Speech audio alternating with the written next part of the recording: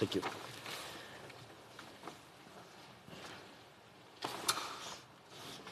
Tabling of documents. L'honorable député de Salaberry-sur-Roi. Monsieur le Président. Mr. Speaker, I wish to specify that pursuant to Section 43.2, subsection A of the Standing Orders, that the Bloc Québécois will be dividing all of its allotted time for today's debate. Thank you very much. Dépôt de projet de loi émanant du gouvernement. Government bills. Statements by ministers. Reports from interparliamentary delegations. Presenting reports from committees. The Honourable Member for Scarborough Centre. The Honourable Member for Scarborough Centre. Mr. Speaker, could you please repeat? I couldn't hear what you said. Okay, I said the Honourable Member for Scarborough Centre. I can see her on the screen, but I'm not sure if she's... Can everyone hear me at home, I guess, or wherever they're tuning in from? We haven't for a while, Mr. Speaker. Mr. Speaker, on a point of order, ever since the bloc members stood up and posed the statement of standing orders, since that point, we haven't heard a thing. Okay, very good. Can you hear me now? I feel like I'm doing... We can hear you clearly. We can hear you clearly now. I feel like I'm doing a cell phone commercial. The Honourable Member for Scarborough Centre. Thank you, Mr. So can I present the report now? Okay. Thank you, Mr. Speaker. I have the honor to present in both official languages the fifth report of the Standing Committee on Citizenship and Immigration, entitled Immigration in the Time of COVID-19 Issues and Challenges. Pursuant to Standing Order 109, the committee requests that the government table a comprehensive response to this report. I would like to thank all members of the committee for their collegiality and hard work in addressing this important issue and coming forward with comprehensive recommendations. Thank you to everyone who addressed and wrote to the committee to share their difficult stories. And thank you to our analysts, Julie Bechard, Madalena Chiozzi, Martin McCallan, and Graham McConnell for their long, many hours spent drafting this report. Thank you, Mr. Speaker. Presenting reports from committees, the Honourable Member for Humber River Black Creek. Thank you very much, Mr. Speaker. I have the honour to present in both official languages the following two reports from the Standing Committee on International Trade.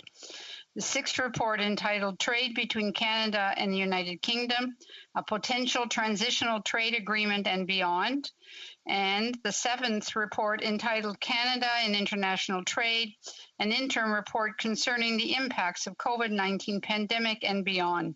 Pursuant to Standing Order 109, the committee requests that the government table a comprehensive response to each of these two reports. Thank you, Mr. Speaker. I believe we have a report. The Honourable Member for Kelowna Lake Country. Thank you, Mr. Speaker, and I will be responding to the Canada-UK report. I'd like to express my appreciation to the work of the analysts, clerk, and my colleagues on the Standing Committee of International Trade for preparing this final report on trade between Canada and the United Kingdom, and I want to thank them. Attached to the report is the supplementary opinion of the official opposition Conservatives. In this report, we highlight that we are pleased to see the Canada-UK Trade Continuity Agreement come into effect on April 1st, 2021. Though we are disappointed the government was not able to meet the initial deadline of December 31st, 2020, when the CETA's application to the United Kingdom ended. It is truly unfortunate the government had left this critical trade agreement to the final sitting week of the final month of the final year the CETA's term no longer applied to the UK, having to sign an interim Memorandum of Understanding to provide trade stability due to this delay. The Conservative Party of Canada is pleased to see recommendations in the report on negotiations for a successor Canada-UK trade agreement, which we hope to see begin negotiations this year, including to address gaps raised by small businesses and those in the agriculture and agri-food sectors. Conservatives support the recommendations in this report, and we look forward to the government's response. We also recognize that we were in a unique situation where we did this Canada-UK trade study. We also had a separate study on Bill C-18, the Canada-UK Trade Continuity Agreement Implementation Act, where we also heard from witnesses whose testimony is regrettably not included in this report. We in the Conservative caucus do hope that the government takes the time to review the input from stakeholders from the C-18 study as well, including concerns around non-tariff barriers, as well as non-indexation of frozen British pensions. Thank you, Mr. Speaker. Presenting reports from committees, the Honourable Member for Sydney Victoria. Mr. Speaker, I have the honor to present in both official languages the fourth report on the Standing Committee of Fisheries and Oceans entitled Implementation of the Mi'kmaq and Maliseet Treaty Right to Fish in Pursuit of a Moderate Livelihood. Pursuant to Standing Order 109, the committee requests that the government table a comprehensive response to this report, and I thank all the witnesses and people who put a lot of hard work into this. Laliak. Now we have a report from the Honourable Member for Tobique-Mactaquac. I believe you're on mute. Sorry, Mr. Speaker. Thank you. Thank you, Mr. Speaker. I rise today on behalf of the communities across Canada who feel that this government has left them behind.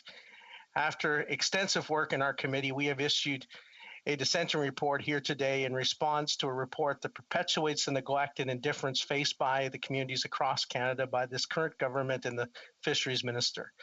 After nearly half a decade of mismanagement, fisheries in southwestern Nova Scotia are at a tipping point.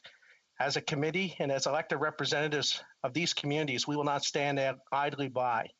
Rather than inviting all parties to one table to build a common understanding of interest, rights, and laws, the minister has failed to respond to escalating tensions and uncertainty that have developed under her leadership.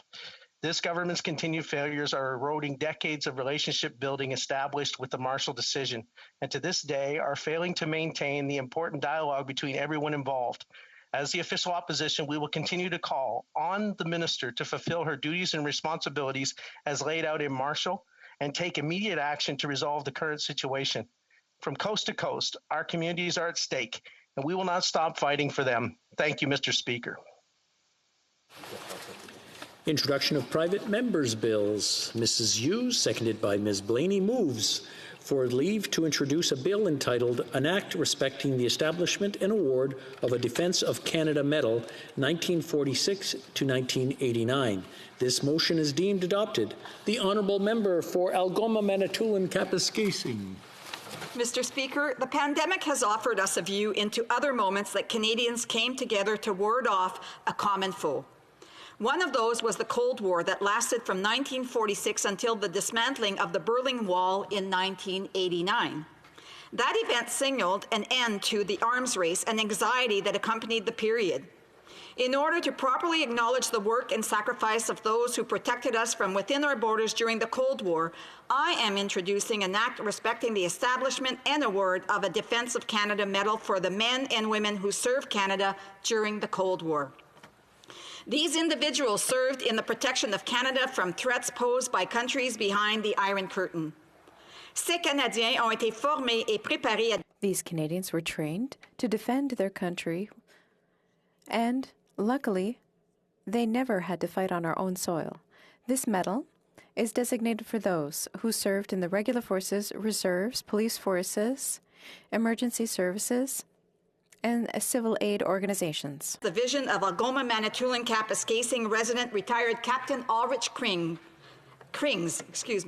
and has widespread support across the country, especially from those who work so hard to keep us safe and prepared during those unsettling times. I am pleased that my colleague from North Island, Paulo River, who is also the NDP critic for Veterans Affairs, is seconding my bill. Thank you very much, Mr. Speaker.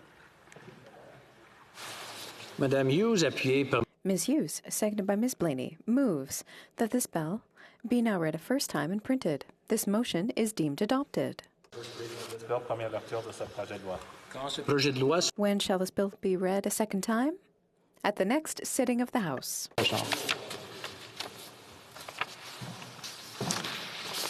First reading of Senate public bills. Ms. Zahn, seconded by Mr. Lewis, Kitchener-Conestoga, moves that Bill S-205, an act to amend Parliament of Canada Act, Parliamentary Visual Artist Laureate, be now read a first time. The honourable member for Cumberland-Colchester.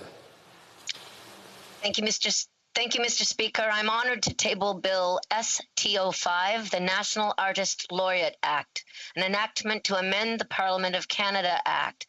I wish to thank Senator Bovey of Manitoba and Senator Moore of Nova Scotia for creating this bill that brings us together from across the nation and reminds us that art is a shared experience. Bill ST05 will appoint a Parliamentary Visual Artist Laureate for successive two-year terms to promote the arts in Canada through Parliament by fostering knowledge, enjoyment, awareness, and development of the arts.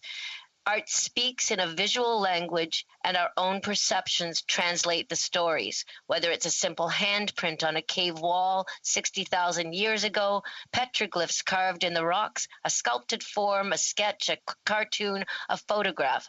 Art endures. Like the artists who enrich our lives, art strives, art inspires, art thrives, long after we have shuffled off this mortal coil. Thank you, Mr. Speaker. This motion is deemed adopted.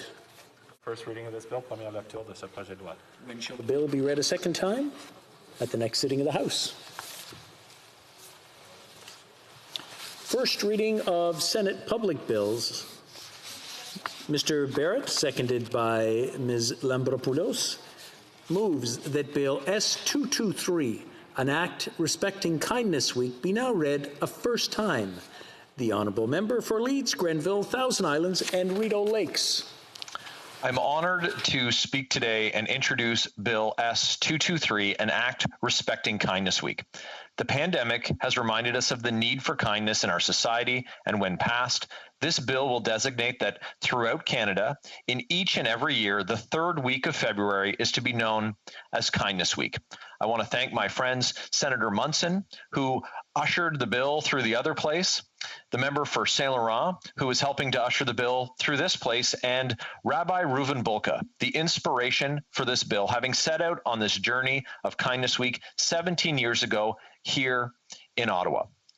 On the need for kindness, I think all members in this place can agree. Speaker, I respectfully ask that members pass this bill expeditiously. The motion is deemed adopted. First reading of this bill, première lecture de ce projet de loi. When shall the bill be read a second time? At the next sitting of the House. Motions. Motion. Presenting petitions. Présentation de pétitions. The honourable member for Edmonton Strathcona. Thank you, Mr. Speaker. Mr. Speaker, the opioid crisis is one of the most deadly public health emergencies of our lifetime. Heartbreakingly, the death toll has soared in 2020 and 2021, with twice as many overdoses. Since the beginning of the pandemic, Alberta has seen overdose deaths outpace COVID deaths. Overdose deaths are premature and preventable, and they are the leading cause of death in Alberta for 15 to 59-year-olds by a margin of more than 30% compared to any other cause. So today, Mr. Speaker, on behalf of many of my constituents, I'm calling on the government to declare the overdose crisis a national public health emergency and ask that the government take the urgent steps needed to end overdose deaths and overdose injuries by immediately developing a well-funded and comprehensive pan-Canadian overdose action plan. Thank you, Mr. Speaker. Presenting petitions, the honourable member for Essex. Thank you, Mr. Speaker. Mr. Speaker, I rise to present a petition on behalf of Canada's 12,000 travel advisors. They earn through commissions only and can wait up to 11 months to receive their pay after booking a trip for a client. It has been over a year since these 12,000 Canadian travel advisors, Mr. Speaker, have earned any commissions because of COVID travel restrictions. With no plan in sight to reopen or lift these restrictions, these petitioners are asking the House to, number one, extend the CRB for 6 months past the lifting of all travel restrictions, and number two, Mr. Speaker, keep the CRB at its current amount for sectors hit the hardest like our travel advisors. Thank you, Mr. Speaker. Presenting petitions, présentation de pétitions, l'honorable député. The Honourable Member for Salaberry-sur-Loire. Mr. Speaker, I'm proud to table in the House of Commons today a petition addressed to the Minister for Transport, initiated by Danielle Pinsonneau, a citizen of my riding.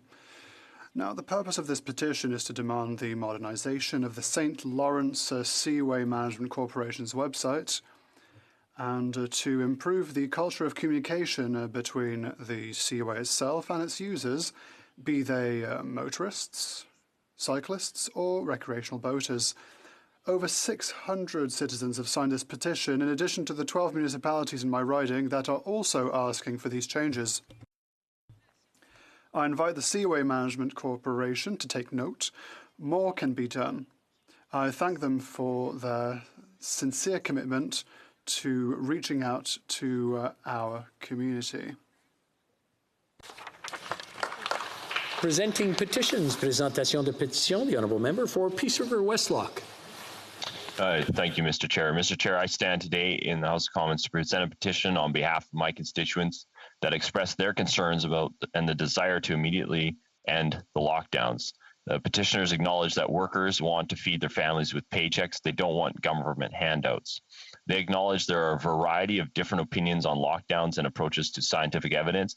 And they also write that the WHO admits that lockdowns are needlessly destructive on both long-term health and the livelihoods of people. Therefore, the petitioners are calling on the Government of Canada to work with all levels of government to immediately rescind harmful lockdown measures and reopen the economy so that paychecks can feed families. Thank you, Mr. Speaker.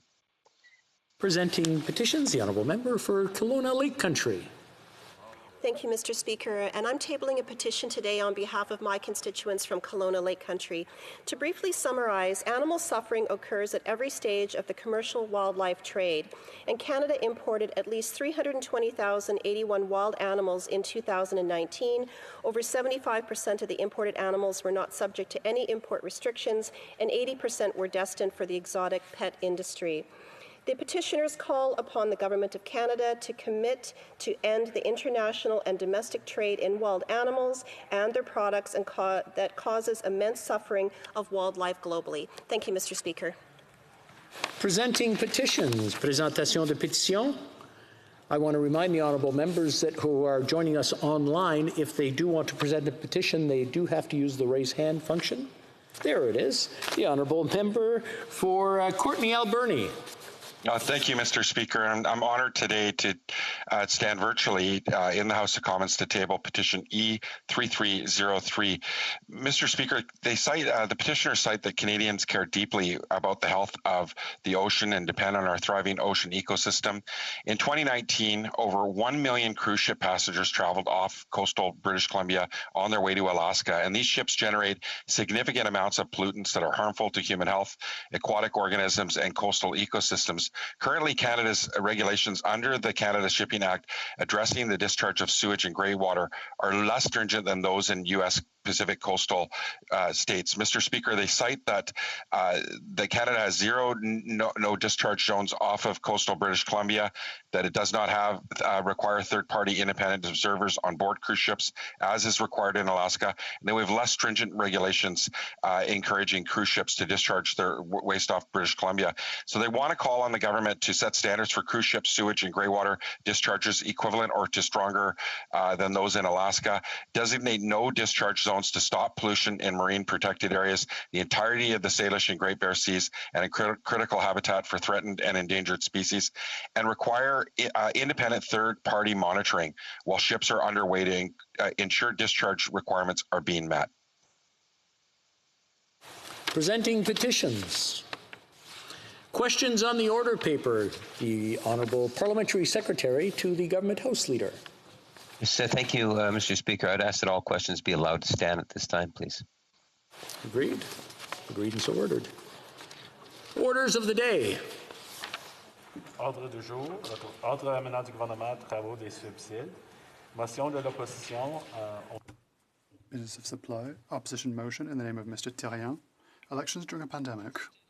Mr. Thérien, seconded by Madame Gill, moves that A, the House remind the government that a general election was held in... I'll start again. General elections were held in October 2019 and sadly note that more than 1.3 million Canadians, including almost 360,000 Quebecers, have been infected with COVID-19 and that nearly 25,000 people have died as a result. And B, holding an election during a pandemic would be irresponsible and that it is the responsibility of the government to make every effort to ensure that voters are not called to the polls as long as the pandemic continues. The Honourable Member for La Prairie. Thank you, Mr. Speaker. Irresponsible. It would be irresponsible to have an election during the pandemic. It's an appropriate word. It's in the motion, and I think it's right. Holding an election in a period where for the past 14 months we've asked people to reduce their activities as much as possible. People have been sacrificing. They don't even see their loved ones. Parents haven't been able to see their kids in some instances. Grandparents can't even see their grandchildren. And now, all of a sudden, the government's saying, well, I understand that there are sacrifices being made, but don't forget to vote. We have to be responsible. Yes, it's important to have elections, of course, but in a pandemic, this is simply playing with fire. We don't need this right now. We can't simply cast doubt on what is no doubt going to come because of the vaccine. We are on the right track to finally exiting this pandemic and leaving it behind us. However, this comes with caveats because we would like to talk about Quebec. Things are going better in Quebec, knock on wood, but there's still some issues elsewhere in Canada. Last week we had an emergency debate on the situation in Alberta. Do you think that Albertans want an election? Not too sure. Ontario. Ontario is in a full third wave. There are variants. Why? Because the Liberal government hasn't closed the front door. And so variants have been able to come into the country. The Prime Minister said, and has always said, that borders will be closed, that the government is being super severe, but 84% of cases are variants. How do they come into the province? How do they get in? Did they magically jump over the Atlantic? No. They came in through our airports. And so the people that arrived weren't forced by the government to do things that would avoid them from arriving or quarantining upon arrival. They didn't quarantine, and so we're in a situation where we have a pandemic that is ongoing because of the variants. This is a reality. And now the government is letting people come in, letting variants come in, and now only after months and months vaccines have started to be administered. And now the government's saying, hey, perhaps it would be a brilliant idea to have elections. Now Mr. Trudeau is being questioned, is being asked, and now he's saying, well, no, we don't want elections. We have a point of order. I'm sure that the very experienced member from the Bloc Québécois knows that he can't use the Prime Minister's name in the House. Perhaps you'd want to retract that? Yes, well, of course, we have to remind all parliamentarians from time to time that they must not use an MP's nominal or the Prime Minister's or a Minister's nominal, so they can refer to them by their position or post. The Honourable Member for La Prairie. Well, don't call me by my name. I'm the MP for La Prairie. My apologies to the MP across the way. Sometimes I call people by their name, but it's less systematic. When I was in Quebec City, we never named people, and sometimes we have a slip-up here in the House of Commons. Sometimes in a committee. Anyway, my apologies, and I will try to avoid this in future. So the Prime Minister is now walking around saying, oh, we don't want an election, we don't want an election, we're in the middle of a pandemic and so we shouldn't have elections. He keeps saying that left, right and centre, on TV, saying we don't want an election. That's not very clear, though. Now, when the Prime Minister then goes to a Congress, there was a Liberal Congress, and it's a party, left, right and centre. What were they talking? All about elections. They were talking about elections. And then the leader of the government then says that it's us that's talking about elections. said so to CBC Radio Canada, saying that all we're talking about are elections on this side. Really exciting, really excited, saying that we're just waiting for elections. Now, what do we call someone who does that? We call that projecting. They're projecting upon us. It's completely nonsensical to be entering an election nowadays. However, we believe that the government wants an election, well, perhaps slightly less because the polls are less rosy for them at the moment. The Procedure Committee has been working on a report to perhaps have an election during a pandemic, and we, and I say we because I'm part of this Procedures Committee, we met dozens of witnesses, people from public health, professors, experts from all walks of life that explain to us that we should not have an election during a pandemic. But if push comes to shove and you have to have an election, this is what our proposals are, said they. That's what everyone's saying. We shouldn't go into an election. Professor Blair, and I have to mention what he said as follows. We should not have an election during a pandemic. A minority government should not trigger elections during a pandemic, but even more than that, the minority government should never have elections apart from every 4 years.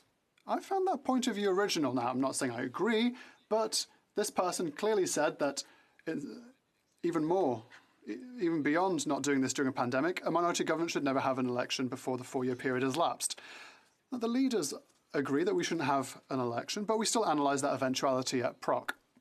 Every member of the Procedures Committee unanimously said that they didn't want elections. The Liberals who were there said, no, we don't want elections. We don't want elections. That's what they said. It's a bit weird at the end of the day because the government has goodwill, but this goodwill is like a balloon in a party filled with porcupines. They're saying on one side that they don't want election, but then they're going to table a bill. If you don't want elections, why are you tabling a bill then? Just in case, they say. And now they've convinced the NDP, and they said, what do you think? The NDP was like, that's not a bad idea. Let's table a bill to perhaps have an election during the pandemic. That's what they said. So at PROC, we were surprised because we've done excellent work. We're going to publish a report as quickly as possible to say, well, our light will allow you to get more information, but C19 was tabled before our report was tabled. So what does this mean? It says, well, you're doing a great job, but we don't actually care. We're going to table a bill anyway. So what are we even doing here in the first place at the PROC committee? Now I'm going to add my voice to a number of political analyses to show you, to demonstrate that it's not the MP for La Prairie who's saying this, it's not a bloquiste who's telling you all of this. I am repeating what analysts have said about the election in a pandemic. First of all, Emmanuel Latraverse, a policy analyst, said the government waited for the 10th of December to table a bill. The government asked when this should be debated the first time, in March. They hurried to table a bill, and now it's me saying this. They're tabling a rush bill in December to study it in March. So at PROC we thought, well, why didn't we wait until March to table it, which would have given us enough time to debate it? Well, it's too complicated apparently. They tabled it on the 10th of December. So we would like to know why that was the case.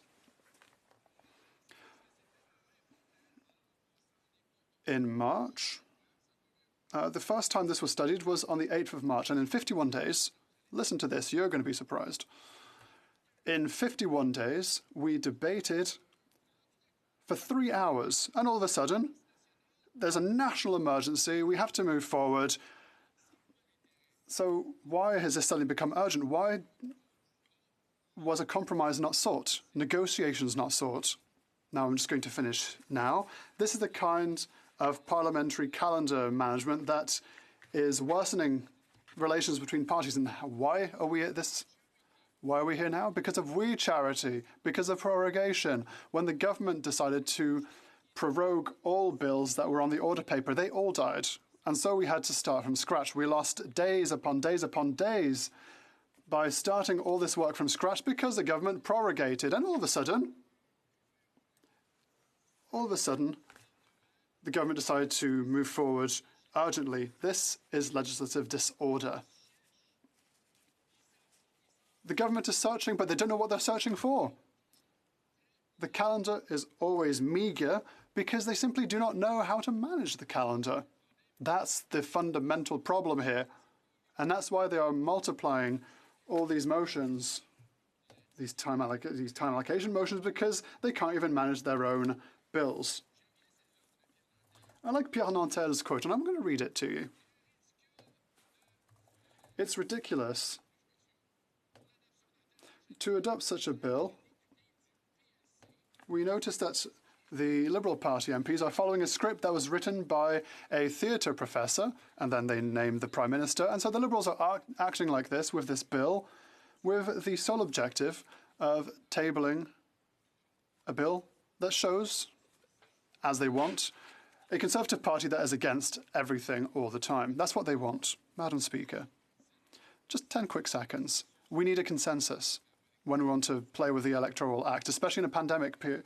Especially in a pandemic, we needed this. But we have a government filled with cowboys that's simply just trying to get its way in Parliament. Comments. The Honourable Parliamentary Secretary of the Government House Leader.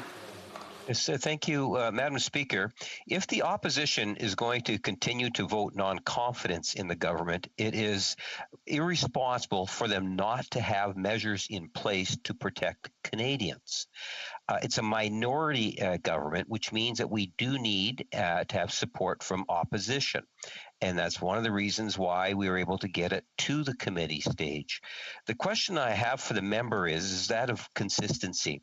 Last year, the Bloc Québécois was demanding and brought in a motion of confidence. They wanted a federal election unless the Prime Minister resigned. The Prime Minister did not resign. Have they changed, and now does the Bloc endorse and fully endorse the current Prime Minister? The Honourable Member for La Prairie. Well, listen, what we often heard from the government is you always vote against the government in a situation where we could enter an election. That's what the government has said. What does that mean? It simply means that we're voting for a bill that will be for Quebec. When they table bills that are bad for Quebec, we'll vote against. But what now they're doing is they're threatening us. They're saying if you vote against this, well, we're going to trigger an election. They're using votes of no confidence to adopt a bill because the bill simply isn't good. So table good bills for once so that we won't have to vote against. So you don't have to call it a vote of no confidence because the Prime Minister needs to stop playing in this bad movie where there's no ethics, and then perhaps we'll leave them alone. Questions and comments. The Honourable Member for Charlebourg or Saint-Charles. Thank you, Madam Speaker. Well, first of all, I'd like to say that I agree with the Bloc Québécois motion. However, I would like to know a bit more information. What does the MP have to say when people say, well, you don't want elections because your leaders are not as good as in 2019, your position is less positive than 2019, so you don't want to go into an election? The Honourable Member for La Prairie. There's a point beyond which partisanship has to be set aside. In a pandemic, for example, we have to think of the general good. We have to go beyond. It is therefore unacceptable for Parliament to be used as an election tool and a partisan tool. And that's not what we're doing at the Bloc Québécois. We will continue to work towards a consensus, and that is our unique objective. The questions and comments, the Honourable Member for Edmonton Strathcona. Thank you, Madam Speaker. I'd like to thank my colleague from La Prairie for his intervention, and I'd like to thank the Bloc for bringing forward this motion. I think it is vitally important. He talked just now about the emergency debate we had in the House of Commons regarding the situation of COVID-19 in Alberta, and it is very scary and very dire here right now. It would be completely irresponsible to have an election right now, and we would not support an election in the NDP. But I do have a question that I think I know the answer to, but I'd like his comments on. Does the member believe that it should be an urgent priority to adapt election rules to the pandemic, or do they trust that the Prime Minister will put the public good ahead of his own partisan interests? The Honourable Member for La Prairie. If we want to change the rules in case there will be an election, it's not with a gag order that it should be done. It takes consensus. That is the tradition. When Election Act is changed, because you strike in the heart of democracy, you cannot do this and force down people's throat a decision that was made by the government itself. Rather, you have to sit down and seek consensus. That is not at all what was done. The government joined up with the NDP to impose legislation does not correspond in all areas in what we would like to see. We wanted to work on it, but it takes a consensus to do this, and that's not how the government is proceeding. Resuming debate, the Honourable Member for Manicouagan. Thank you, Madam Speaker. I'm pleased to rise today to speak on the Opposition Day, to talk about C-19 and the very strong will of the government, at least now, because it wasn't this way a few weeks or months ago, to pass it under a gag order without consensus by any of the parties. For my part, this maneuver, because it is a maneuver, is absolutely egotistical, irresponsible, arrogant even, and I would like to explain why, if need be. Obviously, there are a number of reasons. My colleague from La Prairie mentioned some of them. I agree with what he said, and of course, I'd like to add more. First of all, perhaps the first thing is the issue of democracy.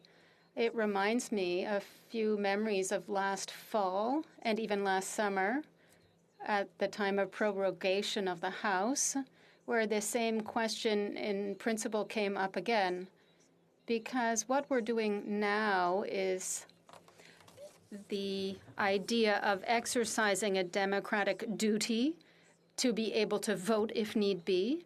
At the same time, it seems quite paradoxical, if not ironic, that what we're doing is denying democracy. We're deciding to impose a gag order on a bill that concerns all Quebecers, all Canadians, for an election during a pandemic. We want people to be able to exercise their democratic right, but when it is time to represent all constituents who would support through its representatives of all parties in the House of Commons to ensure there is consensus, well, they're washing their hands. To me, this is inconsistent, of course. I'm not necessarily surprised. It's not the first time, but it's so major in this instance that we can ask ourselves very legitimate questions about the government's will to decide to have legislation moved forward quickly in the spring, when before it hadn't even been put in the legislative calendar. It had been forgotten for months. Suddenly, it is urgently needed. So to me, this is a pretext. And if there is a majority in favor of it, we saw it with the gag order, but if there is a majority here, I would say, I heard NDP colleagues say previously, we're not in favor of an election. We don't want an election. Why then are we here? We're here to legislate. But if we're going to legislate, let's do it correctly with all the parties. We talked about the PROC committee earlier and the elected members who had not even had their opinions heard. It's not good work. It's not about a quarrel and not wanting to collaborate. Rather, we're talking about consensus. We're talking about working together to find a solution that would represent everyone. I think that would be the responsible way to proceed. It would be transparent, and it would avoid any partisan issues. Obviously, yesterday, our bloc leader proposed a solution, a solution for C-19 that would avoid the gag order. It was quite simple that the Prime Minister meet. For example, we suggested this, meet with the leaders of the different parties in camera and talk, reach consensus, obviously with compromises. If there is a consensus, all parties must be involved, and then we can continue to work to get it passed. That would be the right thing to do. The only right way to proceed, we haven't heard from the Prime Minister whether he would accept this, but when you change democratic rules, it's for everybody. It's not just one single party who should decide what the rules are. And I must say that Quebec is exemplary, because that is how Quebec operates. When the rules, elections laws are changed, we do this together, everybody together, because we want to represent all Quebecers. So this would be a transparent way, in my opinion, of proceeding. And I repeat, there is no urgency. The government says, and I know it's saying two things at once. With the bill, it says it wants to go into an election, but on the other hand, it's saying, no, we don't want an election. It's really the opposition that's forcing us. But as my colleague from La Prairie said so well, if we vote against some bills, it's simply because the bills are bad. And I think the opposition still has the right to vote against poor legislation. Now, I'd like to talk about the government's ivory tower because, yes, it wants to go and hold an election. And the reason I want to talk about it is because in the pandemic, we have sent scattered dollars a little bit here and there everywhere. The government seems generous. It gave to everybody. It's quite extraordinary what has been done. But I'd like to say that the money that it's dilapidating, and some of my colleagues will agree with me, yes, there has to be assistance, aid, but there is also a responsibility here. This money belongs to the taxpayers.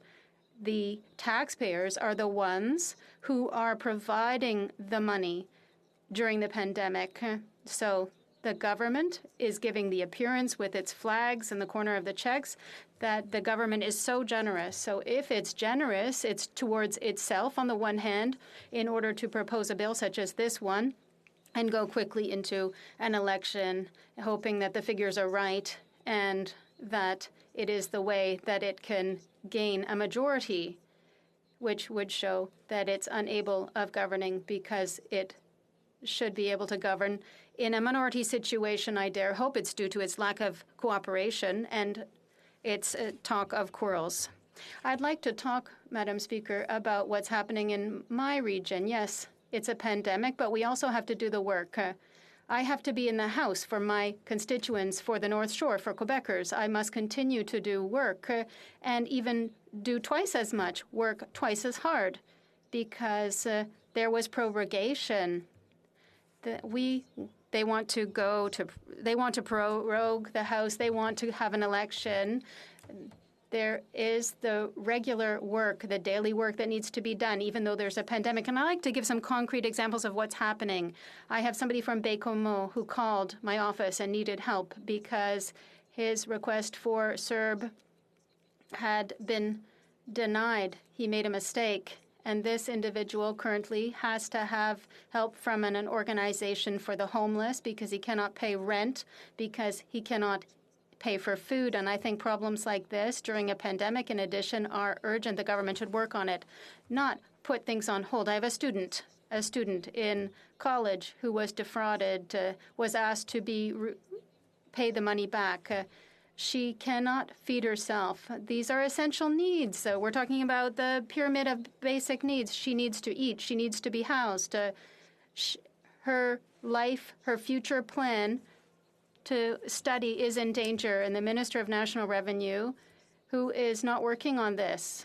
It's a pandemic, yes, but this is also happening. These are concrete cases. I could talk about Cap aux Mules. There are fishermen there who are putting their lives in danger, their safety in danger, and this file is not really being worked on. Rather, there is a desire to go into an election. They don't even know if they can fish next year or even this year. It makes no sense, Madam Speaker. There is a lot of work to be done other than placing gag orders on bills and probably going into election because, frankly, if there is no election in August, we could take the time to spend on this bill without a gag order. I have many other things that I would like to address, Madam Speaker. If I could talk about the forest on the North Shore that's dying, we could work on that if the government really wanted to work to help people. There are two things that it could have done in the last budget. It doesn't need to wait for an election. I say two, but of course there are many things. Healthcare transfers, first and foremost. It didn't talk about it. It's no longer talking about it. C-19, same thing for seniors issues. There's two classes of seniors, the 65 and up to 74 years of age, and then 75 and up. Not everybody is entitled to the same thing. It's discrimination. I have many difficulties. It's not just many difficulties. It's one great difficulty. I don't understand where the government is going. It's certainly not to help Quebecers, not for the people of the North Shore. It's simply to help its own government. What it wants is to go into an election, and it is quite irresponsible. I have no more specific word than this to describe the government. So I would simply like to remind the people of the North Shore, but also Quebecers, that I want to stay here in the House during the pandemic, work twice or three times as hard as need be to help people and not to work for partisan interests like the government is doing. Madam Speaker, thank you. Comments, the honourable member for Kingston and the Islands. Thank you very much, Madam Speaker, and I want to thank the Bloc Québécois for bringing forward this very important motion. I think that it's a great opportunity to set the record straight on where the various different political parties feel on this and the actions they've been taking to date regarding their position on elections. And in that spirit, I asked the member the following question. If the Bloc Québécois is so much against an election, why on Tuesday, in response to an answer that was given by the Prime Minister, did the member from Beloeil-Chamblay, the leader of the Bloc Québécois, why did he say, quote, "I'm not afraid of an election, bring it on"? Why would he say bring it on if he's not afraid, if he doesn't want an election? It's like he's teasing and tempting the government, asking them to bring on an election, literally. L'honorable. The honourable member for Manicouagan. Thank you, Madam Speaker. I didn't know that teasing the government could lead to an election because we tease the government every day. That said, the leader of the Bloc, when he spoke, bring it on. I think that any political party, any leader is always prepared, not prepared, but, well, prepared for an election. I'm an MP, and I've been one since 2015, and I feel like I've been almost in election since 2015 because I give fully of myself 100%. So all that he is saying is that he's there to defend his people, and that's what we should do. And I think that's what every MP in this House should do. Comments, the honourable member for Sarnia-Lambton. Merci beaucoup, Madame. Thank you very much, Madam Speaker. I want to thank the member for her speech. There is much evidence that the Liberal government is rushing into an election during a pandemic. Is she in agreement? The honourable member for Manicouagan. Thank you, Madam Speaker. Of course. I fully agree with my colleague. We talked earlier, the member for La Prairie was talking about the calendar.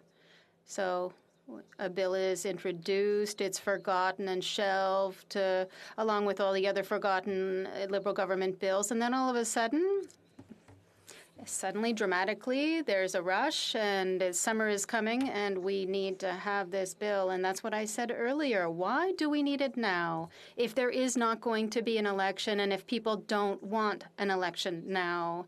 There's something going on. I would just remind members to make sure that their mics are off if they're on virtually. Questions and comments? The honourable member for St. John's East.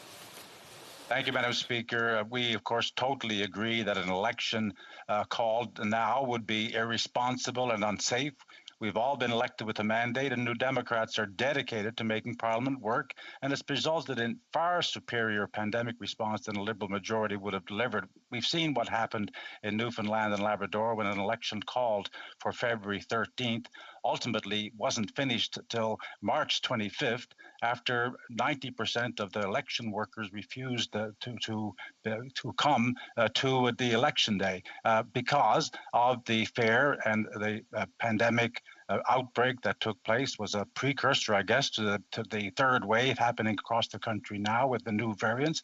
So why, however, and I think this is important, why would the Bloc not want to ensure that if the Prime Minister was irresponsible enough to call an election for his own political purposes, why wouldn't she want it to be a safe election? The Honourable Member for Manicouagan. Thank you, Madam Speaker. I want to thank my colleague for that question. In fact, I would respond to my colleague with a question. Of course, I am for safety, but the main solution to ensure the safety of the public is quite simply not to hold an election. That's it. We're not ready. We see it with the bill. And if the new Democratic Party wants to ensure the public safety, I would ask him, why did they vote in favor of a gag order on a bill that is not a great bill, so that we'll go to an election? Thank you, Madam Speaker. Reprise de débat. Resuming debate. The Honourable President of the Minister responsible for the Privy Council and Intergovernmental Affairs. Thank you, Madam Speaker. Today to discuss the motion presented by my honourable friend from La Prairie on the possibility of a pandemic election. Let me begin, Madam Speaker, by saying our focus as a government since the beginning of the pandemic has been on delivering for Canadians. Canadians expect their parliament to work to deliver for them through the pandemic, and indeed, over the many past months, the government has done just that. The government has no interest in an election. We've repeatedly said that. The Prime Minister has said that. However, as the House is well aware, an election could happen at any time in a minority parliament. It is our responsibility as parliamentarians to be prepared for such a scenario, which is why the government introduced, following a report from the Chief Electoral Officer of Canada, Bill C-19, which would allow for temporary amendments to the Canada Elections Act in the context of a pandemic. We agree, Madam Speaker, with the opposition that holding an election during a pandemic would be unfortunate without first implementing these provisions that would ensure that Canadians are able to vote in a way that is safe and secure. The opposition has demonstrated, Madam Speaker, a reckless disregard for the health and safety of Canadians in recent weeks. They have voted 14 times no confidence in the government, 14 times in favor of an immediate election. If the opposition feels strongly about not taking Canadians to the polls, perhaps they should stop voting for an immediate election. The government wants the House of Commons to work constructively, as it has over the past number of months. Part of that includes a timely study of Bill C-19 to ensure that if an election were held, obviously the desire of many opposition members, it would be safe and secure and accessible to as many electors as possible. Madam Speaker, we are ready to work with all parliamentarians to ensure that these temporary changes to the Elections Act address our collective goals, but that requires the opposition to also work constructively at parliamentary committees. The current tactics by the opposition to paralyze the work in the House and in committees can be sometimes nothing short of dysfunctional. Allow me to quote, Madam Speaker, the Right Honourable Stephen Harper, who said, "It is the nature of the opposition to oppose the government, but at the same time, I hope we can concentrate our efforts on real issues, issues of public policy." End of quote. Madam Speaker, every responsible Prime Minister has to make a decision on the effective functioning of Parliament. I would encourage our colleagues in opposition to focus, as the government has, on delivering real results for Canadians. From investing in PPE to increasing capacity for testing and tracing, to delivering more than 20 million vaccine doses for Canada, we've spared no effort in fighting the pandemic and providing support to those most affected by it. A Team Canada approach is clearly the best way of beating COVID-19 and keeping Canadians safe and healthy. I would urge my colleagues in the House, Madam Speaker, to continue to work productively in our shared work to protect and support Canadians.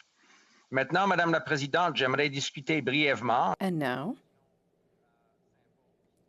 I would like to briefly look at the situation in Quebec during the last year. The COVID-19 pandemic had extensive and unprecedented effects on Canadians, including those living in Quebec. Our government provided significant support to all provinces and territories, including Quebec. Under the Safe Recovery Program, Quebec will receive over $3 billion for screening tests, contact tracing, public transit, and child care services for those who are returning to work. And for the safe return to school, Quebec will receive $432 million. And Quebec's allowance under the new COVID-19 resiliency program, which is part of the infrastructure program, is over $432 million. 2 million requests were made in Quebec for the Canada Response Benefit. For Canadians throughout this pandemic has been clear, and we are grateful to the opposition parties who have helped us put forward these programs that have benefited so many Canadians. This motion, Madam Speaker, also presents an opportunity to discuss the measures in Bill C-19 that will help ensure that if Canadians go to the polls while Canada is in the midst of the COVID-19 pandemic, they can do so with the full confidence in their safety and their security and the integrity of the election. I am optimistic, Madam Speaker, we can find similar support from the opposition for many of these common sense measures. And I note that all opposition parties voted in favor of this bill at second reading. From the earliest days of the pandemic last year, electoral administrators across the country began to consider how to hold elections that are safe for both electoral workers and volunteers and that maintain the high standards of integrity that Canadians expect. Since March 2020, general elections have been held in 4 provinces and 1 territory. COVID-19 may have restricted many aspects of life in Canada, but elections carried on, albeit modified, and with the safety interests of everyone in mind. Additionally, the Chief Electoral Officer of Canada oversaw the administration of 2 federal by-elections in Toronto in October of 2020. Ce projet de loi C-19 appuie sur les recommandations du Bill C-19 takes into account the October 2020 recommendations from the Director General of Elections for elections being held during a pandemic, as well as our colleagues' study on holding elections during a pandemic. Bill C-19 contains 4 aspects, which I will explain. A 3-day voting period. Voting held safely for residents of long-term care facilities. Increased powers of adaptation for the Director General of Elections or the Chief Electoral Officer, and a greater use of mail-in ballots. To these measures, I would like to highlight the unique nature of the legislative changes outlined in Bill C-19. I want to reiterate that none of these proposed amendments would be permanent amendments to the Canada Elections Act, and that the bill does include a sunset clause. These measures are written so that they will cease to be in effect 6 months after the Chief Electoral Officer following consultation with the Chief Public Health Officer, determines these measures are no longer necessary. As we have seen throughout the country, this pandemic has not stopped Canadians from expressing their democratic rights. It is our role as elected representatives to ensure that if the time came for Canadians to go back to the polls, they'd be able to do so in a manner of their preference and be assured of their safety and the health of their communities. In every modern general election and by-election, the Chief Electoral Officer has been provided with adaptation powers that can be applied to the Canada Elections Act to ensure that electors can exercise their rights to vote. These adaptation powers can assist in running elections in the event of an emergency or other unforeseen circumstances. Aux élections précédentes, le directeur général des élections a exercé. The Chief Electoral Officer exercised this power during the last elections to allow workers residing outside of their riding temporarily to vote. The situation continues to justify circumstances that causes changes in a temporary fashion to elections legislation. Adapting provisions of the Elections Act is intended to preserve the health and safety of everyone involved, including staff and volunteers. Place protective measures in polling places to minimize the spread of COVID-19. Madam Speaker, these measures are particularly important when considering that Canada's election workforce largely skews towards an older cohort that we know are particularly vulnerable to COVID-19. These adaptation measures, Madam Speaker, will help support another key measure outlined in Bill C-19, the extension of the polling period from a single Monday to 3 days.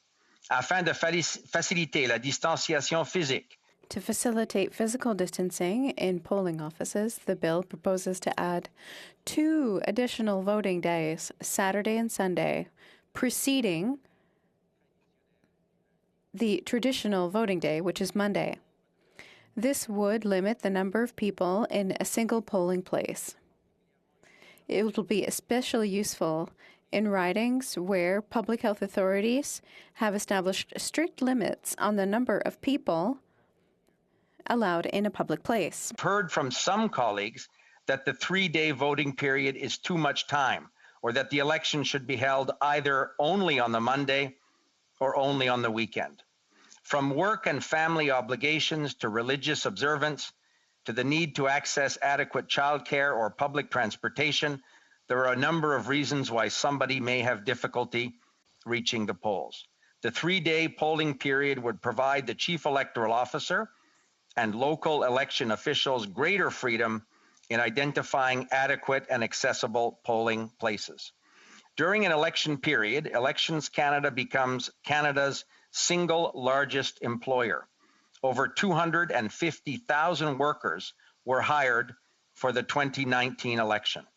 While Bill C-19 does not address the challenge of electoral worker recruitment, I'd like to emphasize a change that was made through the Elections Modernization Act in 2018 that would allow Elections Canada to hire 16 and 17-year-olds as election workers.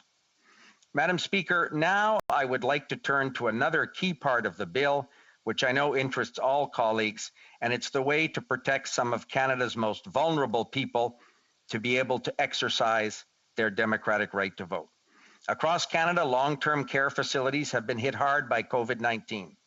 Even with rising vaccination rates, these facilities must still be protected against the threat of the virus.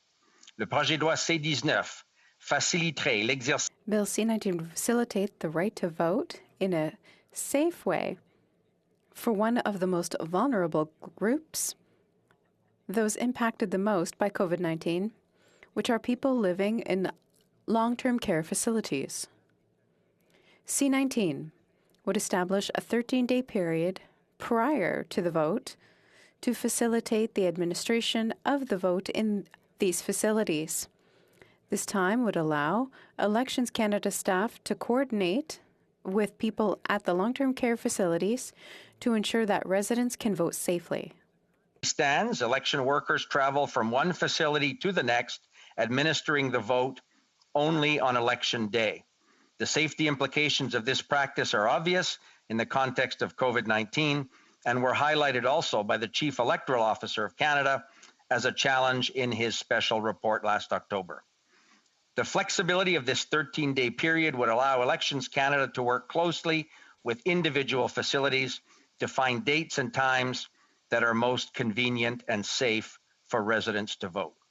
These facilities, Madam Speaker, are essential to the safety of Canadians, and these flexibilities will also assist vulnerable persons. If there were to be a general election during the pandemic, the Chief Electoral Officer expects we would see an increase in the number of mail-in ballots, possibly as high as 5 million ballots. Indeed, we saw a significant rise in mail-in ballots in British Columbia's October 2020 general election and in the United States presidential election last November. Mail-in voting is safe and secure for Canadians to exercise their democratic rights. Electors in Canada have long had the ability to vote by mail, but in recognition of its clear importance during a pandemic, Bill C-19 introduces measures to ensure that the mail-in ballot system in Canada is as simple and as accessible as possible. Currently, registration to vote by mail can only be done through the mail or in person. Bill C-19 would allow electors to register online for the first time. I should note that providing this option would not inhibit those without access to the internet to register to vote by mail or in person. By allowing online registration, we're simply giving Canadians one more option to register to vote. Et le projet de loi prévoit l'installation des boîtes de réception. There will be secure mailboxes in all polling places. This will allow those who cannot send their ballot in the mail to deposit it safely.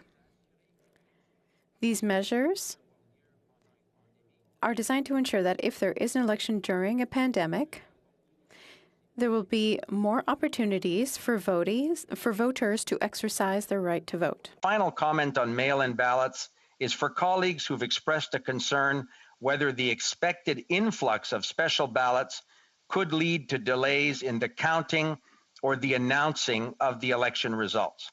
I can assure the House that we've heard from the Chief Electoral Officer, and he does not expect any delays in the results of a general election based on the increase of mail-in ballots. Madam Speaker, the pandemic has affected every aspect of Canadians' lives.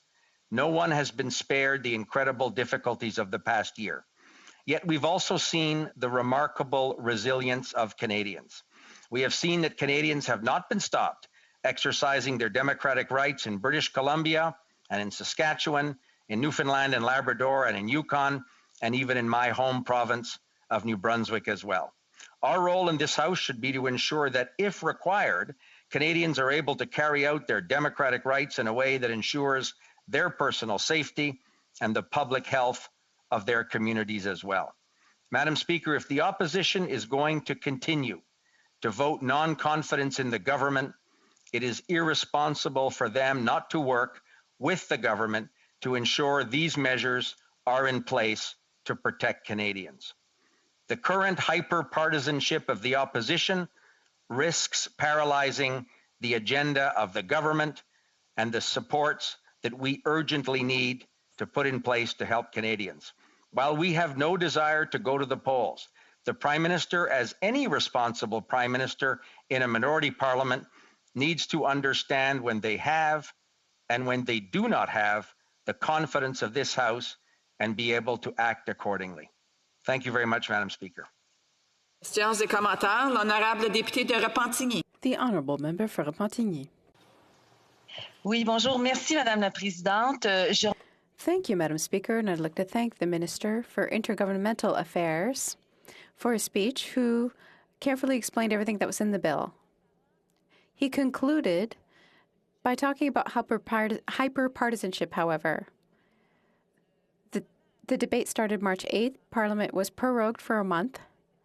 The debate came back twice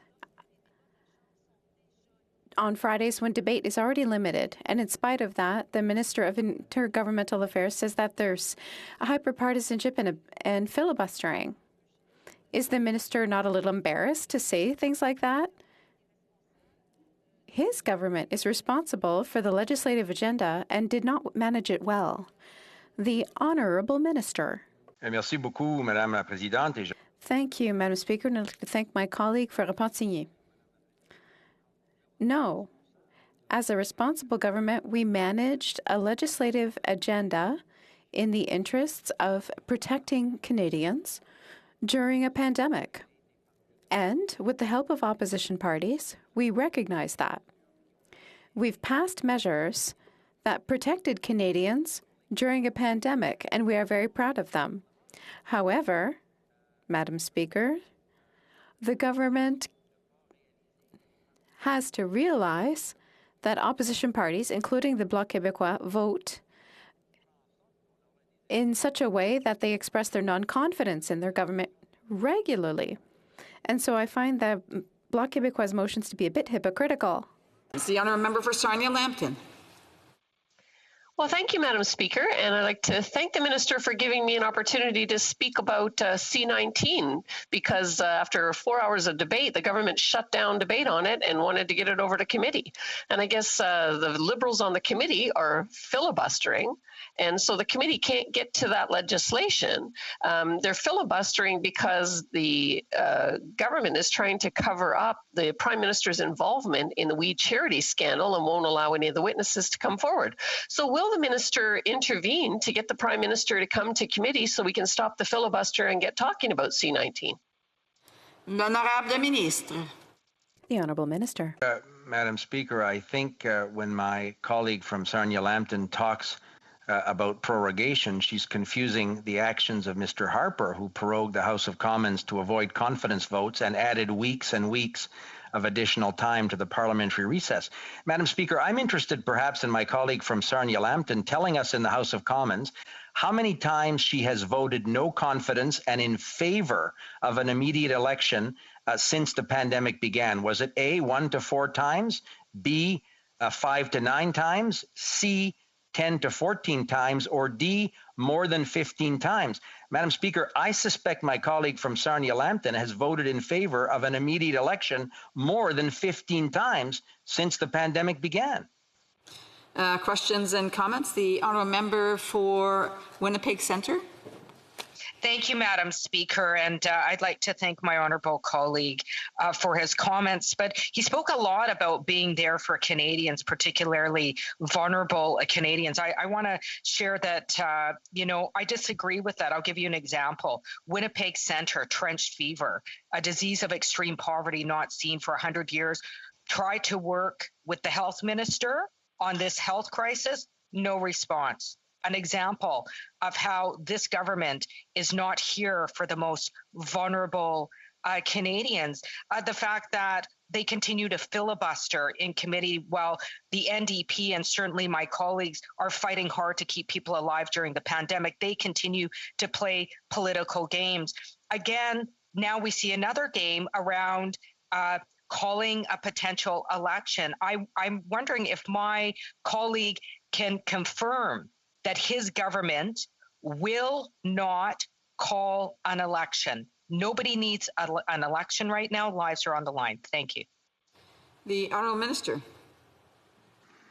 Madam Speaker, I thank my honourable colleague from Winnipeg Centre for the question. I obviously share her view that the government needs to continue to work with all parliamentarians in the interest of protecting Canadians, including the most vulnerable Canadians. I know her city of Winnipeg well. I know the riding of Winnipeg Centre. My colleague from Winnipeg North often discusses with us the challenges that people in that great city face. That's why our government, including the Minister of Health, are constantly looking at ways that we can improve the protection and the safety and security of Canadians. Madam Speaker, my colleague spoke of political games. Once again, I would draw to her attention that in a vote on the budget, on the Bloc Québécois sub-amendment, which was a vote of confidence, a number of NDP members stood up and voted no confidence in the government. Had that sub-amendment passed, with some of the NDP members voting in favor of it, we would be in an immediate election today. And I don't think my colleague would find that helpful for the people of Winnipeg Centre as well.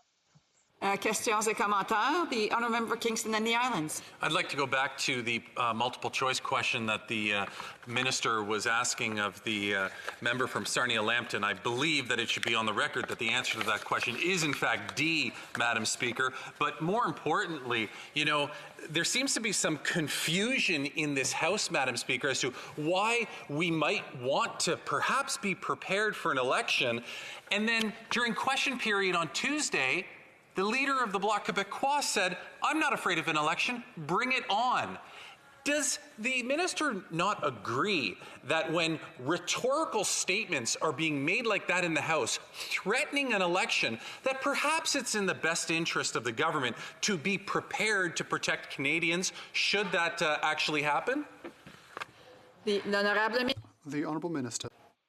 Madam Speaker, thank you. And I want to thank my colleague from Kingston and the Islands for drawing attention, as I said, to some of the hypocrisy we've seen in the House of Commons. I remember the leader of the Bloc last summer saying that he was going to defeat the government. He wanted the Prime Minister to resign, or he was going to defeat the government.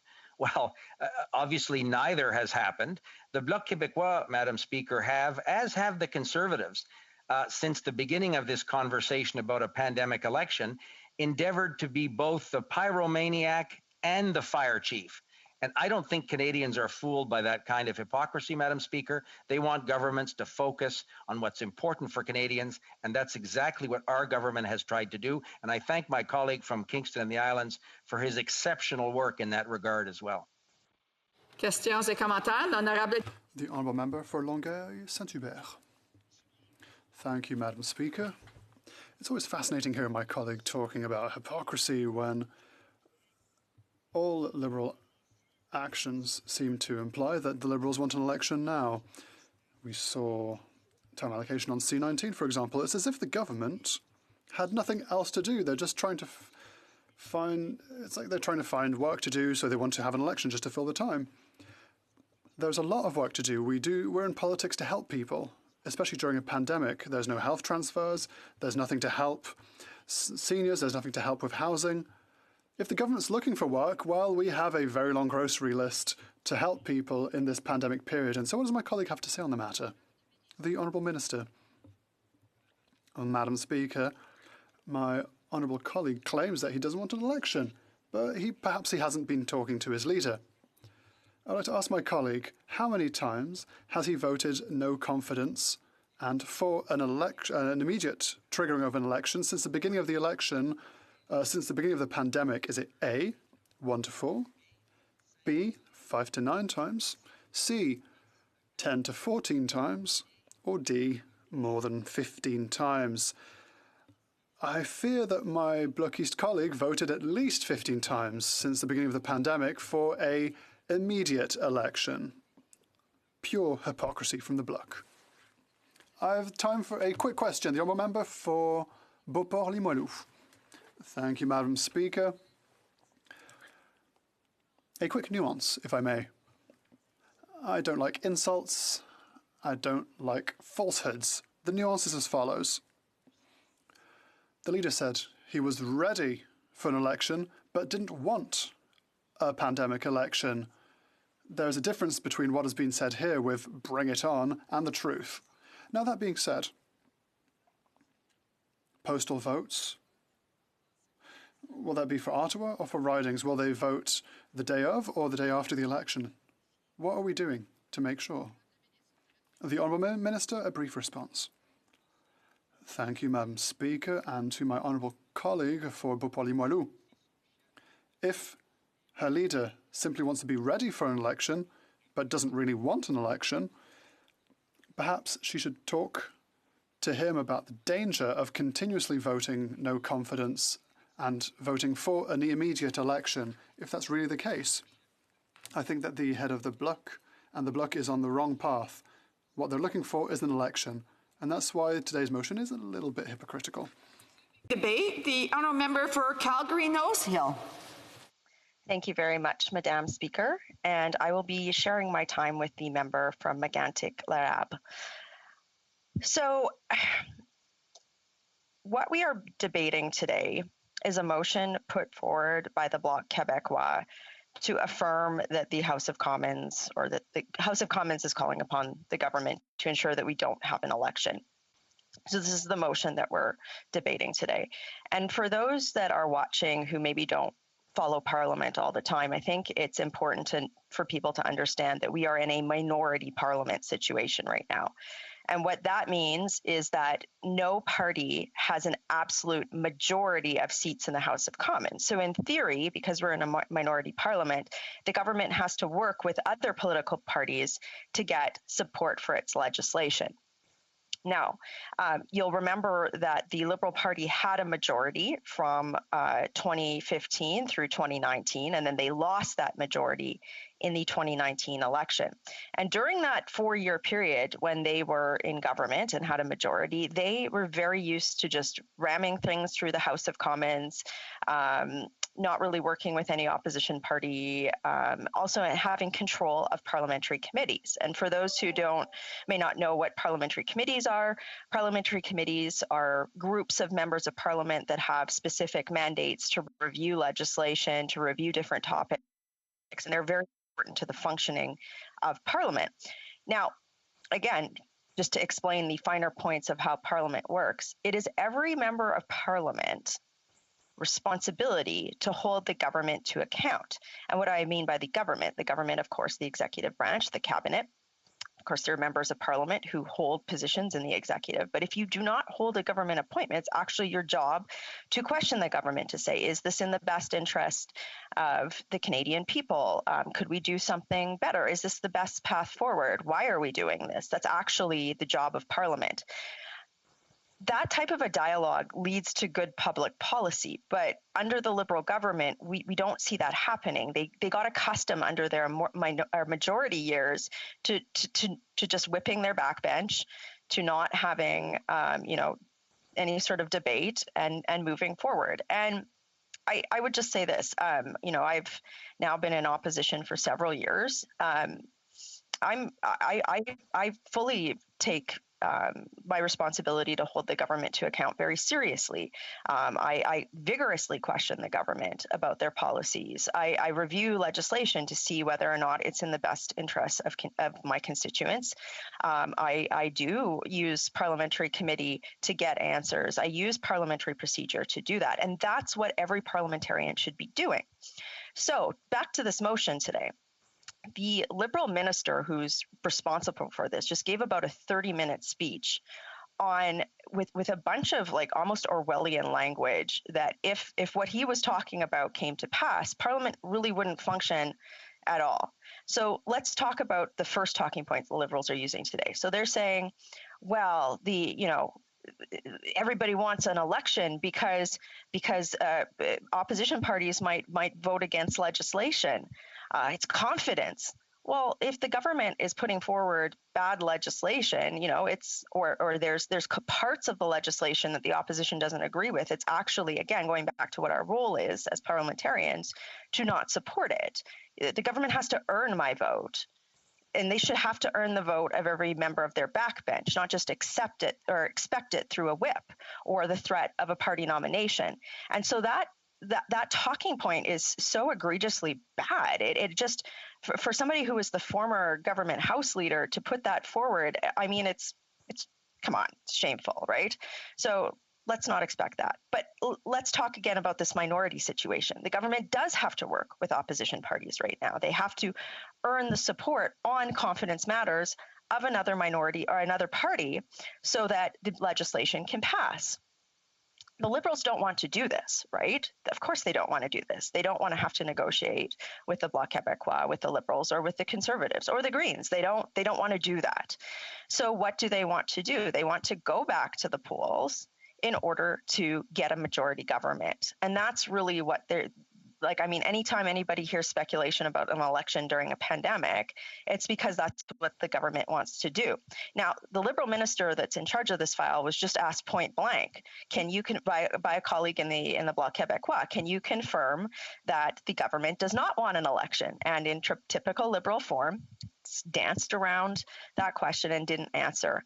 And again, I think it is fair, as the Bloc Québécois have pointed out today, that the Liberals have put forward a bill. For those who are watching, it's called Bill C-19. It significantly changes the Election Act, and they use something called time allocation. That means that they limited debate on this bill because they want to push it through prior to the summer. And a lot of pundits, a lot of people are saying this is because the Prime Minister wants to trigger an election. And this has nothing to do with a confidence vote in the House of Commons. A lot of the speculation has been made in media and with pundits. The Prime Minister, it wouldn't be about a confidence vote in the House of Commons. The Prime Minister would, I would say, go to the Governor General, but he kind of messed that one up too, and call an election. So that's really what's at stake here. So when you hear Liberals using talking points today about this, it's completely bunk. But let's talk about an election in a pandemic. I can tell you what people in my constituency want right now, Madam Speaker. They want hope and they want a way forward. I have been very pleased to be the opposition health critic since September. And I am very proud of the fact that I have used every tool at my disposal to force the government to get answers on vaccine procurement, on rapid test procurement. I mean, I'll never forget a moment in Health Committee where Pfizer said, you know what, no, the government hadn't negotiated vaccine delivery of our vaccine until the end of February. They only came back to us in November to renegotiate a contract to get a few doses in December. And why? It's because Parliament put political pressure on the government to ensure that vaccines were available for Canadians. And that's where, the work I did. I know that my colleague, I think the sponsor of this motion today is actually my colleague from the Bloc Québécois who sits on the Health Committee with me. That's where Parliament works, is when the government is not doing what it needs to do. Other members of Parliament use procedure in order to force the government to do the right thing or consider a different option. And this might not be convenient for the Liberal government. I understand that. But that is how our democracy works. And when you see the scope of things that the government have done, like prorogation, they actually shut down Parliament. The other talking point today the Liberals are using is like, well, the opposition needs to work collaboratively with committees. That's whenever you hear a Liberal say work collaboratively, it means don't ask questions, shut up, and just vote the way that we want you to. And that's unfortunately not for them, not how Parliament works, but fortunate for the Canadian public. The last thing is in committees. If a Liberal gets up today and says, oh, well, committees aren't functioning, it's really been the Liberal Party that have filibustered committee every time. I have sat through so many filibusters on Health Committee in a pandemic, on motions that have provided information for the Canadian public, that have brought ministers to committee, that have generated news stories so that the Canadians can actually say, hey, wait, maybe this isn't going well. Maybe we deserve better. And that, in turn, that political pressure forces the government to act. But to be clear, an election right now, we're 3% of Canadians, only 3% of Canadians are fully vaccinated. You see the United Kingdom opening up, the United States. I saw yesterday that the governor of California, a Democratic governor or a very Democratic state, is lifting their mask restrictions in the middle of June because of their forward progress on vaccination. And Canada is just not anywhere near there.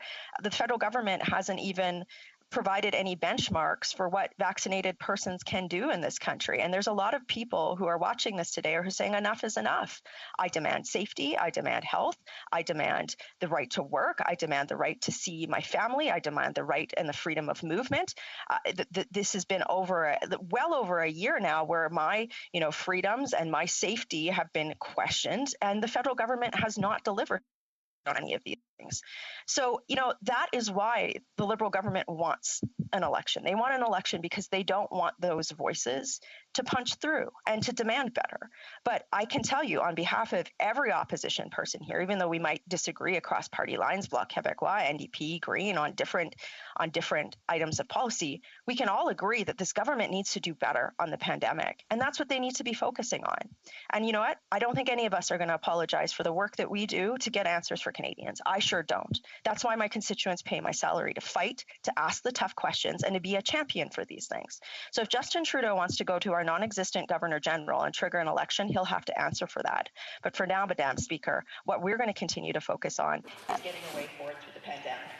So I do have before I go to questions and comments, I have a point of order from the Honourable Member for Kingston and the Islands.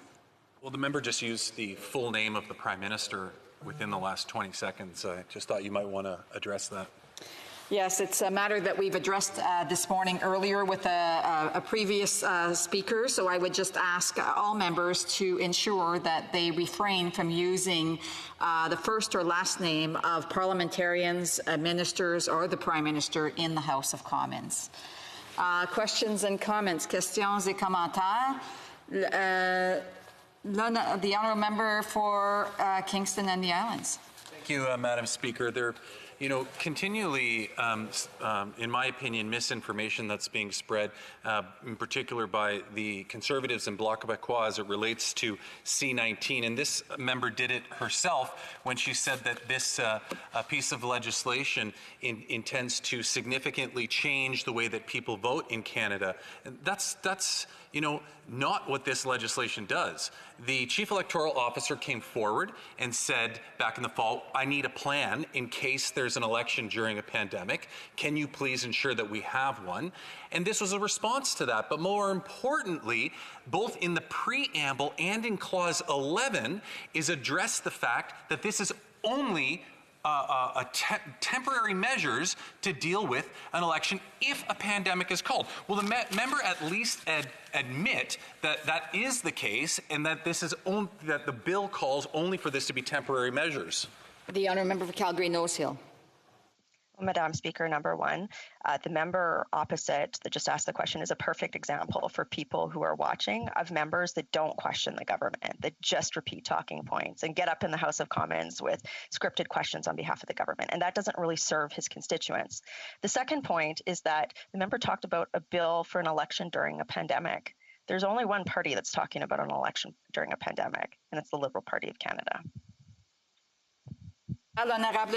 The Honourable Member for Trois-Rivières.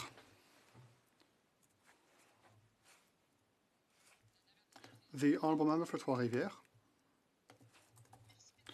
Thank you, Madam Speaker. Yesterday, our leader proposed that there may be consensus sought with all parties so that term allocation not be applied. Does the member's party agree with this position? The Honourable Member for Calgary Nose Hill. I love a good debate in the House of Commons. I think that anybody watching this, even the Liberals, would agree with that. I think it's very important that government legislation is given due scrutiny in every instance. I also think that it's important for government backbenchers to scrutinize what's coming out of their cabinet, which we really haven't seen happen.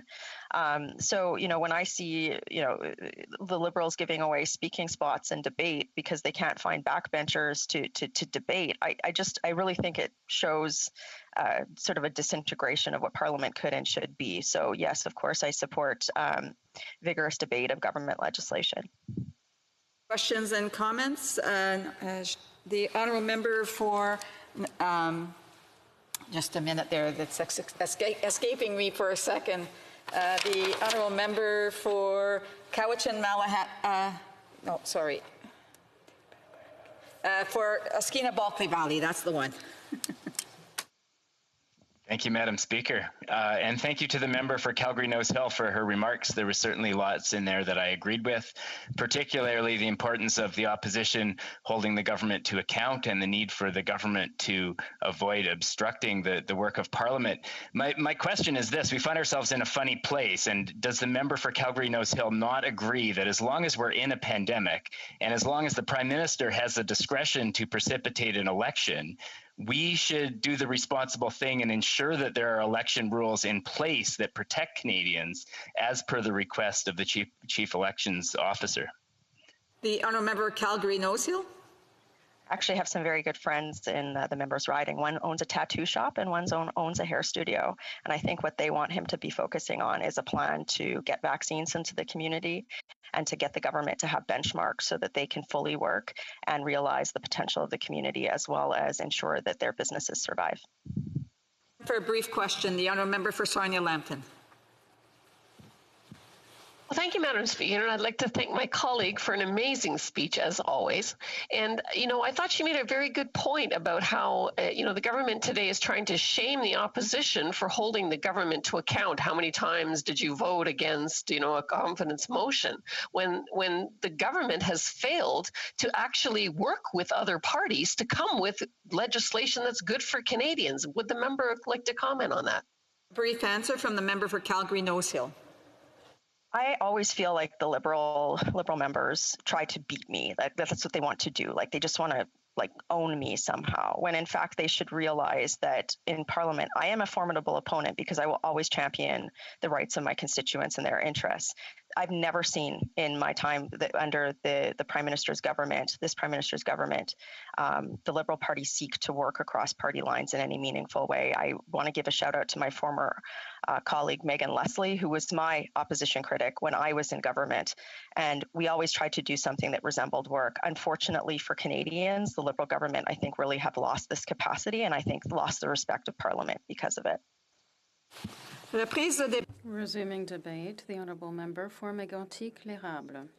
Thank you very much, Madam Speaker. It's my turn to rise, and I think it's important to speak today to support this motion, which seeks, and I'd just like to quote the second paragraph, that in the opinion of the House, holding an election during a pandemic would be irresponsible, and that it is in the responsibility of the government to make every effort to ensure that voters are not called to the polls as long as this pandemic continues. I've met no one in my riding, Madam Speaker, who has asked me to go into an election during a pandemic. On the contrary, I think sincerely that people would be shocked and really disappointed in this government if it continues to move forward to calling an election during a pandemic.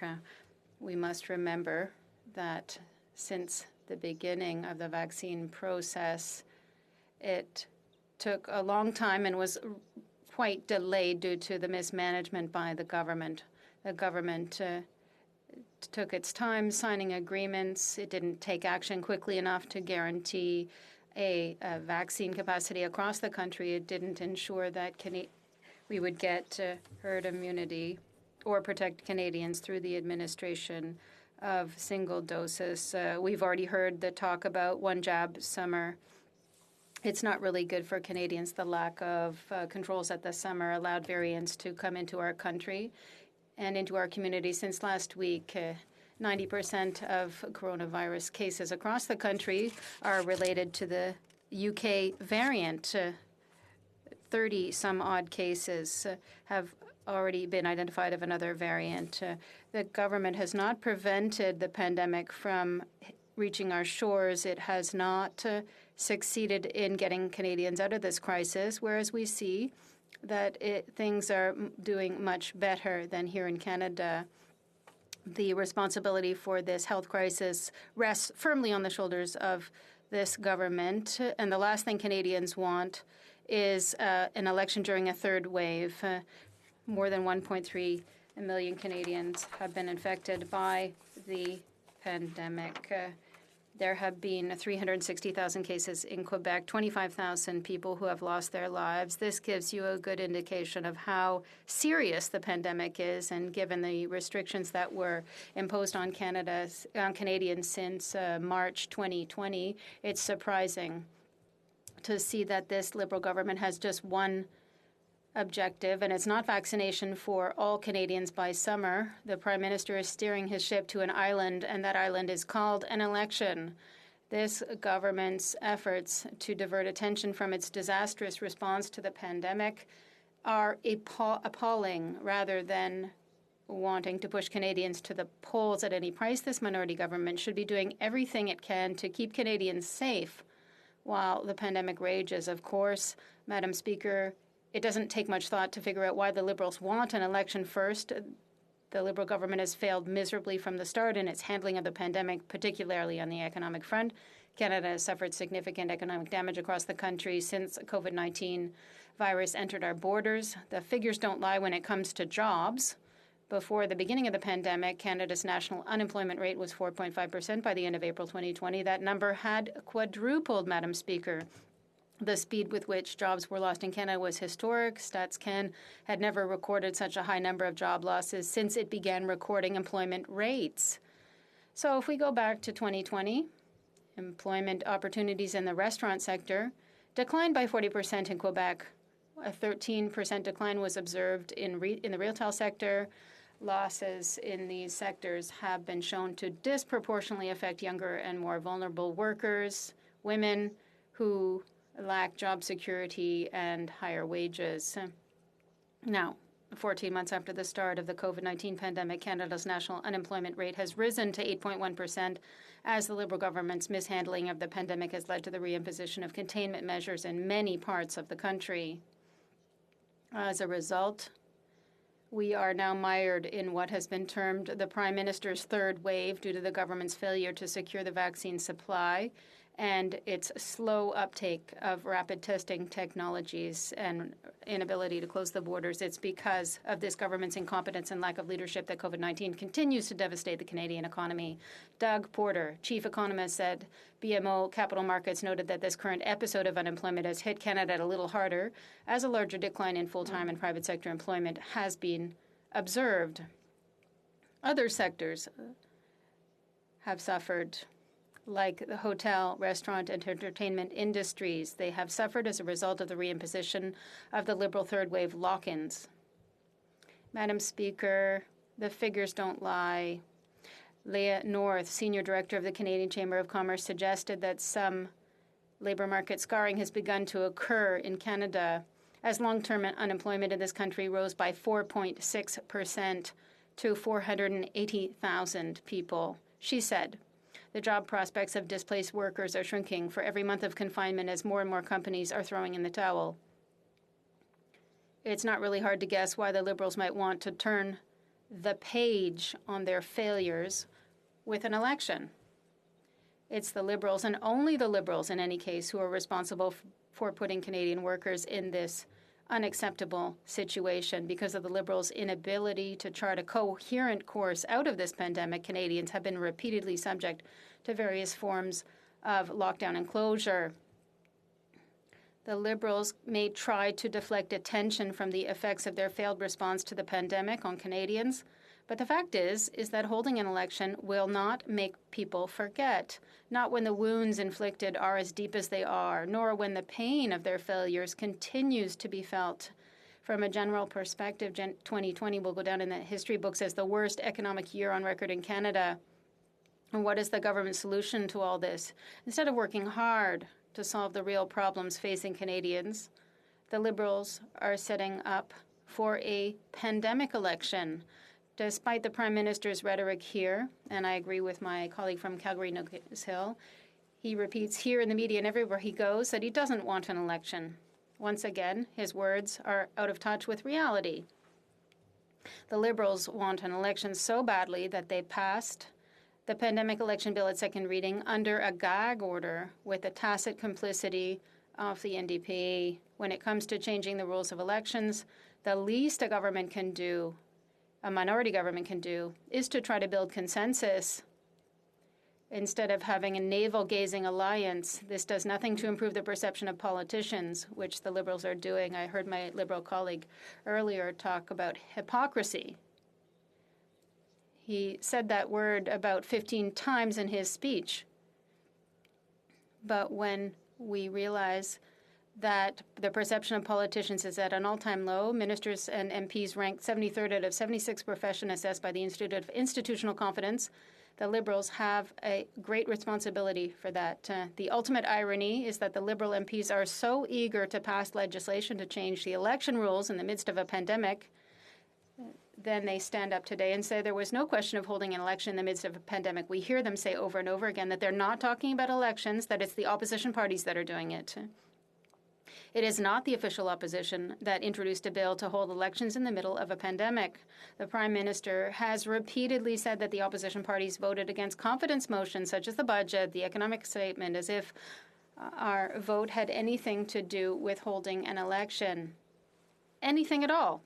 If the government had wanted opposition support for its budget, it would have sought first a consensus to focus in this budget on an economic stimulus plan, on helping Canadians, rather than on its ideological values and its election platform. But no, this Prime Minister is so obsessed with power and upset about being in a minority government that he has turned his budget into a real ideological program, which has not shied away from any spending, which shows no willingness to present a plan to revive the economy. It's a budget that goes in all directions, and many analysts are saying that. $1 trillion. We're talking about $1 trillion in debt. Now that Canadians are not fools, they have not fallen for his game. He wants an election as soon as possible, even if it means ignoring the critics' parliament and any consensus. His claims are ridiculous. The opposition is here to defend Canadians that need it in this time of pandemic. There is no question of calling an election. The leader of the official opposition doesn't want it. The Bloc leader doesn't want it. The NDP leader doesn't want it. And if the three leaders of the opposition parties don't want it, it's the Prime Minister who wants it. I invite my Liberal colleagues who are also experiencing the same situation in their ridings to stand up and vote for this common sense motion, Madam Speaker. Questions and comments? The Honourable Member for Rosemount Petite Patrie. Thank you very much, Madam Speaker. I thank my colleague for his speech. Obviously, we in the NDP for months have been saying that it's dangerous and absurd for public health to had an election during the middle of a pandemic. We are in favor of this motion. I asked my colleague, what does he think of the Bloc Québécois' attitude, which a few months ago was threatening to call an election, last week said it was prepared to go to an election. So they're engaging in blackmail, and we're seeing them really play a game here. What does it say about the seriousness of the leader of the Bloc Québécois who is blowing hot and cold?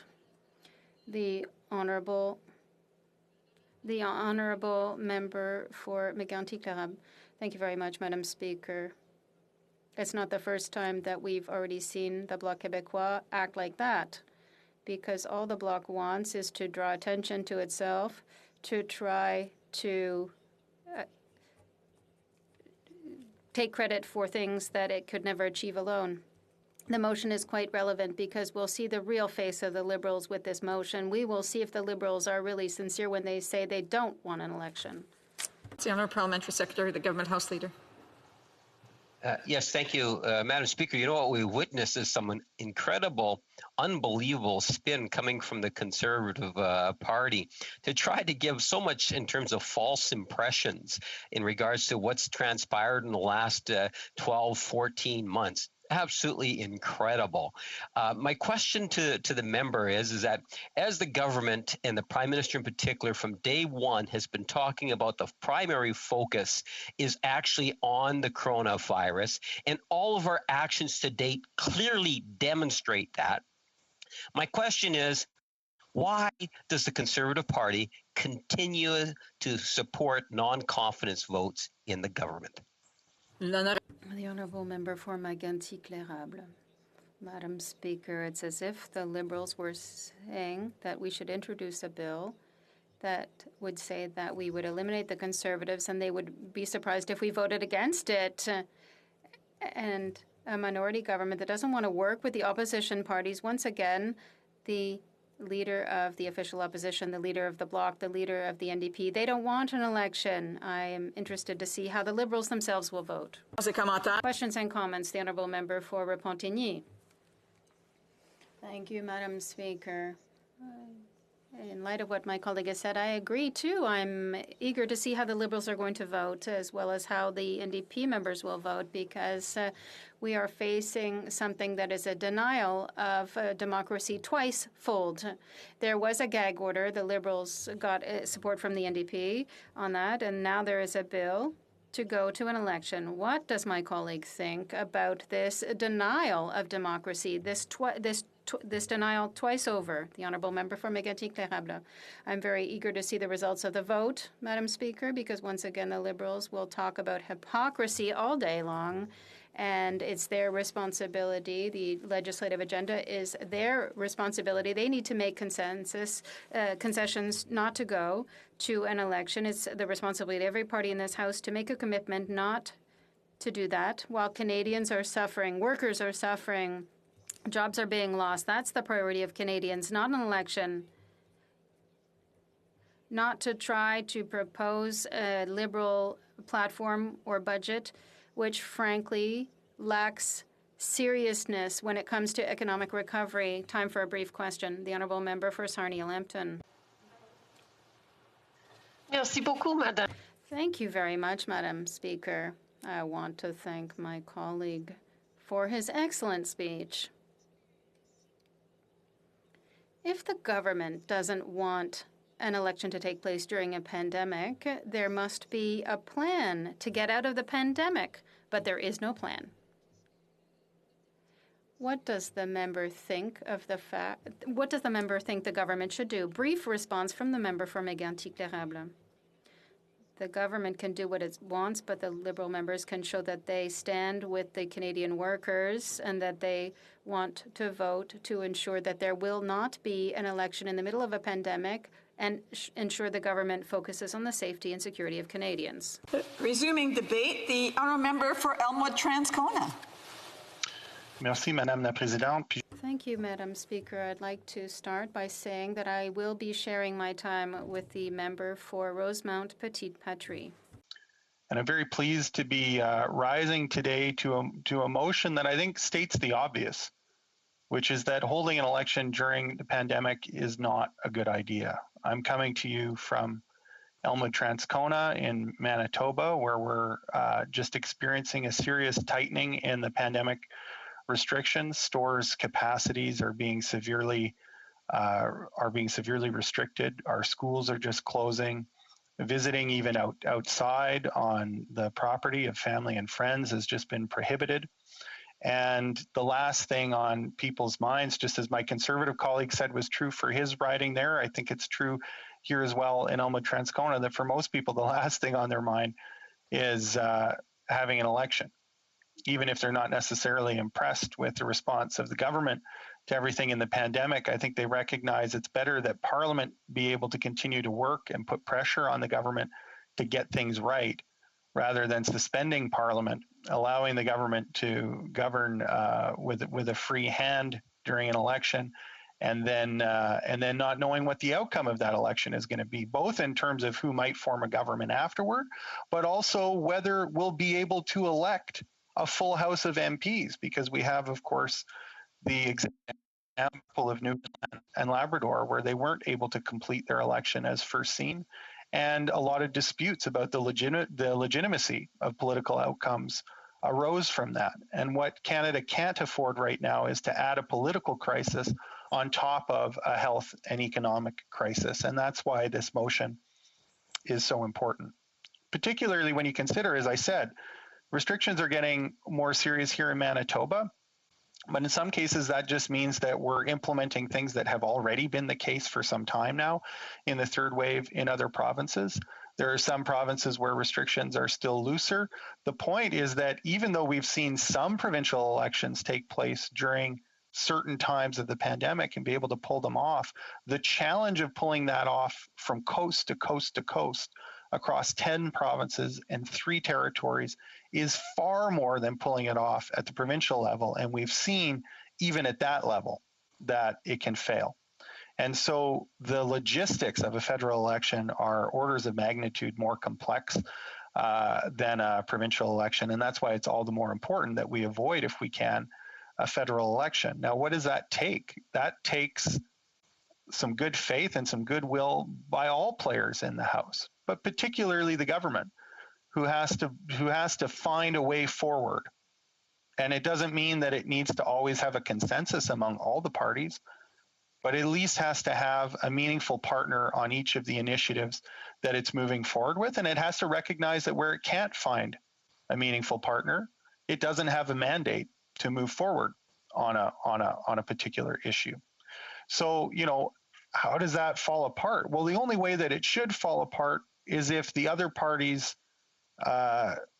all end up voting against the government at the same time. That's the only real proof that the government can't find a consensus on an important or key part of its mandate. That's the real test. It's not how the Prime Minister feels when he wakes up in the morning and whether he's upset because certain members of the opposition have criticized him too much on something, or whether they're speaking more than he might like to certain things. If he can find another partner, certain things can be expedited. We've seen that, and we, the NDP, just recently, it's come up earlier. I mean, worked with the government to try and get Bill C-19 to committee because we think it's important that that pass, and I'll have more to say on that in just a little bit.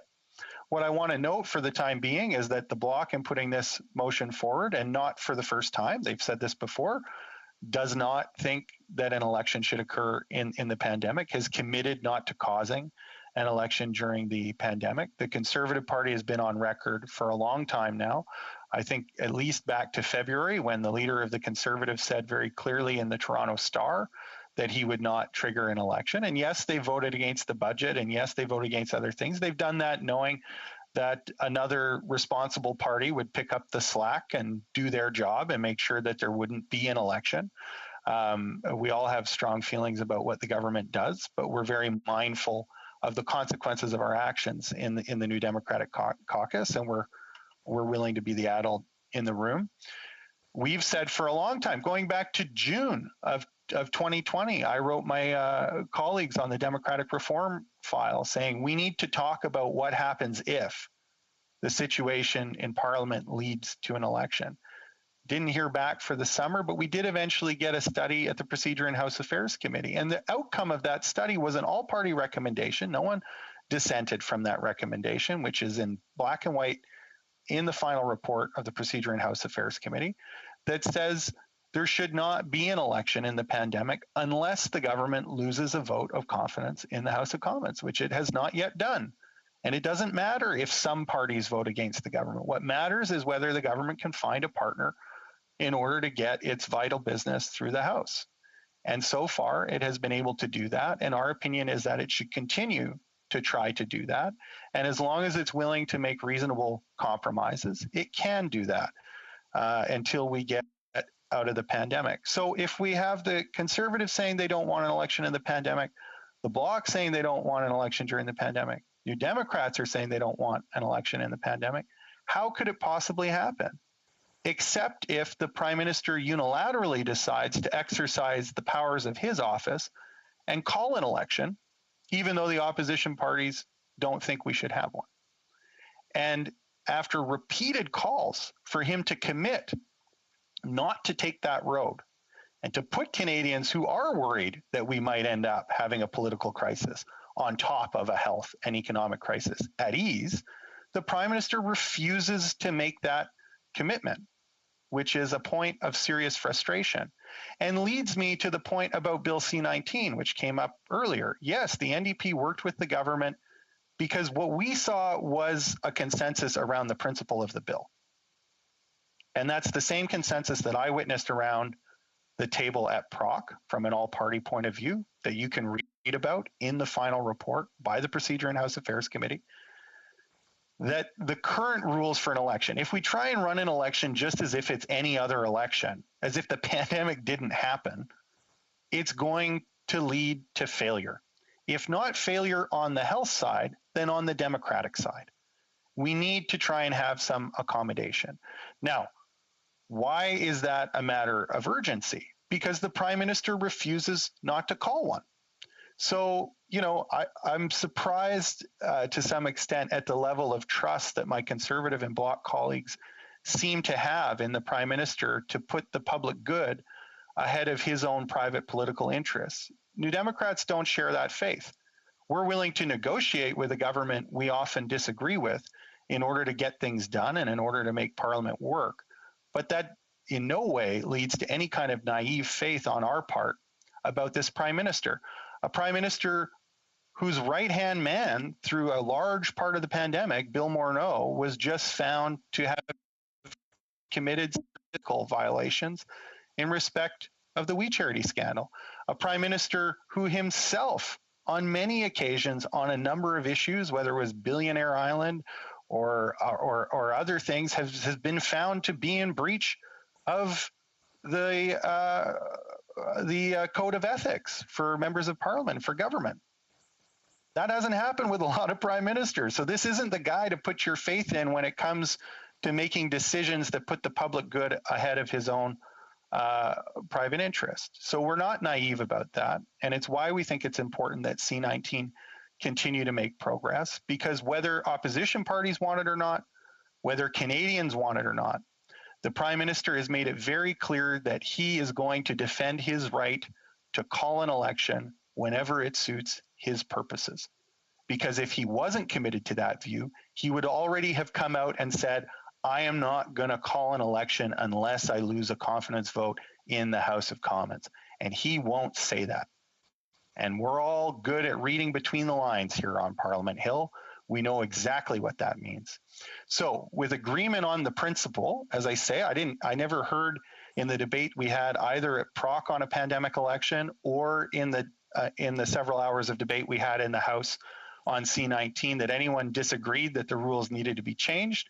The point is to get those changes right. That work should happen at committee. The bill can be there now. Once the Liberals stop filibustering at that committee, then we can get on with that work. And we need to get on with that work because we know the Prime Minister can't be trusted to put the public interest of Canadians ahead of his own private political gain. Thank you very much, Mr. Speaker. Question et commentaire. L'honorable député de Montcalm. The honourable member from Montcalm. Merci beaucoup, Monsieur le Président. Thank you, Mr. Speaker. Could my colleague tell me, with full integrity, and I recognize his intellectual integrity, how many times he had to vote with the government against his own convictions to prevent an election? The member for Elmwood-Transcona. Nous avons été toujours clairs qu'on est... We had always been clear that we didn't agree with all the details of something like a budget, for instance. However, there's a public interest to avoid an election. And often, during this legislature, when the government was in a mode where it was ready to work with opposition parties, the NDP managed to move forward real initiatives that benefited Canadian men and women, whether it was with CERB or Canadians who lost their jobs, or for students, for people living with a disability, and a whole host of measures that helped Canadians. I'm pleased with our performance during this legislature, and I'm happy to work with a government that will negotiate with other parties. I think that's how we can make this Parliament work and avoid an election. Questions and comments? The honourable member for Kingston and the Islands. Speaker, the member talked about reading between the lines, so I don't think he needs to read between the lines. He said in his own speech that the PROC committee, all members, including the Liberal members, agreed to that recommendation about having an election during a pandemic. Indeed, this side of the House hasn't even said that we're not voting in favor of this motion. You know, I think that this is a fairly good motion, and there's a really good possibility that we'll vote in favor of this. So I wouldn't sell this government short with comments about reading between the lines, but I did appreciate his comment about being the responsible adult at the table. Unfortunately, By being the responsible adults at the table, it means that the irresponsible people at the table are going to start to rely on that responsible adult to carry this government. So I hope this member will continue to exercise good judgment in being a responsible member at the table so that we can continue to do the good work for Canadians. Member for Elmwood Transcona. Well, thank you, Mr. Speaker. I don't recall having made any allusion to how the government side might vote in respect of this motion, and I've witnessed many occasions where government members have voted for motions in the House that the government had no intention of honoring. So I can fully appreciate that Liberals may well vote for this motion, but that doesn't tell us what the Prime Minister is going to do. And I think that if Liberals were really serious about not having an election, what we would hear is a crystal clear commitment from the Prime Minister himself that he will not call an election unless he loses a confidence vote in the House of Commons as per the final recommendation of the final report by the Procedure and House Affairs Committee on a pandemic election. That would put it beyond a shadow of a doubt. That is very much what I would like to see. It is the Prime Minister's decision alone. It's not up to any other member in the House on the government side. Likewise with his decision to prorogue, which is why I've been adamant that we need to hear from the Prime Minister on that decision at PROC. He's also refused to appear to defend how he exercises the powers of his office, whether it's by pausing Parliament. And we'll need to get one more question in there. Questions and comments? The Honourable Member for Saanich Gulf Islands. Thank you so much, Mr. Speaker, and to my honourable colleague from Elmwood Transcona. I want to shift gears a bit because the member for Elmwood Transcona happens to be an expert in an area that I find fascinating, and that's the confidence conventions. That when a government falls, do we automatically go into an election? Any comments from the honourable member? The Honourable Member for Elmwood Transcona. Thank you very much for that question. And of course, we don't need to go right into an election if a government falls.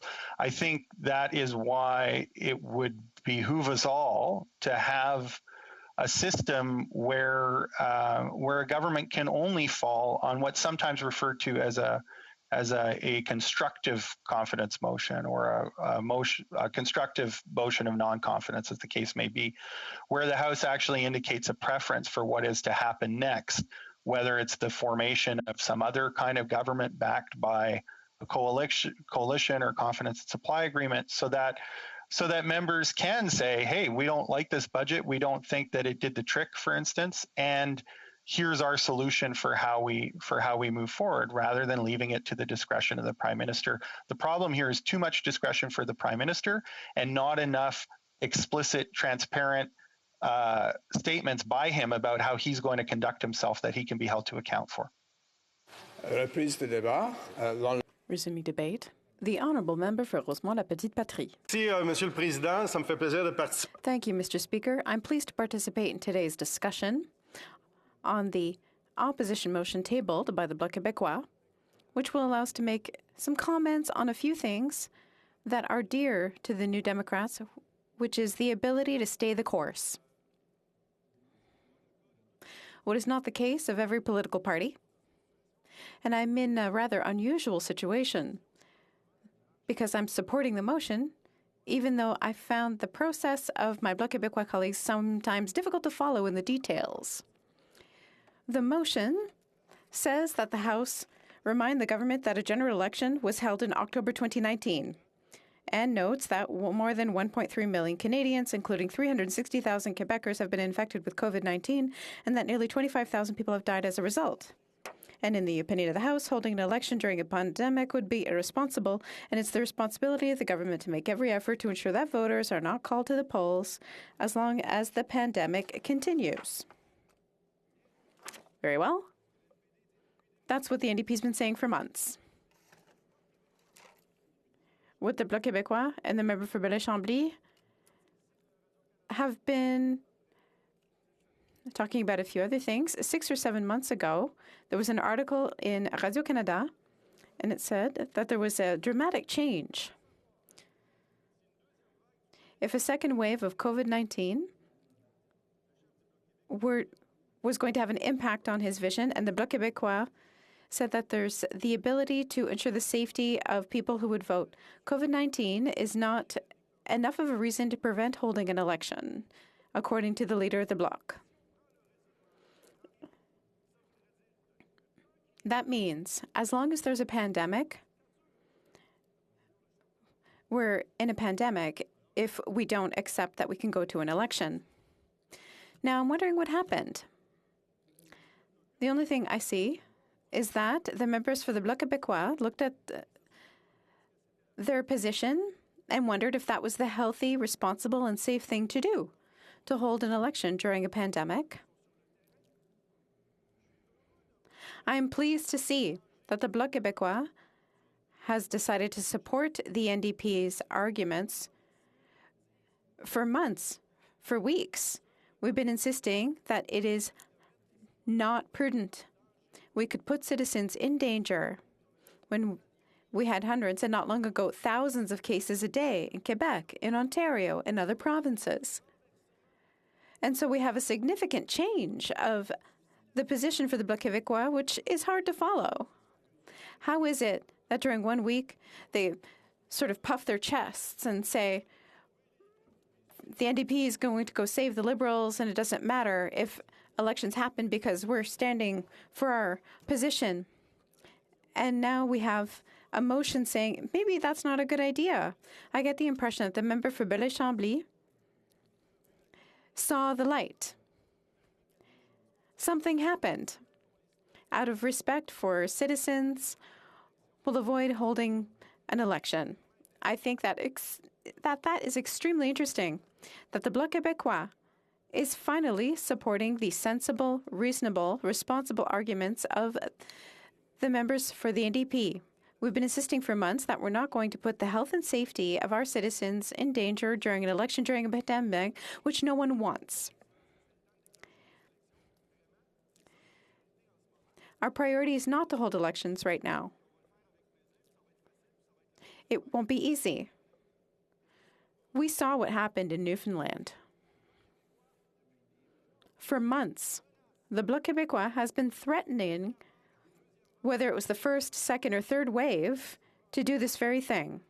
But now, they're on the same side as the NDP, and that's great. However, I have a hard time following and staying consistent. Now, Nursing Week, the week to recognize the work of nurses. That's great. Nursing men and women who for over a year have been on the front lines of our healthcare facilities to save lives, often at the risk of their own lives. Nurses and other healthcare professionals, doctors, technicians, and other professionals, out of respect for those people and the work that they do and the risks that they take, we should have said from the very beginning, like the NDP did, we're not going to increase the risks of spreading the virus during a pandemic by holding elections where there's going to be door-to-door and waiting in line. That would have been the right thing to do from the very beginning. In the article from a few months ago, did the leader of the Bloc Québécois forget to respect the work of these professionals? I'm not accusing anyone. I'm just asking legitimate questions. That's something we can do here, I think. If we want to avoid putting at risk the people in our healthcare network who are going through a very difficult time and have been for months, where people are dropping like flies, where working conditions are terrible, the right thing to do is to say, while we have a pandemic, there's not going to be an election. I would have sincerely liked to hear that. I would have liked the Bloc Québécois to have said that much earlier and be consistent about it for our healthcare professionals and to show respect for all of our citizens. Talking about our healthcare professionals and National Nursing Week, I think that we also have to talk about the responsibility of the federal government in terms of offering the best working conditions to those who are working extremely hard to take care of our seniors, those who are sick, who are saving lives, who are taking care of patients who have been suffering for weeks and months. I'll call your attention, Mr. Speaker, to the problems with the Liberal government when it comes to the healthcare transfers for the provinces.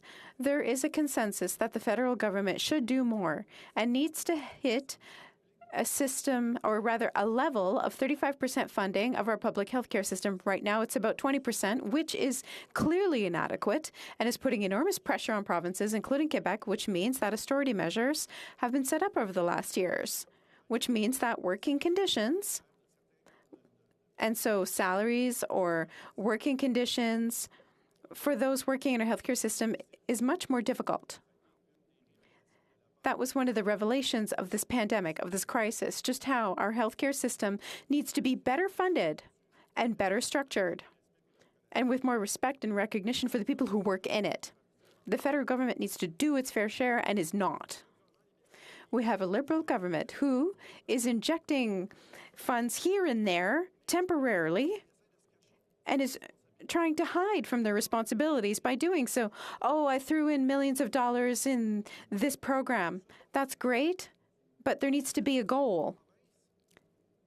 And the provinces and our hospitals and our healthcare professionals still have the same problems. So what we're asking for is stable, permanent funding from the federal government to the provinces in order to improve our capacity in healthcare and better take care of our seniors so that the problems, the disasters that we saw in long-term care facilities don't happen again. Working together is our common responsibility. We are the representatives of our fellow citizens. We have to work hard to make sure that there's a minimum of decency so that our seniors can live in dignity during the last years of their lives, and that we don't take advantage of their rent to make money. The leader of the NDP has been repeating it endlessly. There should not be profit and private sector activity in long-term care.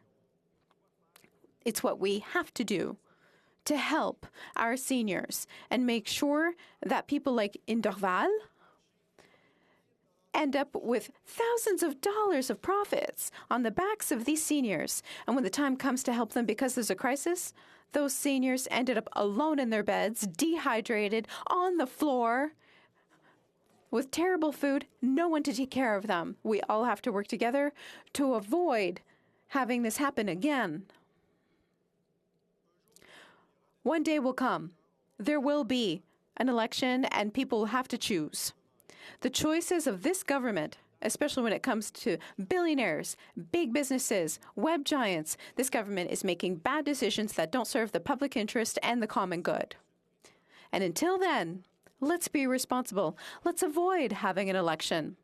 I'm fine if I'm delighted that the Bloc has agreed with the arguments that the NDP has been putting forward for months. The Honourable Member for Longueuil-Saint-Hubert. Thank you, Mr. Speaker.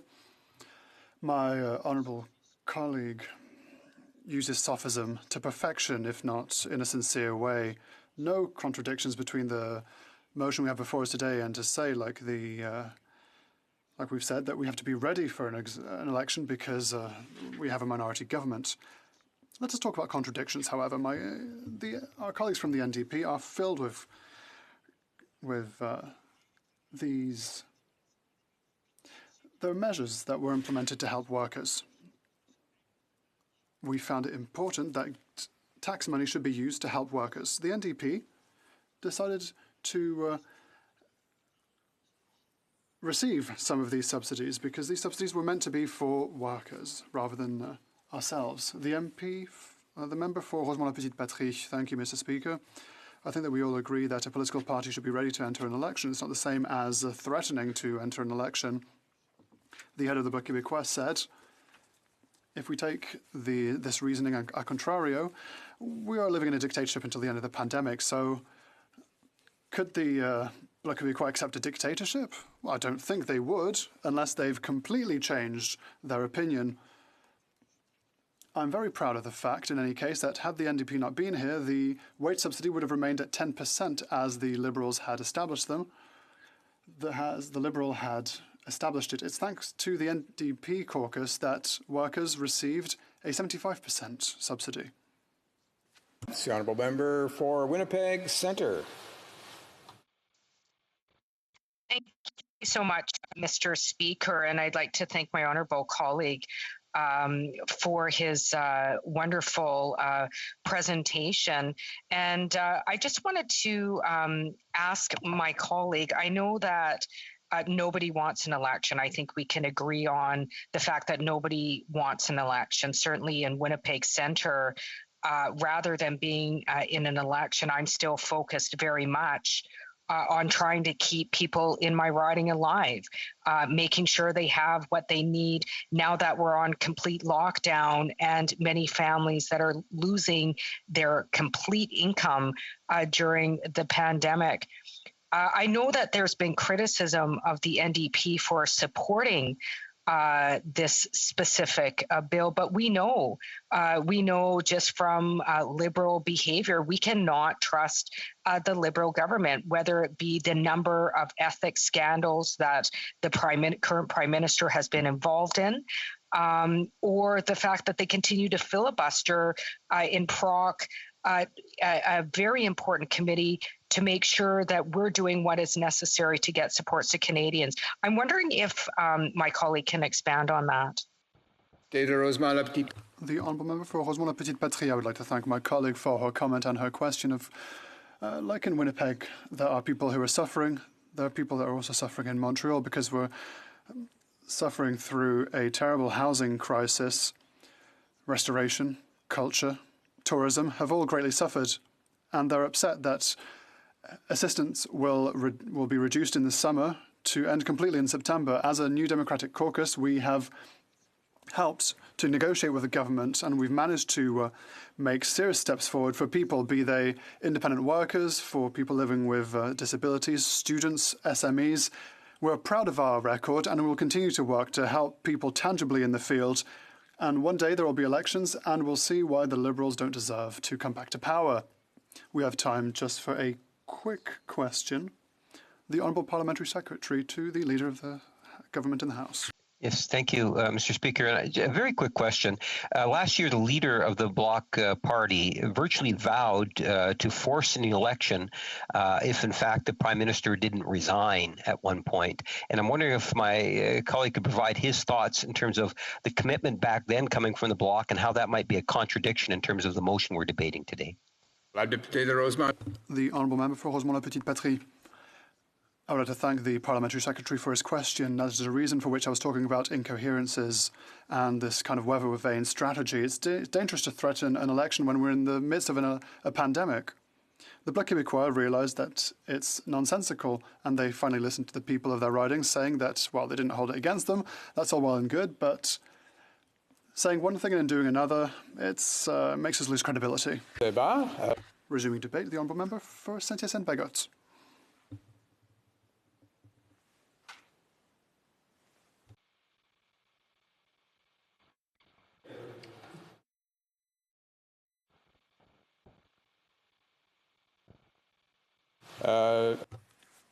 Once again, the resuming debate, the Honourable Member for Saint-Hyacinthe-Bagotte.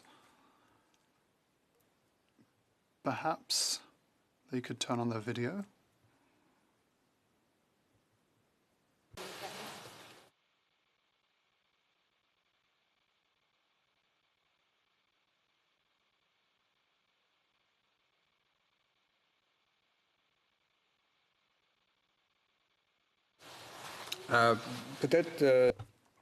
Perhaps we should ask the Honourable Member for Montcalm if they are ready to give their speech, because this is the person who was supposed to speak after Saint-Hyacinthe. So perhaps the Honourable Member for Montcalm is ready. Yes, Mr. Speaker, I am available. Would you like me to come save the day? Okay, perfect. Thank you.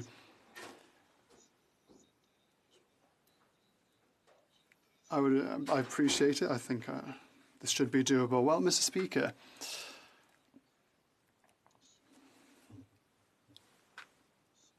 I'm very surprised by my colleague's tone and my colleague for Rosemont Petite Patrie. I understand his bitterness because he had to change his convictions.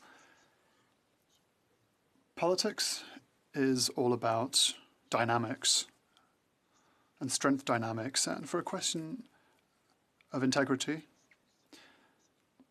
we've heard that an election could go forwards and that measures will have to be sought. And I understand that the NDP has decided to simply say nothing and not approve these questions of integrity that are essential to our democracy, thereby making small gains here and there, allowing a minority government that since the beginning has behaved like a majority government by using the pandemic as an excuse. And so I understand my colleagues' bitterness. Now, that being said, I would like to go beyond partisanship today. The Liberals have sent a very experienced person to try and counter the Bloc Québécois motion. They sent the Minister of Intergovernmental Affairs. They chose the, as we know, never partisan Minister of Intergovernmental Affairs, but I think that we have to recenter the debate. Today, we're trying to strike a balance between access to voting, health and safety of a vote, and the integrity of the vote, and that's what we're talking about today. What the motion says, and let's go to the second part because the first part is simply sad to read. 1.3 million Canadians have been affected. 25,000 people have died as a result. And now we're telling the government that, in the opinion of the House, holding an election during a pandemic would be irresponsible, and that it is the responsibility of the government to make every effort to ensure that voters are not called to the polls as long as this pandemic continues. So the government would have to act, would have to follow up on what the Canadian population decided upon in October 2019, and to remember what the Prime Minister had said that evening, saying, I understand, and I will act in consequence. But acting in consequence isn't just negotiating behind closed doors with the NDP if they will to see if they save the Liberals from an election or not from time to time, thereby disenfranchising any negotiation with any other party. It's not just the question of trying to secure votes. Let us remember, with tax havens, the government, the House voted against the government because 67% of voters voted against this government, let's not forget, that said that they could govern as a minority, which is absolutely not the case.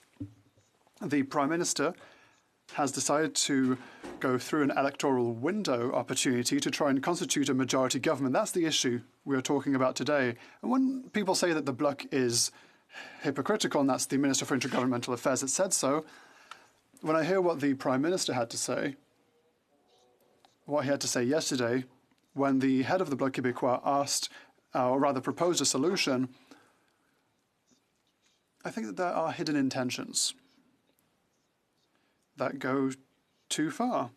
And it shows that the government cannot present itself as a minority government, as a valid minority government. If we're going to enter an election, we are proud of our convictions and we believe that seniors should receive a $110 per month increase in OAS. If they want to have an election on that matter, then we will. Let's go for it. But I would like to hear what the Liberals would have to say to seniors in an election. We also have to take into account that this bill, notwithstanding this government's incapacity to simply manage in a dignified way the country as a minority government, we also have to take into account the failings of the bill. The Minister of Intergovernmental Affairs wanted to reassure us and had been reassured by the CEO that there weren't any issues with delivering election results. Well, perhaps the minister should have read the bill. A bill that the government tabled without taking into account the recommendations of the Chief Electoral Officer. The CEO, the Chief Electoral Officer, did not recommend 3 days, 3 D-days, 3 election days. The CEO recommended 2 days. Why?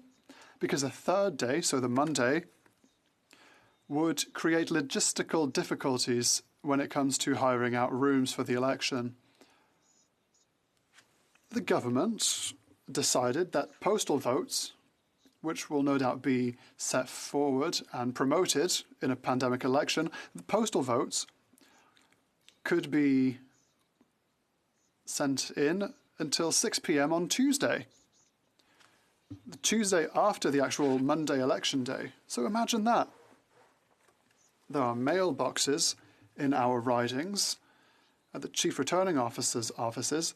We hear the partial results on Monday, and then I hear the results, and then on Tuesday I say, well, I'm going to vote for someone else, and then I turn up, and my vote will still be counted based on that information. Doesn't that threaten the integrity of the vote? I think there are very large shortcomings in this bill. I think that the government is disconnected to reality. The government should call the CEO asking, for example, what's happening elsewhere in the world or elsewhere in other provinces. In Quebec, for example, service centres, former school commissions, don't want to rent out their rooms on Mondays. So when we're talking about health and safety for the vote, it would be difficult to find rooms that are large enough to guarantee this safety. It'll be problematic to recruit people over 3 whole days for the voting. It's all well and good to opening votes and voting days, but we also have to think about it twice and think about it carefully. At the moment, with the Electoral Act, the Elections Act, we can vote every day. There could be, the government is proposing 4 early voting days. That's in the Elections Act. But on that act, the government wants to add 3 extra days, but the CEO has said no. For optimal logistics, this should be done over 2 days. I believe that, thank you, Mr. Speaker, when the government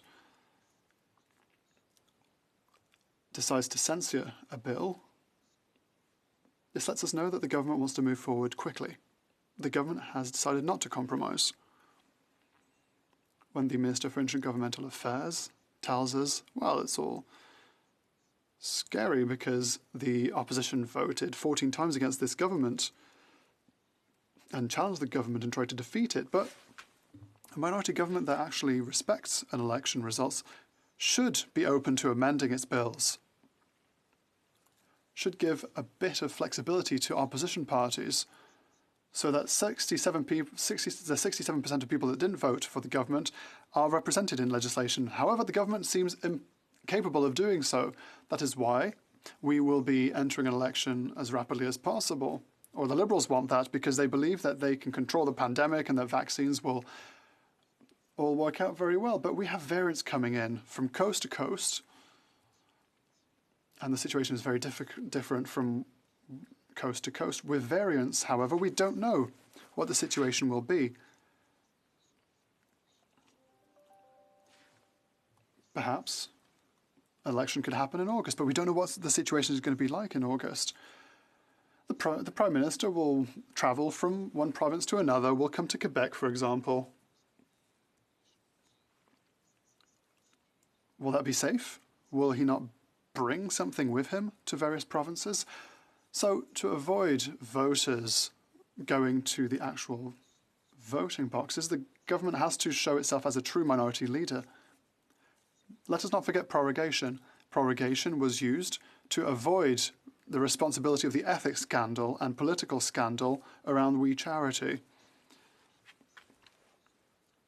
And we have to stand up. And Quebecers did agree with us on the matter. So let's all sit down. Let's accept the proposal put forward by the leader of the Bloc Québécois. Sitting down, as they do in Quebec, let us create a consensus, and only thereafter will we be able to rejoice in our full unanimous collaboration supporting democratic rule. We cannot change democratic rules unilaterally through censure. That is a denial of democracy. Thank you, Mr. Speaker. Questions and comments? The Honourable Member for Beauce.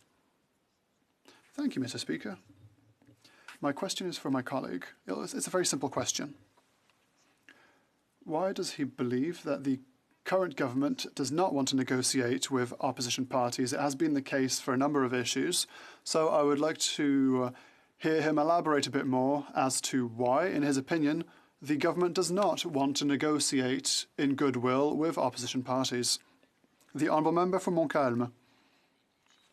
As I mentioned, Mr. Speaker, the Prime Minister and the government are running headlong into a window of opportunity to try and constitute a majority government. I'm not the only one that says it. Analysts have been saying it. The writing's on the wall. The $500 check given to 75-year-olds and over just before a writ drop is kind of a hint. Polls are showing us that the Liberals could get a majority. That's the only thing that the Liberals can do, is rule when they're a majority. Now, they're using the pandemic as an excuse to act like a majority. They're not accepting any negotiation with other parties. For example, for OAS or health transfers that are fundamental for us in Quebec and Quebecers in general. They're not doing that. It's electoral posturing. Perhaps we could set partisanship aside for once. I hope that's the case because time is of the essence. Questions and comments? The Honourable Member for Skeena-Bulkley Valley.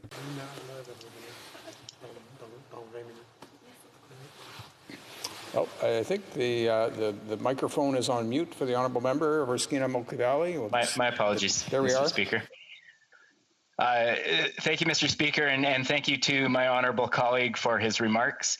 I think there's broad agreement in this House that an election during a pandemic would be patently irresponsible. My question is, can we both call on the government to avoid an election during the pandemic and ensure that we have election rules in place that would protect Canadians in the event that the Prime Minister does not respect the intent of this motion and goes ahead with a self-interested election during the pandemic?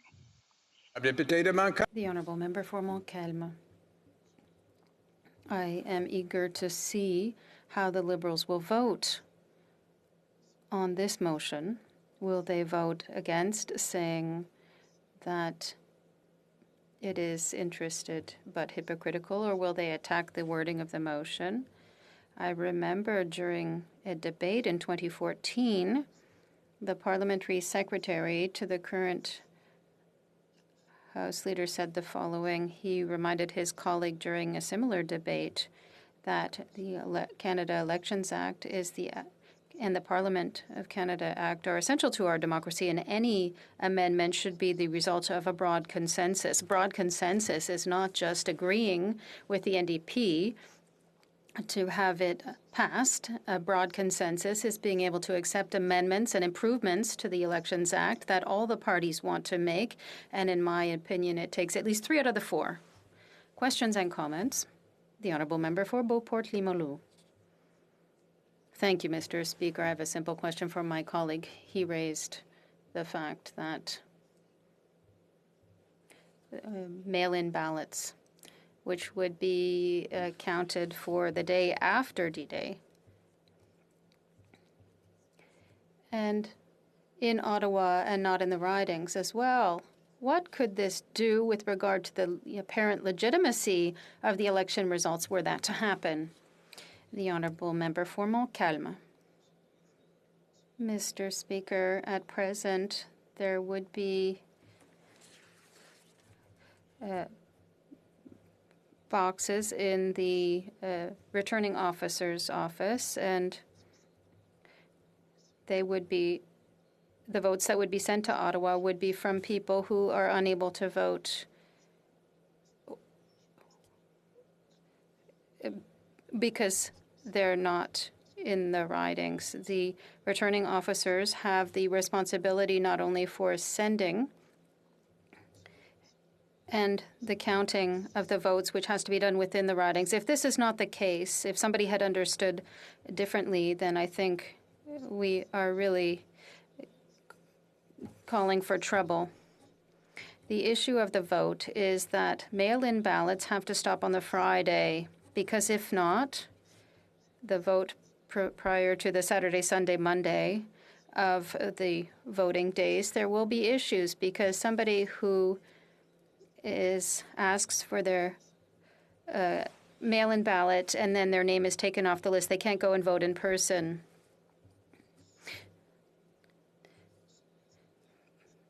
But if people try to vote, it will create issues. It will take all of us together to ensure that if there is an election during a pandemic, then the health rules have to be respected, as well as the integrity of the vote itself. Resuming debate, the honourable member for Berthier-Masquinongé. Thank you very much, Mr. Speaker. I think that sometime during the day, it's time to remember what we're voting about. The motion proposes that the House remind the government that a general election was held in October 2019, just barely 2 years ago. And sadly, note that more than 1.3 million Canadians have been affected with COVID-19, including nearly 25,000 people who have died. In the opinion of the House, holding an election during a pandemic would be irresponsible. And we weighed our words, and that is the responsibility of the government to make every effort to ensure that voters are not called to the poll as long as this pandemic continues. Now I'm listening and have been listening to debates since the beginning of the day, and we see people are deviating from the question. There's partisanship, unfortunately, yet again. But there's something that everybody agrees on, and that is if an election were to be held during a pandemic, of course adjustments would be essential, and that is why we agree to pass the amendments to the Canada Elections Act. What we are asking for is to do it without a gag order. What we're asking is to do it democratically. We're asking to do it through consensus, Mr. Speaker, and that's the whole difference. I will ignore the demagoguery I've heard, and I'm going to talk to you about that. The current legislation has shortcomings and some vagueness to it, which I will speak to later. We have to talk about it. We have to debate it. It's not with 4 hours of debate that we can do that when it comes to public health. Sending us to an election quickly would be irresponsible, ethically speaking. In terms of the democracy, and that's what I'm talking to you about here, is that it's quite ironic to want to change the rules of democracy in a unilateral manner, as a bulldozer fashion, when we have a minority government. It makes no sense. I have some questions with regard to this NDP support for time allocation. The NDP members are often present and they talk about virtues in their speech, but they speak on the other sides of their mouths. How can they ask the government not to go to an election and then quickly agree, since they have been voting since October 2019 with the government? I launched the question here, and it's something we need to think about. All the leaders said they did not want an election. But the Liberal government is looking at the current context, and it looks good. I think that we would already have been in an election period had it not been the explosion of cases in Ontario. It would have been difficult. It would have been impossible. They see the polls are good and have been for some time. They're starting to drop a bit, and they're saying, well, it's time to hurry up, otherwise we're going to miss our window to get a majority government. They can control everything, but the mandate that the people of Quebec and Canada gave to the members of the House in October 2019, the mandate that these 338 members got was for a minority government. What does that mean in real life? It means sit down and speak to each other and listen to each other and make compromises. Go and seek consensus. That's the magic word. Today is consensus. They're accusing us of this and that. You want an election because you're voting against government measures. Wait a second. We're voting against the measures when they're not good for Quebec. That's it. We won't just vote anything either. We wouldn't be as irresponsible as to push people into an election. Things are going better in Quebec, but if we look at Ontario, Alberta, there are provinces where things are not going well. We can remember the example of Newfoundland and Labrador, which had to put a stop to its election in the middle of the pandemic. A lot of commentators, a lot of journalists asked questions about turnout, voter turnout during a pandemic election. There are serious concerns. I think these concerns are justified. Our duty then is to act on a daily basis for the common good and to speak to one another. A number of people have talked about the leader of the Bloc Québécois. Our leader is excellent. He's the best, in my opinion. I'm pleased for people to refer to him then. I'm never bothered to quote him or defend him because he always has a logical opinion. And what my leader said yesterday, just yesterday, he held out his hand to the Prime Minister and he said, listen, we're in a gag order. Things are out of control, but we can bring it back. This same leader who is always looking for proposals and solutions that are reasonable, that garner consensus, proposed just barely a few weeks or days ago a negotiated solution in the Port of Montreal labor dispute, which would have brought workers back to work faster than a special law. But that's the leader of the Bloc. As long as I have that leader, I will be happy for any member in this House to refer to him and quote him, because I will always have an answer with a smile on my lips. So, end of that parentheses. So, we're rushing to vote on election law because probably there'll be a summer election while the House isn't sitting. What will the Prime Minister do to call an election? He'll go and see the Governor General. Wait a second. The Chief Justice of the Supreme Court, who is replacing the Governor General at the dissolution of the House. I would like to give you a little story here, if I may.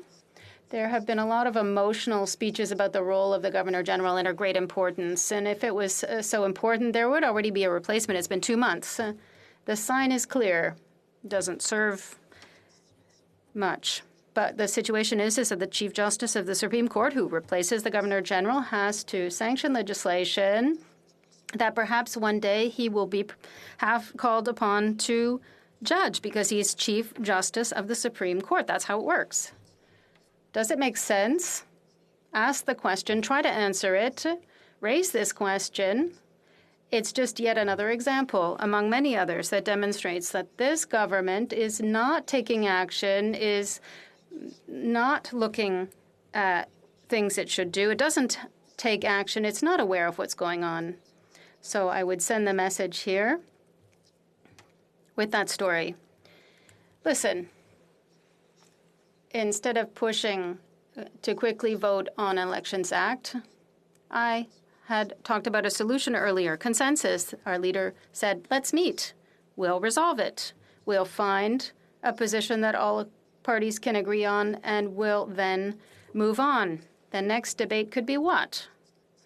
Healthcare transfers, Mr. Speaker.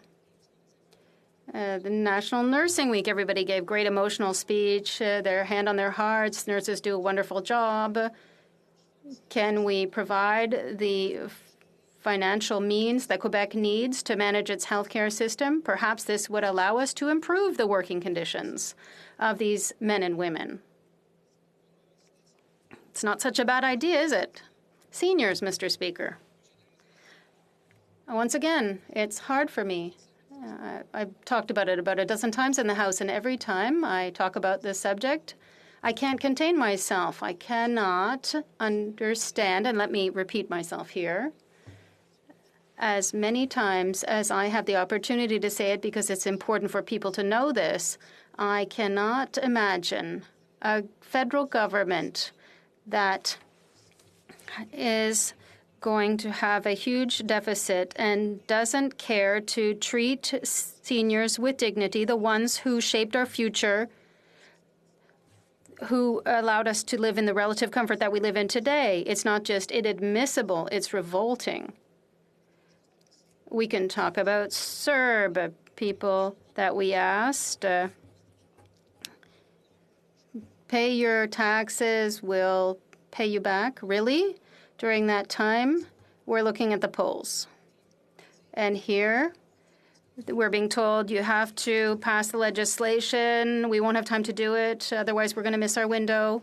We won't get the majority government. People have talked about it a lot, and I'm going to conclude on this, on the Bloc Québécois voting. We vote for when it's good and not for it when it's bad. We don't want an election. However, I'd never be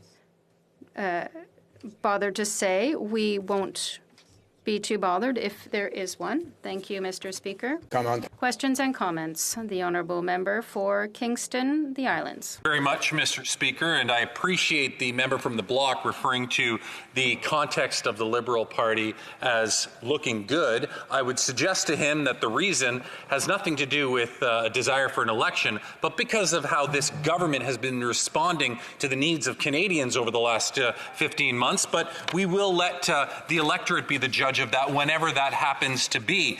But, you know, I find it fascinating, Mr. Speaker, that the member talks about consensus. You know what else is steep in consensus? Changing our standing orders. But somehow it was okay to go against this idea of consensus on March the 20th of 2020 when the Bloc voted in favor with the NDP and the Conservatives to change the standing orders to give them more opposition days. And now they'll say, well, it was just temporary. Well, guess what? This legislation is just temporary too. So can the member explain to me the hypocrisy coming from a position of great consensus that only seems to matter to him when it's relevant to his argument? The honourable member for Berthier-Masquinongé.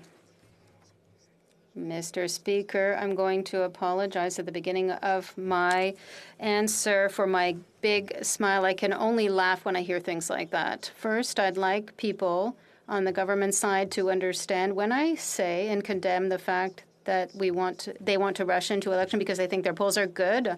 I'm not saying that I'm happy that they might get a majority and that I have confidence in them. That would be deforming what I said. Voters will decide. Exactly. True. And I would be as proud in front of my voters as I am here to quote my leader and explain them. With regard to opposition days, I can understand people in the Liberal Party. Why do you think they're doing this? Because all they want is to control the House agenda.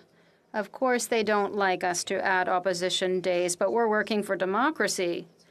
And we are proposing solutions. We want to be constructive, and we're already always holding out our hand for consensus. Thank you. Honourable member for Kelowna Lake Country.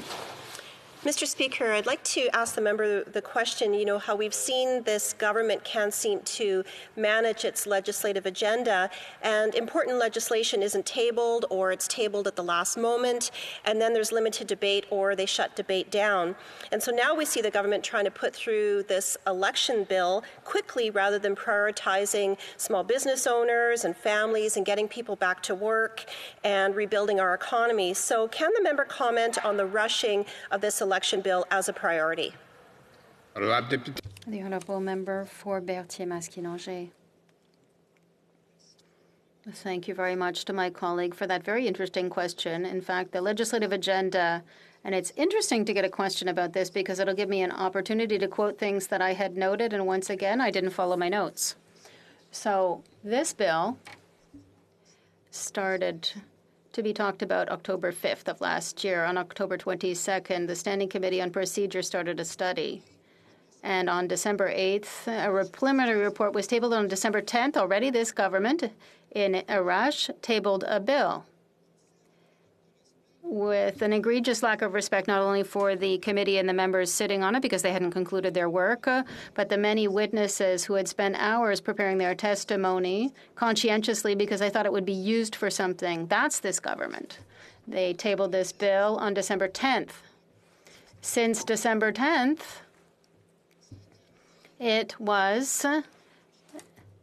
we're talking about no real debate time. Why? They just want to get a majority. Thank you. Questions and comments. The Honourable Member for Rosemount Petite Patrie. Thank you, Mr. Speaker. I want to thank my colleague from Berthier-Masquinongé. I have a very simple question to ask. A factual question, not partisan.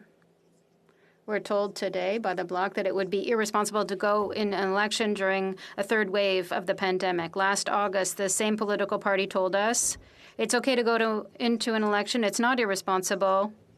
Why would it be responsible during a second wave, but irresponsible during a third? The Honourable Member for Berthier-Masquinongé. If my respected colleague from Rosemount Petite Patrie, I want to thank my colleague for the question. These are comments taken out of context and deformed. What has happened was this. We voted against legislation that wasn't good for Quebec, and the Liberal government said every time it's a confidence vote. Our behavior is here. We vote in favor if it's good for Quebec. If it's bad for Quebec, we vote against. So when we talk about a contradiction, when I hear people in the NDP all day long rise up and tell the Prime Minister, we won't go to an election during a pandemic and yet accept at the same time to vote in favor of the gag order, whereas if we had simply just voted against the gag order, they would have been forced to compromise, and we could have talked about the substance of the bill. That's the real issue, Mr. Speaker. Thank you. Resuming debate, reprise de débat. L'honorable secrétaire parlementaire, le leader du gouvernement à la Chambre. The Honourable Parliamentary Secretary. Speaker, and it's a pleasure to be able to provide some thoughts on the opposition motion. And first, let me start off by being crystal clear for those that might be following this debate, because there has been a great deal of misleading information, if I can put that in that fashion, Mr. Speaker. The Government of Canada, headed by the Prime Minister, has been very, very clear. Our focus since the beginning of the pandemic has been on delivering for Canadians. Canadians expect their parliament to work to deliver for them through this pandemic. And indeed, over the past many months, we have put in extra effort to make that happen, Mr. Speaker. If you go back to the very beginning, you will see creation of programs that have assisted millions of Canadians, programs that have provided a lifeline to many small businesses, preventing bankruptcy, keeping people employed. You have seen support programs for seniors, people with disabilities, enhancement of youth employment opportunities. You've seen provincial restart money, money towards get into our school systems, infrastructure, the speeding up of infrastructure programs. The government has taken a Team Canada approach. And I must say, for the first couple of months, there was a high sense of cooperation that was coming out of the House of Commons. But that changed, Mr. Speaker. For the Conservative Party, it started to change towards the end of June. Others, maybe a little bit longer. But let there be no doubt that from the very beginning, the Government of Canada's focus has been the pandemic and having the backs of Canadians. Day in, day out, 7 days a week. Let there be absolutely no doubt on that. It is the opposition that continues to want to talk about elections. And further, I would add to that, Mr. Speaker, that we have even seen threats of elections coming from some politicians in the opposition party. And this is what's really interesting about the motion today. you have the Bloc Party saying that they don't want to have an election during the pandemic. That's what they're saying today publicly, Mr. Speaker. I would really challenge the Bloc to share with Canadians what they truly believe. You know, last year, the leader of the Bloc Party made it very clear. He said that if the Prime Minister of Canada does not resign, he vowed to force an election during the pandemic, Mr. Speaker. That's what the leader of the Bloc Party was saying. The very same Bloc Party today that is saying that we shouldn't have an election during the pandemic. You know, when he was asked about it last year, how did he respond? Well, he responded by saying that, you know, allowing the government to remain in positions of power would do more damage for the country than forcing Canadians to head out to cast their ballots in the midst of a pandemic. He made it very clear that he will move a motion of non-confidence if his demands, for example, that the Prime Minister didn't resign. In my books, Mr. Speaker, that's pretty clear. You know, we have seen on numerous occasions opposition parties, all opposition parties, vote, at least the entire opposition parties of the Conservatives and the Bloc vote non-confidence. We've even seen some individuals, from what I understand, from the New Democratic Party support non-confidence measures inside the House. Maybe not collectively as a party, but definitely in terms of individuals. Listen to what the speeches are being said.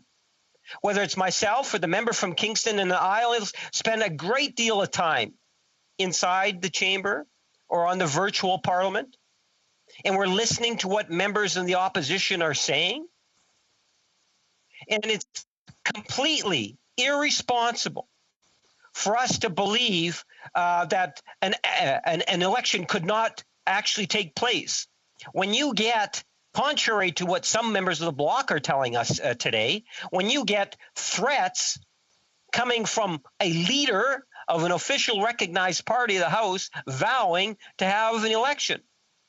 Am I to believe that the Bloc as a group has had a road to Damascus experience and now they don't want to call election? Does that mean that they fully endorse the Prime Minister? That what they said last year was in fact wrong? That Canadians misunderstood? That in fact the Prime Minister is doing a good job according to the Bloc now? Is that what we are to believe? Mr. Speaker, I'll tell you what it is that I believe. I believe in the reality of what I see in terms of votes on the floor of the House. Some of the words that we hear coming from members opposite, talking consistently about elections, challenging for elections, and actual votes. Not once, twice, three times. In fact, I love the way in which the government minister actually talked about it from Privy Council, responsible for the Elections Act and intergovernmental affairs. When he said, you know, you have the A, B, C, and D. How many times has opposition members actually voted non-confidence in the government? And keep in mind, those that are following the debate, any loss of a non-confidence vote precipitates an election. You know, people might be surprised in terms of the actual numbers. When the minister responsible for the Privy Council and Elections Canada Act came forward and said, you know, how many times is it 1 to 4 A, and then there's B, C, and D, and I think D was like 15 and over. And of course, I'm sitting in my chair back in virtual, the House of Commons here, and I know that it's well over 14 times. You know, it's not only, from my perspective, votes of confidence. Take a look in terms of the destructive force that the official opposition party has played on the floor of the House of Commons. I've even seen some of the questions that are asked today.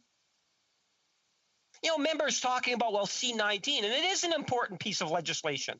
It's a very important piece of legislation. You can't continue to have confidence votes and not recognize the value of the legislation. But if you listen to what members are saying, a couple of them asking questions saying, well, you know, the government brought in time allocation. How mean is that? After all, it's a minority government and they're forcing an election legislation through. No, we can't do that. We need the support of another opposition party in order to do it. Fortunately, the New Democrats step up to the plate so that we can get past through C-19. Then you get another conservative member saying, well, you know what?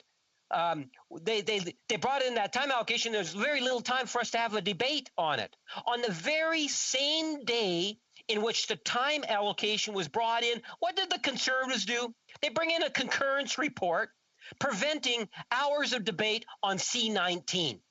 Did it prevent the bill from ultimately going to committee later that day? No. Did it prevent members from being able to speak to the legislation? Yes. And then when the opposition members, some of the opposition members say, well, you know, it's this bad bill, and what about the consensus? And actually, I think they've even quoted me on it in terms of how we should strive to get consensus. Need I remind members how they actually voted? Liberals know how we voted on it. Every political party voted in favor of C-19 going to committee. It just doesn't make sense in terms of what it is that the opposition is attempting to do here. We can talk about the frustration of government in terms of legislation. The Prime Minister says pandemic #1 concern. We want to have the backs of Canadians. We're going to be there. That means that we need to pass legislation. Some important legislation that matters to every Canadian. Best example I can come up with right offhand is probably C-14. Remember last fall, the Minister of Finance, Canada's very first female Minister of Finance, presents a fall statement. Brings in legislation in December. Brought it up on numerous occasions for a debate. And we had to force it to get through because opposition wasn't cooperating. They weren't giving us any sense in terms of how long they were prepared to keep it into the second reading process. That legislation provided support programs for real people and businesses, amongst many other things that were being challenged from the pandemic. The government has a very limited number of days and hours where we can actually conduct government business. The Conservatives, who are the official opposition, know that. They understand it. Do you think that given the pandemic and when they talk about the importance of the pandemic and being there for Canadians, that they would come to that realization? As opposed to debating on C-19 or for allowing that debate on C-14 to be conducted in a better, more healthier way for all parliamentarians and indeed Canadians, that they would be willing to participate in that? One might think that, but that's not the reality. You know, when I was listening to a number of people speak on the motion that we have before us today, there's this through social media, and I'm still trying to learn some of the acronyms, and texting is OMG, which I believe is oh my God. That was kind of like one of the, I probably had 3 or 4 of those OMG moments. Like, where is this coming from?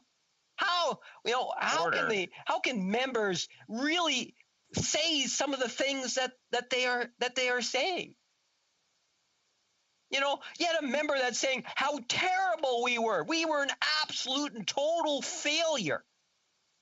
We were so bad, yet The member's scared that we're going to call an election because we were so bad. We were going to call an election. You know, how bad of a vaccination Canada getting vaccines. Last time I looked, we were the third best out of the G20 countries. Canada's doing exceptionally well. We will actually have somewhere between 45 to 50 million doses of vaccines before the end of June. You know, yesterday in the province of Manitoba, anyone over 18 now can book their appointment to get their first shot. So then the Conservatives say, oh my God, we got to come up with something to be critical of the government on the vaccine front. So let's hit the double dose issue. We can say that they're not doing a good job on the double dose issue. Remember back in December, some of the criticisms that the government, and it's fair game, you know, they're opposition, and I wish them many years in opposition. You know, they're entitled to be critic of the government and the things that we are doing. But again, it's one of those OMG moments. Like, they need to get real. They need to understand what it is that Canadians want us to be focused on. You know, and to my friends in the Bloc, like, seriously, think in terms of what it is your leader was saying and what the Bloc and the posturing the Bloc have been taking for the last number of months. When I saw this particular motion appear on the order paper, you know, I have to give my head a shake. Is this really coming from the Bloc? The Bloc have been the clearest of all in terms of we want an election now. I don't believe that the Bloc, you know, this might be what they think in the last 72 hours. Who knows what their thoughts are going to be 24 hours from now. That's the reason why we brought in Bill C-19. If you're really concerned about an election and the concerns for Canadians in regards to the potential of an election, given the behavior of what we've seen from the opposition, I think the most responsible, or one of the responsible things that we can do, is actually see Bill C-19 pass. Let's get it through the committee. You know, think about it. How much time have we allocated towards C-19? I was prepared to actually speak on it on a couple of occasions. You know, one day, you know, I'm all primed, ready to go, Mr. Speaker, and feeling, you know, as I say, just ready to go. And this is, I think, back in January. Don't quote me on it, Mr. Speaker. I think it was back in, or maybe it was February. I'm not really 100% sure. But the point is that it's going to be called. And lo and behold, the Conservative Party brings in a concurrence motion. And that's not the first time. Ironically, once the time allocation was put on C-19, they did it again. They brought in a concurrence motion that prevented people from being able to speak on the legislation, even though it was going to be going to committee. It just doesn't make any sense. We have the vote on it, so you would think with how the Conservatives were trying to frustrate the government in terms of not allowing the bill to proceed, you would think that they were going to oppose it. But that's not the case. The entire Conservative caucus, those that voted in favor of it. So now it sits in that limbo as Liberals would like to see it actually being talked about. There are some good ideas that are there. You know, the minister has been very clear. He's open to ideas and thoughts. The member from Transcona, Elmwood, has talked about a number of things that he could see as possible amendments. I think that we've been fairly clear in terms of open, in terms of let's get the legislation before the committee. It's there. The committee can deal with it at any time now.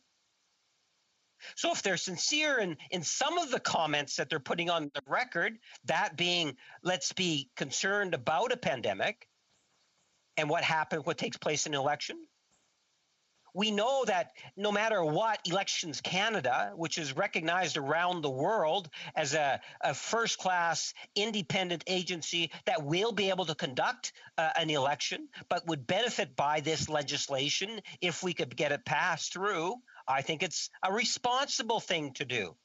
Just look at the number of non-confidence votes we've had, 14, 15. It's a responsible thing for us to be doing. Why not allow it to have that discussion in committee? If we take a look at some of those principles in terms of what it's going to be dealing with, and again, this is just temporary measures, because we don't know how long the pandemic could potentially carry on with variances and so forth. We're very optimistic today, but it has long-term care considerations. It talks about the polling days and the extensions of the number of polling days. It has the mail-in ballot option enhancements. We have seen other governments, whether it's British Columbia. In fact, I believe there's 3 or 4 provinces that actually conducted provincial elections. We saw a huge election just south of the border, Mr. Speaker. We saw by-elections conducted by Elections Canada. Let's see Proc deal with the bill, the sooner the better. I would encourage members to recognize 2 facts. First and foremost, since day one, this Prime Minister and this government have been focused on the pandemic and being there for Canadians in a very real and tangible way. And 2, when it comes to talk about the elections, it's the opposition that does a lot more talking about it than the government of Canada or this Prime Minister. Thank you. Questions and comments? Questions et commentaires? L'honorable député de Montcalm. The honourable member from Montcalm. Monsieur le Président, je sais pas si... Thank you, Mr. Speaker. I'm not sure if the Parliamentary Secretary to the Leader of the Government is announcing another short-circuiting of debate for C-19, but his approach is really disappointing. In 2014, he said suspending the rules of democracy was unacceptable.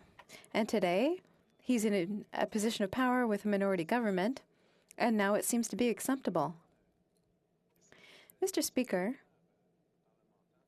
can the Parliamentary Secretary for the Leader of the Government actually be open to amendments? And if I propose one, because he knows the bill very well, he'll be able to give me a straight answer. Does he think it's normal that his minister said this morning that there would be no delay when it comes to revealing the result when D-Day is Monday for the bill? And mail-in ballots could be submitted until 6 p.m. on Tuesday, and I could send a ballot in on Tuesday morning. Does he agree that mail-in ballots should end sooner rather? I'm sorry, we have to proceed to the answer. The Honourable Parliamentary Secretary. Yes, thank you, Mr. Speaker. And the member raises concerns that I think that would be best addressed and very easily addressed at the committee stage. And one of the reasons why I think members of the House should encourage PROC members of all political stripes to put C-19 first on their agenda. At least that would be my recommendation. I can tell the member that, there's, for example, with the regards to the Monday versus Tuesday, there is a consideration whether there is an election, for example, that takes place on a long weekend. That might have some consequences for a Tuesday.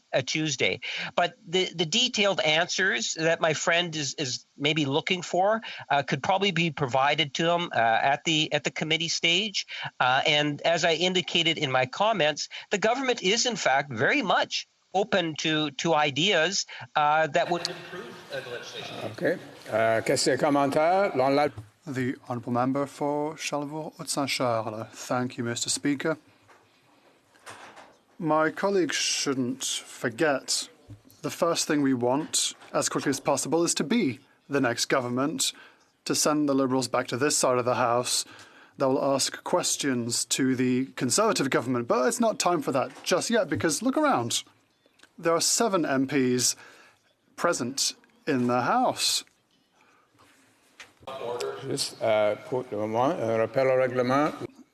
The Honourable Member for Kingston and the Islands. This member is quite aware of the fact that you should not be referencing the members who are in the House, how many members are in the House. And indeed, Mr. Speaker, while we are sitting virtually, any member who is participating virtually is considered to be sitting in the House. So to somehow summarize and quantify how many people are in this House, not only is he incorrect, but it's unparliamentary. I would like to thank the Honourable Member for Kingston and the Isles. Yes, indeed. Alluding to how many people are here presently or who isn't here in person. But any comments regarding MPs that are online should not be mentioned. So the Honourable Member. The objective of my point, Mr. Speaker, was to simply mention that being virtually and here in person, it makes things very difficult. So the Parliamentary Secretary is here virtually. How will there be a in-person election campaign in a pandemic? How are they going to do this? How are they going to do this logistically? Because we can't even be here all together to debate in the House of Commons. The Parliamentary Secretary. Yes, thank you, Mr. Speaker. And maybe that's one of the things that I would emphasize is that the Conservative Party will play games on the issue of an election. They have no problems at all moving motions of non-confidence and voting en masse for it. And every time they do that, they are rolling the dice. They cannot guarantee an election wouldn't be as a direct result of that. And in fact, I suspect maybe on a dozen occasions, I don't know the actual numbers, but I suspect it would be double digits anyway, we have seen the Conservative Party play that game. And I think the responsible thing to do is to ensure that we have some legislation in place that will enhance Election Canada's abilities. And we have seen elections take place in Canada. Questions and comments? The Honourable Member for Edmonton, Strathcona. Thank you, Mr. Speaker. I have to say that this member started his discussion today by talking about being crystal clear. He then went on and talked about how the committee can do this work even though the Liberals are filibustering it. I have a very simple question for this member. Will he very clearly, yes or no, commit 100% that the Liberal Party will not trigger an election unless they lose a confidence vote? Very simple. The Honourable Parliament Secretary. Well, Madam Mr. Speaker, what I would commit to do is to, as much as possible, ensure that C-19 does ultimately get through and pass, because I do believe it's in the best interests of all Canadians to see it passed. And to that extent, I would encourage members of the PROC committee to deal with it as soon as possible. Back to the last question from the NDP. The member might want to go back and talk to the member from Transcona, who specifically took a shot at me saying it's... The Honourable Member for Sherwood Park, Fort Saskatchewan, on a point of order. Go ahead. Thank you, Mr. Speaker. I wanted to just comment on the earlier point of order with respect to the comments from my colleague from Charleville-Haute-Saint-Charles. Although he referenced the number of people physically in the chamber, he did not refer to the presence or absence of members participating in the session in general, nor did he name the presence of specific members or not. So I'd asked you to review the question. To me, it seems that the rules would prohibit somebody from saying a certain member is present or not, or perhaps from saying there's a certain number of members present in general in the deliberations. However, as the member for Kingston the Island pointed out, the number of members physically in the House is not constitutive of the total number of members participating in the session. So I don't know that his comments could be construed as actually referencing the presence or absence of a certain number of members in total. Thank you. I would say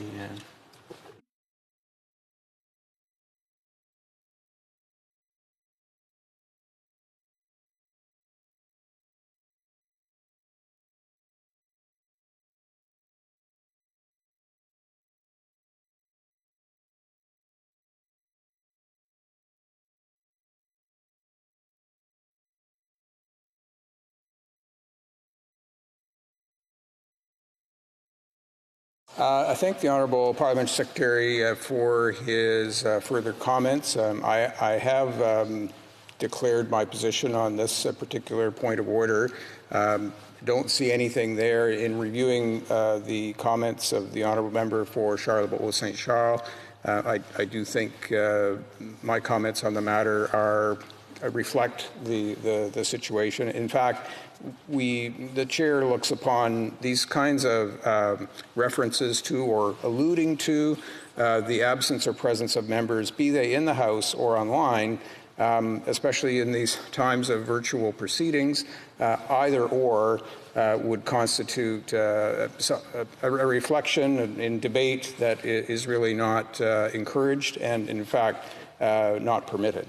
So we'll stand by that, and we'll go now to, where are we at? We're going back to the Honourable Member, or questions and comments rather, and we'll go back to, I believe, the Honourable Member for Kingston and the Islands when was in the midst of posing his question. We'll go back to him. Very simply, to the Parliamentary Secretary, Mr. Speaker, why does he think that time and time again, when there are opportunities to bring forward motions, opposition motions, for the betterment of Canadians, to deliver better services to them, to improve government programs, to make policy in this place that will benefit the lives of Canadians, do the opposition parties resort back to motions like this instead of looking towards making lives of Canadians better? Secretary. Yes, thank you, and I appreciate the question. I do believe, and as I indicated yesterday, I was surprised in terms of the manner in which this particular motion was decided, only because it seems to go at completely odds, 180 degrees from where the bloc were at not that long ago, and it concerns me in terms of where they might be tomorrow in terms of their positioning, which highlights the fact, Mr. Speaker, that at any given point in time, there could be an election based on what we see taking place in the House of Commons. 13, 14, 15 matters of confidence, motions of confidence. Any one of those, we lose a vote, would precipitate an election. So I would encourage members, as I say, to pass C19. The Honourable Member for Berthier-Masquis-Longier. Thank you very much, Mr. Speaker. It's rather fantastical hearing these speeches that evoke a parallel reality. I'm going to try and be quick. First of all, they asked what the Bloc Québécois does here. We're defending our people. For example, with aluminium, with regards to language. We are a party of proposals. We've proposed Serb. That Serb be more positive. We've proposed that seniors be treated with dignity. The Parliamentary Secretary asked us what we want. What do we want? Well, we want democratic rules to be modified consensually, as is parliamentary tradition, Mr. Speaker. That's what we want. We also want a government that respects the mandate given to it by the people, a minority situation that compels the government to make concessions. The government has to sometimes listen to the Ethics Commissioner. That would be nice. So is it the Honourable Member not preoccupied by all this? Is he not interested in consensus? The Honourable Parliamentary Secretary. Yes, thank you, Mr. Speaker. I am very much interested in what takes place in all regions of our country, and I'm very proud of the government's Quebec caucus and the advocacy that they actually play for the province of Quebec amongst for all Canadians through the development of the very programs that the member just cited. We understand we're the government that put it in place after listening and working with Canadians in all regions of our country. Programs that were there to support them, and we will continue to be there, whether it's seniors, youth, small businesses, those individuals that we need to have their back through this very difficult time. We have time for a very short question. The Honourable Member for Sherwood Park, Fort Saskatchewan. Well, thank you, Mr. Speaker. The position of the Parliamentary Secretary seems to be that he says they're not focused on an election, but also, by the way, please quickly pass the bill that would allow us to have a pandemic election. He also says, well, we can't predict when an election would be because the government could lose a confidence vote at any time. But then he simultaneously says, well, even if we don't lose a confidence motion, we're still retaining the option of calling an election. How is it that the Parliamentary Secretary is so confused here? And will he acknowledge that the government has failed to answer the basic question about whether or not they would go to the Governor General to call an election, even if they had not lost a confidence vote? The Honourable Parliamentary Secretary. Mr. Speaker, let me be very clear on at least one of the points that the member raises.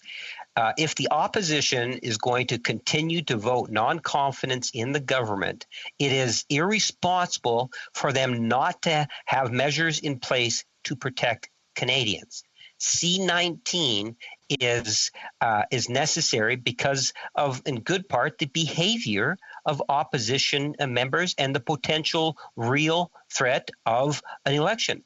It's not this prime minister or this government that have been talking about an election. It has been opposition parties doing that. We continue day in and day out to ensure that Canadians' backs are being covered and taken care of during this pandemic. Reprise de débat. Resuming debate, the Honourable Member for Saint-Hyacinthe-Bagotte.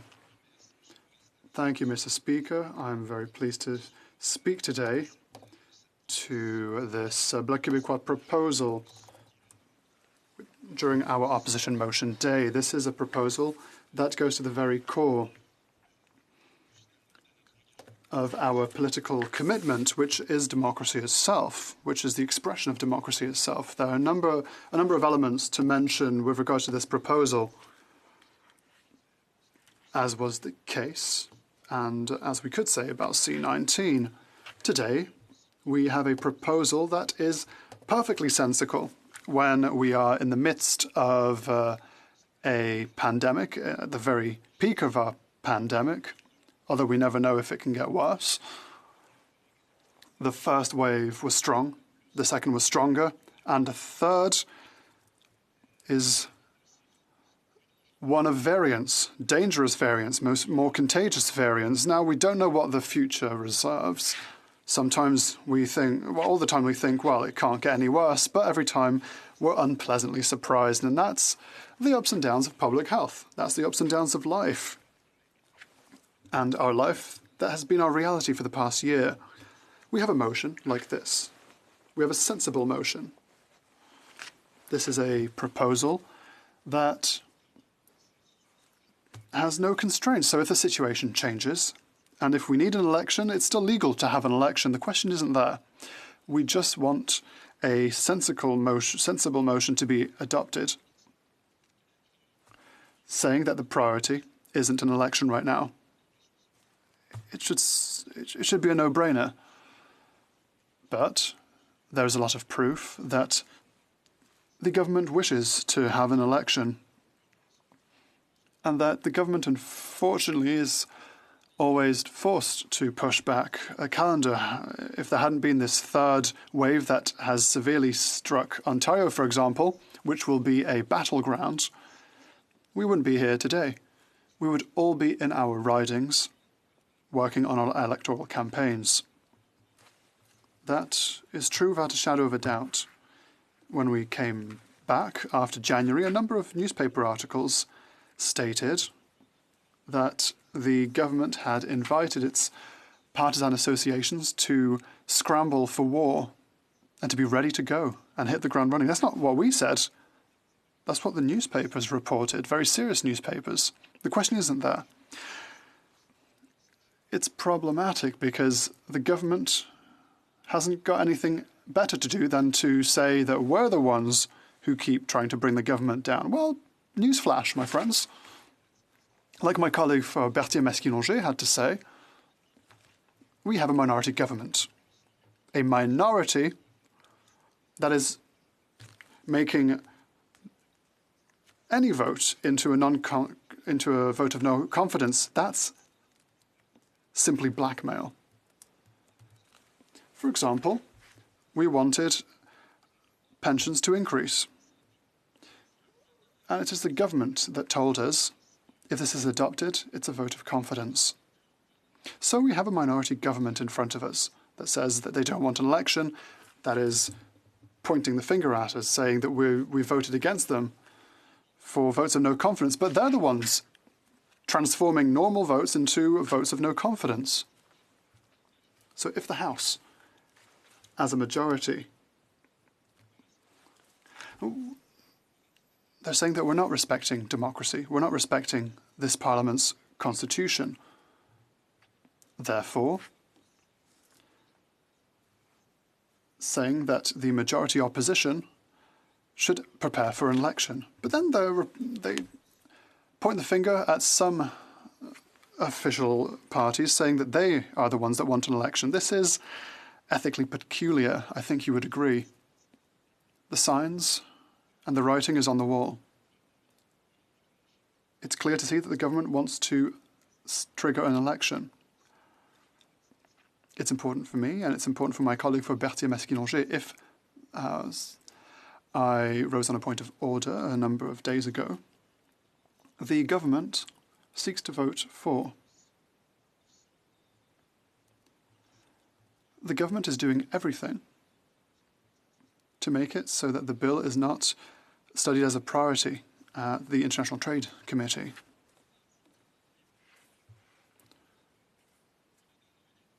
So we gave circumstantial approval, a momentary partisan approval, what the government did so, saying and knowing that the bill would not be brought back to the House. So they said yes, knowing that there would be an election before it could go back to the House, and so it would fall into old history. Now we've been here for a while.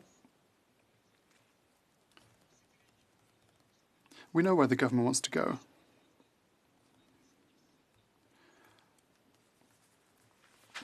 Now let us go back to the censor that was established on a fundamental act. An act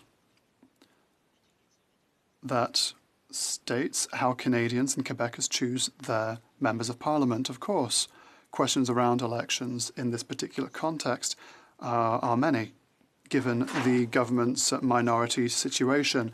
Were the government to be a majority, we could presume that this pandemic would end before the next elections in 4 years. But the government is a minority, so we know that there could be an election at any time. As we know, we would not be in this chamber right now because the chamber would have been dissolved. There would have been an election. If these elections were to take place before the health situation improves, we agree. We had even said that last fall. We said that we had to adopt rules to avoid having to look at this kind of formulation. We must ensure the safest elections possible. Democracy should not be suspended because of the health crisis. But I want to stress this, that Bill C-19 regarding a federal election during a pandemic was tabled last December, and it ignored the study that had previously been done by the Standing Committee on Procedure and House Affairs about this. It also ignored the recommendations made by the Chief Electoral Officer from November 2020. The government brought the debate to the House only March 8th. So there were 5 months between the introduction and the debate, and only 4 hours of debate were allowed in the House. 4 hours to review the Canada Elections Act, and I'm surprised. The issue is of national importance, and a gag order was even put in place to limit the debate, to accelerate the passage of the legislation. More time was spent debating other issues than in debating the gag order itself. Or less time was spent debating the bill than debating the gag order. So some supplementary powers for the chief electoral officer and the replacement of the polling day by 3 polling days. So it won't be 3 election days, or 1 election day, it will be 3. The merits of the bill and the changes in such a fundamental piece of legislation should not occur under a gag order. We're talking about the expression of democracy. It must not happen under a gag order. It's an exceptional process to ensure democracy. Everybody has also said that they don't want an election. So what is the rush? Where was the urgency of this? We don't understand. With regard to the examples that I gave earlier, no one believes that the Liberal Party doesn't want an election. So we're asking, and I reiterate it, a meeting among the parties to replace the gag order with a friendly agreement in order to reach consensus on the Elections Act. And let's not waste our time. Let's reiterate today that we have other things to do than to go into an election in the near future. Thank you, Madam Speaker. Questions and comments? Honourable Member for St. John's East.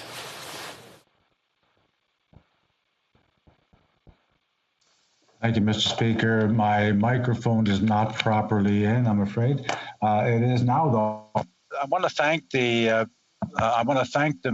member for his speech, and I read carefully the Bloc Opposition Day motion, and I don't find any tricks in it. It seems to me pretty straightforward, suggesting that there not be an election during the pandemic. And will the member agree that this is inviting the government to actually vote in support of this motion, and in fact be a commitment not to call an election during the pandemic unless there is, of course, a loss of confidence in the House?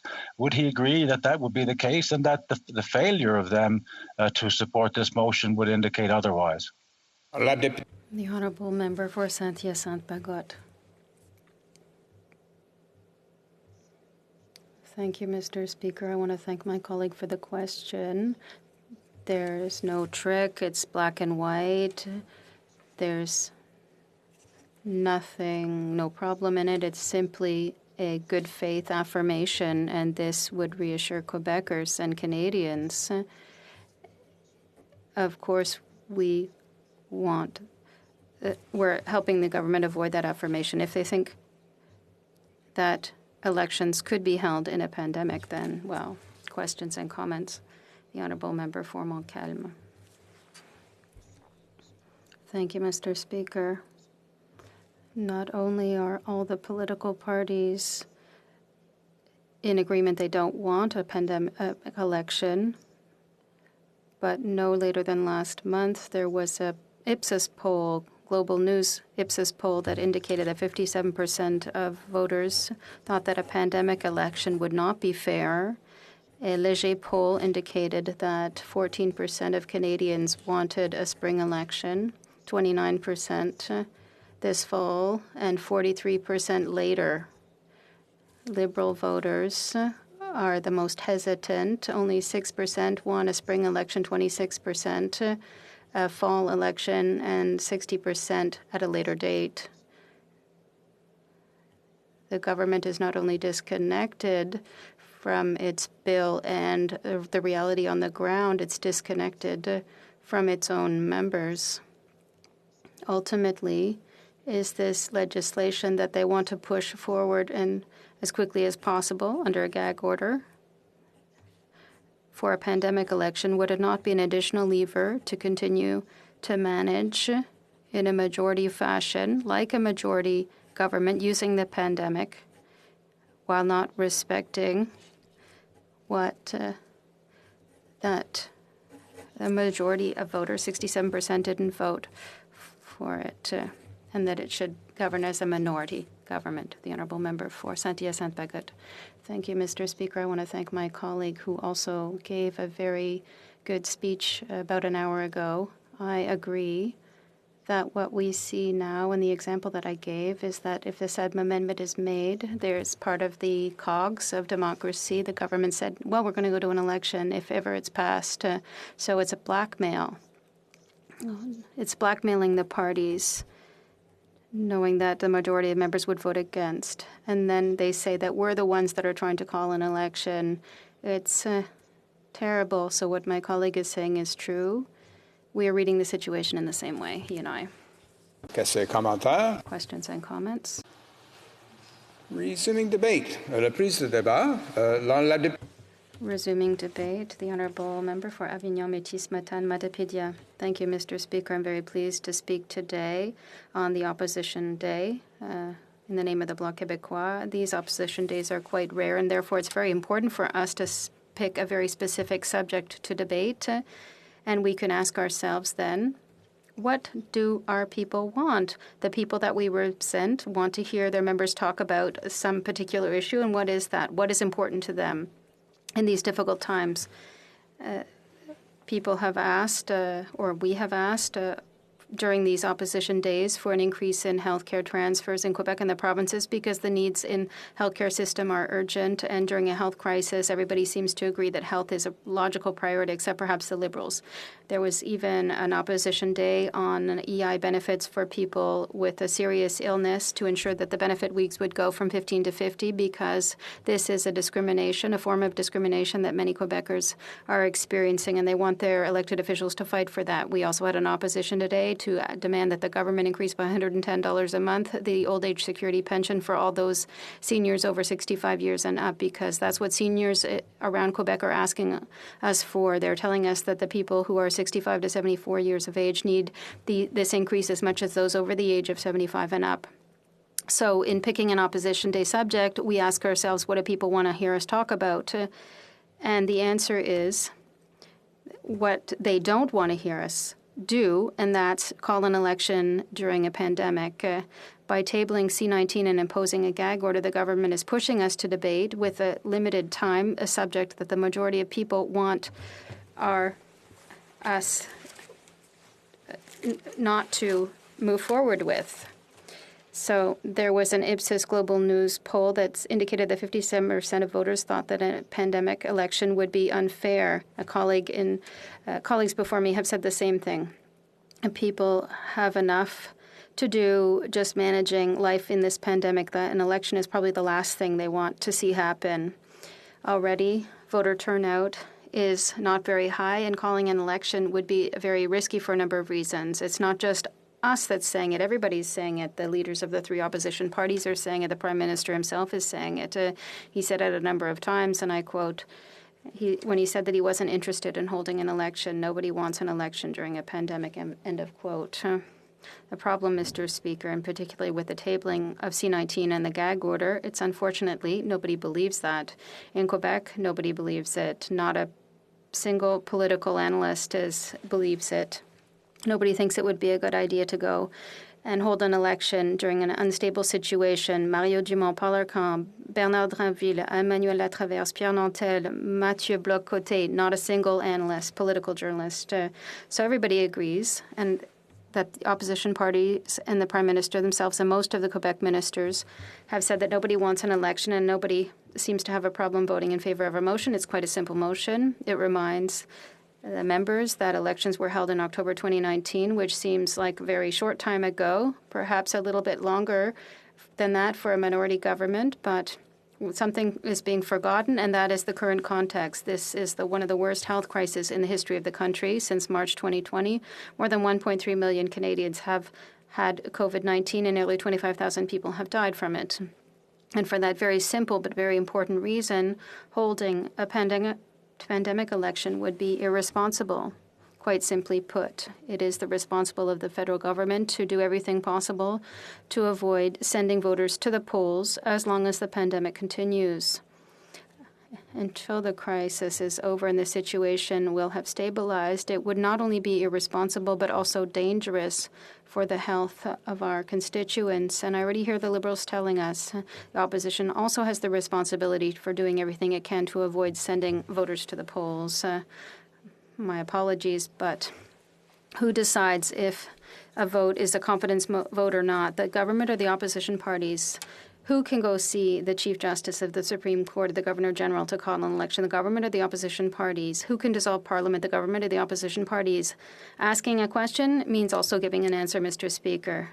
The government apparently seems to be confusing the executive and the legislative branch. I don't know about my Liberal colleagues, Mr. Speaker, but personally I would be extremely uncomfortable going to knock on doors, ask people to vote, when in Quebec right now they can't even see their own family at home.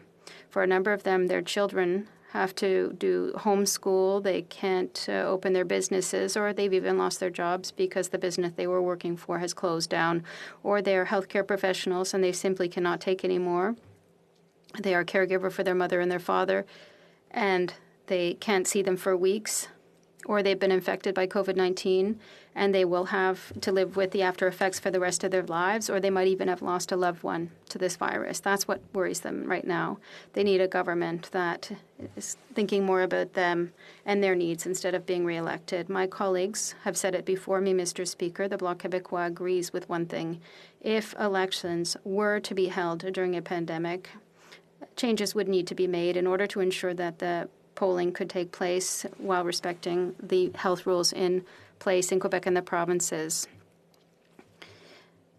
But from an ethical view, it's not a responsible thing to hold an election now. Technically, C-19 has several flaws and lack certain details that need to be discussed and debated.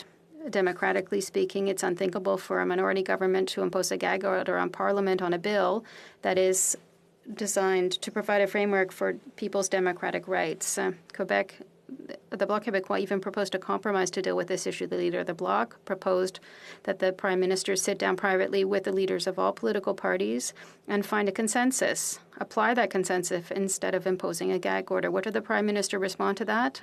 He said he didn't want an election, but he continues to shove this bill down our throats that would facilitate a pandemic election. It's ironic, is it not? I think it's an egregious lack of judgment and understanding of the situation, and I would even say that it shows a lack of empathy for voters.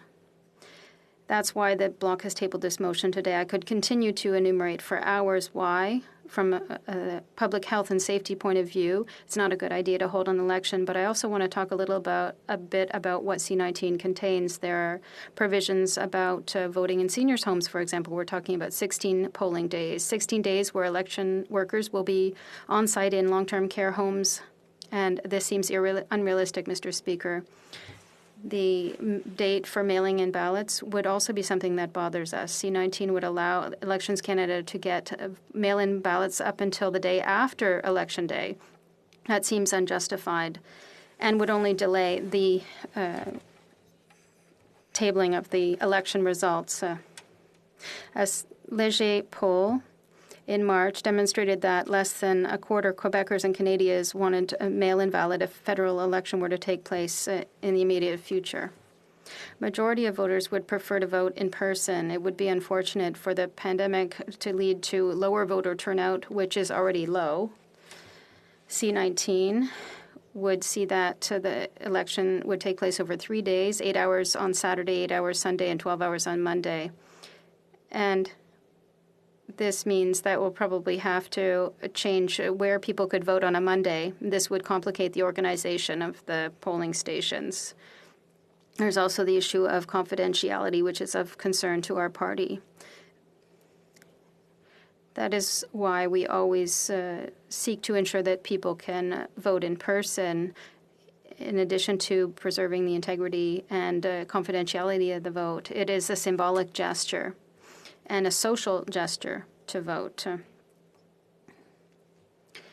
In terms of public health, holding a pandemic election is an irresponsible decision. In fact, one thing that all the parties agree on, all the leaders of the parties agree on in this House, is that it would be inappropriate to hold an election in the middle of a pandemic.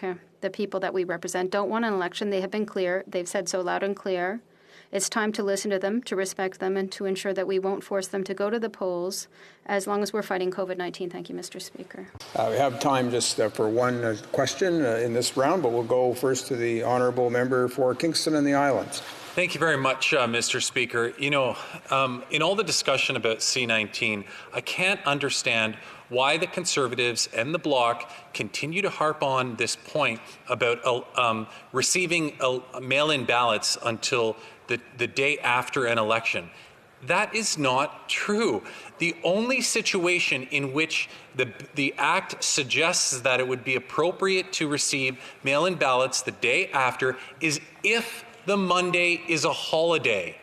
But every time that the Conservatives or the Bloc bring it up, they make it seem as though you can do it no matter what. Does the member not agree that perhaps contributes to part of the fraudulent and a lack of trust in the mail-in balloting system? The honourable member for Matisse-Matane-Matapédia.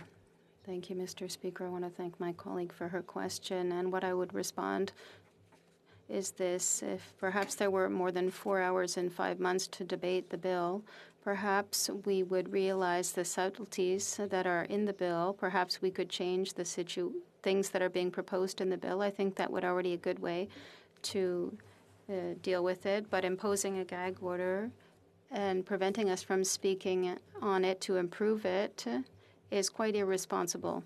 It's irresponsible to hold an election now, and irresponsible to talk about a bill that would facilitate holding a pandemic election. I think we've said it enough. People that we represent expect more from us, and they have other concerns right now. The honourable member for Avignon, Matisse-Matane-Matapédia, will have 3.5 minutes for questions and comments following when the debate resumes on. We are going to go to statements by members, déclaration de député, and the honourable member first will be the honourable member for Humber River, Black Creek. Thank you very much, Mr. Speaker. Mr. Speaker, as the co-chair of the Parliamentary Friends of Falun Gong, also called Falun Dafa, it's my great pleasure to join the millions of people around the world in over 100 countries who are celebrating Falun Dafa Day. I extend my warmest greetings to the Falun Gong community and all of their supporters on the 29th anniversary of Falun Dafa's introduction to the rest of the world. The universal values that we all share of truthfulness, compassion, and tolerance, which are at the heart of Falun Dafa, are also wonder ideals for building an outstanding country like Canada. I appreciate you for continuing to bring these values to life in Canada and for joining all of us in creating a better world and a better country. This celebration is an opportunity to recognize the benefits of this moral teaching that has made excellent contributions toward a more healthy, peaceful, tolerant, and compassionate society. I commend you for your courage, perseverance, and peaceful resolve in upholding faith, freedom, and justice. It is a true reflection of the principles of Falun Dafa, which are admirable and speaks loudly to the merits of your teachings. Thank you, Mr. Speaker. The honourable member for Markham Unionville. Thank you, Mr. Speaker. In India, the second wave of COVID-19 has spread like a wildfire, overwhelming the healthcare system and exhausting key medical supplies. The Indian government has sent over 60 million vaccines to over 75 different countries.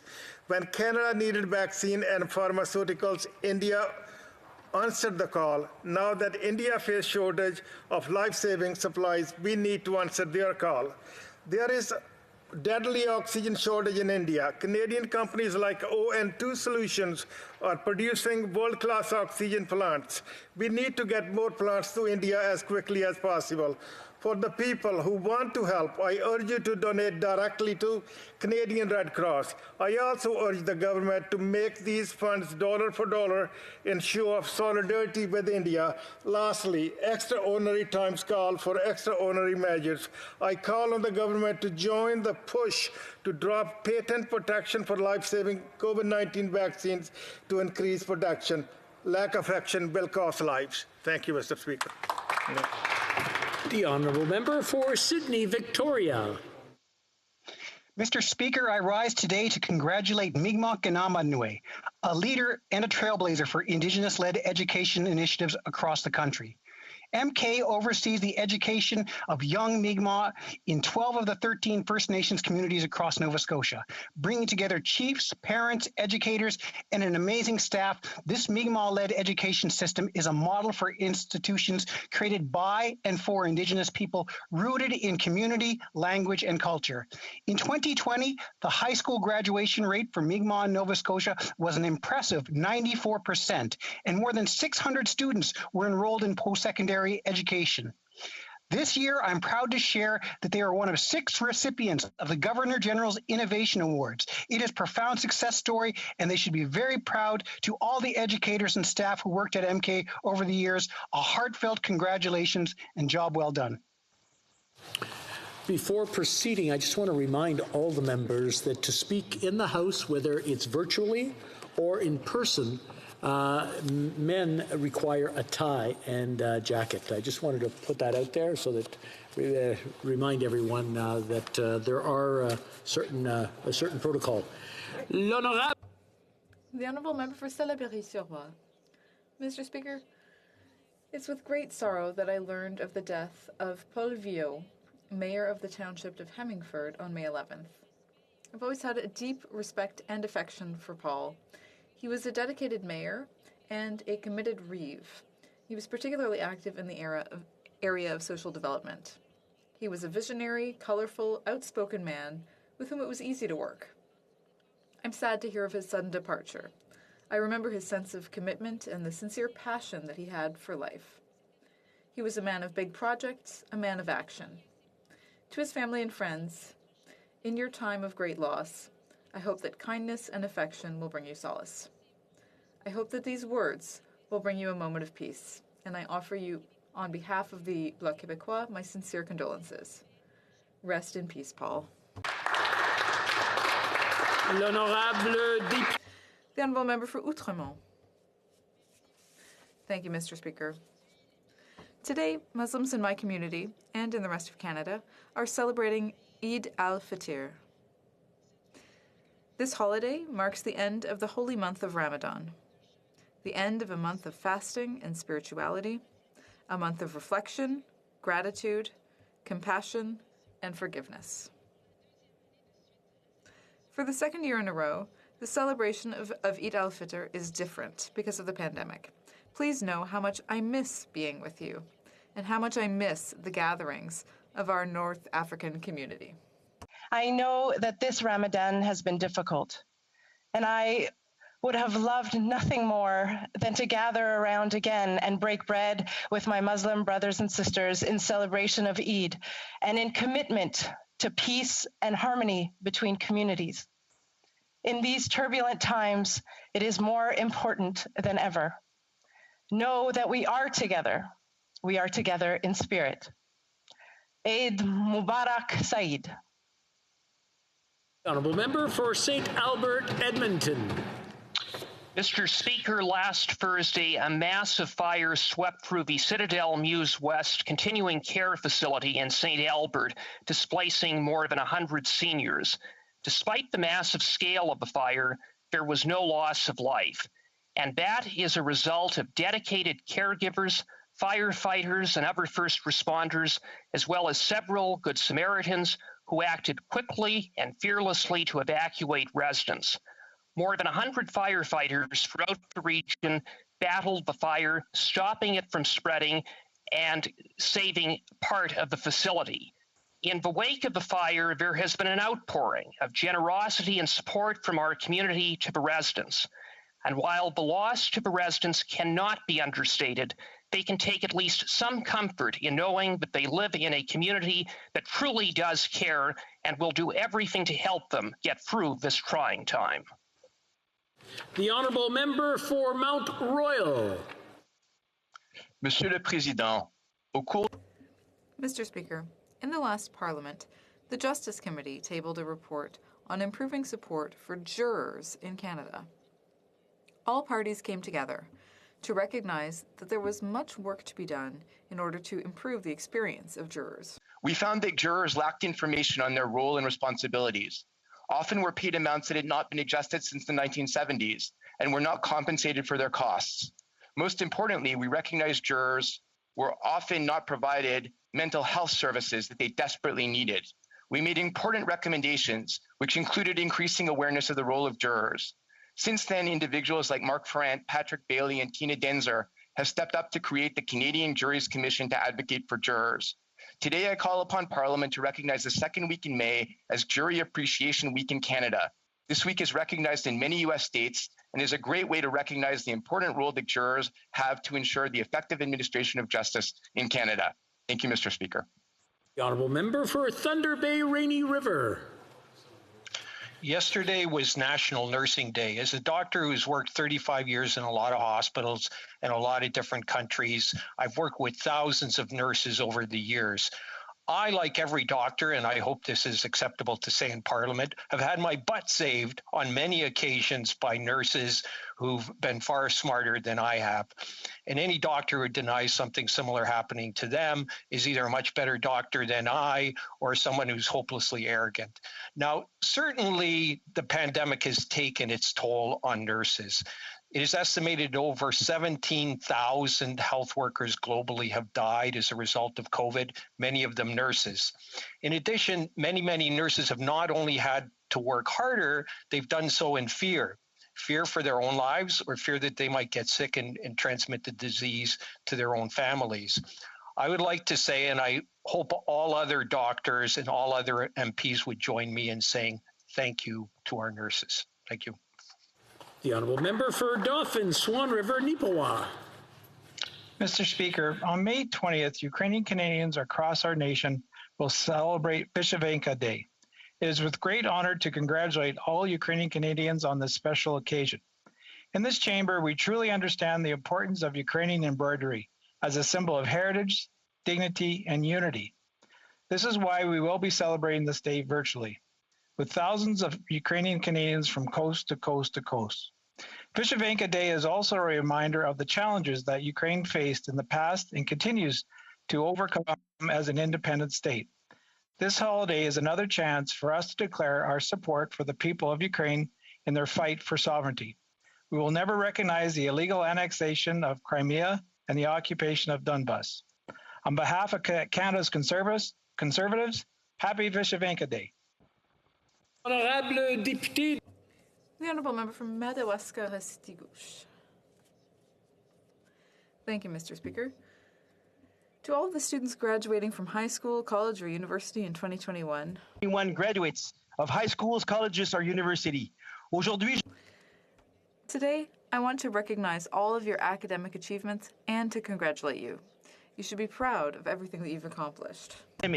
You have overcome the challenges and obstacles of life. With your determination, your dedication, and your resilience, you still managed to finish this chapter of your life.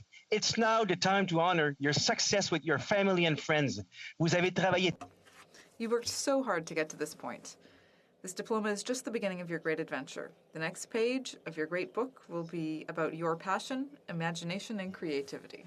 Believe in yourself, in your dreams, and in your future. For those who continue their study, we wish you a beautiful continuity. And for the ones starting their career, we are wishing you great success. Once again, congratulations on your graduations. Thanks, Mr. Speaker. The honourable member for Souris Moose Mountain. Mr. Speaker, this past year has been extremely challenging. I would like to highlight the incredible efforts made in my riding of Souris Moose Mountain to keep our local industries afloat. As I have said before, agriculture is the backbone of our economy, and we owe a lot to our farmers for the work they do to feed Canada and the world. As they are in the midst of seeding and hoping for rain, I would like to thank and recognize them for their tireless efforts year in and year out. I must also mention the hard workers in the oil and gas industry, many of whom have been struggling due to this government's utter lack of support. They want a hand up, not a handout. And with issues like the cancellation of Line 5, they deserve a conservative government that will secure their future. This is also the case for small businesses who are so essential in my riding, especially in smaller communities. The pandemic has been particularly hard on them, and I recognize the efforts of all my constituents to shop at home and spend money locally. Thank you all for your perseverance, hard work, and incredible spirit throughout these unprecedented challenges. I couldn't be prouder to represent you. We had some interference with that, the honourable member for Souris Moose Mountain. I want to remind all the members, if you're not on, please check to see that your mic is muted. I know inadvertently you may ruin somebody else's speech, and we don't want to do that in the chamber. That being said, I'll let the honourable member for Souris Moose Mountain do his over again if he would like. Thank you, Mr. Speaker. Please, thank you. Mr. Speaker, this past year has been extremely challenging, and I would like to highlight the incredible efforts made in my riding of Souris Moose Mountain to keep our local industries afloat. As I have said before, agriculture is the backbone of our economy, and we owe a lot to our farmers for the work that they do to feed Canada and the world. As they are in the midst of seeding and hoping for rain, I would like to thank and recognize them for their tireless efforts year in and year out. I must also mention the hard workers in the oil and gas industry, many of whom are still struggling due to this government's utter lack of support. They want a hand up, not a handout. And with issues like the cancellation of Line 5, they deserve a conservative government that will secure their future. This is also the case for small businesses who are so essential in my riding, especially in smaller communities. The pandemic has been particularly hard on them, and I recognize the efforts of all my constituents to shop at home and spend money locally. Thank you all for your perseverance, hard work, and incredible spirit throughout these unprecedented challenges. I couldn't be prouder to represent you. The honourable member for Essex. Thank you, Mr. Speaker. As you know, Mr. Speaker, the single sports betting bill, C-218, is currently before the Senate. I value the vital role our senators play in reviewing bills passed by the House and rise today on behalf of tourism sectors and its workers to appeal to senators to pass this legislation quickly. This bill received all party support in this House, quite an achievement. The tourism industry has been hit hard by the COVID pandemic. To recover, it will need Parliament's full support. C-218 will secure well-paying jobs and give the tourism industry a much-needed boost. I look forward to this swift passage in the Senate, Mr. Speaker. I would also like to thank my Conservative colleague, the MP for Saskatoon Greenwood, for introducing this legislation. Tourism is a significant driver in my riding's local economy. Passage of this bill, Mr. Speaker, will be welcome news back home. Finally, Mr. Speaker, I just want to say what an honour it is to stand in this House on behalf of the people of Essex. The honourable member for Nunavut. Mr. Speaker, the fight against COVID-19 must include real investments in northern housing. In Nunavut, we've had COVID cases in 3 isolated communities, Iqaluit, Rankin Inlet, and Kingay in just the past month. While families in Ottawa and Toronto are told to stay home, wash their hands, and stay physically distanced, Nunavut are packed inside overcrowded and moldy homes that are falling apart. Nunavut has the highest rate of overcrowded housing in Canada, and we have 6 times the national average of housing in need of major repairs. $25 million in the budget is laughable, to say the least. How do you stay in a home when your house is full of mold? You live with 14 other people in a 4-bedroom, and your house is full of broken pipes. Addressing the chronic housing crisis in Nunavut is a matter of public health, Indigenous rights, and basic human dignity. We live in one of the richest countries in the world, Mr. Speaker. We can do better. We must do better. L'honorable député de... The Honourable Member for Manicouagan. Mr. Speaker, as the Bloc Québécois critic for family, children, and social development, I'm pleased to wish all Quebecers a happy Family Week today. The family is our first home. It's where we're first loved, where we learn our mother tongue and our culture, where we adopt values that will help us create bonds of caring and solidarity with other people outside of our family, that will help us overcome challenges and to participate meaningfully in society. I'd like to take this opportunity to congratulate two members of my team, Jesse and Anthony, and their respective spouses, Frédéric and Denora. Last month for Jesse, and actually just yesterday for Anthony, they both saw their families get a little bit bigger, with the births of Ethan and Louis. I want you to know that as a member of Parliament, I'm there for your families, just as the Bloc Québécois will always be there for all Quebec families. We'll be here to listen, to support. Thank you. The Honourable Member for Calgary, Rocky Ridge. Mr. Speaker, for over a year, Canadians have done their best to comply with public health measures to contain the spread of COVID, but the pandemic has left millions of Canadians worried about their economic security. Canadians need a government that isn't ashamed of primary industries like energy, fishing, forestry, and farming. They need a government committed to manufacturing, tourism, and the innovations of our high-tech entrepreneurs. Canada's Conservatives believe in securing the future for Canadians by making sure none are left behind by COVID. We believe in revitalizing Main Street with incentives to small business investment, not by handing out cash to connected insiders. Canadians need a government that will allow them to find the dignity and security of stable, well-paying jobs with rising wages. Canadians need a government committed to all regions and every sector of the Canadian economy. Canadians need a Conservative government, one that will secure the future for Canadian workers. The Honourable Member for Pierre-Fond-Dollard. Mr. Speaker, I want to wish the Muslims of Canada who celebrate it in my riding and elsewhere, Eid Mubarak. After Ramadan, a month of fasting, patience, and self-reflection. Normally, Eid is festive, filled with family visits, friends, and food. For a second year, this Eid is unique. While many are taking the day off, socializing will have to keep public health guidelines in mind. I know this Eid, many have a heavy heart. The strife in Jerusalem, at Al-Aqsa Mosque, and in other parts of the world is heartbreaking. Durable and dignified peace is possible, but the path to it is never easy. It requires continuous and ongoing work. As we pass through these challenging times, let's pray the next Eid is filled with family, friends, and loved ones. Eid Mubarak. Oral questions, question orale. The Honourable Deputy Leader of the Opposition. Thank you. Mr. Speaker, right now on this spring day in May, Canadians are still locked up, watching our American neighbours sit on patios with friends, play in parks with their kids, and cheer on sports teams in packed stadiums. Here in Canada, basketball hoops and swings are covered in plastic to keep the kids away, restaurants and patios still closed, and families can't see each other. Why? Because this government has failed to get vaccines. Isn't it true that we are far, far behind most other countries, and Canadians are paying a heavy price for Liberal failures? The Honourable Minister. Mr. Speaker, our government is working closely with provinces and territories to get Canada vaccinated as quickly as possible. To date, we have sent over 20.2 million vaccines to provinces and territories, with millions more arriving in the weeks to come.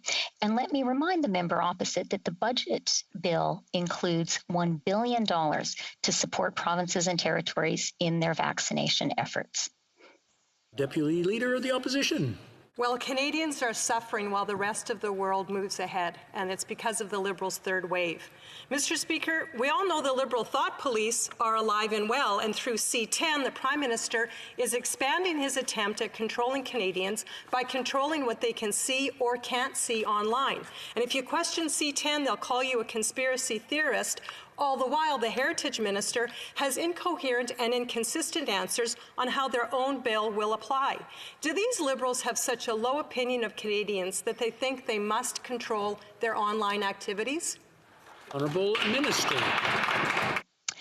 Mr. Speaker, our government has the highest opinion of Canadians, and let me say, I believe every single member of this House does too. All of us are privileged to serve our Canadian constituents. Now, as a former journalist and editor, let me assure Canadians that our government understands how essential freedom of expression is to democracy. We will never limit freedom of expression. This bill does not do that. Honourable Deputy Leader, the Opposition. Well, yesterday the Minister of Heritage admitted the goal of C10 is to end net neutrality, thereby controlling online freedoms. This isn't about web giants or artists. It's about what Canadians can and can't post and can and cannot see online. Can the Heritage Minister just admit that what these Liberals are trying to do actually has nothing to do with promoting Canadian content and everything to do with stifling free speech and expression? Honourable Minister.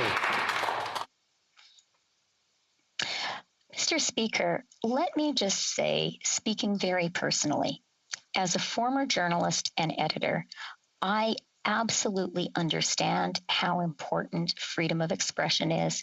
It is a foundation and pillar of our democracy. And I want to assure all members of this House and all Canadians that our government will never limit freedom of expression. That is not what this bill does, Mr. Speaker. The honourable member for Louis Saint Laurent.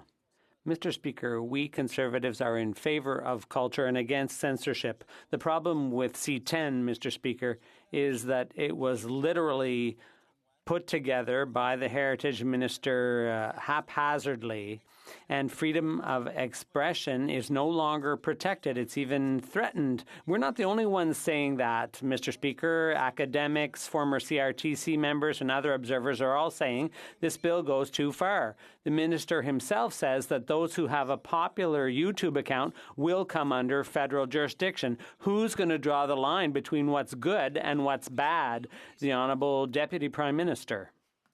Monsieur le Président.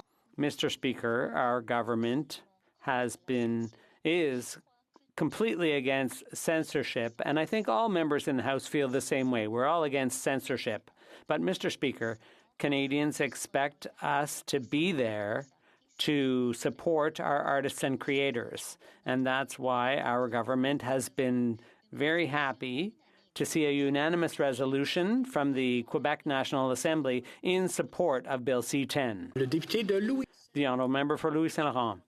Mr. Speaker, I'm glad that the Deputy Prime Minister feels that way, because every time the Heritage Minister speaks, he sticks his foot in his mouth. On the weekend, within 24 hours, he had to clarify his remarks twice, apology, and now his parliamentary secretary is the one doing the press conferences.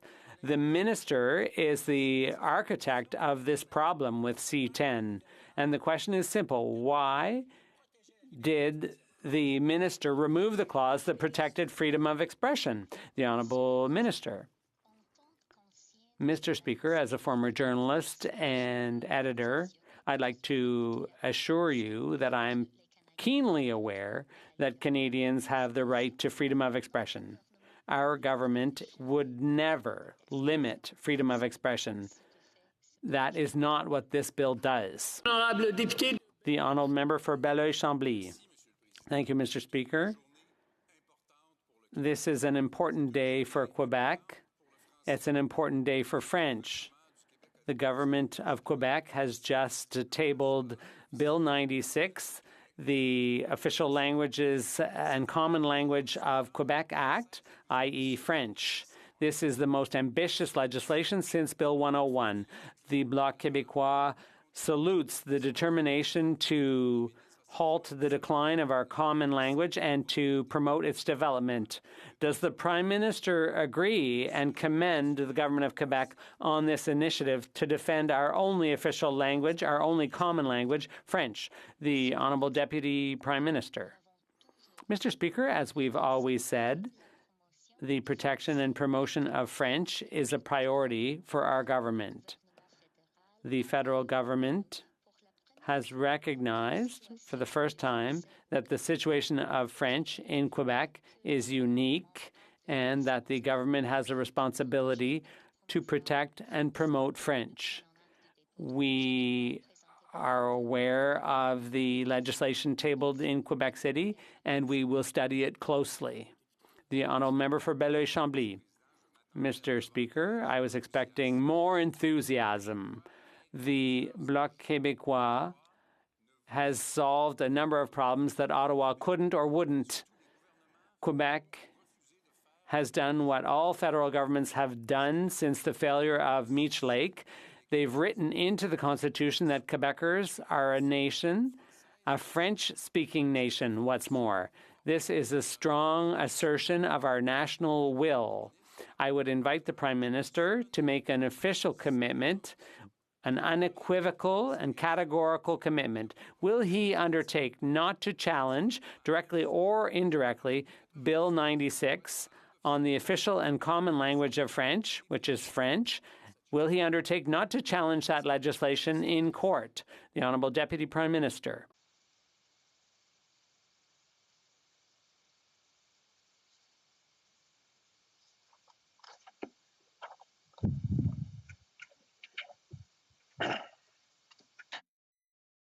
Excusez-moi, Monsieur le Président. Excuse me, Mr. Speaker. I had some problems with my mute. Mr. Speaker, the protection and promotion of French is a priority to our government. Our government has, for the first time, recognized that the situation of French in Canada is unique and that the federal government has a responsibility to protect and promote French. That is a responsibility that we take very seriously, and it will be a pleasure for us to work with all members to do just that. The Honourable Member for Burnaby South. There's currently a ban on the donation of blood from gay men, a blood ban which makes absolutely no sense and has no basis in science.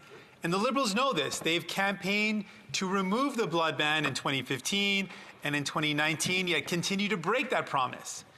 And now I have a question directly for the Prime Minister.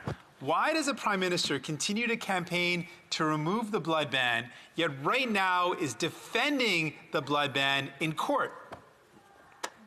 The Honourable Deputy Prime Minister. Thank you very much, Mr. Speaker, and I would like to thank the member opposite for this very important question. Speaking as a member of Parliament, it is something that I have spoken to many of my constituents about and that I know gravely concerns many Canadians. Our government absolutely shares those concerns. At the same time, we respect the independence of Canadian institutions, especially when it comes to medical and scientific issues. Member for Burnaby South. Ça n'a pas aucun sens. That makes no sense. During the election campaign, they said they were opposed to this ban, which is based on no science whatsoever, and it is injurious and offensive to gay men. That's clear, and the Liberals know it. And they even pledged to fight against this ban. Why has the Prime Minister campaigned to get rid of this ban, but currently hasn't delivered the goods? The Honourable Deputy Prime Minister. Thank you, Mr. Speaker. I'd like to point out that our government agrees that this is a discriminatory practice that upsets many Canadians, offends them. Our government is working very hard now to get rid of this practice, but we have to work cooperatively with our medical and scientific experts. Number 4, Abbotsford. Well, the Prime Minister promised a growth budget. Instead, all he gave us was bigger government, bigger debt, bigger deficits. More and more experts are piling on. Kevin Lynch, the former Deputy Finance Minister, said that the budget missed an urgent opportunity to rebuild our longer-term growth post-pandemic. He said that this intergenerational transfer of debt and risk was unprecedented. By any measure, the biggest spending budget in our history was a bust.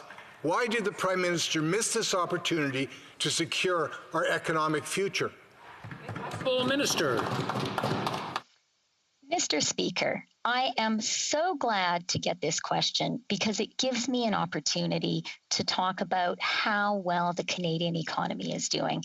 And let me talk about some verdicts that really matter. Standard & Poor, the international ratings agency, 1 week after the budget, reaffirmed our AAA rating and said the outlook for Canada is stable. Mr. Speaker, it doesn't get better than that, and that should assure all Canadians. Honourable Member for Abbotsford. Oh, Mr. Speaker, last month, Canada lost 200,000 jobs. The recent budget wasn't about economic growth. It was about an avalanche of spending to re-elect the Prime Minister. Now we read troubling reports about officials who were asked to come up with excuses for $1 million of spending after that spending had already been announced. Go figure. Turns out this budget wasn't about growth. It was about a ready, fire, aim approach to policymaking that isn't about serving Canadians. It's about serving this Prime Minister. And who's left holding the bag? Canadians, of course. The Prime Minister has failed us. Why? Honourable Deputy Prime Minister. Mr. Speaker, the Conservatives may have their own partisan reasons for talking down the Canadian economy, but I am so proud of how resilient and innovative Canadians are. And Mr. Speaker, that resilience is showing in the numbers. In the fourth quarter, Mr. Speaker, our economy grew by 10%. In the first quarter of this year, Mr. Speaker, it grew by 6.5%. And Mr. Speaker, in the first quarter, the U.S. grew up by only 6.3%. And Mr. Speaker, the Bank of Canada has upgraded its forecast for this year to 6.5% growth. The Honourable Member for Mégantic-l'Érable. Thank you, Mr. Speaker. Thousands of small businesses have had to close their doors because they couldn't get help during the pandemic. But this Prime Minister sent $1 billion in wage subsidies to large companies that didn't need it and paid millions in dividends to their executives. Extendicare, Canada's largest privately owned seniors residence operator, applied for and got $21 million in wage subsidies, claiming that demand for care was declining during the pandemic. Why did the Prime Minister choose the Liberal elite over working Canadians? The Honourable Deputy Prime Minister. Mr. Speaker, our government always chooses to support Canadians and Quebecers. That's precisely what we did. The wage subsidy supported 5.3 million workers in Canada, and in Quebec alone, the wage subsidy supported 1.29 million workers. It's very important to support Canadians today, Mr. Speaker, and that's precisely what our government is going to do. The Honourable Member for Mégantic-l'Érable. The Finance Minister should know that the reality is that the rich got richer during the pandemic at the expense of struggling Canadians. That's the reality. Marcel Bourassa, CEO of Savaria, received $3.4 million in dividends, while his company received $4.5 million in wage subsidies. Alain Bédard, CEO of TFI International, paid $2.3 million in dividends to his execs, while his company received $25 million in public funds. Why did the President of the Treasury Board authorize these payments to the Prime Minister's rich cronies? The Honourable Deputy Prime Minister. Mr. Speaker, the fact is that our government was there for Canadians from the very start of the pandemic, and we will remain there for them. 873,000 jobs received the wage subsidy from companies received the wage subsidy. Our government has supported more than 10 million Canadian workers. We know that we need to support Canadians, and that's precisely what we're doing. For Kildonan St. Paul. Mr. Speaker, Canadians are now learning that at least 32 companies that filed for bankruptcy before the pandemic was declared took millions from the wage subsidy, but no jobs were protected despite the taxpayer investment. It's becoming more and more clear that the Liberal government failed to provide the necessary oversight on this program worth over $100 billion. Meanwhile, a woman entrepreneur in my riding opened a gym in early 2020 and doesn't qualify for any federal program as a result. And I wrote to the government 2 months ago about this and have yet to receive a response. So why is the Liberal government prioritizing bankrupt companies over new small business owners who've received nothing? The Honourable Minister. Mr. Speaker, that question, I'm afraid, betrays a fundamental misunderstanding of how bankruptcy protection works in Canada and what it is intended to do. Bankruptcy protection is intended to enable companies to restructure and to emerge as viable businesses. It is entirely appropriate for companies during that process to be encouraged to maintain employment. That is exactly what the wage subsidy does and continues to do. It has supported the jobs of 5.3 million Canadians. We're proud of that, Mr. Speaker. Honourable Member for Kildonan and St. Paul. Mr. Speaker, I'm wondering if the Deputy Prime Minister is proud that her government funded Pender Fund Capital Management, which has $1.5 billion in assets, and one of its most prominent funds recorded ever was 40% of returns last year, or JM Fund Management, which had a pretty good return in 2020, not yet seen since 2016, and ranked one of the third best performing hedge funds in 2020. So I'm just wondering if she finds it ethical, or personally, I find it a bit disrespectful, her response, particularly in light of all the small businesses that opened up right before the pandemic and received not a penny from this Liberal government. So again, I'm just wondering if the minister believes, like her predecessor, that it's ethical to give billions to wealthy hedge funds and bankrupt companies and nothing to newly opened small businesses. The Honourable Deputy Prime Minister. Mr. Speaker, what I think is ethical is doing whatever it takes to support Canadians and Canadian businesses get through this once-in-a-generation pandemic. And that is why I am so pleased that 873,000 small businesses across the country have been able to receive the CEBA loan. In the member's own province of Manitoba, 22,603 small businesses have received the CEBA loan. The wage subsidy in Manitoba alone has supported 175,000 jobs, Mr. Speaker. The Honourable Member for Montarville. Mr. Speaker, Quebec has repeated its intention today to subject federally regulated businesses to Bill 101. This meets the unanimous desire of the National Assembly of Quebec and a call from all living premiers. Ottawa has always opposed this, but this fall the government finally recognized that it needed to protect and promote French in Quebec. They also recognized the unique situation of French in North America in an ocean of Anglophones. Will the government therefore collaborate with Quebec in order to apply Bill 101 to federally regulated businesses? The Honourable Minister. Thank you, Mr. Speaker. I'd like to thank my colleague from Montarville for his excellent question because, yes, indeed, our government's recognition of the need for the protection and promotion of French is historic.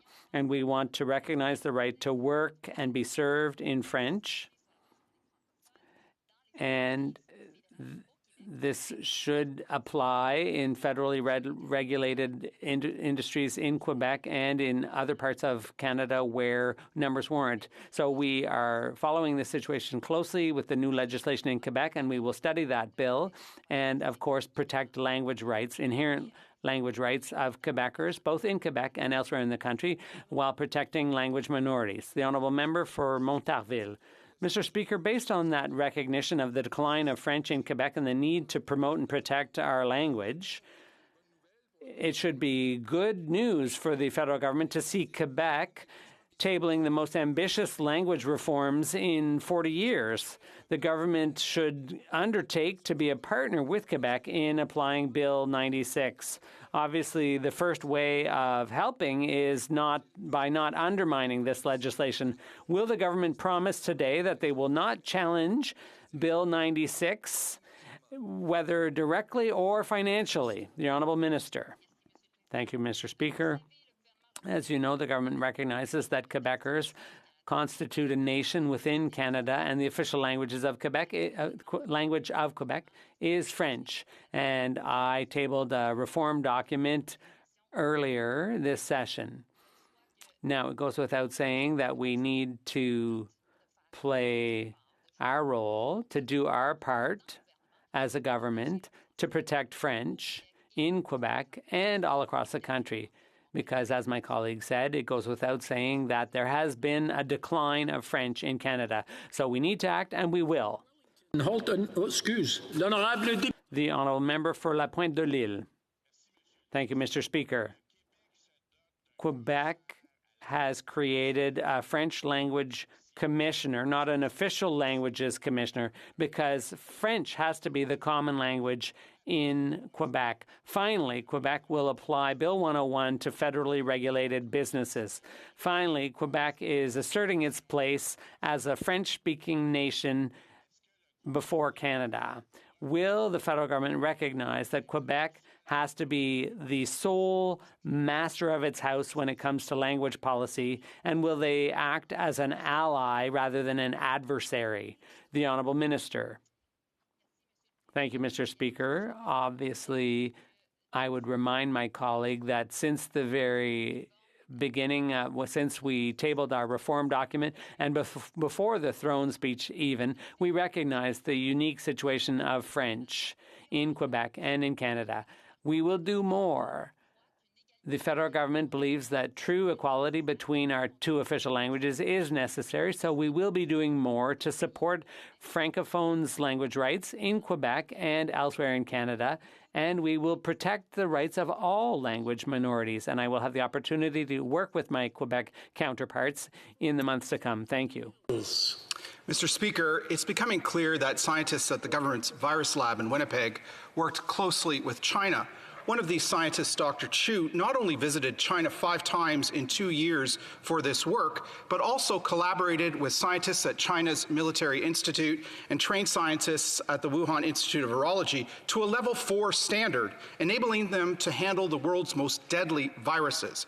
With all the known concerns about China's communist leadership, why was this government helping China build capacity to handle the world's most deadly viruses? Honourable Minister. Mr. Speaker, I think the member opposite knows, first of all, that these particular researchers are no longer with the Public Health Agency of Canada, that I cannot comment due to privacy obligations, and that the National Microbiology Lab plays a critical role in research around the world and here in Canada. Honourable Member for Wellington, Halton Hills. Mr. Speaker, in a democracy, citizens deserve answers. To work at this government's level 4 lab in Winnipeg requires a secret clearance, a clearance normally only given to Canadian citizens. CBC has reported that on July 5, 2019, Drs. Chu and Cheng, along with Chinese students, were escorted from the lab by the RCMP. How on earth did Chinese nationals get secret clearance to work at the government's level 4 lab in Winnipeg, Manitoba? Full Minister. Mr. Speaker, first let me talk about the important role the National Microbiology Lab plays and continues to play, especially in the context of a global pandemic, and thank the professionals there that are working day and night to help Canadians with the laboratory and research needs that we have. I will say that I can't comment on this matter due to privacy obligations. These people are no longer with the Public Health Agency of Canada. Member for Wellington, Halton Hills. Mr. Speaker, we live in a democracy where transparent and open government is incredibly important, something that this government is not upholding. We know that secret clearance requires senior-level approval. We know that CSIS raised national security concerns about Dr. Chu, Dr. Cheng, and the Chinese students at the government's lab in Winnipeg, as the Globe and Mail has reported. Mr. Speaker, with all that we know about China's communist leadership, how were these individuals given secret clearance at the government's level 4 lab where the world's most dangerous viruses are handled? Honourable Minister. Mr. Speaker, I will just repeat, the National biology lab is a Canadian treasure and has been providing incredible research and laboratory support to Canadians and Canadian organizations around the country during the pandemic. And I will also remind the member opposite that these individuals are no longer with the Public Health Agency of Canada and that I cannot comment due to privacy obligations. The honourable member for Timmins, James Bay. Well, the Ethics Commissioner's report into the WE scandal is a doozy. This is way beyond whether or not Bill Morneau should have recused himself. What we learned is that the office of the finance minister of a G7 country used their enormous influence to open doors to further the private interests of the Kielburgers. I mean, Liberals were intervening right down to the municipal level to help their friend Craig. And then the Liberals put the Wee brothers in the driver's seat of a $900 million deal with no competition. That's what got them into trouble. When will this government end this blatant insider access for their cronies and their pals? The Honourable Minister.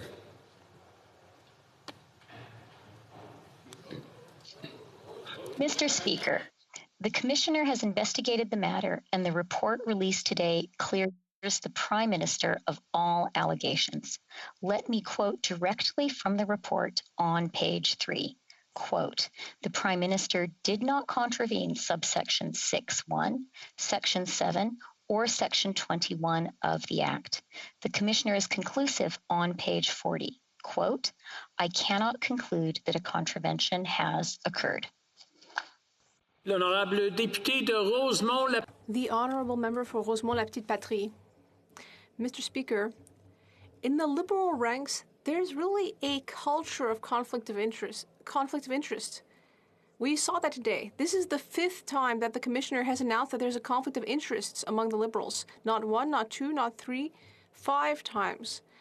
Even though the Prime Minister was not personally blamed, this affects the whole government because it was Cabinet that took that decision.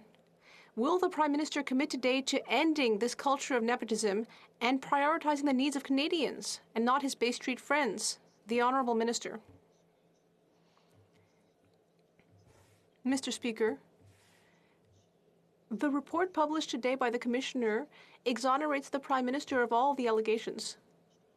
And on page 3 of the report, it says that the Prime Minister did not contravene sections 3.1, 7, or 21 of the legislation. And the Commissioner additionally said that no evidence exists to show that the Prime Minister's decisions were taken in an irregular fashion in this matter.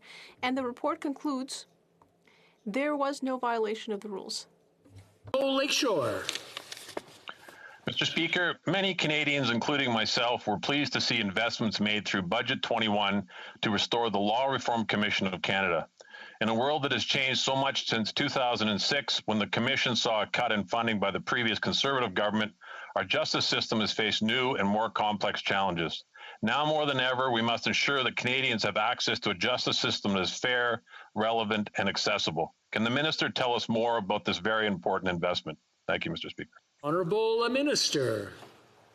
Mr. Speaker, I would like to thank the member from Etobicoke Lakeshore for his question.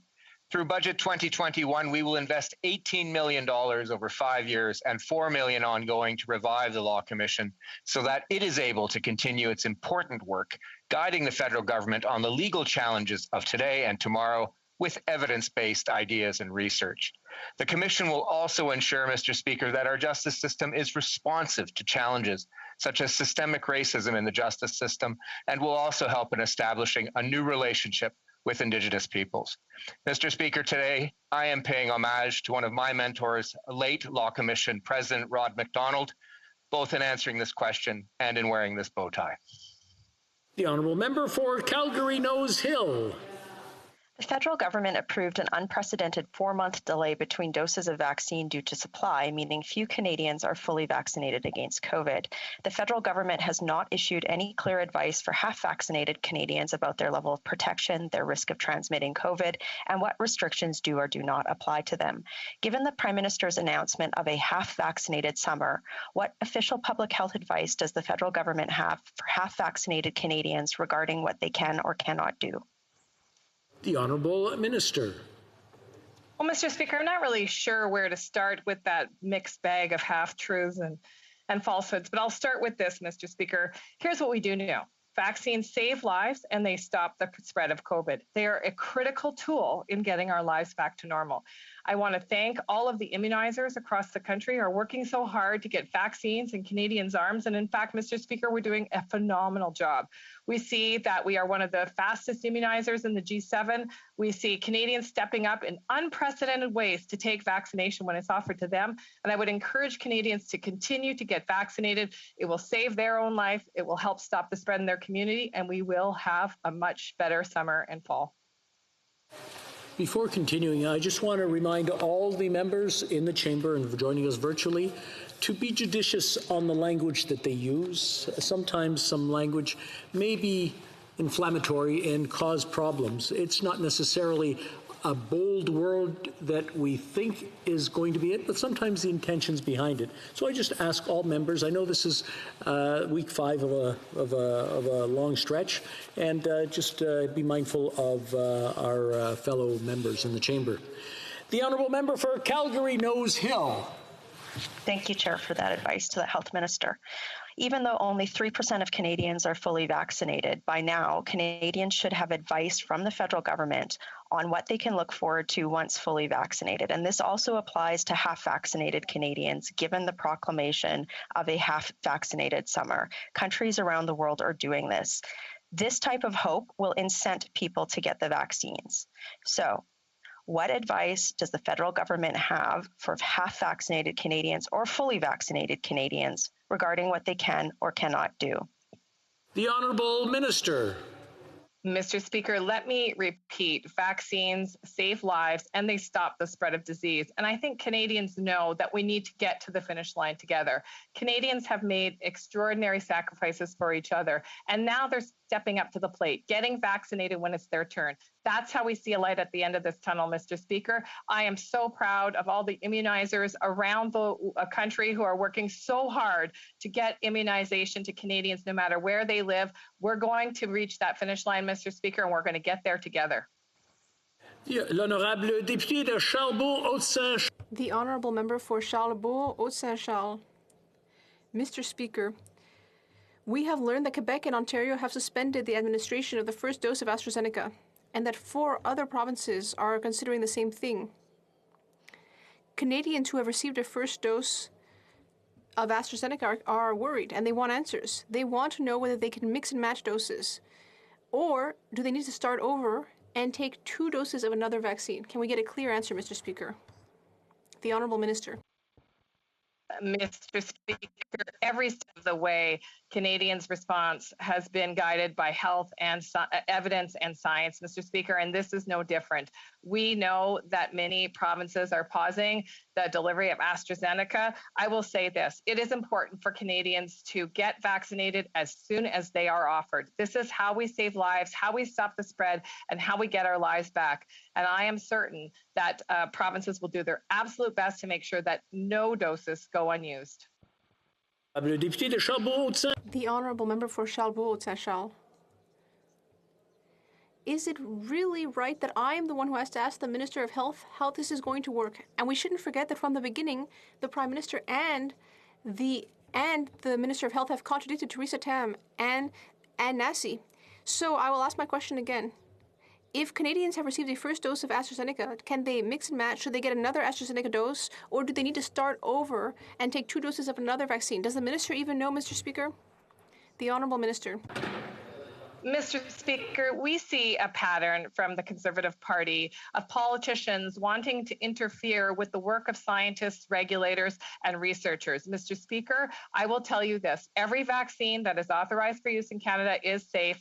Canadians are stepping up in unprecedented ways. I myself have been immunized with AstraZeneca. I look forward to getting a second dose as soon as I am eligible. Mr. Speaker, that's what Canadians are doing. They're stepping up to help each other and to help themselves and to stop the spread of COVID-19. L'honorable député de Drummond. The Honourable Member for Drummond. Mr. Speaker, on Tuesday, the Quebec National Assembly unanimously adopted a motion on Quebec culture in the digital age. According to the motion, Bill C-10 doesn't go far enough when it comes to protecting Quebec culture from the web giants. And that is very true. And that is why the Bloc Québécois has brought forward amendments to meet the expectations of the Quebec cultural sector. And on Tuesday, the House leader warmly supported the motion. So does that mean that he will prioritize C10 when it leaves committee according to the unanimous wish of the National Assembly and the Quebec cultural sector? The Honourable Minister. Thank you very much, Mr. Speaker. I'd like to thank my colleague for his question, and I'd like to thank the National Assembly. I'm very pleased that it supports rapid adoption of Bill C10. It's a very important piece of legislation, and it's very important for the Quebec cultural and artistic industry and for the rest of Canada as well. We will get it adopted as quickly as possible, and we hope that the work will go well at committee. The Honourable Member for Drummond. Mr. Speaker, the National Assembly's motion also asks for Quebec to have full authority on culture and communications. And we've heard that before, even from Liberals. For example, Robert Bourassa asked for that in 1973. He referred to it as cultural sovereignty. Jean Charest asked for the same thing in 2008. The federal Liberals don't seem to be there yet, but good news. The Liberals' Quebec lieutenant supported the motion on Twitter this week, which means that he thinks that Quebec should have power over culture and communications. So, Mr. Speaker, will that be done before the end of the current session? The Honourable Minister. Thank you very much, Mr. Speaker, and I'd like to thank my honourable colleague for his question. What's important for us is to do everything in our power to support the cultural sector. Everywhere in the country, including in Quebec, Mr. Speaker, which has been severely affected by the pandemic, Bill C10 will add hundreds of millions of additional dollars to our cultural ecosystem, including hundreds of millions of dollars in Quebec. All of that for francophone artists and musicians in Quebec and elsewhere in the country. For Calgary, Forest Lawn. Mr. Speaker, on March 8th, I asked the Immigration Minister if there were any privacy breaches in IRCC or CBSA, to which he claimed there have not been any. In fact, there were 1,793 privacy breaches from 2020 until now. One of those breaches led to more than 30,000 individuals' information being improperly disclosed. The facts don't line up with the claim. Why should Canadians trust this government with their data when they will not take cybersecurity seriously? Minister. Mr. Speaker, I said then, and I'll say again now, that we take privacy very seriously in this government. We have put in place the laws and policies that are necessary to protect Canadians' privacy as well as all of our clients who use the immigration system. We also have in place protocols to ensure that we are being transparent with Canadians when there are breaches. We work closely with all of the authorities to ensure that there is accountability so that we can continue to have an immigration system that delivers the economic and prosperity that we need in the long run for Canadians. Thank you. The Honourable Member for Calgary, Rocky Ridge. Mr. Speaker, this is the most anti-small business government in Canadian history. Who can forget the draconian 2017 tax changes and the Prime Minister's claim that small businesses are just a tax dodge for the wealthy? Small businesses are drowning in debt. They're facing uncertain futures while the government dithers its way through the pandemic with slow vaccine deliveries and failure to make use of other important tools. Where is the plan for a safe, permanent reopening? Honourable Minister. Mr. Speaker, our priority from the very beginning is to support Canadian businesses and to support Canadian workers. Budget 2021 is the most small business friendly budget in Canadian history. From decisive action to lowering credit card fees to historic support for digital and technological adoption, we're making ambitious and targeted investments to help get our businesses back on that road to recovery, to create jobs, and to ensure that there is inclusive growth. I agree.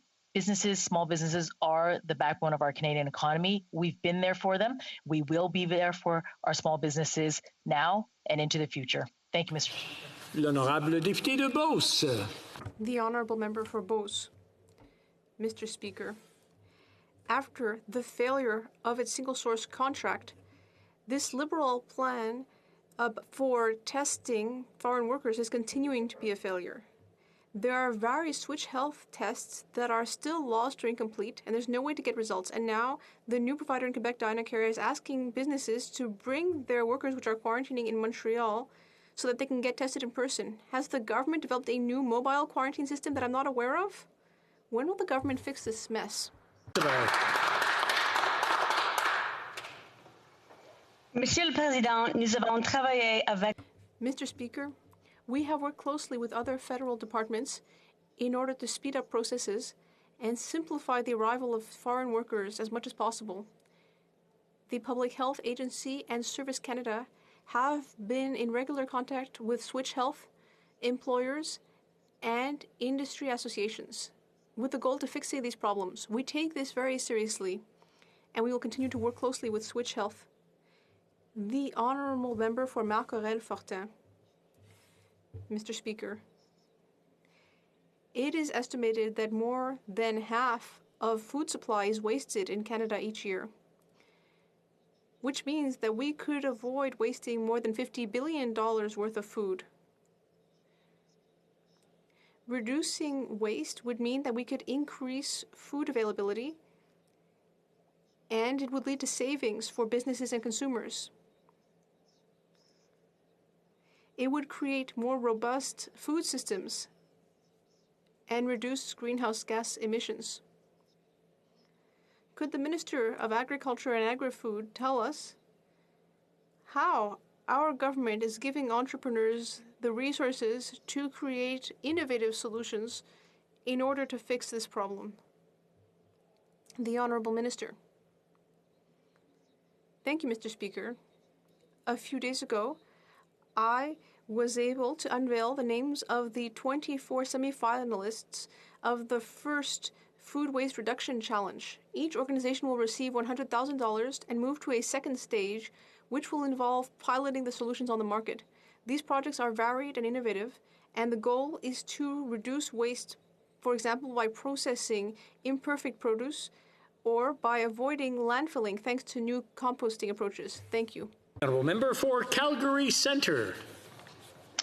Thank you, Mr. Speaker. Enbridge Line 5 has been consistently sanctioned as safe by the U.S. regulator. Now, the governor of Michigan is trying to overrule that federal oversight authority. Enbridge is being pushed into U.S. court to defend the energy needs of Canadians and the 30,000 jobs in Ontario that depend on Line 5. This pipeline operates under an international agreement signed by our two nations. For the sake of Canada's energy security, will the Prime Minister step up and engage with the U.S. President on the enforcement of our treaty? The Honourable Minister. Mr. Speaker, Line 5 is a critical energy and economic link between Canada and the U.S. Because of our efforts, it continues to operate today. On Tuesday, the Government of Canada filed an amicus brief in the U.S. District Court for the Western District of Michigan, sending a clear signal as to where Canada stands on this issue. I want to thank my counterparts, Minister Savage in Alberta, Minister Eyre in Saskatchewan, Minister Rickford in Ontario, and Minister Julien in Quebec for their collaboration and their unity on this issue. This is a full court press by Team Canada with the support of industry and labour. Thank you, Mr. Speaker. The Honourable Member for Regina Louvain. Mr. Speaker, we've seen nothing but incompetence from this Natural Resource Minister. Why do we have to wait for a U.S. mediator to tell us if and how long we can continue to use Line 5? On this file, the minister has done the very least he could and at the very last moment. Line 5 is the critical piece of energy infrastructure in Canada that supplies Western Canadian oil to Eastern refineries and creates good-paying jobs along the way. If the relationship has never been better between the U.S. and Canada, why doesn't the Prime Minister pick up the phone, call President Biden, and get the Line 5 issue resolved today? The Honourable Minister. Mr. Speaker, I take exception to the Honourable Member's comments. First of all, we're taking the exact approach that the Canada-U.S. Special Committee asked us to, the same approach that the provinces of Alberta, Saskatchewan, Quebec, and Ontario had urged us to. Canada has filed an amicus brief in the U.S. District Court for the Western District of Michigan. It sends a clear signal as to where Canada stands on this issue. We are encouraged that Enbridge and the state of Michigan continue to participate in the court-ordered mediation process. We are confident it will yield a local solution. Thank you, Mr. Speaker. The Honourable Member for Essex. Thank you, Mr. Speaker. Mr. Speaker, this government's failure to secure our borders has yet another casualty. 14 months ago, the Canada-U.S. border was closed, land, sea, and air. While Canadian charter boats are moored at dock, American charter boats are being issued work permits by this government. There was a recent sting by the RCMP, but generally enforcement of our sea border has been lax. When will the Minister of Public Safety pull these work permits permanently and start enforcing our sea borders? The Honourable Minister. Thank you very much, Mr. Speaker. And I appreciate the member's acknowledgement that, in fact, we did close our border with the United States 14 months ago, and we've imposed unprecedented restrictions on the movements of people and goods across that border, while at the same time maintaining essential supply lines. Mr. Speaker, as the member acknowledged, there has been enforcement by the RCMP onto the issue that he raises, and we'll continue to do our job, working very collaboratively, reciprocally with our U.S. counterparts. Those measures, Mr. Speaker, are working to help keep Canadians safe while we work towards the successful vaccination of our population, and we'll continue to maintain those restrictions as long as they are necessary. Honourable Member for York Centre. Mr. Speaker, I've been discouraged by Conservative politicians with no medical training or background at all promoting what can only be described as vaccine hesitancy. This is not how we overcome the challenges of COVID-19. Canadians have been clear. Each of us, along with family, loved ones, and neighbors, should ensure we get vaccinated when our time comes and should raise our questions with medical professionals. It protects us, those close to us, and our communities. And Mr. Speaker, we've seen the progress. We've seen the action plan, and the action plan is working. Can the minister provide an update on vaccine doses delivered to Canada and vaccinations? The Honourable Minister. Mr. Speaker, I thank the member from York Centre for her question and hard work. Here are the facts, Mr. Speaker. Over 50% of adult Canadians have received at least one dose of vaccine. We have delivered 21.5 million doses to provinces and territories, and Canada stands among the top 3 countries in the G20 for daily vaccination rates. We will receive up to 48 to 50 million doses prior to the end of June, and up to 100 million doses prior to the end of September. We're working together to get Canadians vaccinated, Mr. Speaker. Thank you. The Honourable Member for London Fanshawe. Pay equity passed in 2018, but the final regulations of this act have yet to be implemented. Some women will have to wait more than a decade after this legislation passed to see pay equity. The Minister of Labour stripped workers of their rights with back-to-work legislation in a day, but is missing in action when it comes to defending women's rights to equal pay for equal value. Why is it when it comes to attacking workers' rights, they can do it in a day, but when it comes to defining women's rights, they ask for a decade? The Honourable Minister. Mr. Speaker, we are the first government to anchor our economic growth in women's health, in women's safety, and women's labor force participation. We move forward with pay equity legislation. Despite the protests from the Conservative Party of Canada, we will continue to work to ensure that women have equal pay for work of equal value and are safe everywhere. The Honourable Member for Saanich Gulf Islands. Thank you, Mr. Speaker. The increasing crisis in the Middle East is a danger to the region and beyond. We are hobbled when we limit our response to both sides must de-escalate. Yes, they must. But true peace will never be achieved if we keep ignoring that one side is the occupier, the other is occupied. This current crisis was provoked by actions of the Netanyahu government and other extreme elements within settler groups. Can Canada speak out clearly to defend the Palestinian people against illegal annexation, illegal settlements, and illegal forced evictions? The Honourable Minister. Mr. Speaker, Canada remains gravely concerned by the continued expansion of settlements and by the demolitions and evictions, including the ongoing cases of Sheikh Jarrah and Silwan. These actions impact families and livelihoods and do not serve peace or international law. Unilateral actions that prejudice the outcome of direct negotiations and further jeopardize the prospects for a two-state solution must be avoided. We will always stand ready to support efforts for a two-state solution. I'm afraid that's all the time we have for questions today. We have I believe, a couple of points of order. Nous allons aller avec le... We'll start with the first one. Members for Sydney Victoria has a point of order. Yes, Mr. Speaker. During the statements, you had indicated that one should be wearing their jacket and a tie. Must have been my posture or camera angle. I was wearing a beaded medallion, which was gifted me by the Office of the Treaty Commissioner in Saskatchewan. I believe on previous occasions you have ruled that this was appropriate and allowed in the House. And I think it's especially important considering Maclean's magazine praised your previous ruling in this month's article in the fashion section, where you were able to say that indeed this respects the growing diversity of this House.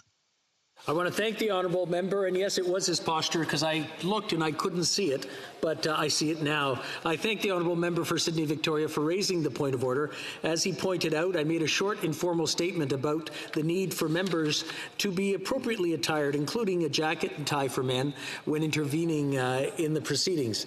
As members know, this remains an important element in upholding the standard of decorum in the House. However, I would like to take this opportunity to reiterate that the long-standing practice of members wearing Indigenous attire is also appropriate during their participating in the proceedings. In these circumstances, due to the virtual participation of members, it was difficult to tell if the member was in fact appropriately attired, which he was, and I thank the House for their attention to this matter. And again, I just want to point out that I was trying to see if I could, and I'd rather remind all members rather than interrupt the member in the middle of his statement, which he did an excellent job with. The honourable the honourable parliamentary secretary to the Minister of Labour has a point of order. Thank you very much, Mr. Speaker. Mr. Speaker, there have been discussions amongst the parties, and if you seek it, I hope you will find unanimous consent for the following motion: that the House recognize that each year thousands of Canadians are asked to serve on juries and contribute to the Canadian justice system, and designate the second week of May in each year as Jury Appreciation Week in Canada to encourage those Canadians who provide this public service and to recognize their civic duty. Thank you, Mr. Speaker. All those opposed to the honourable member moving the motion will please say nay. I'm afraid we don't have unanimous consent in the chamber. Rappel au règlement. Point of order, the honourable member from Montarville. Mr. Speaker, there have been discussions among the parties, and I think you'll find unanimous consent for the following motion: that this House, A, denounce the resurgence of violence between Palestinians and Israelis that led to the death of at least 7 Israelis and many more Palestinians. B, call for an immediate ceasefire. C, reiterated support for a two-state solution. D, exhort Israel to stop acquiring more Palestinian territory. E, denounce the Hamas rockets against civilians. F, call on Israelis and Palestinians to quickly return to the negotiating table to find a lasting peace. All those opposed to the honourable member moving the motion will please say nay. No. D'accord. Oh. Nous avons... We do not have unanimous consent. The honourable member for Saint-Laurent on a point of order. Yes, Mr. Speaker, there have been discussions among the parties, and I believe you will find unanimous consent for the following motion: that notwithstanding any standing order, special order, or usual practice of the House, on Friday, May 14th, 2021, at the ordinary hour of daily adjournment, the House shall consider and dispose of Bill S-223, an act respecting Kindness Week, as follows.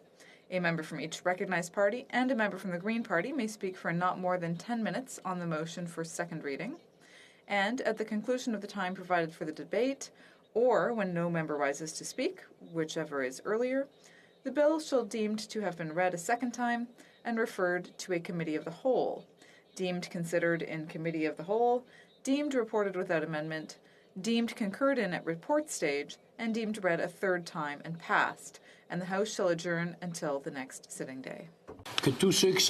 All those opposed to the honourable member moving the motion will please say nay. D'accord?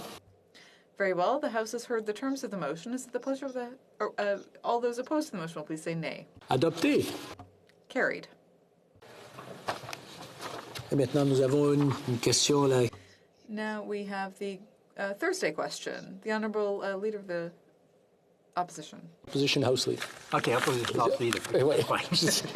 Excuse. Allez-y. Thank you so much, Mr. Speaker. So yesterday I quote someone, today I will quote you. You said during question period that we are in the week 5 of a long stretch. End of the quote, unquote. So, Mr. Speaker, yes, nous sommes à la fin d'une... Yes, we are at the end of a 5-week stretch where we all worked, consecutive weeks at the House of Commons. Next week we'll all be in our ridings, still working hard for our constituents, but in our ridings. Now I'd like to know from my counterpart across the way whether he can tell Canadians what will be coming up on the agenda in the coming days. I thank the Opposition House Leader, and now we'll go to the Government House Leader. Well, thank you very much, Mr. Speaker. I want to thank my colleague and friend for his kind question, which gives me the opportunity to update parliamentarians on what we can expect in the coming days. This afternoon, of course, we'll be continuing debate on the Bloc Québécois opposition motion. Tomorrow we'll be resuming debate at third reading of Bill C-15, which, as you know, has to do with the United Nations Declaration on the Rights of Indigenous Peoples. And pursuant to Standing Order 81-4, May 26th, Wednesday, will be designated for Studying Committee of the Whole of the main estimates. And the 31st of May, the following Monday, will be for the Minister of Foreign Affairs, Commerce and Development. So as my colleague said, next week we'll be in our riding. So I wish you all an excellent riding week. And I'm looking forward to seeing you for the following 5-week stretch, the final 5-week stretch. Thank you, Mr. Speaker. Orders of the day. Orders of the day, government orders, business of supply. Resuming debate on the motion standing in the name of Mr. Terrien on elections during a pandemic. Resuming debate, the Honourable Member for Avignon-La-Métis-Matane-Matapédia has 3 minutes of questions and comments remaining. Questions and comments.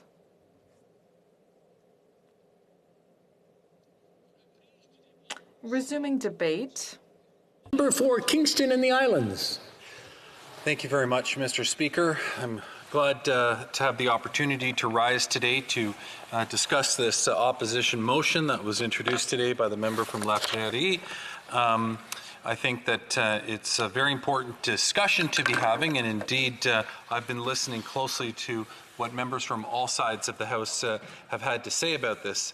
And I will admit, Mr. Speaker, that I'm perplexed, as I've mentioned in a few different interventions today, that despite the fact that I'm squarely in the camp of those who do not want to have an election during a pandemic, I am concerned about the manner in which this motion is being brought forward by the Bloc Québécois, namely that just only 2 days ago during question period, the member from Belleuil-Chambly, the leader of the Bloc Québécois, said himself in response to a question from the Prime Minister, he said, "I'm not afraid of an election, bring it on." You know, the Conservatives and the Bloc seem to be startled by the concept that we would like to be prepared in the event of an election, one that can be easily triggered by the opposition. They seem to be confused by that, but yet we have the leader of the Bloc Québécois saying, bring it on. That's what he actually said during question period. So to want to be prepared when you have the leader of the Bloc Québécois making comments like that, that quite often is put in the position of being the party that is deciding between going to an election and not. I think it gives great need to be properly prepared and to bring forward legislation like is being put forward in C-19. You know, I find it also very interesting that the Bloc Québécois has talked about consensus when they talk about Bill C-19, the need to ensure that we have consensus when changing our election laws in this country. They've mentioned it many times today, but I think it's extremely hypocritical. Something else that relies tremendously on consensus in this House is changing our standing orders. When we change the standing orders, for those that don't know, the rules that govern how we debate in this House, how we conduct ourselves, how we follow different procedures, usually those are changed with consensus. But only a year ago, the Bloc Québécois teamed up with the Conservatives, the NDP, the Green members, and probably the Independents at the time, to change the standing orders, to change the number of opposition days that are given. So they come in here and they say, we need consensus for C-19. There absolutely must be consensus amongst all parties. Yet their actions from a year ago, when it came to changing the standing orders, was that, we don't need consensus, we got a majority. We can just change the rules with our majority. So I find it extremely hypocritical when the Bloc can come in here and start preaching about consensus. Now, of course, the response to that argument or that suggestion, as I heard before, was, well, we were only changing it temporary. We were only changing the rules temporarily to add those 3 days. We weren't doing it indefinitely, just temporary. Well, guess what? C-19 is just a temporary bill. It's just temporarily putting some temporary rules in place in the event that an election happens to get called. So the Bloc really needs to stand up. Somebody needs to stand up and explain to me what the difference is between consensus on C-19 and consensus on standing orders. Because from my position, Mr. Speaker, the only difference is their opinion on the matter and their desire on the outcome. And of course, the reason why we need very important measures in place during an election, during a minority parliament, is in the event that an election happens to get called. And people change their minds all the time. You know, the Conservatives right now are saying, we don't want an election. But I sat in this House for 5 years when the Conservatives said, we don't want carbon pricing. Well, guess what? They changed their mind on that. Who's to say they won't change their mind on an election? So maybe, just maybe, in the event that the Conservatives suddenly say, actually, you know what? We change our mind like we did on carbon pricing. We change our mind and we want an election now. Maybe, just maybe, in the event that they do that, we should have some measures in place on how our chief electoral officer should run an election. And that's all that C-19 is doing. People have been coming out here and they've been saying it's a permanent change to our election process. I've heard conservative after conservative say we're changing the way that Canadians vote. Other misleading information. You can count the ballots until the day after the election, which is totally false. There is one small exception built into the legislation that talks about if an election happens on a Monday, that's a holiday when mail is not delivered, that there should be a consideration to count those ballots on the Tuesday morning because they wouldn't have been delivered on the Monday. But the Conservatives come out here and talk about a massive shift in the way that we run elections and count ballots and counting ballots after election day. Think of the possibilities of that happening. There are only so many Mondays that are holidays during a year. And if it happens, it's only because the mail wasn't delivered. But you know the problem, there's a deeper problem to this, Mr. Speaker. When you go around and you start making comments like that, when you start talking about counting ballots afterwards, and you start to sow the seeds of doubt, Mr. Speaker, in the minds of Canadians as it relates to the integrity of their elections. And did we see that anywhere else recently? I think we did. Not that long ago, our neighbors to the south, and there was a leader there that sowed the seeds of doubt for months. And I think it would do very well for all members of this House to be very careful when it comes to sowing the seeds of doubt about our electoral process. So be upfront, Mr. Speaker. Members need to be upfront. And if they have a problem with the fact that under certain circumstances, ballots might have to be counted on a Tuesday if the Monday was a holiday, at least identify that that's the case and not outright all ballots will be counted after. And then you know what? Take it to committee and see if the committee can look at how to fine-tune that. But don't intentionally sow the seeds of doubt in Canadians. And I will say I'm skeptical on this. Because back when Proc was studying this back in the spring, I was on the committee, and indeed, Conservative members at the time were sowing the seeds of doubt. I would refer you to David Aiken's reporting on that from back at the time, where he specifically said, as he was watching the committee meeting, that Conservatives were sowing the seeds of doubt about the validity of mail-in ballots.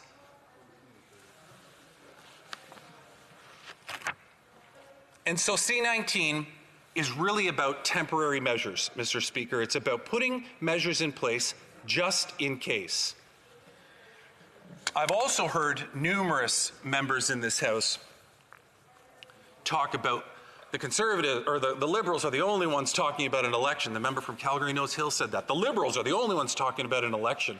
I encourage anybody to go onto the feeds, the Twitter and Facebook feeds of the Liberal Party and the Conservative Party, and you tell me who keeps talking about an election. The Conservatives shared a tweet yesterday, Mr. Speaker, get this, as if there was nothing else to get political gain from. They shared a tweet of a meme that had two pictures in it. The picture on the top, I wish I could show you, but it would be a prop, so I can't. I'll have to describe it the best I can. The top picture was a bunch of people having fun and dancing in the sun, and above it, it said, a one-dose summer. The picture below that was a middle-aged man with a mask on his face, an oxygen mask on his face, lying in a bed, a hospital bed. And the caption above that said, Trudeau summer. I'm referencing it, I'm quoting it. I maybe shouldn't have said that. I'm happy to be corrected on that. But that's what it said. And my point is that who's looking for an election? Who's looking for an election right now? Who's trying to gain political points right now? You go no further than the social media feeds of the two political parties, and you'll see who's talking about an election. So we have the Conservative Party who's blasting out these tweets that are politically motivated. We have the Bloc Québécois whose leader said in this House 2 days ago during question period, bring it on, in reference to an election. And then they're standing here trying to wrap their heads around why it is we want to be prepared with Bill C-19.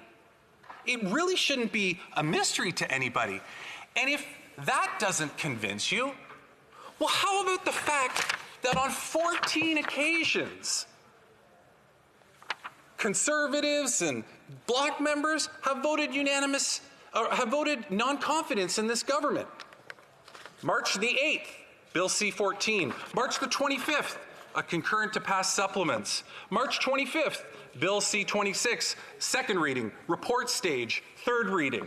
March 25th, concurrence on the interim supply. March 25th, Bill C-27, more interim supply. All confidence votes. April the 15th, the fall economic statement, Bill C-14. April 21st, budget motion. April 22nd, budget motion amendment. April 26th, another budget motion. April 30th, the motion to introduce the Budget Implementation Act. Time after time. They're voting against this government and showing that they don't have confidence. And I'll hand it to the member from Transcona, Elmwood Transcona, I think it is, who said that he said earlier in his intervention that it was necessary for somebody to work with the government. Well, I'll hand it to the NDP. They are working with the government from time to time. And we used to see that in the beginning a little bit from the Bloc as well. And we totally don't see that anymore. But the NDP are to a certain degree. And so, Mr. Speaker, as I know I'm getting towards the end of my time, I do want to just highlight one more thing with respect to this motion. If you look at the resolve clause in this, or the second resolve clause, it says, and that in the opinion of the House, holding an election during a pandemic would be irresponsible, and that it is the responsibility of the government to make every effort to ensure that voters are not called to the polls as long as there is the pandemic continues. I agree with this. Actually, I agree with this motion by and large, Madam Speaker. But what I disagree with is that it's only the responsibility of the government.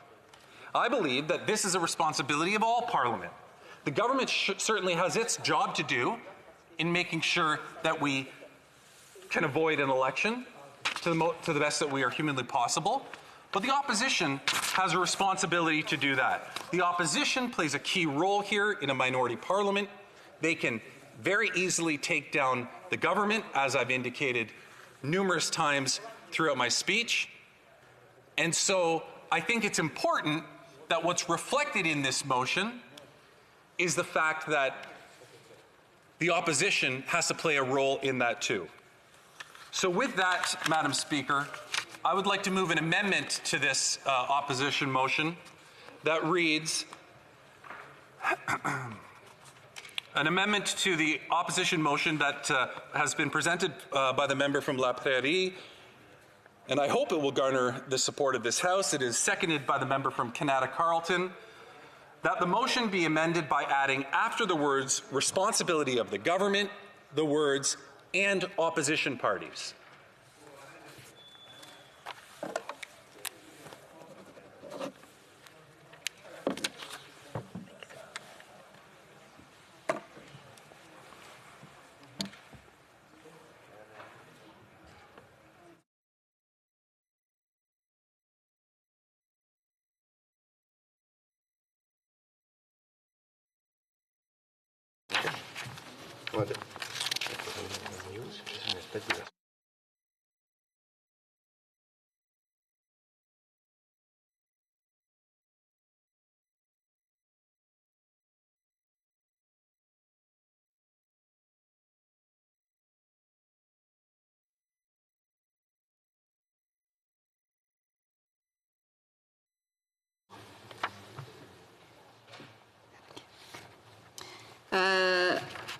Amendment to the motion, Mr. Gerritsen, seconded by Mrs. McCrinnan, moved the following amendment. That is why I am that the motion be amended by adding after the words responsibility of the government, the words and official oppositions. Je dois informer les It's my duty to inform the House that an amendment to the opposition motion can only be moved with the consent of the mover. Accordingly, I would ask the honourable member for La Prairie if he consents to the proposed amendment. The honourable member for La Prairie. No, I refuse consent.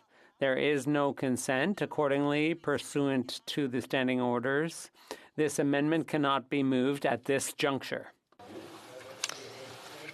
Questions and comments? Questions et commentaires? L'honorable député. The honourable member for Saint-Jean. Thank you very much, Madam Speaker. I'd like to thank my colleague for his speech. I have a lot of respect for the member for Kingston and the Islands, and I'd like to think that he wouldn't take such intellectual shortcuts, but he's saying that the Bloc wants an election, and the proof of that is that they've voted against some confidence measures. I'd like to give him a chance to clarify that position. Could he not admit that there's a difference between voting against confidence motions and wanting an election? Could it just be that we didn't agree with the proposed measure? The honourable member for Kingston and the Islands. But that misses my point. My point is, Madam Speaker, that it's possible that we still go into an election as a result of all these confidence votes that we've had and the way the opposition has been voting on them. It doesn't change her comment, Madam Speaker, doesn't change the fact that we still need to be prepared. It might change perhaps the motive, which quite frankly is irrelevant to the election process. We need to be ready. And whether the Bloc wants an election or not, they're certainly playing their hand in a way that would suggest we could have one. And comments, questions et commentaires. The honourable member for Red Deer Mountain View. Well, thank you very much, Madam Chair. And earlier in the speech, the honourable member had talked about changing of standing orders. So I just wanted to remind him of the last Parliament, where there was changing of standing orders from the government when they just about lost a vote when they had the majority, and there had to be 3 days of points of privilege to prevent the government from continuing as they went after the Prime Minister for his actions. But I'm just curious if the member could confirm to his backbench and to everybody here that they would probably want to wait until after the full 6 years from the 2015 election, so that pensions could come into play. Honourable member for Kingston and the Islands. Well, we know what's on the mind of Conservatives. I mean, I can't believe that I was just asked that question in the middle of a pandemic, when the reality here is, Madam Speaker, that we've been focusing on taking care of Canadians throughout the last 15 months. That's been the focus of this government. We clearly know where the Conservatives' heads have been. What an absolute joke that question was. What is important here, Madam Speaker, I do not want to go into an election. I want to avoid an election, and it certainly is not for the point of for the purpose that the member indicated. It is because during a pandemic we don't need that. But the reality of the situation is it's very possible that it happens, in particular when you reflect on the way that the opposition parties have been voting. Questions and comments. The honourable member of South Okanagan, West Kootenay. Well, thank you, Madam Speaker, and I'd like to thank the member from Kingston and the Islands for his speech. You know, he referenced the study that the Committee on Procedure and House Affairs did on holding a pandemic election. And one of the main recommendations from that study in the report was that the Prime Minister not call an election during a pandemic unless the government loses a confidence vote. And I just wonder if he agrees with that recommendation that the Prime Minister should not call an election unless it's the result of a confidence vote. Member for Kingston and the Islands. We see that it was a unanimous report, as the member indicated, so the Liberal members on that committee felt that that was the way that what they wanted to support. As our representatives on that committee, I stand by their recommendations, having had the opportunity to study it. Unfortunately, I wasn't on the committee when that particular report was done. But Madam Speaker, you know, at the end of the day here, what is important is to recognize that we have an opportunity to work together to get through this for the betterment of all Canadians, and I think that we really need to strive to do that. I know the NDP has been trying. They've been supporting various different processes along the way in the budget, and I hope that that relationship can continue, not for this House, but for the betterment of Canadians. Comments. The Honourable Parliamentary Secretary to the Minister of Public Safety and Emergency Preparedness. Oui, merci beaucoup, Madame la Présidente. Thank you very much, Madam Speaker, and I'd like to thank the member for Kingston and the Islands for his speech. He's always very eloquent. I'm very confused to see that the Bloc would not support such a clear and simple amendment that recognizes the government's responsibility, but also the opposition's responsibility. And this is fitting in a minority parliament, that each party does its fair share and shoulders its fair share of the responsibility. And when we face a confidence vote, the government could fall. So we need to be ready. It's the only responsible thing to do is to be ready for the government to fall and ready to go to the polls if the opposition forces our hand. And so it's only the responsible thing to do in a pandemic is to be prepared for that eventuality. And the Bloc leader was talking about his desire to go to the polls and that the pandemic was of secondary importance. And he said that all over the place last summer. So I think the only responsible thing to do is to support C-19. And I'd like to hear the Bloc explain that inconsistency in their positioning, because we all have a responsibility as parliamentarians to be very ready for an election. I mean, I'm shocked, Madam Speaker, that the Bloc Québécois did not accept my amendment.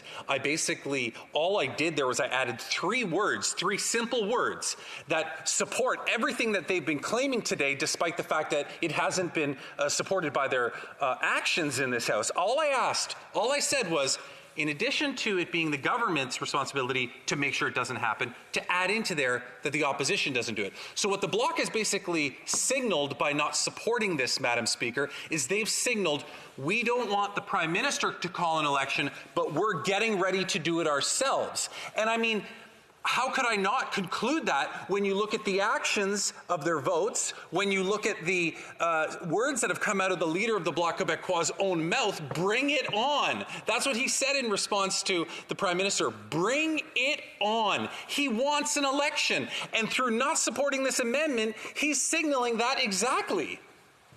Questions et commentaires. The honourable member for Nanaimo Ladysmith. Well, thank you, Madam Speaker, and I'd like to thank the honourable member from Kingston and the Islands for his speech. And he noted in the speech, I support, changes to the Elections Act so that in case we have to have an election during a pandemic.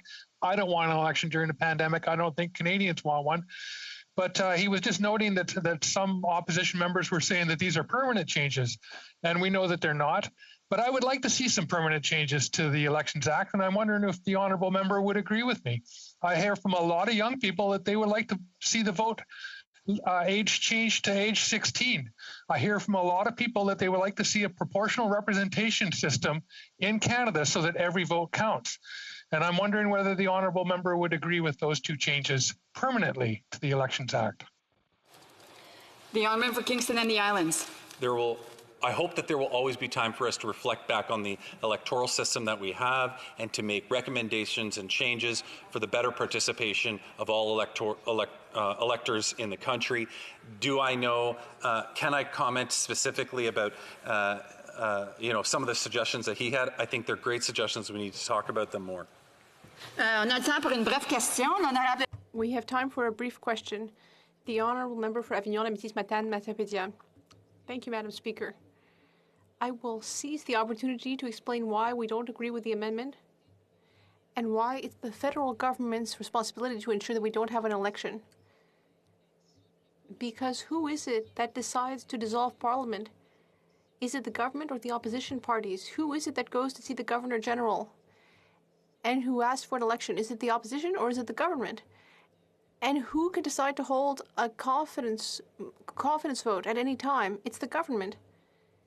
So my question for my honourable colleague, he seems to be trying to blame all the other parties for a possible election, but it's actually the government here that has tabled C-19 and that has ultimately imposed a gag order on it.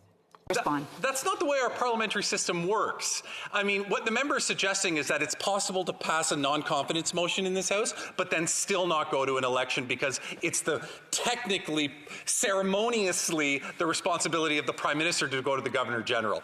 That's not the way it works. It's not worked like that for 175 years. And to make that suggestion only underscores the narrative, the false narrative that's been put forward by the Bloc Québécois today. Reprise de débat. L'honorable député de Resuming debate, the honourable member for Shefford. Thank you very much, Madam Speaker. I rise today on the Bloc Québécois Opposition Day on the important issue of elections. In a pandemic, the motion is that the House remind the government that a general election was held in October 2019 and sadly note that more than 1.3 million Canadians, including almost 360,000 Quebecers, have been infected with COVID-19, and that nearly 25,000 people have died as a result. And in the opinion of the House, and I would just say that as a seniors critic, I would add that they were the first victims of this pandemic, the greatest victims, and that we shouldn't try to manipulate them with the promise of a one-time $500 check just before the government's target period for a pandemic election. Anyway, the motion continues. In the opinion of the House, holding an election during a pandemic would be irresponsible, and that it is the responsibility of the government to make every effort to ensure that voters are not called to the polls as long as this pandemic continues. So I will address this issue from three perspectives today. First of all, I'll explain the choice of our motion today. Then I'll put on my former journalism student hat, and then my former political science student and dyed-in-the-wool social democrat hat. I would like to begin by reminding my honorable colleagues that the Bloc Québécois agrees that if an election were to be held during a pandemic, adjustments would indeed be necessary to ensure that the vote is held in accordance with public health rules. But that is the question. That's the entire question. Should an election be held? And there are several reasons for our motion today. From a technical perspective, the bill contains major gaps and imprecisions that must be discussed and debated. From a public health and even an ethical point of view, calling an election in the current climate is not a responsible decision. I will give a specific example. As critic for seniors, I am concerned about the fact that in the Act, there would be voting centers, or whatever it is called in the Act, in residences for 16 days prior to the vote. And there would be election workers who would be taking turns there for 19 days in these seniors' residences. This is unnecessary. They have many ways to vote, and they can always vote by mail if necessary. And beyond that, there's also the psychological aspect of perhaps having strangers in their residence, constantly urging them to vote. Even though we don't know exactly what the details are yet, we can imagine. Now, second, as a former journalism student, I am always interested in commentators' comments. And I will quote some of them to show that this is not a wild idea dreamed up by the Bloc, as other parties have suggested, but that instead our motion today truly reflects the concerns of the people of Shefford, who I've heard from, and the people of Quebec and Canada. For example, we heard from Mario Dumont on QUB. On May 10th, in a broadcast, he said, "I remember at the National Assembly there was a committee, the Advisory Committee for the Chief Electoral Officer, which sat in Canada because we didn't want election law to be subject to public squabbling. It was said that parties should try to reach an agreement first, but here, adopting new voting rules for an election that might only be a few weeks away is not healthy." Now, Mr. Speaker, that might be hard for the Liberals to understand. They tend to ignore the specific situation of Quebec and its National Assembly. We also heard Emmanuelle Latraverse on May 10th. She said, "Changing legislation without going through Parliament goes against the rules of our electoral system, which advocates searching for a consensus." The irony of all this is that the Liberal Party has decided to put time allocation on this, but they were the ones to wail and gnash their teeth when the same issue arose under the Harper regime. The more things change, the more they stay the same. The Liberals can only blame themselves for the timing of this legislation, and many other commentators have said something similar. Still, in the media world, in a public opinion poll, an Ipsos Global News poll from April 18th, so not that long ago, found that 57% of voters believe that an election during a pandemic would not be fair, and according to a Léger poll on April 16th, only 14% of Canadians want an election this spring, 29% want it this fall, and 43% want it later. Liberal voters are even more hesitant. Only 6% want a spring election, and 26% a fall election, and 60% want it later. That's a huge majority. Now, I will turn to how I feel as a former student of politics. I'm very concerned. We know that every crisis has two main risks. We know that the federal government, on the one hand, could interfere in the jurisdictions of Quebec and the provinces, and on the other hand, the risk of austerity during the recovery, which could lead to a catastrophe, for example, for our healthcare system. And in addition, there's a serious risk of eroding our democratic systems. That is why it is inconceivable that a minority government would impose a gag order on Parliament on a bill intended to regulate the democratic rights of citizens. Let's recall here the context of when Bill C-19 was introduced. Since the beginning of the pandemic in 2020, questions have clearly arisen, given that we currently have a minority government, about the fact that an election could be held. Since then, there have been general elections in New Brunswick, British Columbia, and Saskatchewan, as well as 2 federal by-elections in Ontario, under the provisions of the current legislation. Then we saw what happened in the Newfoundland and Labrador provincial elections. That showed the risks of a pandemic election. Due to an increase in cases of COVID, the voting day had to be cancelled, and voting had to be done by mail. In 2019, 61% of citizens voted, but the rate was not even 51% in the last election. And that calls the legitimacy of the government into question. We should be doing everything we can to increase turnout. That's how things should be. And so, in a federal election, this kind of scenario could significantly affect voter turnout. Now I'll continue with the timeline. On October 5th, the Chief Electoral Officer of Canada tabled a special report on his recommendations for conducting an election during a pandemic. On October 22nd, on December 8th rather, the Procedure Committee adopted an interim report on its study, which was its report on pandemic elections, and the Bloc Québécois issued a supplementary opinion to this report, demonstrating its usual willingness to cooperate. But then, ignoring the committee's work, the government introduced its own bill on December 10th, 2020, an act to amend the Canada Elections Act, in response to COVID-19. Meanwhile, the Chief Electoral Officer of Canada is considering a variety of administrative measures to accommodate the impacts of COVID-19. Since the introduction of Bill C-19 on December 10th, there have been only 4 hours of debate over 5 months. That's it. Then, on Friday, the government House leader indicated his intention to table a time allocation motion, a gag order, for Bill C-19 as early as the following Monday, May 10th. There was a 45-minute debate on that. Then there was a vote. The Bloc Québécois and the Conservative Party voted against the gag order, but in favor of sending the bill to the Proc Committee. Then there were 3 hours and 50 minutes of debate that mainly were debating the time allocation order. So ultimately, what this means is that in short, the Liberals let the debate drag on and then rushed it to the end of the session in the face of the summer recess and a drop in the polls. In addition, voting by mail across Canada would present significant logistical challenges and a potential infringement on the exercise of the right to vote.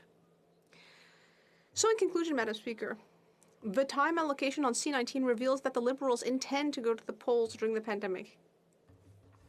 This is what observers are taking away from this unnecessary legislative maneuver. The Liberals are showing us that their election agenda is more important to them than vaccination, economic recovery, and lifting health measures and lockdowns. Because all of that isn't going to just be solved by waving a magic wand at the end of the summer. I'll repeat, no one wants to go to the polls. So the Bloc Québécois is proposing that all parties seek a consensus by having all the leaders of the parties meet to find common ground.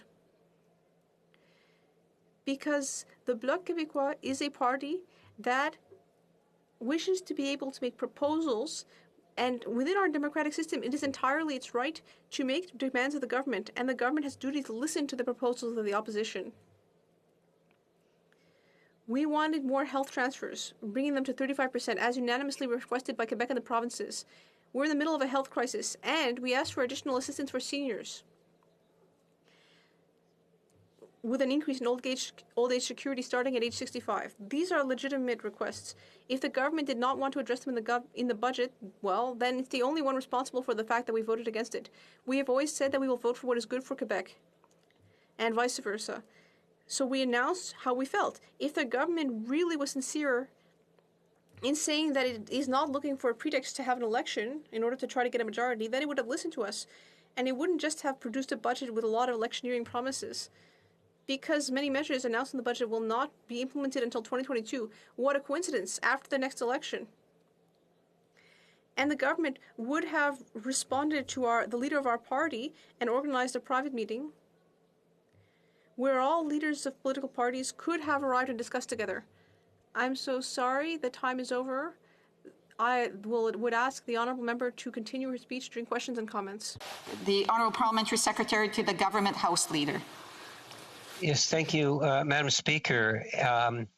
There's many aspects of the member's speech that I would take to task. The primary one would be the member seems to give the impression on behalf of the bloc that it would be irresponsible to have an election during a pandemic.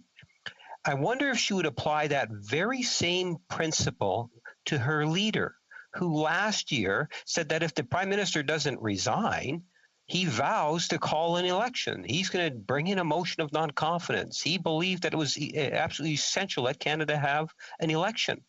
What has changed? Does this bloc now fully endorse the Prime Minister? What changed between now and then?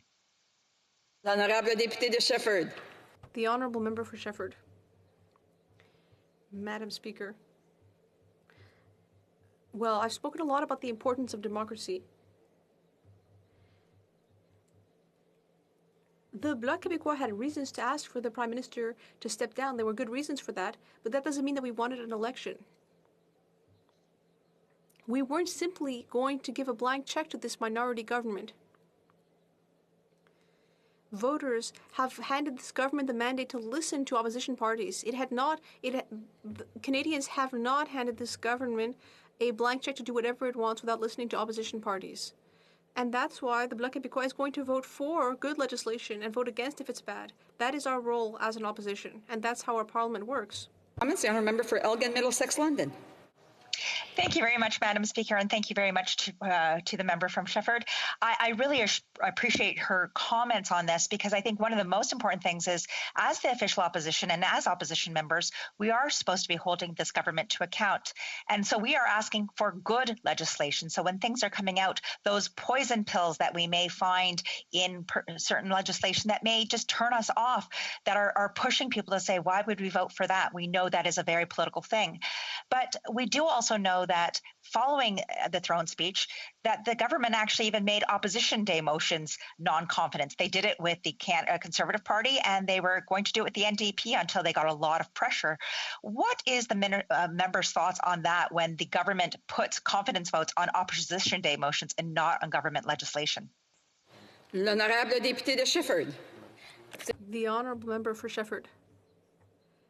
Madam Speaker, the way I see it is that it's an additional signal that the government is struggling to find any way to have an election. It's showing a real contempt for what voters want, and it's ignoring democracy and the pandemic. It just wants to get a majority. It's deplorable, and the government is responsible for the situation right now, and it clearly is just looking for a reason to have an election. Power River. Thank you, Madam Speaker, and I want to thank the member for her speech. You know, one of the things that I can't help but come back to is the fact that there was an all-party recommendation in the Procedure and House Affairs Committee that agreed that there should not be an election called unless there was a confidence vote. And, you know, I appreciate that the Liberals in that committee agreed to that, but does this member not think that the Prime Minister should back up his MPs and support that as well? L'honorable député de Shefford. The honourable member for Shefford. Thank you very much, Madam Speaker. Well, my honourable colleague for La Prairie, who was on the PROC committee, said this morning that there seems to be a division among the Liberal ranks. On PROC, this is being supported, but then there's also this bill, C-19, where the Liberals are proceeding using time allocation, which is an affront to democracy. It's very contradictory to propose a democratic legislation about elections while imposing time allocation. So there seems to be a division among the Liberals. There would have been a simple consensus answer to all this. Why are they ignoring the way things should be done? Why not have a consensus? The honourable member for Drummond. Thank you, Madam Speaker. Well, I've got big shoes to fill after my colleague from Shefford. She's always very eloquent, and I want to thank her for her speech. Well, Madam Speaker, it's just astonishing to see Liberals speaking today on C-19 And, you know, if I knew that they were going to be so passionate about this subject, maybe the Prime Minister would have thought twice before imposing closure, because it seems that they have a lot to say now. I think we can all agree that a pandemic is not the time to have an election. And the Bloc Québécois motion today is really a motion based on common sense. It's a motion that really just says that there were elections in October 2019, that over 1 million Canadians have been affected by COVID-19. Many, many people have died, and having an election during the pandemic would be irresponsible. And so the government needs to do everything in its power to avoid that from happening. But I understand that the government might want to be ready just in case opposition parties want to bring it down. That's the stated reason, in any case. But we're not naive. Quebecers are not naive. The only reason the Liberals want to pass C-19 quickly is because they're anticipating an election in the next few months. I think it's that simple. So I find it irresponsible from this government to even think about an election and then to try to blame it on opposition parties. It just seems like this is the height of cowardice. It's true that if things had been normal, there probably would have been an election this year, maybe even earlier, because frankly the Liberals aren't doing all that well. They don't necessarily deserve the confidence that voters placed in them. Well, there are a number of examples of this. Of course, we're familiar with the fact that the Minister of Defense failed to act on allegations of sexual misconduct by the former chief of the defense staff. The Minister of Economic Development and Official Languages failed to save Laurentian University's Francophone programs and said that she would work to reverse the current anglicization of Quebec, but we're still waiting. In the meantime, Quebec's had to table its own reform of Bill 101. The Minister of the Environment and Climate Change is having a hard time reducing greenhouse gases. In fact, it seems like he's encouraging greenhouse gases through his actions. For example, he gave exemptions to the companies DuPont and Owens Corning. Exemptions that allow them to not respect the standards set by departments for the manufacture of insulation panels. And this is all being done at the expense of companies like Suprema in my riding, and there are huge financial consequences to this. Then there's the Minister of Heritage, who still hasn't proposed a solution to the urgent problem of our print media crisis. Print media has been suffering for years because of the lack of advertising revenue. And this is causing huge harm to our journalistic content creators. And of course, I won't mention his managing of C-10. Now, the only minister who really acted and fully took on his responsibilities was the Minister of Finance. And I'm referring to the former Minister of Finance, Bill Morneau, who resigned. You know, if this government knew how to collaborate, listen, and govern in a minority government, it wouldn't have so much trouble. But instead of listening to our criticisms and comments, it prefers to act like a 2-year-old. You know that phase that kids go through when they love to say no? Well, Liberals are good at that. They say no to health transfers to the provinces, no to increasing the OAS starting at age 65, no to the single tax return for Quebec, no to applying the tax on digital services like Netflix, Amazon Prime, and other companies that work on subscription and stream content. No to our print media. No to all of the Bloc Québécois' good proposals. But maybe those proposals are starting to look a bit more attractive as the election gets closer, because we know that the Liberals want to cater to Quebecers. Now, I have kids, and they went through that phase of saying no. It's pretty tiring. It's counterproductive, too. There's no way to make them hear reason. That's with a 2-year-old. And here we have a government who's dealing with the same phase. Having an election in a pandemic, Madam Speaker, means that all these measures in the budget were really just election promises. There's actually nothing concrete in it. This government's good at making announcements, but there's no follow-up. Liberals have been doing this since, I was going to say the 2019 election, but I would say even before that. For example, there's the insufficient increase to OAS, which the government is promising for, 2022. They could do it now, but why do it now when you can do it later? Then there's the announcement of $1.3 billion for culture and tourism. Well, Madam Speaker, the government's had the opportunity to include a number of measures for culture and tourism in this budget, in the Budget Implementation Act, in fact. That would really help the industry see some of this money that they really need. But the government didn't do that. The Prime Minister promised 2 years ago that his government would plant 2 billion more trees by 2030. 2 billion trees. That sounds great, but I don't think a lot of them have been planted so far. I don't think any shovels have hit the ground since 2019. Since we can't count on the Liberals, maybe I'll help them with the math here. If you take all of the non-Liberal members of this House, and they decided to do the work for them, well, each member would have to plant 10,869,565.2 trees. I don't want to brag, but I've already planted 2 in my backyard, and I know that my colleague has as well. Well, as Nicholas Machiavelli said in The Prince, to govern is to make people believe. And the Liberals are really good at that. They must have read that book.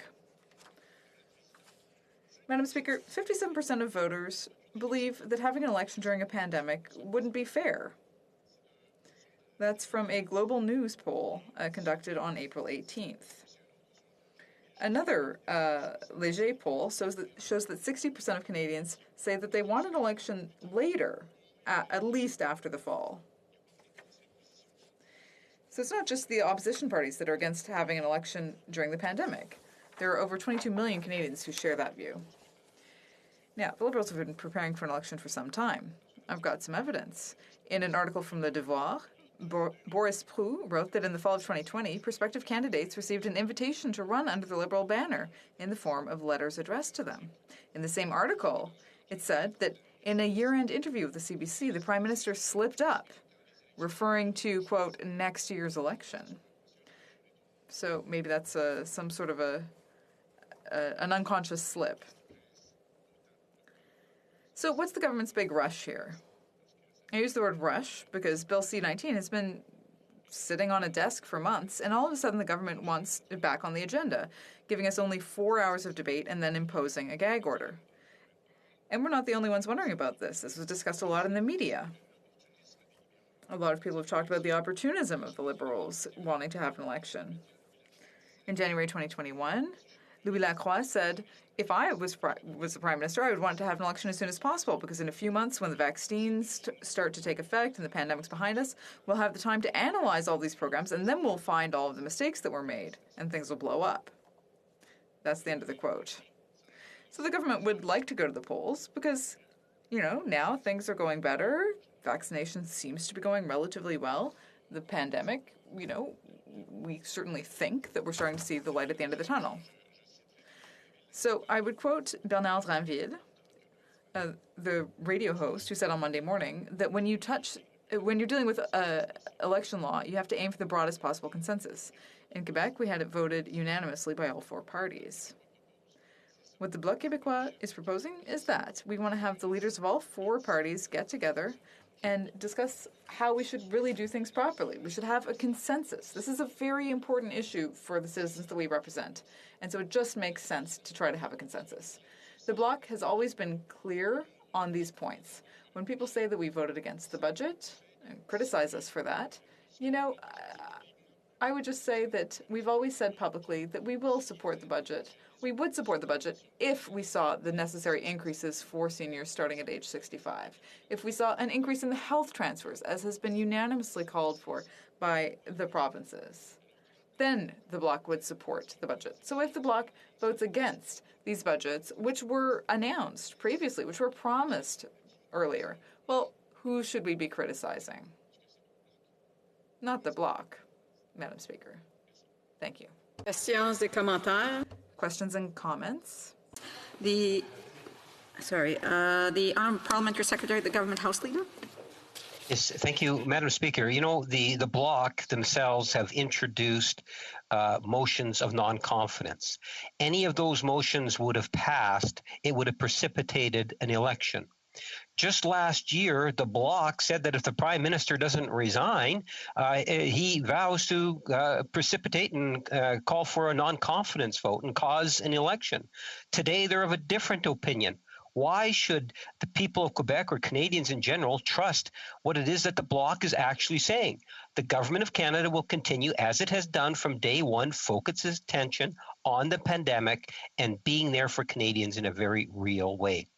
Why the inconsistency on the issue with the Bloc? L'honorable député de Drummond.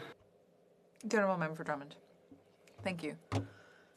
First of all, I just want to reply to the Parliamentary Secretary that if the government really wants to continue to govern, as they say, and they want to do so responsibly and with common sense, well, then they can just adopt our motion, because that's what our motion says. Now, in terms of whether the Prime Minister was trying to call on the Prime Minister to resign, I mean, you need to consider the context. It wasn't the same back then as it is now. And the Bloc is not going to renounce its values. We will always be very transparent about that. We want to represent the interests of Quebec. And if that means that we have to vote against a government bill, a confidence motion, well, you know, we won't go back on our promise to represent Quebecers with dignity. So it's up to the government to do its share as well and to take action and to be responsible, which is not always the case, Madam Speaker. Comments? The honourable member for Battle River Crowfoot. Thank you very much, Madam Speaker. And I would ask my colleague from Quebec to comment on the really absurd inconsistencies that we see from the governing Liberals. I'm sorry, I'm going to interrupt for a second. Is the honourable member's mic plugged in to the computer? There seems to be a big echo and doesn't seem to be coming through correctly. My apologies, Madam Speaker. Very good. That's much better. Thank you very much. The wrong mic was selected, so I appreciate you reminding me of that. I would ask my colleague from the Bloc to comment on really the absurd inconsistencies that the government is highlighting today. First, they seem to want to litigate C-19 when they brought in closure. They claim to not want an election, but refuse to work with opposition parties to find consensus, to have support in what is a minority parliament. So I'm curious if the member would agree with what I'm increasingly hearing from pundits and many political observers, that really the Liberals are just refusing to accept that Canadians only gave them a mandate for a minority government, but they continue to drive down the path thinking that they're in majority and trying to utilize a national global crisis like a pandemic to further their political agenda. The Honourable Member for Drummond. Thank you. I want to thank my colleague for his excellent question. Madam Speaker, this government does have a minority mandate, but rather than, taking responsibility for their decisions, which may be good or bad, they prefer to blame the consequences of the bad decisions they make on supposed obstruction from the other parties. Whereas the mandate of a minority government is really to try to find collaboration, try to find consensus, to work together to try and move issues forward. So, I think when you're a minority government, you need to have a bit of humility. You need to be able to accept criticism, and you need to be able to change so that you can continue to govern for everyone. Time for a brief question. The honourable member for Churchill, Kiwananook, Aski. Merci, Madame la Présidente. Thank you, Madam Speaker. I'd ask my colleague if he believes that adopting the regulations concerning elections should be urgent, or whether, or not. A brief response from the member for Drummond. Well, I think the fact that there's been closure here, this kind of answers that question. The Bloc would propose that the four main party leaders get together and try to reach a consensus, a negotiated consensus. I think that's a simple question of respect and common sense. Thank you. Reprise de débat. Resuming debate. The Honourable Parliamentary Secretary to the Minister for Labour. Merci, Madame la Présidente. Thank you, Madam Speaker, and I'll be sharing my time with the member for Outremont. Madam Speaker, today is May 13th, and it's actually my father's birthday. It's the first birthday since he died. My father is one of the people who died during the pandemic. Section A of the Bloc's motion talks about all Quebecers and all Canadians who died during the pandemic.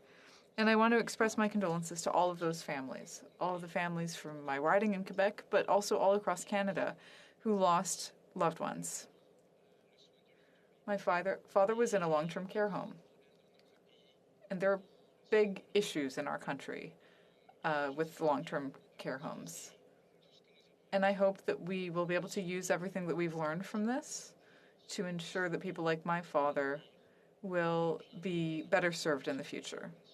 I very much support the idea of national standards for long-term care homes, and I hope that all Canadians will respect provincial jurisdiction, but will also make sure that there are national standards, and we can all agree on what those standards should be to make sure that our seniors can live in safety and dignity. The motion also talks about an election, and I can assure the Bloc Québécois and all the honorable members of the House that I don't have any interest in an election, nor do any of the other people I know on our side of the House. It's one of those things where you can keep repeating it, people may or may not believe you, but in the end result, that is the case. And we also, of course, understand that we're in a minority parliament. The government doesn't get to control when the next election happens. All of the opposition parties could force an election, and I'm not saying that it's necessarily in bad faith that people may vote non-confidence in the government. It could happen for a variety of reasons.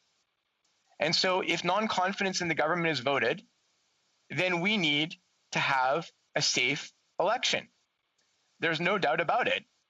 The entire idea of potentially having an election when we know that, again, and I'm not blaming opposition parties for voting non-confidence, they have a right to do so. But there have been 14 times in recent weeks when opposition parties have voted non-confidence in one or another way.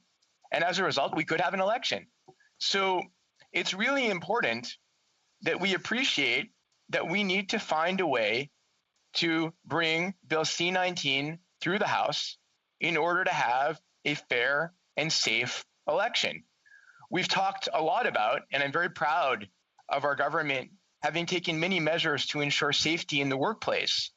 Elections Canada needs to make sure that they ensure safety for their poll workers and for all Canadians who wish to express their right to vote in our society.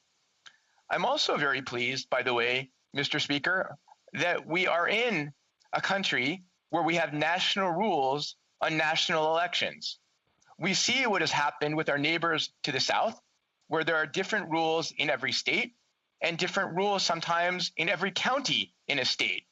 Different types of election machines in different counties led to a 2000 election where Palm Beach County in Florida managed by itself to reverse the results of an election.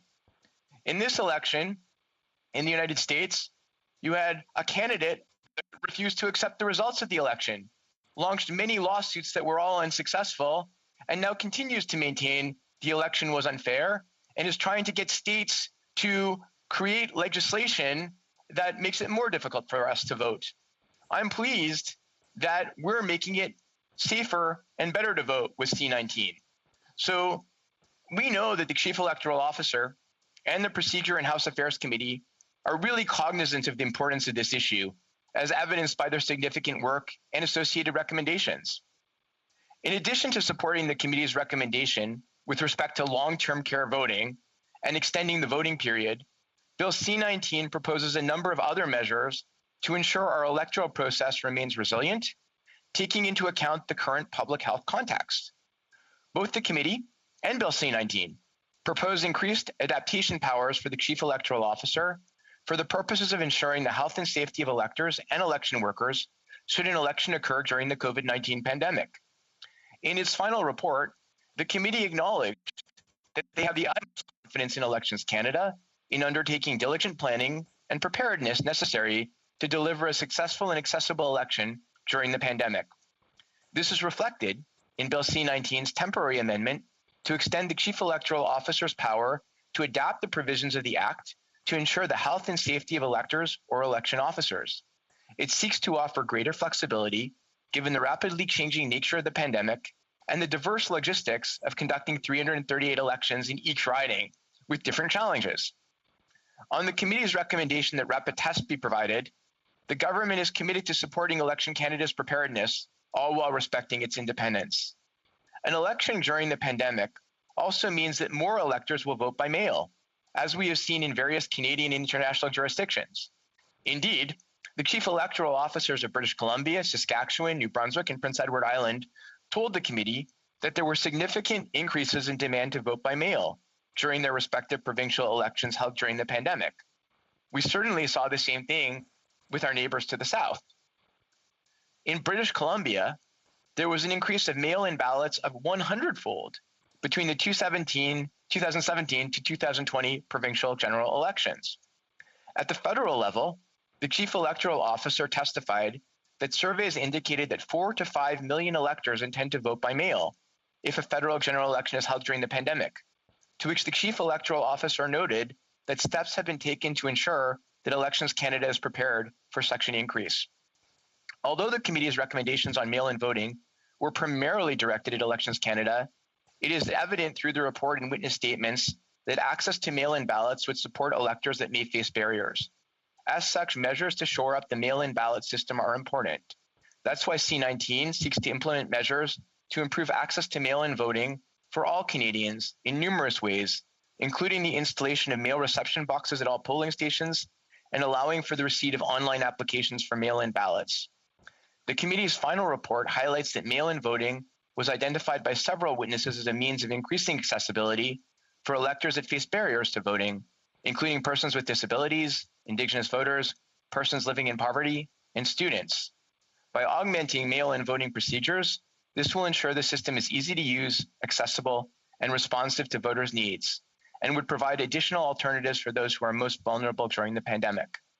Ensuring that our electoral system is easy to use, accessible, and responsible to voters' needs is also very much what we've heard from international partners and experts from government, industry, and civil society. We want good practice. We want a solution tailored to communities. We don't need a one-size-fits-all approach, but we need to ensure that the same access to vote exists across the country. Multiple witnesses, including Canada's Chief Electoral Officer, told the committee that holding a federal general election during the pandemic would pose significant challenges and difficulties for Elections Canada. Elections Canada has exchanged information on best practices, done contingency planning, commissioned research, and Bill C-19 will reaffirm to Elections Canada, political entities, and Canadian electors that the government remains committed to ensuring that a general election during a pandemic, should one be required, which all of us say we do not want, can be delivered in a manner that is safe for electors, election workers, and that ensures the overall integrity of the electoral process. Madam Speaker, in conclusion, I do believe that it is important to pass Bill C-19, whether or not there is an election on the horizon. Thank you very much, Madam Speaker. Questions et commentaires, questions and comments. L'honorable député de Shefford. The Honourable Member for Shefford. Thank you, Madam Speaker, and I'd like to thank my colleague for his speech, and I wish him my sincerest condolences for the loss of his father during the pandemic.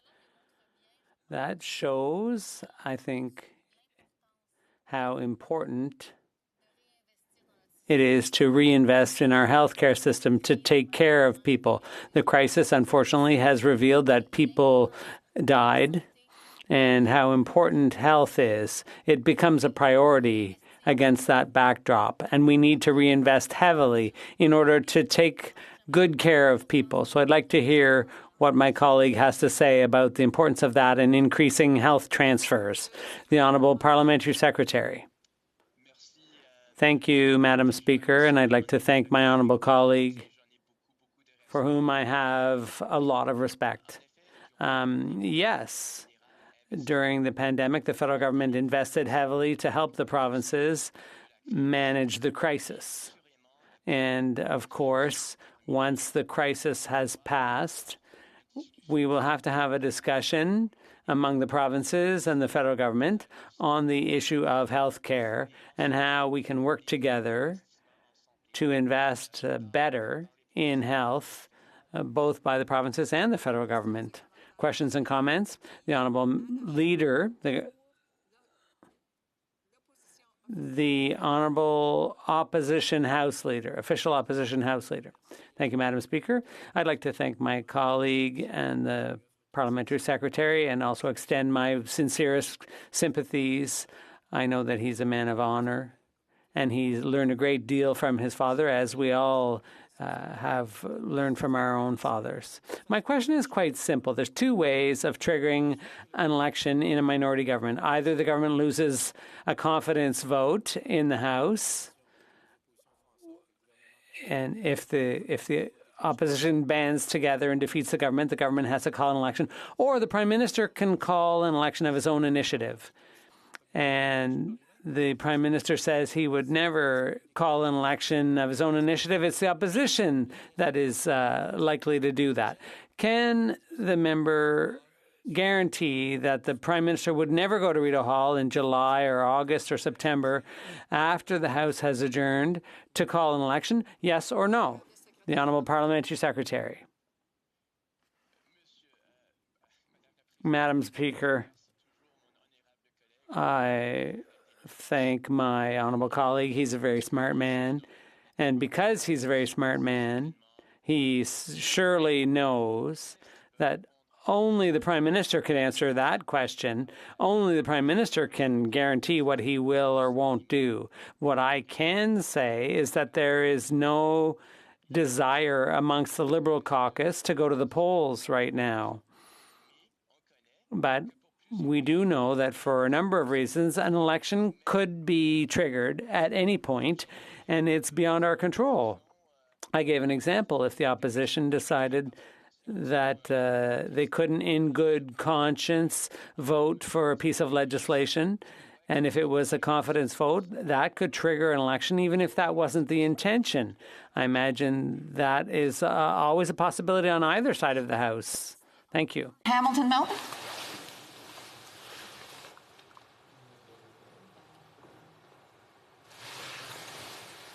The honourable member for Hamilton Mountain.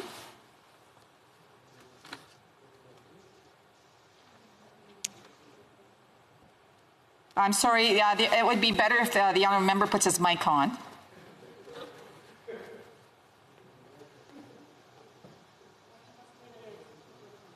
No, we still can't hear you.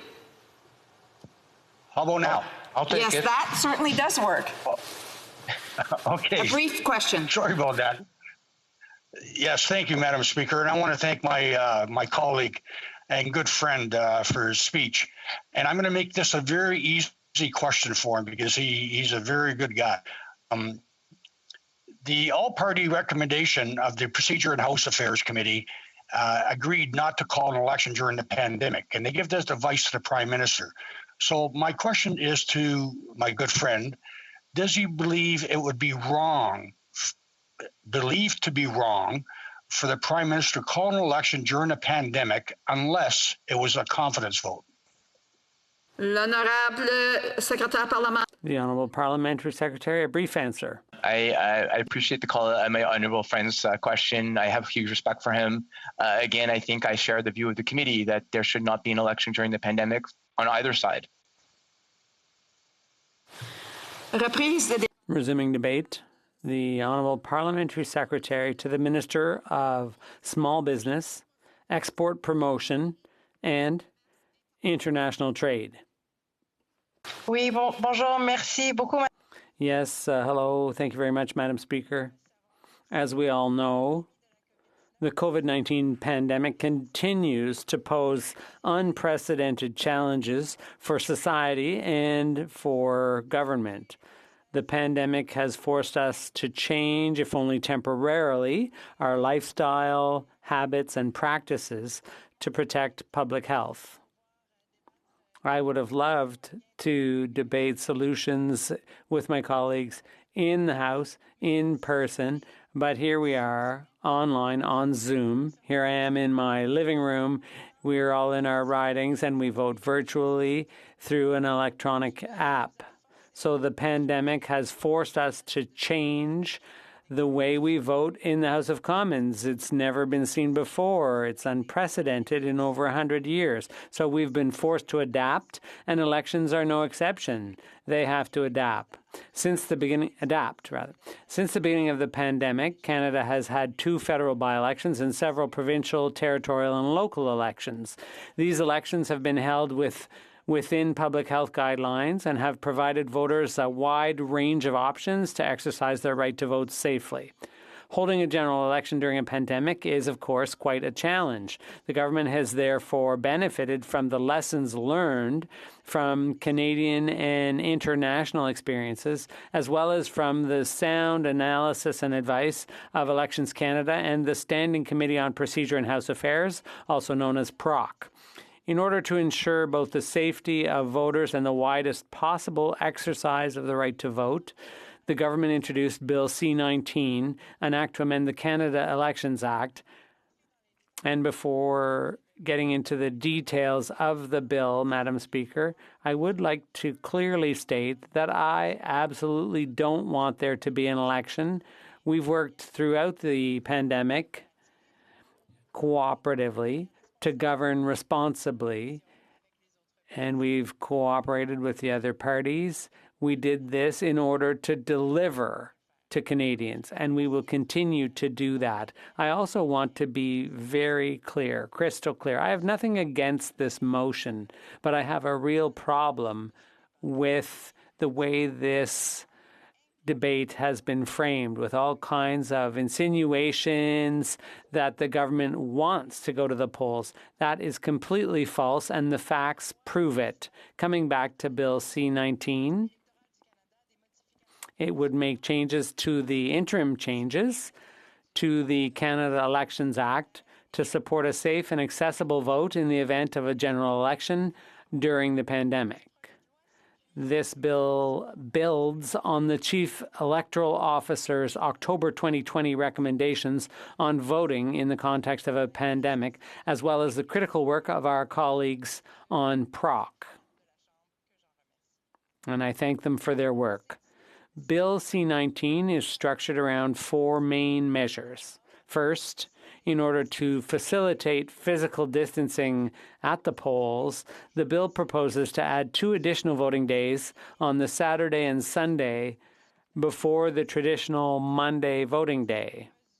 This measure would reduce the number of people at polling stations at any one time, which is very important. It would be particularly useful in districts where public health authorities have established strict limits on the number of people allowed in public places. This measure will also provide additional flexibility for those for whom voting on Election Day would be a problem. Second, the bill would strengthen the Chief Electoral Officer's powers to adapt the provisions of the Elections Act to ensure the health and safety of electors and election officers. As it stands, the Elections Act only provides the Chief Electoral Officer with these adaptive powers to enable voters to cast their ballots or to allow for the counting of votes. Third, the bill would facilitate the safe exercise of the right to vote for one of the most vulnerable groups hardest hit by the pandemic, people in long-term care facilities. C-19 would establish a 13-day period prior to the start of voting to facilitate the administration of voting in these facilities, allowing Elections Canada staff to coordinate with long-term care staff to ensure that residents can vote safely. Finally, the bill proposes 4 measures to increase access to voting by mail for all citizens. This measure makes sense when you consider that absentee voting has been the preferred tool in many jurisdictions, like in the United States, where roughly 2/3 of voters elected to vote by mail. According to Elections Canada, Up to 5 million Canadian voters would choose to vote by mail in the event of an election during the pandemic. First, the bill would allow voters to register online to vote by mail. Second, it would allow voters to use an ID number, for example, the number on their driver's license, to confirm their identity and residence in the context of an absentee ballot. Third, the bill provides for the installation of secure mailboxes at polling places and returning offices. This would allow those who are unable to mail in their ballots to cast them securely. Finally, the bill would allow voters who initially choose to vote by mail to change their minds and vote in person, while protecting the integrity of the electoral process. Taken together, these measures are intended to ensure that an election, if held during the pandemic, would be safe and provide the greatest opportunity for voters to exercise their democratic rights. It's important to note that these measures would be only temporary. They would apply to an election called 90 days after royal assent, or earlier if the chief electoral officer were to indicate that the necessary preparations had been completed. And they would expire 6 months after a general election was held during the pandemic, or earlier at the discretion of the chief electoral officer after consultation with the chief public health officer of Canada. It's incumbent on all of us to take steps now to ensure that the next election is conducted in a safe and accessible manner for all voters. Finally, I'd like to acknowledge the outstanding work of Elections Canada and to express my appreciation to those who have and will contribute to the delivery of a safe election under unprecedented circumstances. Thank you, Madam Speaker. And I'd be pleased to answer any questions. Questions and comments? The honourable member for Kelowna Lake Country. Thank you, Madam Speaker, and thank the member for her intervention. The member had said that she absolutely didn't want there to be an election, and that's very similar wording that we're hearing from Liberal colleagues of hers. However, the member's part of the government who created confidence votes that weren't part of the regular business of government, and of course the government is the only one that can create confidence votes. So too specifically, in the fall there was the prorogation of Parliament that led to the creation of confidence votes, and following the throne speech, and then also for the first time ever in 150 years in Parliament where the government created a confidence vote for creating a committee. So how can members of the government say they don't want an election if they're creating confidence votes that aren't part of the normal process of government? The Honourable Parliamentary Secretary. Thank you, Madam Speaker.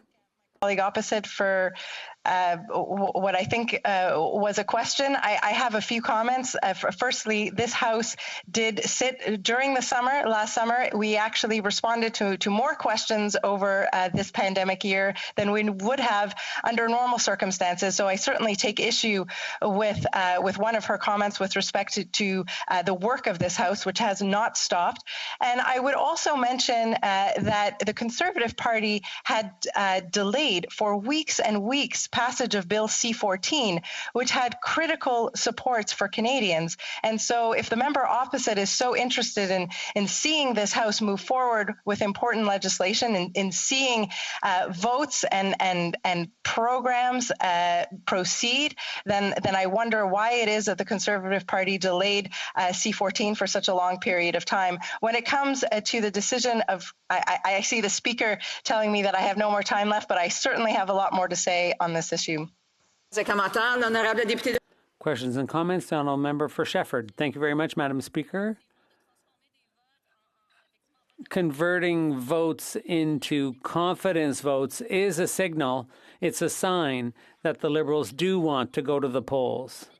The member opposite talked about last summer and she talked about work done during the summer, but she neglected to mention prorogation. Parliament was prorogued last summer, and it was an affront to democracy. A lot of things died on the order paper, and a lot of committee work ground to a halt. So now we're talking about closure and time allocation, more affronts to democracy and filibustering and so on. The Liberals are trying to avoid delicate questions. So I'd like to hear what she has to say about how important democracy is, given all that. The Honourable Parliamentary Secretary. Thank you, Madam Speaker. It was very important to us to be able to have a new throne speech to set the record straight, given that no one was expecting a pandemic.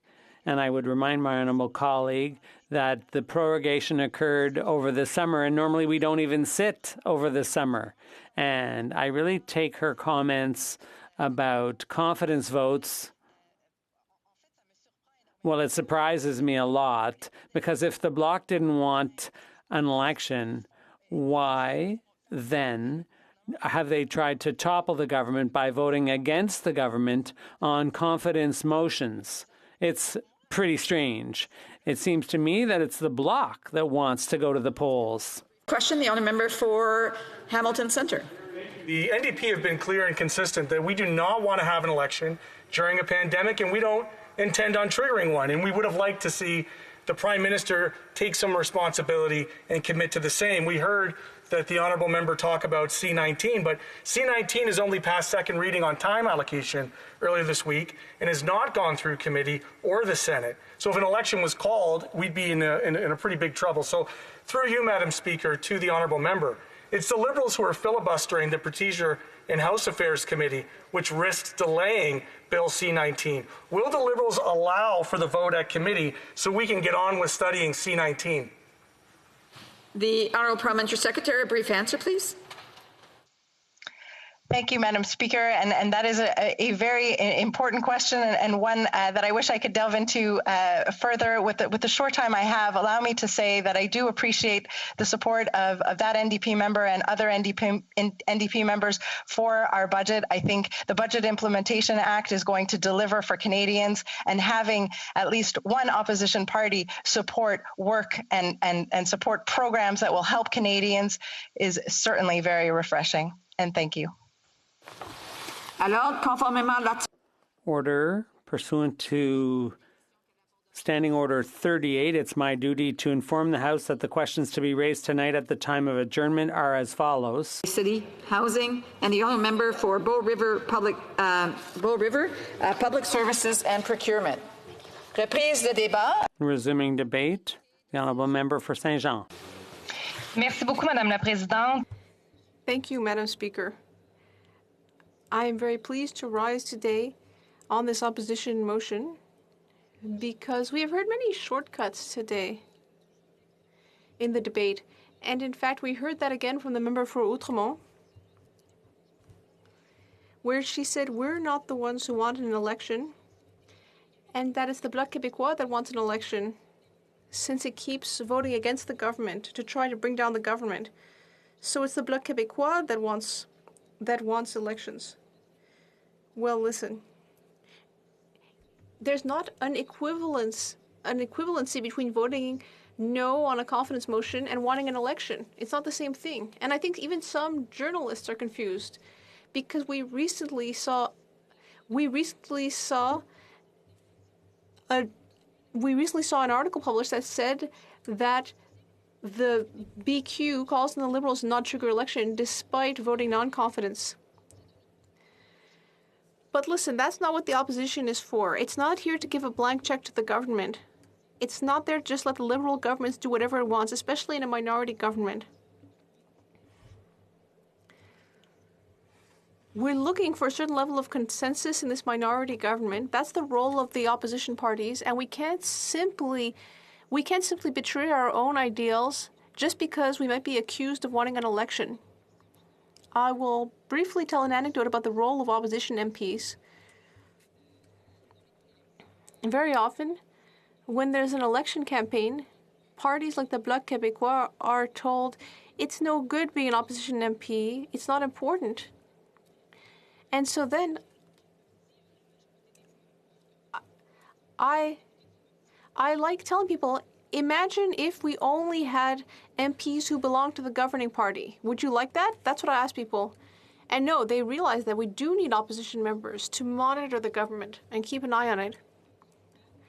So here today, with this Bloc Québécois motion, this is a great opportunity to get the government to clarify its position on holding an election during a pandemic.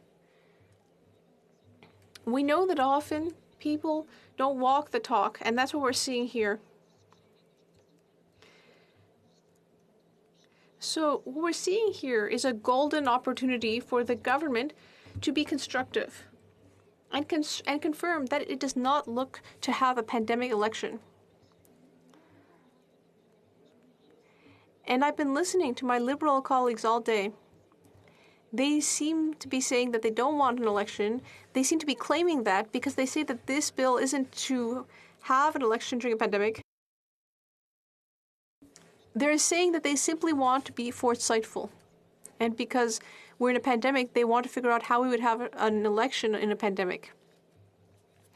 And yes, that's true. And that is why our party at the Procedure Committee has helped to create measures for holding an election during a pandemic. And we voted in favor of the final report of the PROC committee on a pandemic election. We voted in favor of the principle at second reading of Bill C-19. So we're not against the very existence of a bill that would explain what the rules of the game are for a pandemic election. It's the way that C-19 is being handled that make us think that the Liberals aren't walking the talk. The Procedure Committee, when it looked at this issue, heard from an array of fascinating witnesses, including election officers who had held elections during a pandemic. But the ink had barely dried on the report when it was published on October 8th, when 2 days later, the government, completely ignoring these recommendations, finally decided to table its own bill. Things started off very badly. And then, shortly afterward, we're seeing the government imposing a gag order.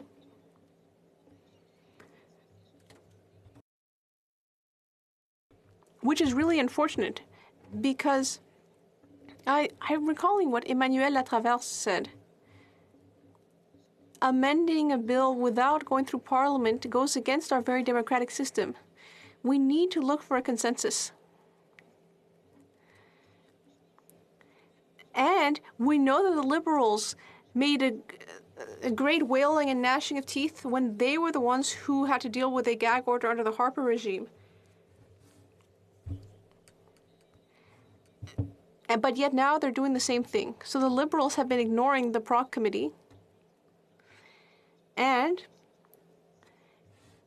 they added a gag order to all of this. All day, they've been saying we don't want to cause people to lose trust in the election system like we saw in the US.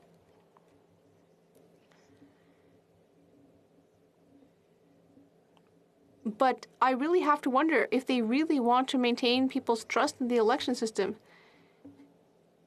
Now, clearly the time allocation was unjustified in this case, especially because it was imposed after only 4 hours of debate over 5 months. This government's management of the legislative timetable was very bad, and it did not justify the use of time allocation. Because of the time allocation, we haven't had time to discuss the bill. And because of that, I will do that now, and I will address some concerns about it.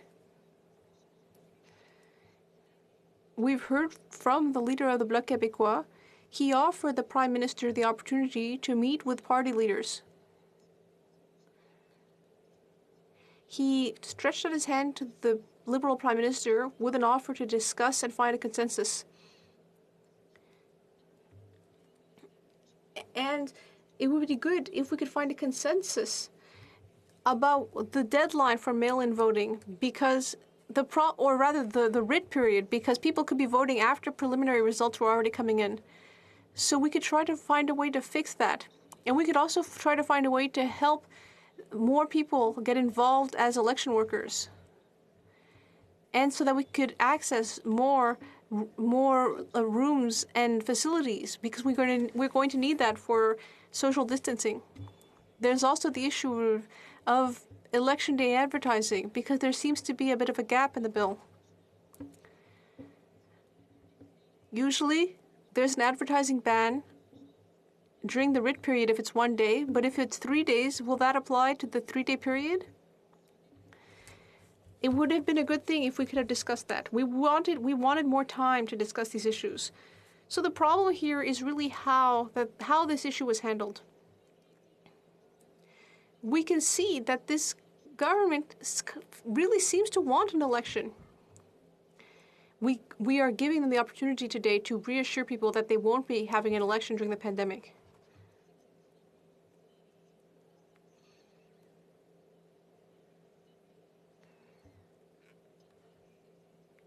Now, the rule is that we should hope for the best but prepare for the worst. The debate here isn't about the substance rather of C19. It is necessary to have something like C19 because we don't know how long this pandemic will last. If it lasts much longer than we expect, then it would be good to have legislation to handle this. So we're not saying today that we shouldn't have some kind of legislation to handle a pandemic election, but we should hope for the best and not rather organize the worst, which is holding a pandemic election.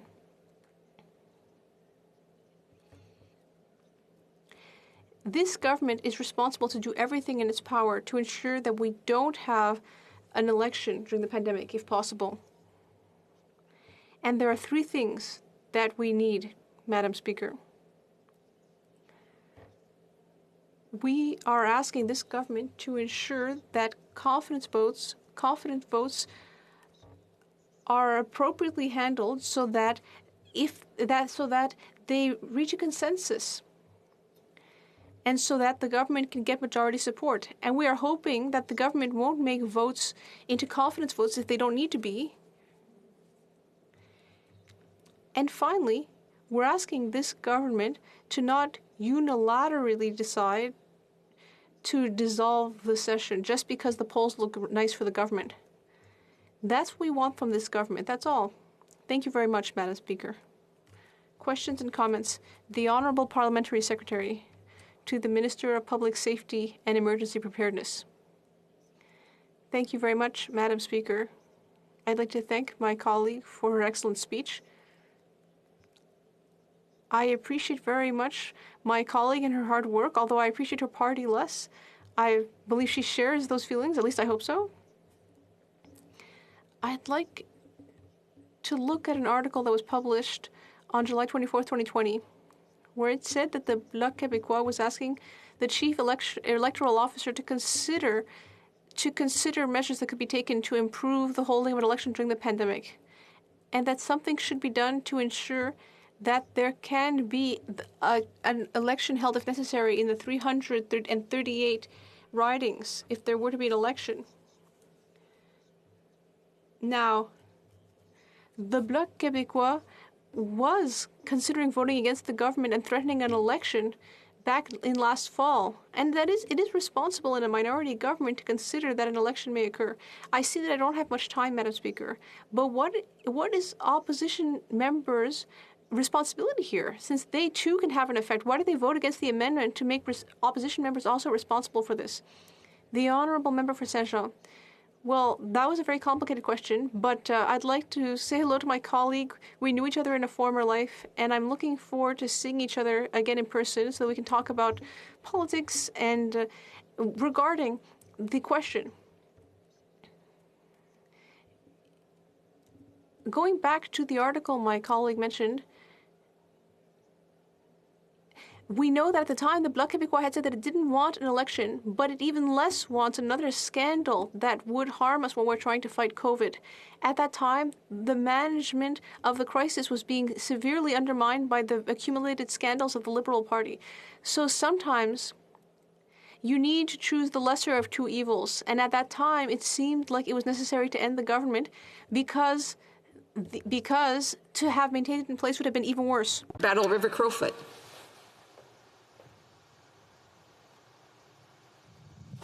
The honourable member for Battle River Crowfoot. Oh, my apologies, Madam Speaker. The translation took a moment there, and I didn't hear my name being called. So thank you for this opportunity, and I want to thank the member from the bloc for her speech. And I think she touched on a lot of very important things, including the fact that the Liberals seem to be quick to debate the elections bill that they brought closure in on earlier this week. Yet they brought closure in on that bill. So it seems like today has been an extension of that, and I know the member talked about that, but. I'd ask the member to comment on the incredible hypocrisy we've seen from the government claiming that opposition parties are somehow bent on trying to bring down the government when it's this government that has refused to be collaborative, to work with opposition parties, to actually bring forward a plan and a framework that could be supported by all parties in this House, but instead they've played politics time and time again. I'm wondering if the member would comment on that. Honorable Député de Saint-Jean. The honourable member for Saint-Jean. Thank you, Madam Speaker. Well, indeed, we have been extending a hand to the government. We want to work together, but they don't seem to want to. We're just looking for common sense changes today. My colleague's question is very relevant because we're in a minority context and we're in a crisis. And at a time like this, we need to look for compromise and consensus. Whereas right now, this government is behaving like a majority government. And that's both a problem and hypocritical. Time for a brief question. Okanagan, West Kootenay. Merci, Madame la Présidente. Le Bloc a clairement... Thank you, Madam Speaker. Now, the Bloc Québécois has clearly said that it does not want an election during the pandemic, but we know that the Prime Minister is refusing to commit to not triggering an election. Does my colleague believe that changing the election rules to adapt them to the pandemic, does she believe that this should be an urgent priority, or does she believe in the Prime Minister's ability to put public interest above his own partisan interests? The honourable member for Saint-Jean. A brief answer, please. Madam Speaker, as I said in my speech, C-19 isn't the problem, it's how it was done. It could have been brought in much earlier, since the pandemic has been going on for some time. We could have debated it in the House for 5 months, or at any time during this 5-month period, instead of using time allocation. So it's really important to draw a distinction between the content of the bill and how it's been handled. Resuming debate, the honourable member for Jonquière. Thank you very much, Madam Speaker. Well, I've been listening to most of the speeches today very attentively. And I thought maybe it would be important to come back to an idea that maybe didn't get enough attention, but I think is actually quite important. And that's the objective of this motion. The objective that the member had in tabling the motion. Now, yesterday during question period, and my colleague from Saint-Jean referred to this, yesterday during question period, the member for Belleuil-Chambly said that he was reaching out his hand to the opposition parties because he didn't want to have an election during a pandemic. And the response that was given at various times today, but also during the speech by the member for Rosemont-la-Petite-Patrie is, well, the Bloc has been talking about the possibility of an election.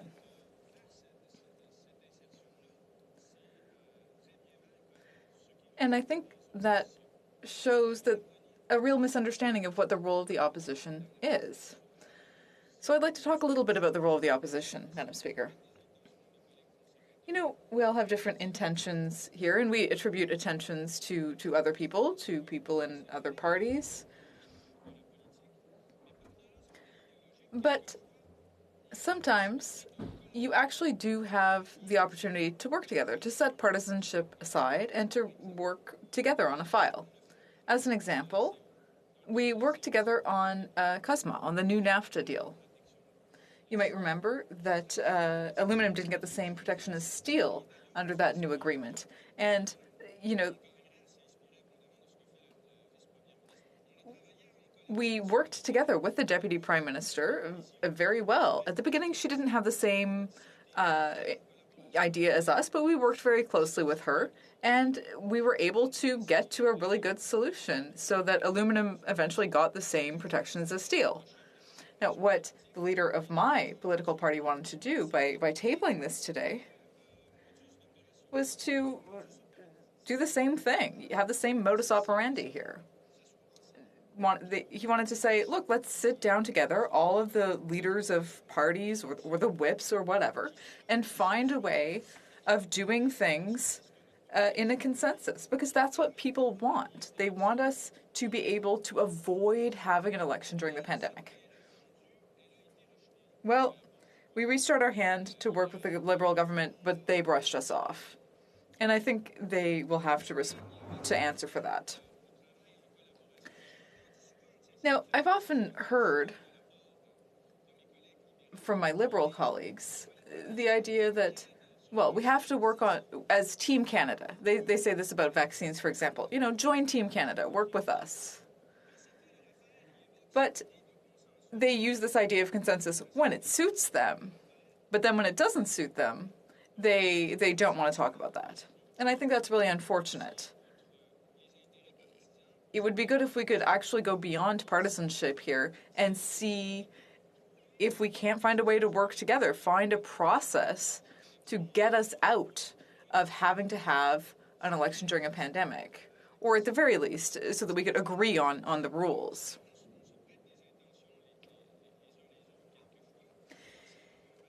You know, and I think it is the role of the opposition sometimes to criticize, but there's also a more positive role.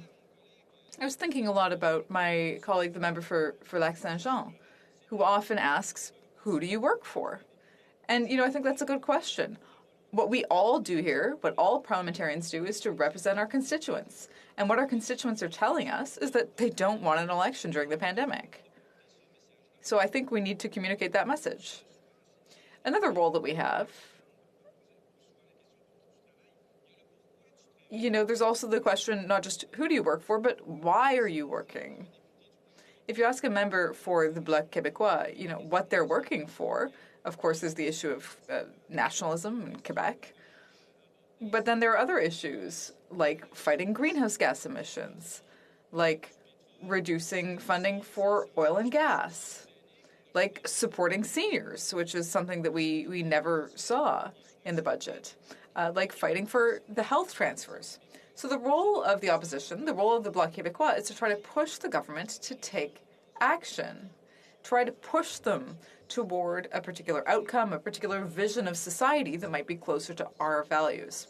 That's the role of the opposition.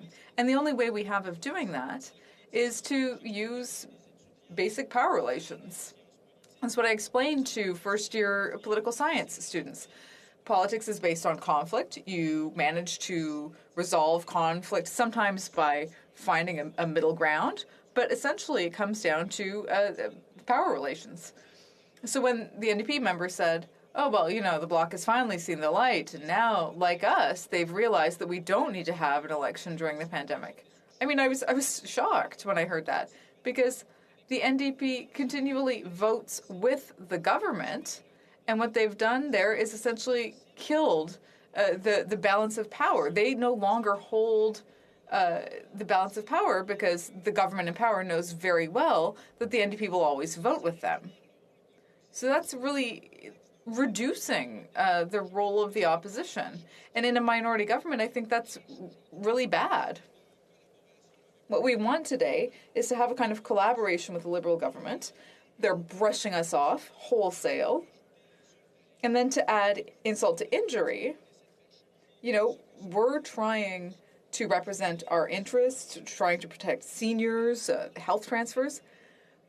But then they say that we're imperiling the government putting the government in jeopardy because we voted against the budget because we didn't think that it contained essential measures. And then they say, well, you voted against the budget, so you won an election. Well, at that point, if that's the case, you can't criticize the Liberal government at all.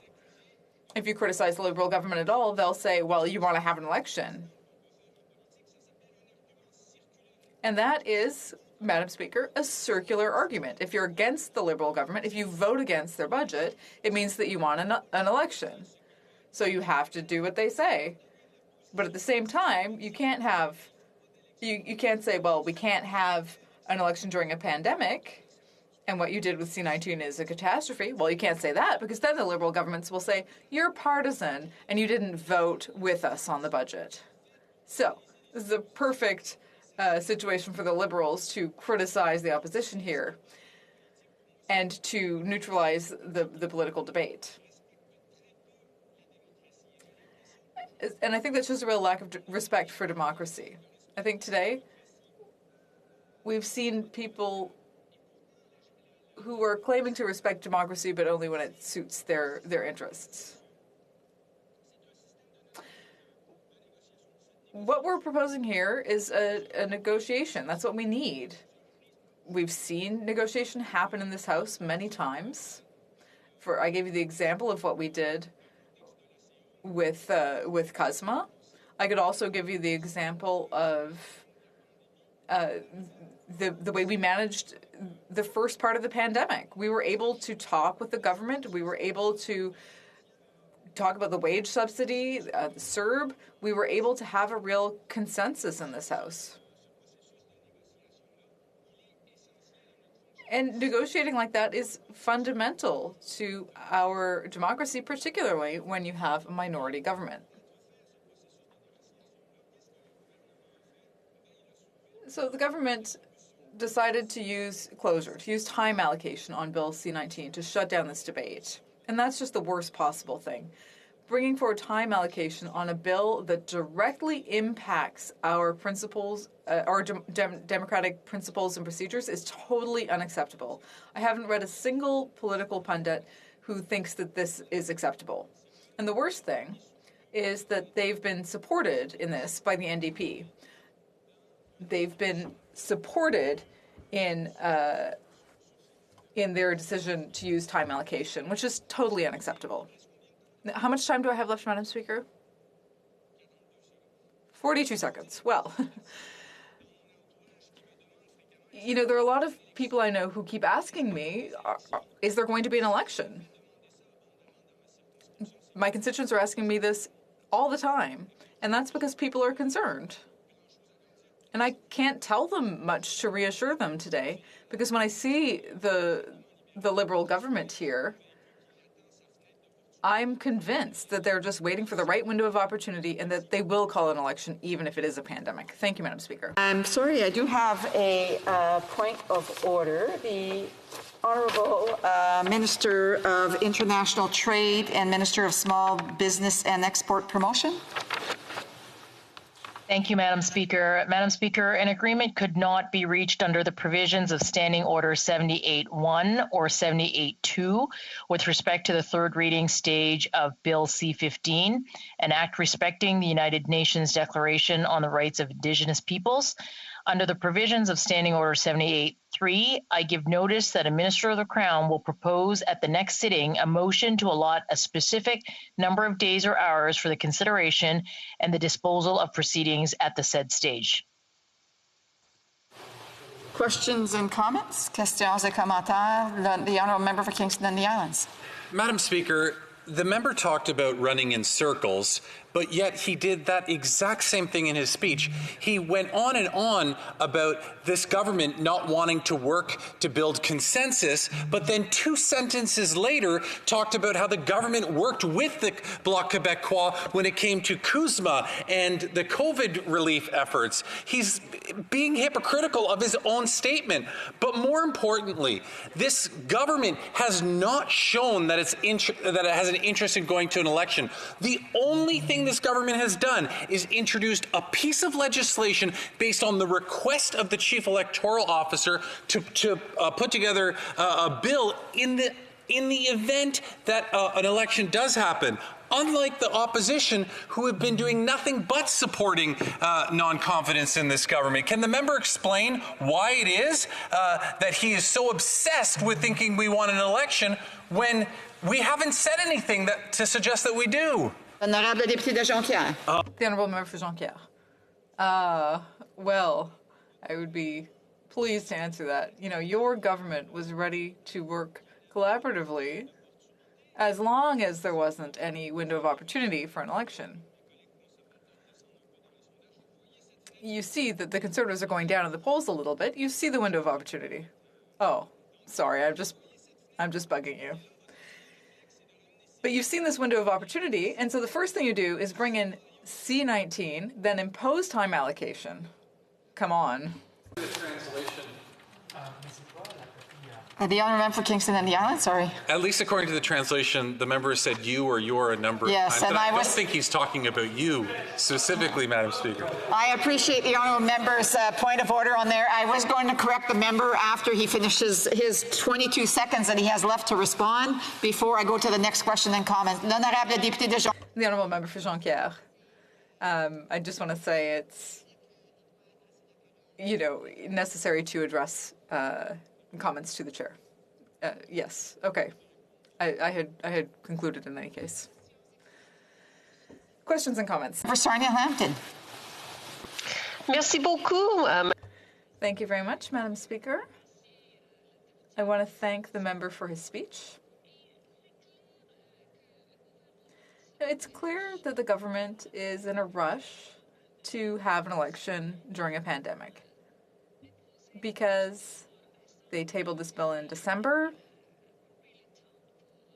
and then they cut off the time for debate, and now they want to send the bill to committee.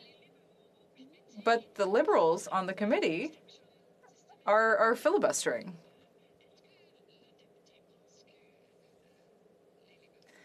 So does the member think that the Liberals are rushing to have an election during a pandemic? The honourable member. Point of order, the honourable member of North Island Powell River.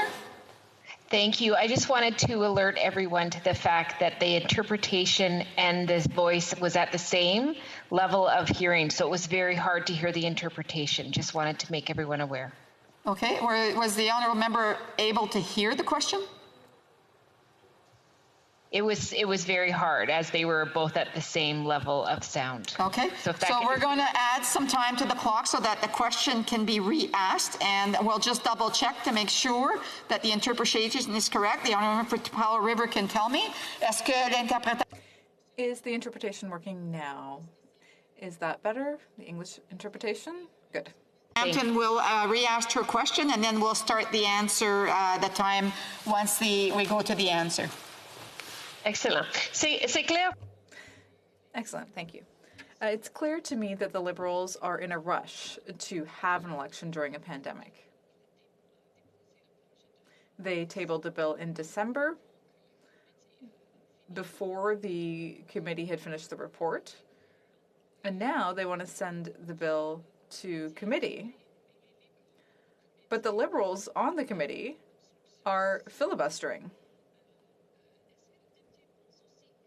So does the member agree that the government seems to be in a rush? The honourable member for Jonquière.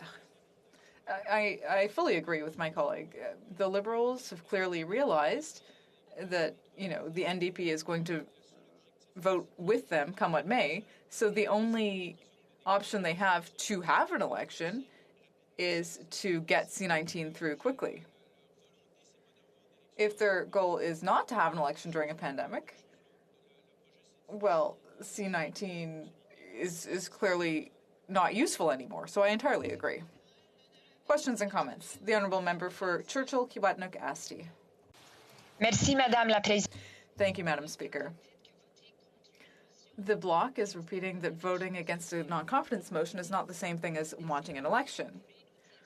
Can my colleague tell me what he thinks would happen if all opposition parties voted along with the Bloc and voted in favor of a non-confidence motion? Does he not believe that that would lead to an election? The honourable member for Jonquière. what I explained is that there are power relations between the different parties, and that means that sometimes they need to vote against the government. If you stop opposition parties from voting in order to exert power, then that's the end of democracy. That's what I explained. And you can't say every time a party votes against the government that it means that they want to have an election. That's a fairly ridiculous shortcut, in my opinion. I have time for a brief question. The Honourable Parliamentary Secretary to the Minister of Public Safety. Thank you very much, Madam Speaker. Just very briefly. In a minority government, it's the responsibility of both the government and the opposition parties to ensure that we don't have an election. As the NDP member suggested, if we lose a confidence vote, we will end up with an election. So why did the Bloc Québécois reject the amendment that we suggested that would include the opposition parties? A brief answer, please. Well, if the government doesn't want to have an election, if they were honest in their desire not to have an election, they could simply accept the offer of the Bloc Québécois leader who reached out a hand to them yesterday. Why didn't they accept that offer?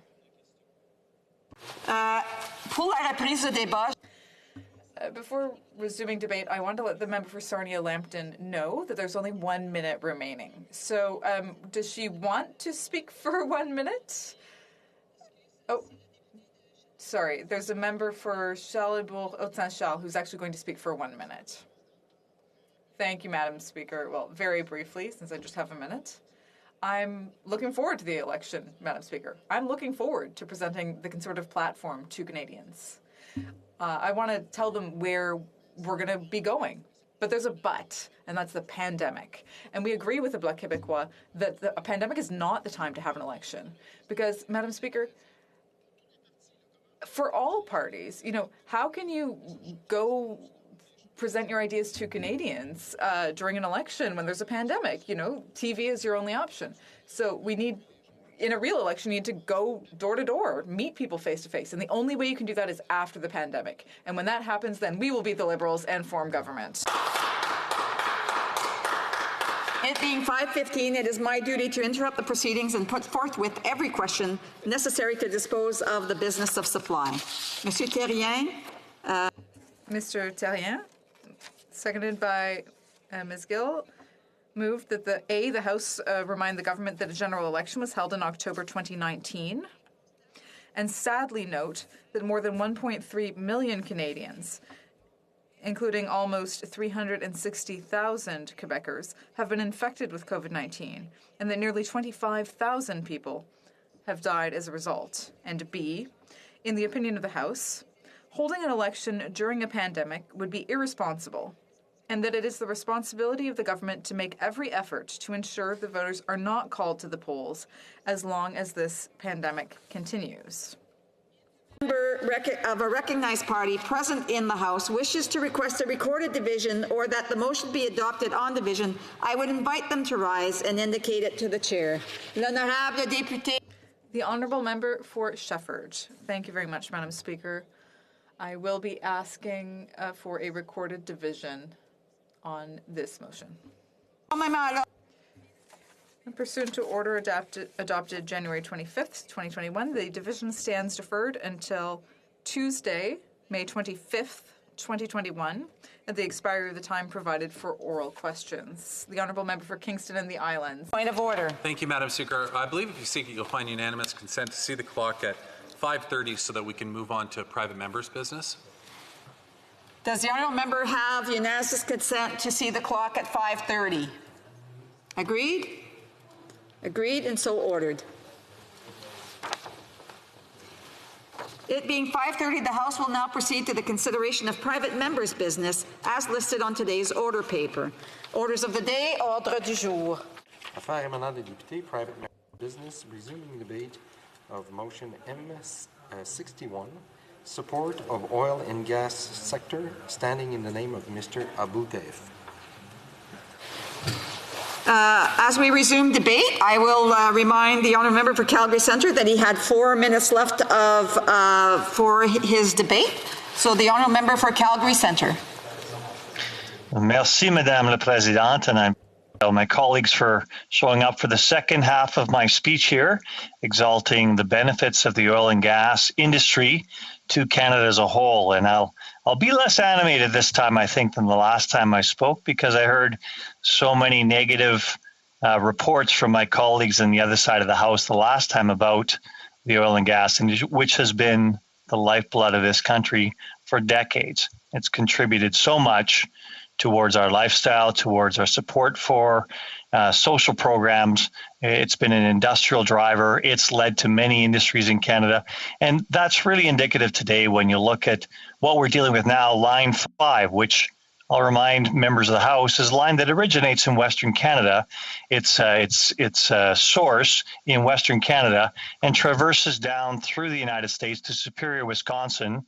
And then Line 5 continues from there to go through the United States and through both parts of Michigan, and then back into Sarnia, where it delivers 540,000 barrels a day of oil and other petroleum products for the benefit of Canada. Ontario uses a lot of that, and some of it goes to the refineries in Quebec as well.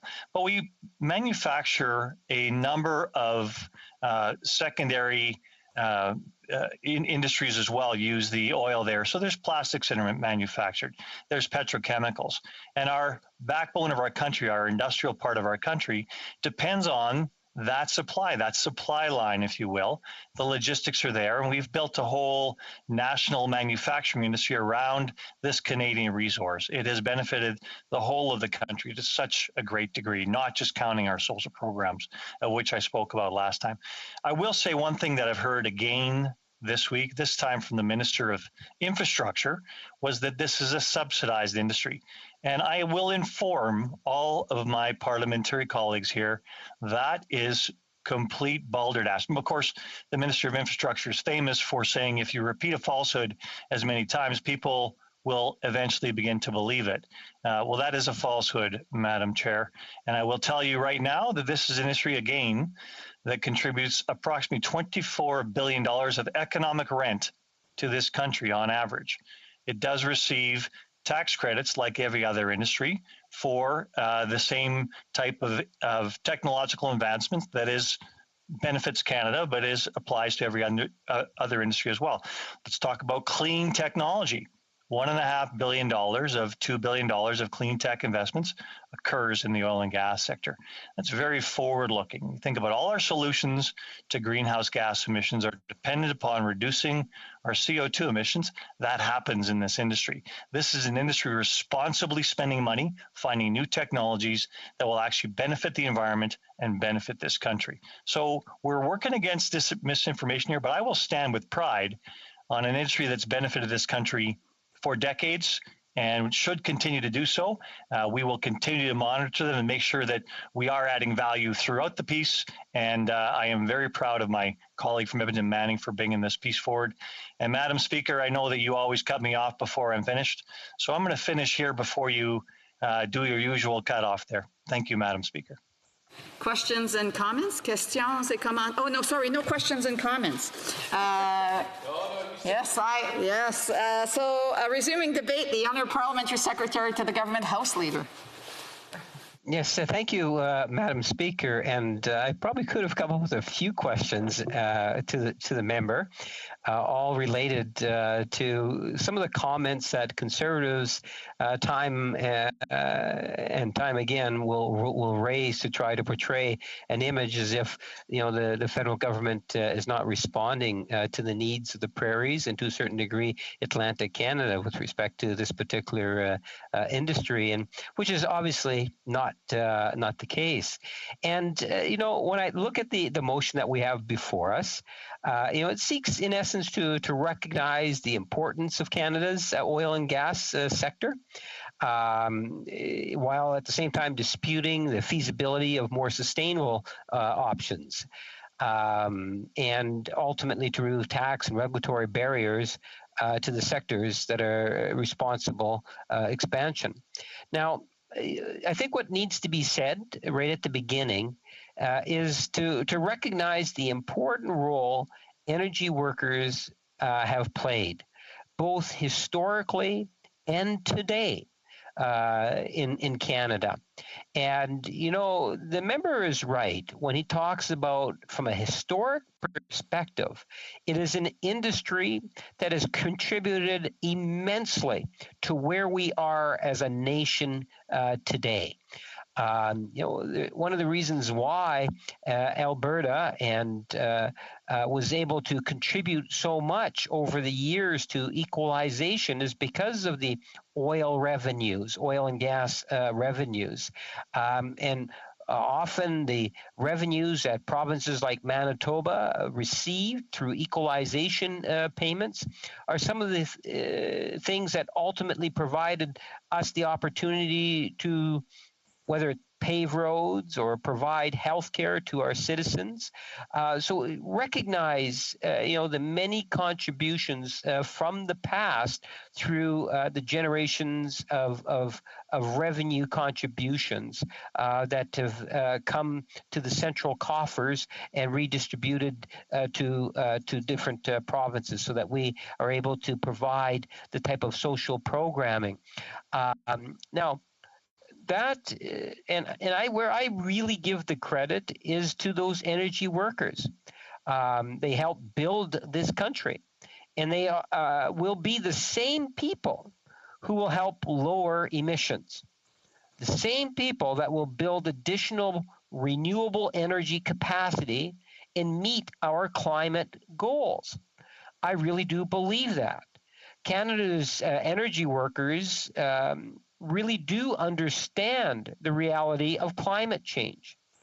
Like, I always find it interesting nowadays when we talk about, the economy and the environment, and trying to figure out where the Conservatives fall, in particular on the issue of the environment.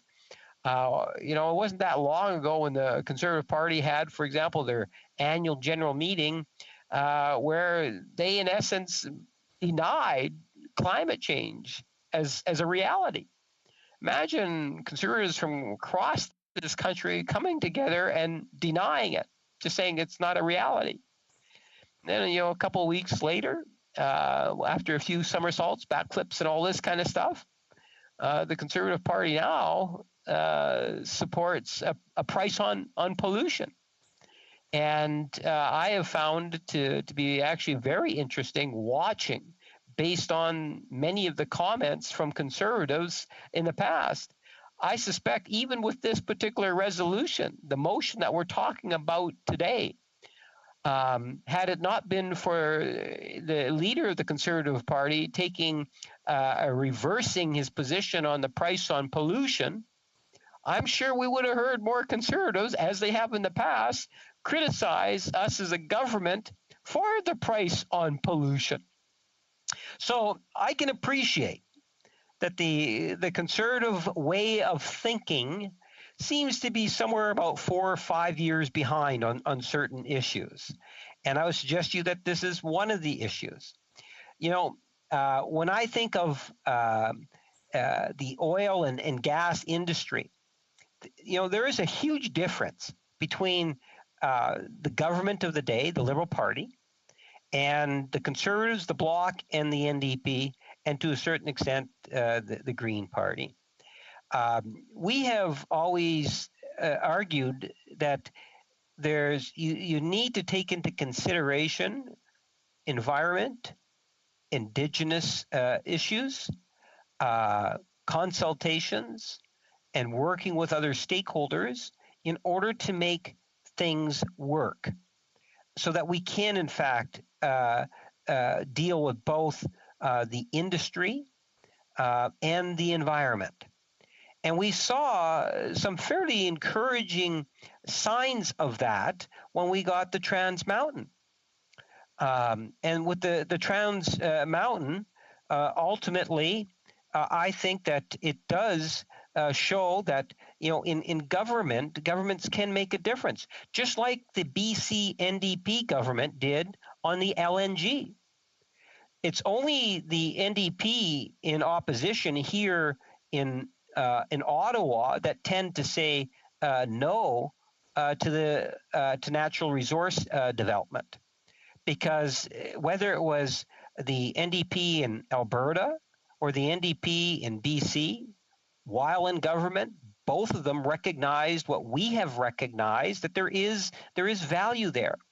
And we need to work with industry and stakeholders, Indigenous leaders, and try to have that balance. And I believe that the national government has been very successful. But at the same time, it's really important that we understand the whole issue of climate and environment. Canadians are very much concerned about it. And at the end of the day, you cannot have one without the other. And if you were to compare Canada's energy sector to other energy sectors from other countries, you will find that Canada, through technology, development, and so forth, is doing exceptionally well in comparison to other countries and their energy sectors. We are very fortunate in Canada. There are all forms of options. In my home province of Manitoba, for example, we have hydro. Manitoba Hydro, renewable energy. It's clean. There are some negatives that we had to get over, such as flooding that was caused as a direct result of some of the dams being created and so forth. But it is a renewable energy. And the potential it has for the province of Manitoba is quite significant. Moving and working with provincial jurisdictions and others in terms of how it is that we can, continue to build on renewable energies is really important. And I think that's what Canadians want us to be focusing some attention on. But it doesn't mean that we have to neglect other areas. I always find it interesting when conservatives, in particular from Alberta, try to say, that it's only them that can truly represent energy workers, when in fact, they didn't construct any or see any pipelines that were built going to Tidewaters. Nothing in 10 years of Stephen Harper. All they did is they continued to see the market going south, 99% plus, from when Prime Minister Harper became Prime Minister to when he ultimately left office. It's only under this administration where we're saying that, look, we need to diversify. Not only do we need to diversify, but we also have to have a process in place to protect the environment and ensure that there's proper consultation done on all projects. Because if that doesn't happen, then chances are it's not going to fly anyway. So at the end of the day, I think that we need to continue to work with energy workers, those very same energy workers that I believe and the government believe is a part of the solution. The prairies in Atlantic Canada in the energy sector have a very important role to play, not only from a national perspective, but from an international perspective. We can use some of the technologies and the methodology that we use in order to share potentially with other jurisdictions, which will make the world. And we have to resume debate. Reprise du débat, l'honorable député. The honourable member for Repentigny. Thank you, Madam Speaker. To begin with, I'd just like to ask, is this 2021? The reason I ask is when I read motion 61 from the member for Edmonton Manning, I feel like I'm traveling back in time. This motion harkens back squarely to a bygone century, and it illustrates once again the depth of the gulf between a green, progressive Quebec ready to address climate change and a conservative party that, not surprisingly, keeps sticking its head deeper and deeper into the oil sands. I wonder what part of the expression climate emergency the Conservative Party doesn't get. The Bloc Québécois is firmly against this motion. I won't have enough time to make all the arguments that invalidate each and every part of this motion, from from start to finish, so I'll just address points 1 and 3. Point 1 claims that replacing oil and gas with more environmentally sustainable options is not technologically or economically feasible. Really? Back in the 80s, it was said that the Stone Age didn't end with the end of stone, and the same thing goes for the oil age. By claiming that the transition is impossible, the motion flatly denies the potential growth in renewable energy in Canada, and this flies in the face of the truth, both for Quebec and for Canada and for the whole world. It's so false that I'd like to mention the unprecedented growth in renewable energies reported a few weeks ago by the International Energy Agency for 2020. The IEA said that the increase in renewable capacity is about 90% of the growth of the entire energy sector. And there was a huge wind power project announced in China, and we may have complaints about China, but to begin a transition and maintain their economic growth, China has truly taken concrete action. In the U.S. now, the green light was given by the Biden administration for the Vineyards Wind Project. 84 turbines will produce 800 megawatts and provide electricity to 400,000 homes. By 2030, wind projects currently under development will be able to provide enough energy for 10 million homes. The transition is not only technologically feasible, it's already underway, and it's economically necessary. Not to belabor the point, suffice it to say that countless investment funds have already figured this out. Look, if the Conservative Party is determined to stay stuck in the last century, that's unfortunate. It's a backward-looking position that denies access to economic progress and prosperity for future generations. Well, I say let them. But just because they refuse to acknowledge the immense progress and potential of renewable energy doesn't mean it's not real. Is there no limit to their willful blindness? The innovative and creative society that is Quebec, rich in clean and renewable energy sources, we only want to put that to the benefit of the post-pandemic world. Tell me, where do Quebec's elected conservatives stand on this issue? Don't they have a responsibility to value the regions they represent? You know, saying something over and over and over again doesn't make it true. Now let's turn to point 3 of the motion. It says that Canadian oil and natural gas are produced with the highest environmental standards in the world, and domestic producers are global environmental leaders and responsible corporate citizens. Well, even assuming that were true, those standards are for their industry, and there's no denying the fact that that's an industry that pollutes heavily. Compliance with environmental regulations is not a moral achievement. It's not a good corporate citizen gesture. It's a duty. It's an obligation. While producers are making efforts to mitigate certain environmental impacts, the fundamental problem remains. Greenhouse gas emissions associated with these industries from start to finish are the largest source of emissions in Canada, accounting for 81% of total emissions.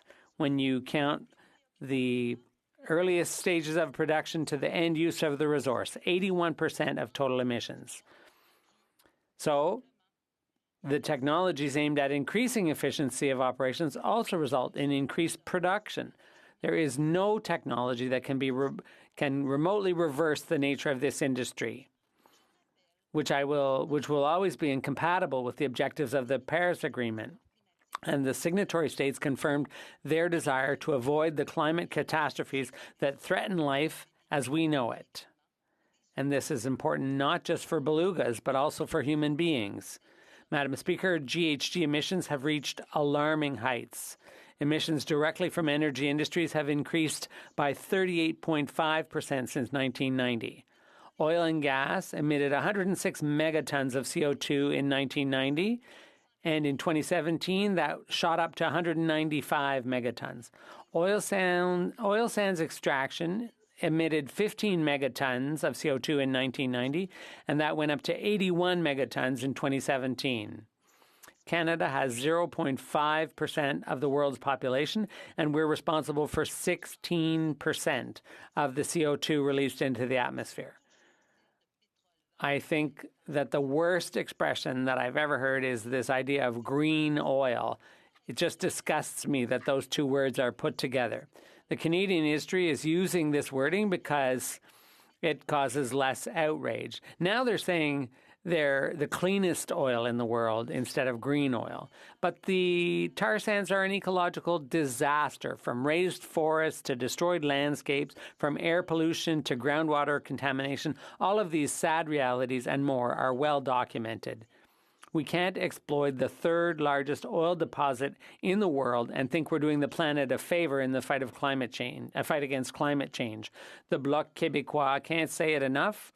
The federal government must stop subsidizing fossil fuels.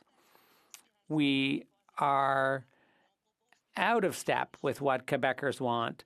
They want us to be able to create wealth without increasing greenhouse gas emissions. The Bloc stands by the principle of a transition. This means that we recognize it would be unfair to demand that the effort be made overnight and all at the expense of the workers and the families.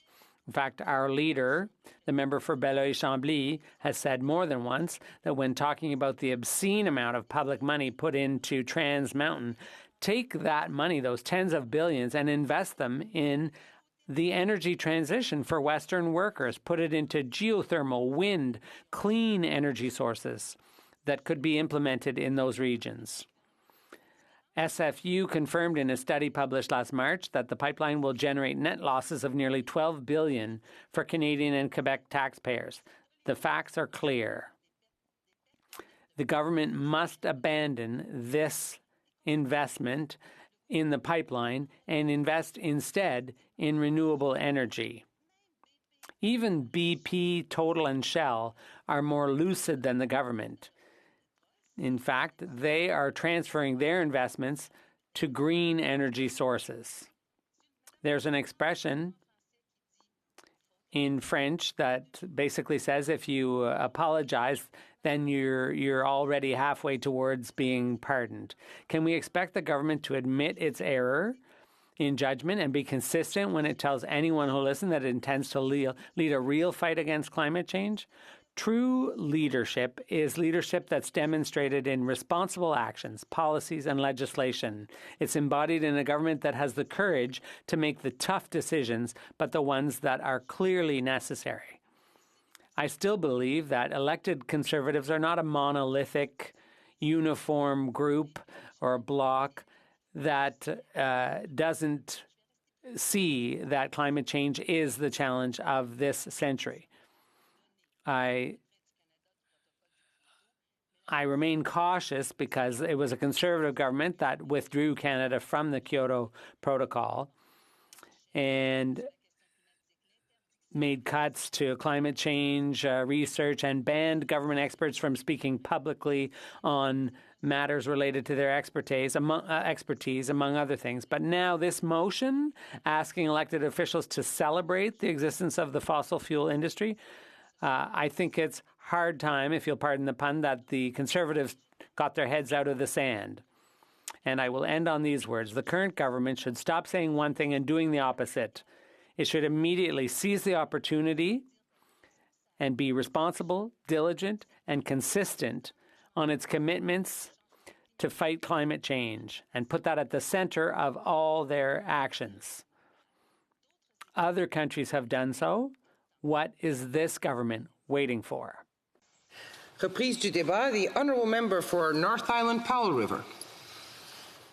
Well, thank you, Madam Speaker. I'm here today virtually in the House to speak on Motion 61, which was put forward by the member for Edmonton Manning with the title of Support of Oil and Gas Sector.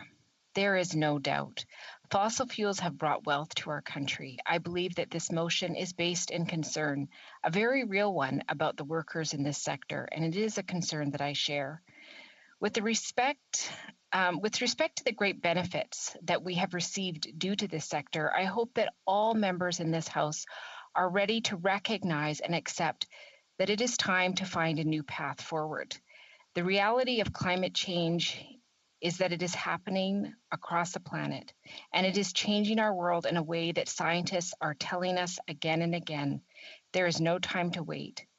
It is time to get moving forward and be progressive. I hear all too often from Conservatives in this place that Canada is just a tiny portion of the emissions compared to other countries. Well, Madam Speaker, that's simply not the case. And I'm working for a country that I want to see as a leader and an innovator in facing the worldwide climate crisis. Madam Speaker, recently we conducted a study in the Committee of Indigenous and Northern Affairs on food security in the most northern communities of this country. Again and again, we heard testimony from those communities, and the impacts of climate change were at the top of the list. The environment in their communities are changing so quickly that there is absolutely no time for them to adapt. And with the high cost of food, this reality is leaving people behind and hungry. This motion has 8 substantive parts. Today, I will address several of them. Firstly, the motion states, replacing oil and gas with more environmental sustainable options is not technologically or economically feasible. Well, Madam Speaker, this is simply not true. These statements are frustrating to me. There was a time when the technologies of today did not exist. The reason they exist now is because of the significant investment and visionaries who saw the world in a new way. The reality is those people are here now. Technologies are developing quickly that are more sustainable. The investments are happening, and I believe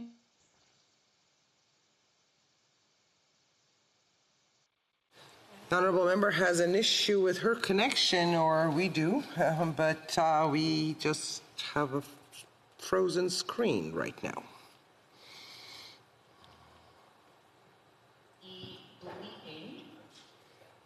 Oof. Sorry, is there something wrong, Madam Speaker? Yeah, you froze for a few seconds.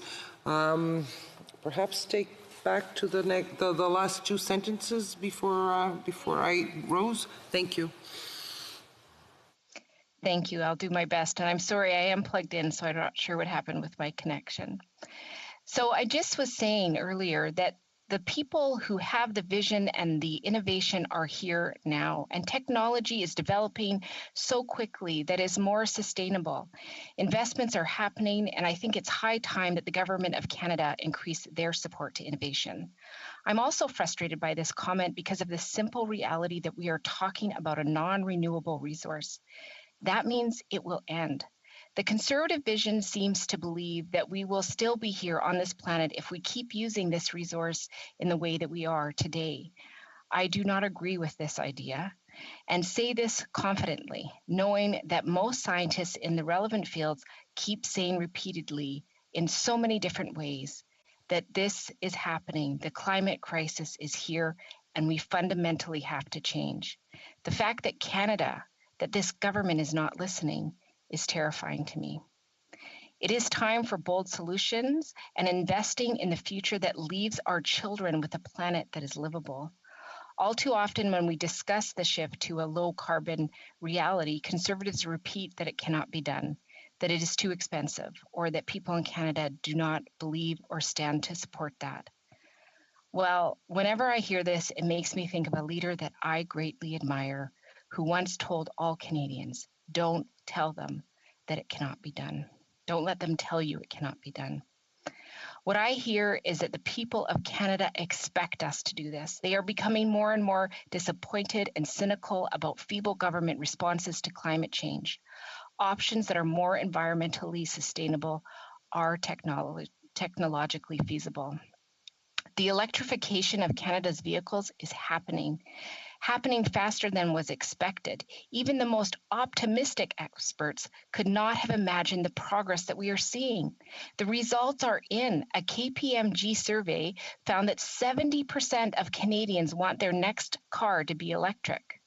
Conservatives have admitted this in their late and somewhat confusing plan to fight climate change. I'm still a little concerned about their membership voting on whether or not climate change is real when scientists have been very clear repeatedly.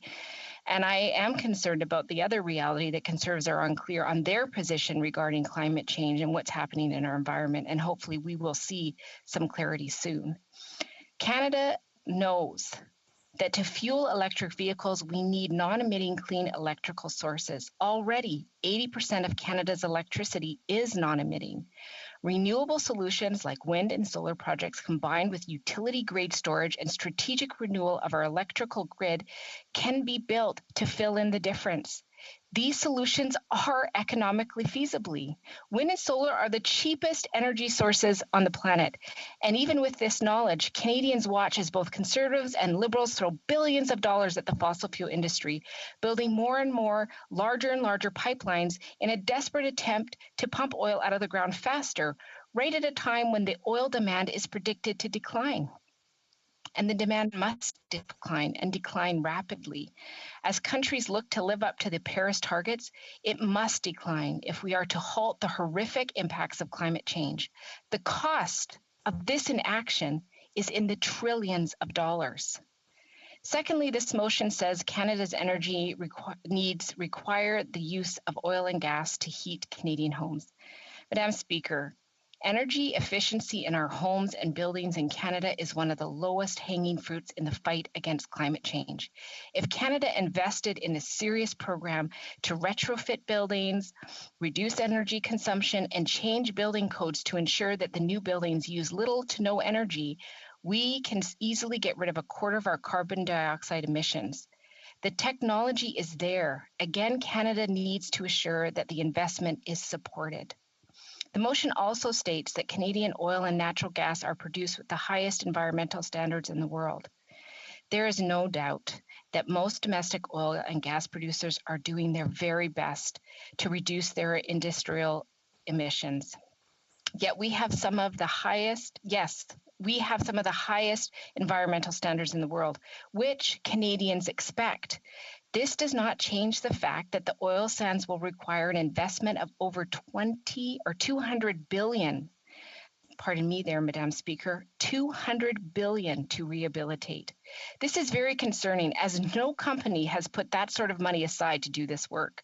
In Canada, we see companies abandoning idle wells.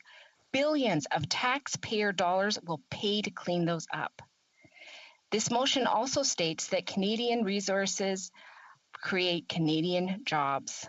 Our country was built on natural resources. This is why I brought forward Motion 53, Principles for a Sustainable and Equitable Future. The history of Canada is one rich in resources and the extraction of resources.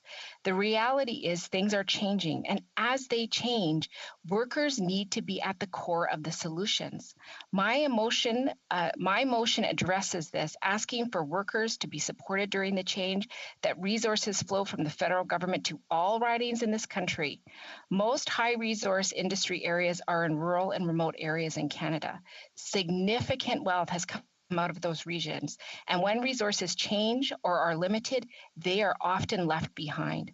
My motion addresses these concerns, and it is time that while we recognize addressing the climate emergency is a priority, we also have to make sure those solutions are local and that the potential jobs that are there are invested in to support our workers.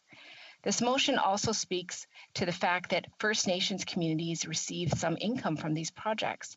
This cannot be taken lightly, especially as we must all recognize in this place where we sit has created legislation for well over 100 years to assure that economic marginalization continues in First Nations communities.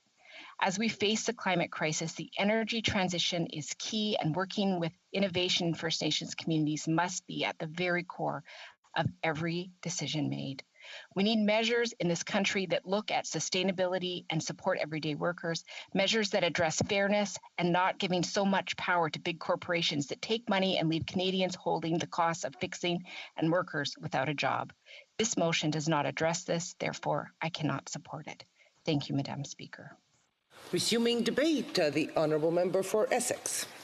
Thank you, Madam Speaker. And tonight I rise in this House today to speak to this important motion introduced by my colleague and friend, the MP for Edmonton Manning. I stand in support of Canada's oil and gas sector. I stand on behalf of families in my riding of Essex and the many, many workers in the energy sector across Windsor and Essex whose jobs are in jeopardy by Governor Whitner's intended closure of the Line 5 pipeline. But, Madam Speaker, before I get into the issue of Line 5 and the importance of energy to Canada, it's important to my riding in the province of lost my complete line of thought here. I'm going to start there again. Before I get into the issue of Line 5, it's important to my riding, my region, my province, and Canadians in Quebec, East, as well as the border, issue of the significant contributions of Canada's oil and gas sector as a whole. Please indulge me as I share some personal news. Last weekend, Madam Speaker, I received a promotion. No, not in this House. Something much more important than that. I went from being a father of 3 to now a father of 3 and a grandfather of 1. As tradition has it, Madam Speaker, in my family, I am now known by my little precious little boy as Pip. My grandson, Levi James Lewis, entered the world on May the 8th. He is a firstborn son of proud parents, Cody and Grace. As other grandparents in this House can attest, there is no feeling like it. When I left Ottawa on Sunday, Madam Speaker, he was still in hospital. Our first meeting was virtual. I can hardly wait to get home to wrap my arms around him. Thank you, Madam Speaker. Now I'm going to get back to the important issue of the day. With the intended closure of Line 5, Madam Speaker, much is at stake, not just in the present, but also in the future. As this government prints money, deficit spends and accumulates massive debt and jeopardizes key industries such as our oil and gas sector, will the next generation be able to provide for their family, own a home, or even buy a car? For over 6 decades, the Line 5 pipeline has delivered crude oil and other petroleum products across Wisconsin and Michigan to Sarnia through the Strait of Mackinac. In all that time, the pipeline has operated efficiently and responsibly. It has never experienced a leak. The pipeline is tested regularly with the latest and most advanced technology available. Recent inspection reports show that Line 5, from an engineering and integrity perspective, is, like new, in an excellent condition. Nevertheless, Enbridge has been working on a plan to reroute the pipes through a tunnel beneath the bedrock of the Straits. According to the Daily Mining Gazette, the Line 5, and I quote, the Line 5 crossing features exceptional and incredibly durable enamel coating and pipe walls that are 3 times as thick of the minimum of 0.812 inches as those of a typical pipeline. Further, renowned for the Hoover Dam, the builder built Line 5 in an area of the Straits that would minimize potential corrosion due to a lack of oxygen in the cold water temperatures. Built in 1953, this feat of engineering, Line 5 currently has 540,000 barrels a day flow through this pipeline, providing half of all the supply of light crude oil, light synthetic crude oil, and natural gas liquids in Ontario and Quebec. That is a lot of households, Madam Speaker, that rely on this ready supply of crude for their basic needs. While I put the highest value on the importance of protecting our waterways, particularly the magnificent Great Lakes, which just so happen to be in my backyard, while I support measures to preserve our environment for future generations, while shutting down this pipeline will have catastrophic consequences in the near future. Not only for the workers whose livelihoods will be jeopardized, but also for those citizens, communities, and industries dependent on this pipeline for an affordable supply of energy. To put it in real terms, this oil heats homes and businesses, fuels vehicles, and powers industry. This includes fueling Ontario's airports, including the Pearson International Airport. As the airline industry makes a comeback, the last thing they need is fuel shortages at exorbitant costs. Small businesses left in tatters because of the pandemic cannot afford another hit. Workers and their families need the stability these well-paying jobs provide. Many farmers use propane to heat homes, barns, and commercial greenhouses. as well as to dry the grain. Sourcing propane elsewhere could drive the cost of agriculture production up along with the cost of food for Canadian families. Aaron Henry, the Senior Director of Natural Resources and Sustainable Growth at the Canadian Chamber of Commerce, describes Line 5 as probably, and I quote, one of the most critical pieces of infrastructure for energy use in central Canada, end quote. Further, shutting down this pipeline will not reduce the demand, and it will only shift the transport of it to other modes of by truck, rail, or ship, with potentially more risks. The Minister of Energy told the House that, and I quote, it will take 800 rail cars and some 2,000 trucks in Canada alone to move along an equivalent amount of petroleum products. There is a tendency among environmentalists and their surrogate legislators to minimize the importance of the oil and gas sector and to magnify its supposed negatives. I know that it is fashionable to do so, but I view such tactics as counterproductive as Canada moves in the direction of a greener economy. If we are going to move certain industries to a zero emissions, such as the auto sector, we need to root our goals in reality. To do otherwise is to create unnecessary hardships and suffering and risk energy poverty instead of substantial growth. Even though ideological opponents of the oil and gas are loath to admit it, the revenues from Canada's oil and gas sector provide significant revenues to government coffers.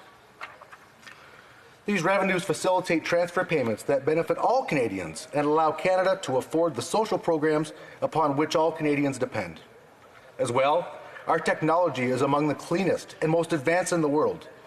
We should be capitalizing on that as part of our contribution to our green global initiatives.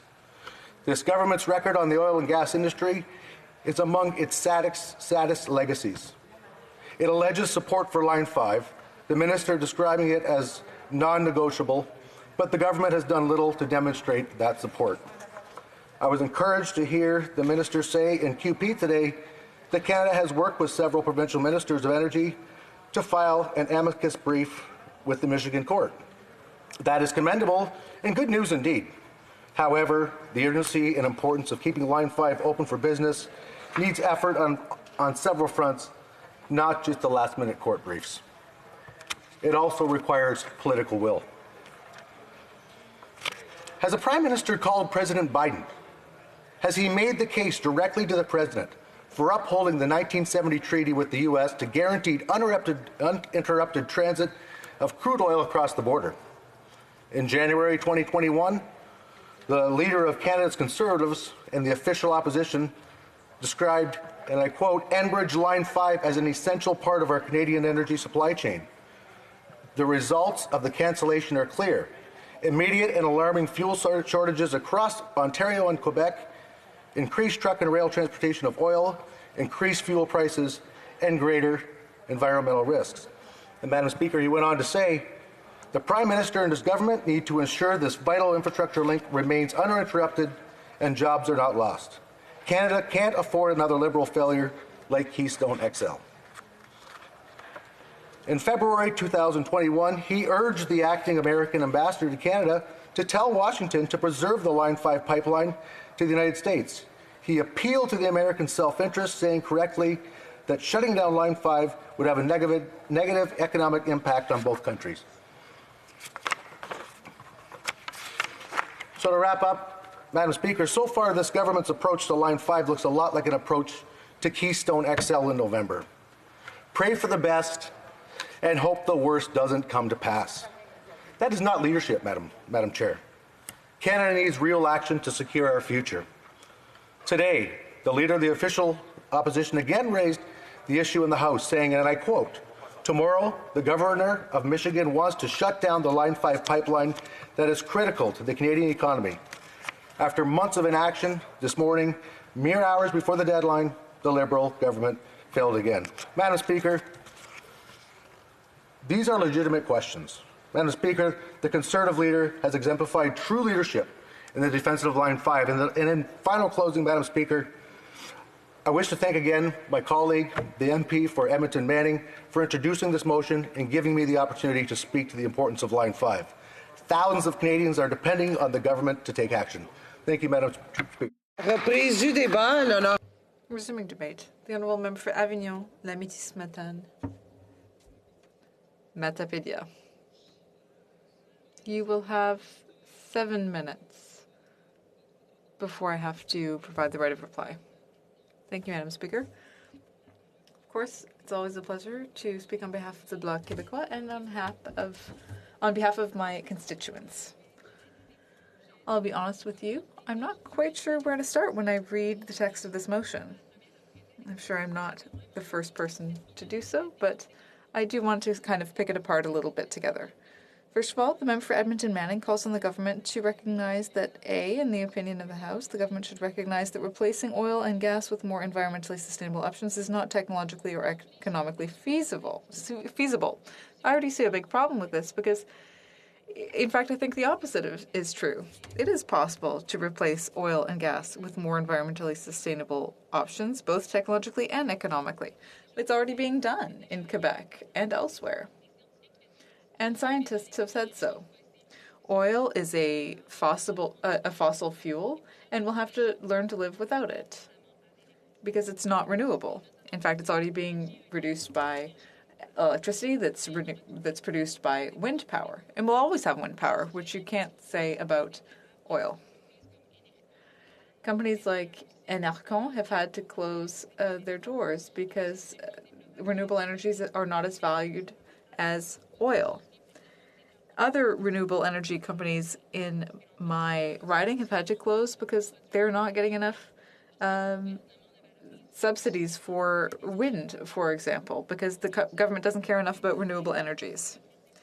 Instead, the government continues to offer subsidies to the oil and gas industry, even though they know that they won't ever meet their greenhouse gas emissions reductions targets if they continue to do that. Saying that it's not economically feasible, well, again, a lot of evidence indicates the contrary. An intergovernmental organization involving 61 countries said that renewable energy was less expensive than fossil fuels. And the great thing is that the quickly dropping prices of wind and solar power provide a wonderful opportunity to stimulate the economy while helping the environment. So, Madam Speaker, I think the first point of this motion simply doesn't hold water. It is both possible and necessary to replace oil and gas with more environmentally sustainable options, and it is possible both technologically and economically. We need a green transition. We need to change our way of consuming energy and to wean ourselves off of oil. Reducing carbon in the economy means replacing fossil fuels with renewable energy. By saying that this is impossible, the motion is simply not true. This is the case both in Quebec and Canada. To get back to the economic argument, oil and gas are largely responsible for pollution in this country, and that costs a lot of money. Greenpeace estimates that it costs around $50 billion per year. And it's also costly to human lives. It leads to the premature death of around 21,000 people in Canada per year. So fossil fuels have an impact on our health and economy.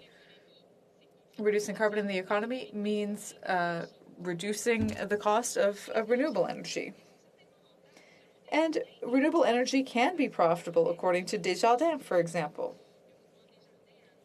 The Mouvement Desjardins announced in 2020 that it was divesting itself from pipelines.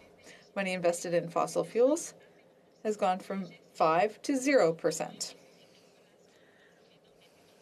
Investment funds also think that it's time to dump oil in favor of hydro, wind, and solar power,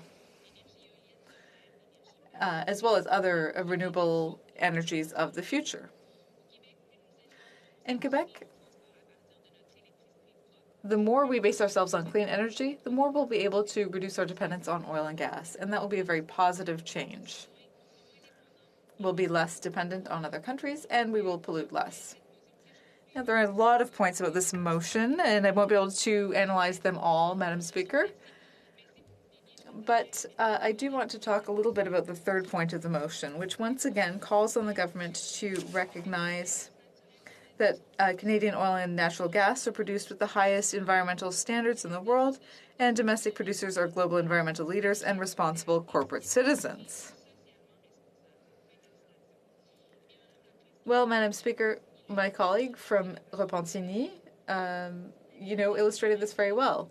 The truth is that even if oil and natural gas producers respected the highest standards, it's still the standards of that industry, and so it's still polluting. Oil and gas producers in Canada like to talk about what they do for the environment, and they say that they defend the environment, and so do the Conservatives. But the fundamental problem remains that greenhouse gas emissions due to these sectors are Canada's #1 source of greenhouse gas emissions, and they will prevent us from meeting our Paris targets and other environmental targets by 2050. It's unfortunate, but the first goal of these oil and gas producers is to produce more and export more. Now, I would agree with the fourth section of the motion that says that Canadian resources create Canadian jobs. That's true for Canadians and Quebecers. If we cared more about renewable energy, well, we would certainly create even more jobs for people who would have lost them in the oil and gas sectors. Point 5 of the motion calls on the government to recognize that First Nations involved in Canada's oil and gas industry experience significant and profound positive economic effects, including higher rates of employment, higher incomes, and improved health and educational attainments. Now, perhaps this is a willful oversight, because First Nations are also very attached to their territory, and they don't appreciate having pipelines put on their territory without their consent. For example, they're not acknowledging the resistance of the Wet'suwet'en people who were resisting pipelines on their territory since 2010. There was a very violent repression on the part of the RCMP last year on their territory. So I would not say that First Nations involved in the oil and gas industry have these necessary positive effects. I think it would be better to get their opinion on the matter. The motion also says that Canada's oil and gas industry from Western to Atlantic Canada is essential to the well-being of the nation and should be celebrated. Well, I would quote a journalist who said that the oil sands are Canada's shame, and they certainly don't deserve to be celebrated. I would conclude by saying that weaning ourselves off of oil, using renewable energies in transport, trying to develop carbon neutrality, those are the ways that the Bloc Québécois really wants to improve things for Quebecers. Moving towards renewable energies is not a constraint. In fact, it's a source of wealth and positive impacts. And I think that the Conservatives should follow that vision instead of clinging to an old technology which will disappear one day in any case. That's the only way that we can succeed in meeting our greenhouse gas emissions targets and doing our part to help the environment. Thank you. For the right of reply, the honourable member for Edmonton Manic.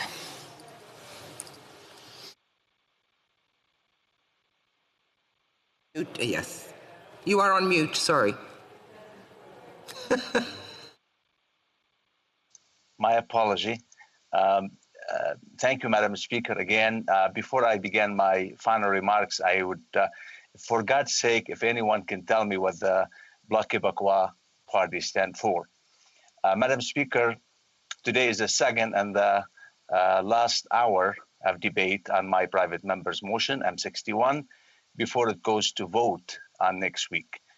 It has been a pleasure and an honor to present this motion and to listen to the discussion of it in this place. I know that I've said before that this motion would call on the House and the government to support our oil and gas industry. I know that I've also said this before, and I'll be happy to say it again, that this is an industry that deserves our support. It's one that creates jobs for Canadians, for men and women, from coast to coast to coast, jobs for Canadians of all stripes and creeds. It puts food on the table and puts kids through school. And industry that is one that I'm happy to throw my support behind, but that's not all it does. It also is a massive source of government revenue, resource royalties, taxes. It provides a stream of revenue in the billions of dollars to our provincial and federal governments. Right now, while we're fighting a global pandemic with deficits that are in the range of hundreds of billions of dollars, these are revenues that we need so that we can fund healthcare programs, so that we can fund schools, so that we can support Canadians during this pandemic that has brought so much hardship to all of us. And just as importantly, not just to the present, but to the future Canadians, that this is an industry that has been on the forefront of developing green energy and green technologies and developing carbon capture technology. Our oil and gas industry is a world leader in green technologies and innovation. And just as importantly, it's a world leader in environmental preservation and restoration. Our oil and gas sector needs our support more than ever. Not only it is under attack from special interest groups, it is now under siege from the American Democrats' green strategy. Keystone XL was shut down by President Biden, and now Line 5 is at risk thanks to Michigan's governor, Gretchen Whitmer. This line supplies oil and gas for essential public infrastructures, such as Toronto Pearson's International Airport. If Line 5 is shut down, all Canadians from coast to coast to coast will feel the economic downturn as gas prices will rise drastically across Eastern Canada. Madam Speaker, I'd like to think that the choice is rather obvious on how to vote on this motion. Our oil and gas industry does so much for Canadians and for Canada. There are a few other industries that provide the triple whammy of good, well-paying jobs for Canadians, revenues to help fund programs like healthcare and education, and an industry-wide commitment to helping combat climate change.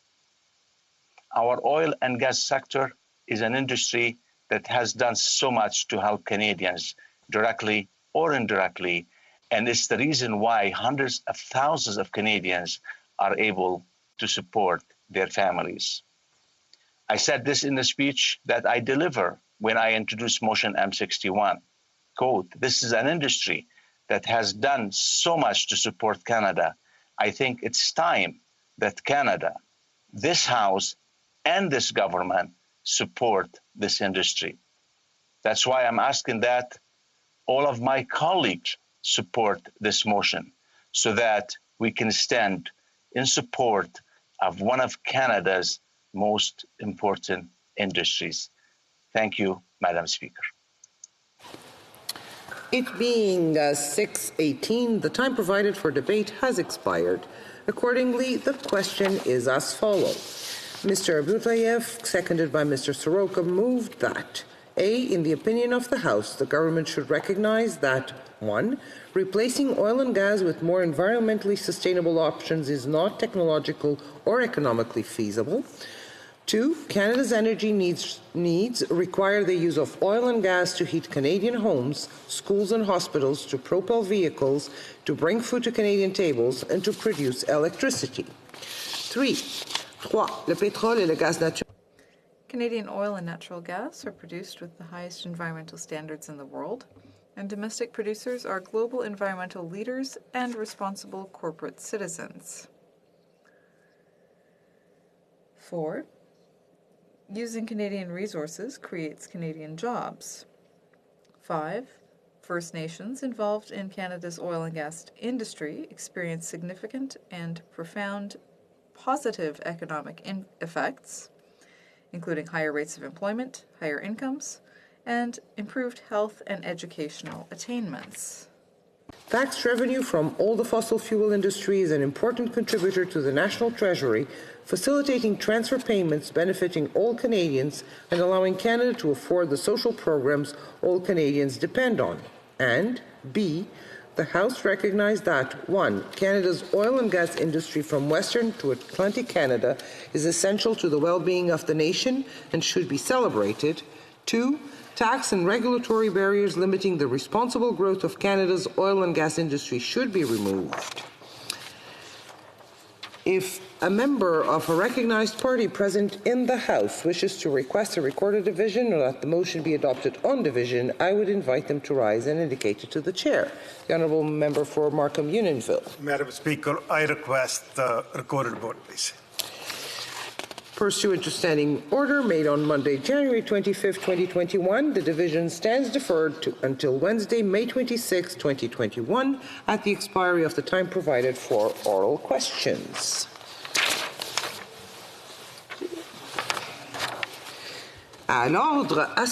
Order. Pursuant to Standing Order 38, a motion to adjourn the House is now deemed to have been moved and seconded. Accordingly, the question is the following one, that the House do now adjourn. The Honourable Member for Langley Eldergrove. You're on mute.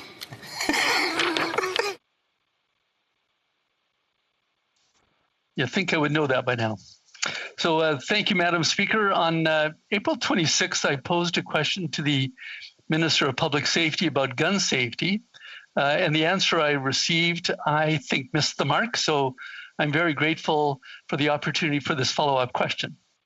Now, I was prompted to ask that question last month in response to a gangland-style shooting in broad daylight in my community of Langley, BC. A man was shot and killed in front of the Langley Sportsplex where my grandkids play hockey. So it hit pretty close to home to see that on the 6 o'clock news that evening. And it was reported that that was the third such gang-related killing in BC's Lower Mainland in a period of a few weeks. Now, fast forward a couple of more weeks, and I'm sad to report that the murders in broad daylight in crowded places in the Lower Mainland continue, the most recent being on this past Sunday, Mother's Day, at Vancouver International Airport. Vancouver Sun reported that that fatal shooting was the 10th in the Lower Mainland since the middle of April. So yes, people here in BC are very concerned, and no, this is not about supporting gun manufacturers as the minister sarcastically suggested in his answer. My only concern is keeping our streets safe. And I'm supported in that by people of my constituency, Langley Aldergrove, including the many hunters and sport shooters who live here. They of all people, law-abiding citizens, lawful gun owners, want zero illegal guns on our streets. Now, in his answer, the minister said that they are examining 3 ways in which criminals get access to guns. They are smuggled across the border, or they are stolen from lawful gun owners, or they are criminally diverted, where people buy them legally, sell them illegally, straw purchasing. So I thought I would fact check the minister's answers. And I was surprised to learn in the process that we don't really know the source of gun crimes because Canadian law enforcement agencies are not required to track this in any meaningful, consistent, or reliable way, and they don't always share this information. We don't even have a consistent definition of what a crime gun is. Is it guns used in violent crime? Or is the definition so broad to also include guns, for example, owned by lawful gun owners who inadvertently allow their license to lapse? Now, this is a very important question because the answer could make the data we gather either very useful for developing policy or completely useless. So where are we? Where is Canada in this data gathering process? Well, according to the CBC, about a year ago, May 2020, quote, Statistics Canada has started a project to increase the amount of information collected on guns used in crime. close quote. That's a good thing, of course, because we need good, reliable data. But I was quite surprised to learn that we are just starting that project. Now, in the same article, a professor at the University of Toronto, Dr. Lee, who studies gun violence, is quoted as saying, quote, "It's important to trace the origin of crime guns because any attempt..." The honourable member, apologies, but the honourable member's camera has gone off. Did you perhaps touch a button? Oh, there we go. Thank you. No, I must have hit the button. I'm sorry. Okay. Sorry about that. Dr. Lee, a professor at the University of Toronto who studies gun violence, is quoted as saying, "It's important to trace the origin of crime guns because any attempts at legislating the sale and flow of firearms has to recognize that the United States is a global supplier of firearms." Now, he goes on to say, "We just simply don't know how many guns are Canadian in origin versus American in origin." So here's my follow-up. Toronto's chief of police said that 80% of crime guns are smuggled into the... And I have to give the parliamentary secretary, l'honorable secrétaire parlementaire. The Honourable Parliamentary Secretary to the Minister of Public Safety. Thank you very much, Madam Speaker, and I'd like to thank my colleague from Langley Aldergrove for his question. Remember, it's a pleasure to sit on the Public Safety Committee together. This is a topic that's very important, and it brings up the fact that every violent incident is one too many, and we need to fight that type of violence. There's too much of it, and our government's determined to combat it. Coming back to the question of the theft of weapons, I should point out that various members have mentioned this as one of the most common ways in which legal firearms are diverted to the illicit firearms market. When the Conservatives were in office, they cut back severely both to the RCMP and CBSA with their DRAP program, and that was one of the most effective ways of dealing with this problem. And the Conservatives have voted against every reinvestment in our police forces and similar bodies to fight precisely this type of contraband, the illegal weapons trade that ends up being used in violent crime. Starting in 2018, and I also forgot to say that when you look at their leaders' platform, when it comes to firearms control, it's a basic copy of the firearms lobby. And let's talk about what this government has done about the problem. And starting in 2018, we invested $327 million in the provinces and territories and local police forces for prevention and to better equip them to do their law enforcement activities. We invested in the RCMP and CBSA to make up for some of the damage done by the previous government after 10 years of austerity. And so we invested in areas that help the police combat armed crime or violent crime. But the Conservatives have systematically voted against those reinvestments in our police forces. In 2020, we committed to spending $250 million over 5 years for the municipalities and Indigenous communities to invest in prevention programs and intervention programs to head off these problems and these crises before the fact, before the problem occurs. But once again, the Conservatives voted against C-14, but we didn't stop there. In Budget 2021, in addition to the $250 million announced in the previous fall, we announced $312 million more starting in 2021, 2022, and then $1.5 million after that to protect Canadians against armed crime, and we're investing that money in CBSA, and I hope that the member for Langley Aldergrove will vote in favor of that this time round. But it's not just about investment too. There's also Bill C-21 that was tabled by the government, which provides for stiffer penalties, 10 to 14 years, for those who traffic in illicit firearms. I think that sends a clear message to the judiciary about how seriously we take these crimes, and I hope the Conservatives will support that. C-21 goes a lot further than that, but I don't have time to get into all the details of that bill and the ways in which it helps combat violent crime in Canada. Thank you. The Honourable Member for Langley Aldergrove. Well, thank you, Madam Speaker, but it doesn't answer the question of the source of gun crimes in Canada.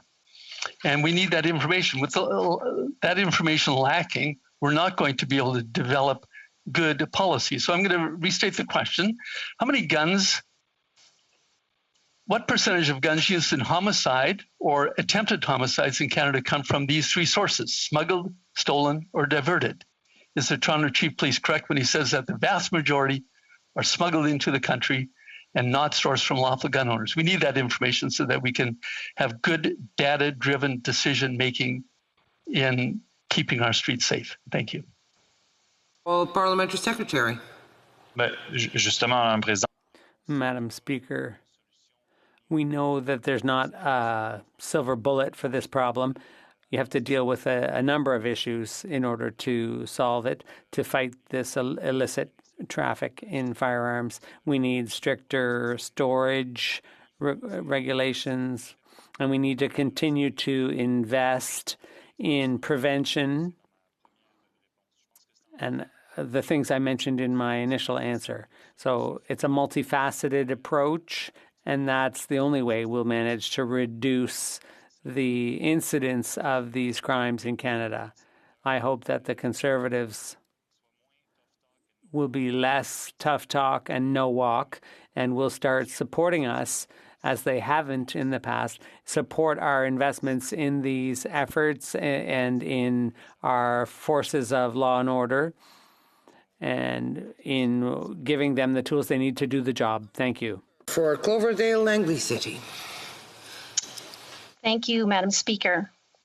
As we all know, there are two things in life that are inevitable: death and taxes. And unfortunately, as the government has been overspending on poorly targeted pandemic programs and plans to continue to add enormous amounts of debt over the next 5 years, higher taxes in the near future are inescapable. Now, as the Liberal government looked around for ways to raise funds that aren't printed by the Bank of Canada, it seems they're now gazing longingly at the equity Canadians have in their homes.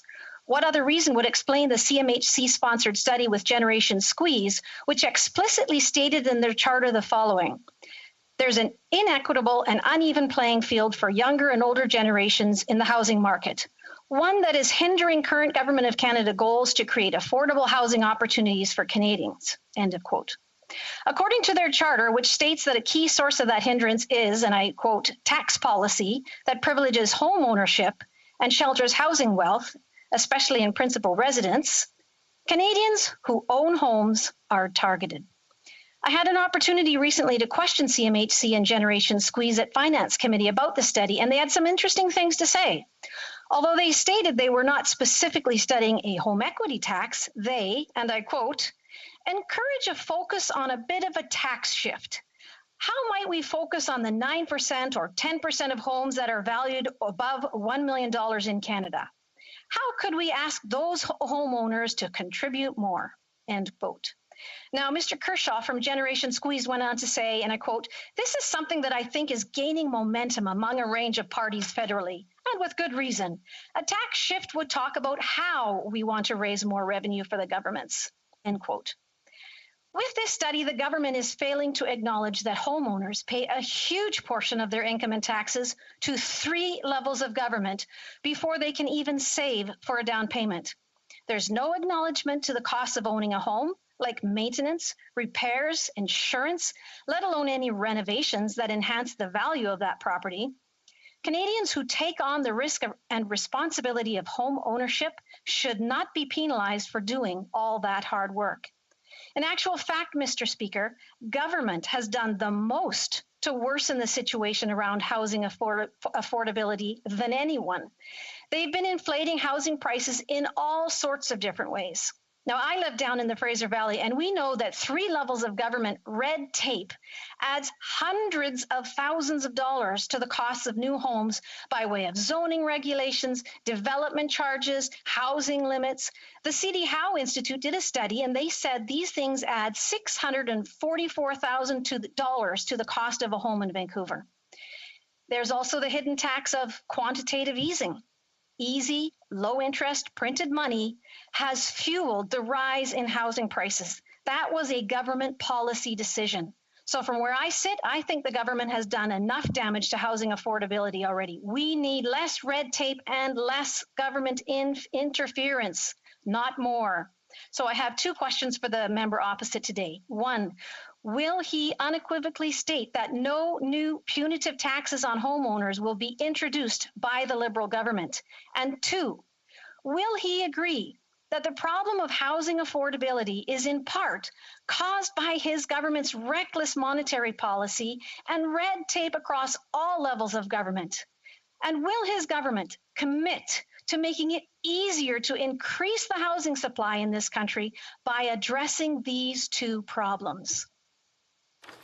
The Honourable Parliamentary Secretary to the Minister of Families, Children and Social Development. Well, let me first begin by unequivocally answering the question. No, there is no contemplation, no desire, and no will to tax people's primary residence. The capital gains tax is not being touched by this government and won't be touched by this government. It's the 3rd time the member opposite has received that answer. Maybe this is the lucky time it lands. In terms of what our government is doing to create affordability, well, the zoning issue she talks about and the provincial guidelines she talks about are beyond our jurisdiction. What we are doing to make housing more affordable for Canadians, whether they choose to rent or whether they choose to own, but let's talk about ownership to begin with, is that we put in a vacant homes tax to try and chase out speculators from the market who buy homes but don't allow people to live in them. We have put in beneficial ownership requirements and rules in place to make sure that money laundering is chased from the Canadian market and takes that speculative force and inflation out of the market. We have provided support for first-time home buyers. In fact, just recently announced new measures to deal with the riding and the geography that she represents in the lower BC mainland and Victoria and Toronto to increase the capacity of that program, to increase the thresholds, to make sure that those 2 particular urban regions are addressed through the first-time home buyers buy. And as well, we've also taken steps to make sure that we move towards providing supply through the National Housing Strategy, a $70 billion program, which, yes, provides a lot of new market rental housing, a lot of deeply affordable housing, including the Rapid Housing Initiative, recently just produced close to 5,000 units of new housing. But it also has done things like block finance, Habitat for Humanity, provide $58 million in funding to provide low-income home ownership opportunities for Canadians looking to purchase their first home. But you know what the Conservatives did with every single one of those measures? They voted no, no, no, no, no, no, no, no, and then no one more time just for good measure. And you know what that does? It protects the status quo. It protects the market as it is, which is interesting because the Conservatives effectively created this market. The member for Carleton used to be the last housing minister. When I was in opposition, we sat there and watched him brag about how unregulated the housing market was. He bragged about it. The unregulated housing market has created the speculative bonanza that is driving first-time buyers out of the dream of owning a home. It's conservative policy that got us here. And the worst policy was when Jim Flaherty double-crossed the Prime Minister and double-crossed his caucus and canceled all the income trusts. The one he didn't do was the real estate income trust sector, and that has galloped into the housing market and has driven inflation beyond the reach of most beyond the reach of most Canadians. So when the Conservatives stand up here and protect the status quo is a market that they designed, they have delivered to Canadians, and that's the housing crisis that we inherited as a government. When I was a journalist covering Parliament Hill, Stephen Harper once told me that if I wanted to talk about housing in Parliament, I should read the Constitution first because there was no federal responsibility towards housing. That's why I put down my pen, I picked up an election sign, I planted it in the front lawns of the communities that I represent, including a lot of condominium first-time homeowners who are renting right now, and got to work on the National Housing Strategy and are providing federal leadership on this program for the first time in over a decade. If the member opposite is serious about housing, and I don't really think she is, if she's serious about helping Canadians make the choices they want to make, and I really don't think she is, she'd start supporting the federal housing policy proposed by the Liberal government instead of protecting the status quo designed and delivered by the member from Carleton, designed and delivered by the former Prime Minister, Stephen Harper, designed and delivered by the former Finance Minister, Jim Flaherty. She joined a party that has walked away from housing, walked away from the needs of Canadians looking for housing, whether it's renter or owning, and now she's trying to pretend that there's a tax to be worried about. So I'll say it one more time for a fourth time to her. This government has no plans to change the capital gains allowance taxes exemptions for primary residences. None. Not one bit. Not at all. Never. I don't know what CMHC is hired to do as a study. What I can tell you is that the government has made a very firm decision, a very clear decision. We will not be introducing a tax on your principal residence to change the exemptions for capital gains tax. It's not going to happen on our government's watch. The honourable member for Cloverdale Langley City. Yes, thank you. I wonder then, why would anyone put $250,000 of taxpayers' money into a study about the problem of housing wealth if they aren't planning to tax that wealth, which is supposedly getting in the way of housing affordability? So I ask the questions again. Will he agree that the problem of housing affordability is in part caused by this government's reckless monetary policy and the red tape across all government levels? And as well, when will this government stop confusing subsidized housing and housing affordability? You know, if you're going to... The Honourable Parliamentary Secretary. When you provide leadership on housing in the federal level, you have to provide leadership across the full spectrum of Canadians' housing needs. Yes, some people are looking to buy, some people are looking to rent, and some people need supports to live in the housing that they acquire because of a whole series of challenges, which are sometimes medical, sometimes they have to do with income challenges, and sometimes they have to do with the part of the country they live in. Our government has focused on giving Canadians support regardless of what choice they want to make for themselves and making sure there's a housing system there that meets their needs and realizes their human rights to access a housing system that does meet those needs. That's our government's investment. In terms of the conversation that she talks about a study that's done, I recognize that the party opposite has trouble with science. I recognize they've had trouble with universities and colleges. I recognize that most of the conservative governments in this country are gutting public education here, there, and everywhere. If she's worried about what we study as opposed to what we do, it's probably because she's worried about education. And if she's worried about education, she might want to join a party that actually fights for public education and investments in the public education system. The honourable member for Bull River. Thank you, Madam Speaker. Speaking about COVID, there's an institution in my riding that we call weekly newspapers. It's the Brooks Bulletin, the Chestermere Anchor, the Strathmore Times, the Vauxhall Advance, Tabor Times, Vulcan Advocate, Bazzano Times, Milo Can Opener, Rocky View Weekly, the Three Hills Capital. What's this got to do with COVID, you might say? Well, these weekly newspapers are the ones that cover those things in the community that people know what's happening with COVID in their community. They also know what's happening with the municipal government. They also know what happens in schools and clubs and associations and with the cultural activities in their communities. At one time a few years ago, there was government advertising that went to weekly newspapers. Used to go to weekly newspapers. Well, where does it go? Well, the Prime Minister and the Heritage Minister, they complain about the social media giants, Google, Facebook. But that's where the government is putting their advertising dollars now. They're taking Canadian taxpayers' dollars and they're putting it in the social media giants. So the weekly newspapers in Canada, like in my riding, they're getting 1/3 of 1% of what they used to get.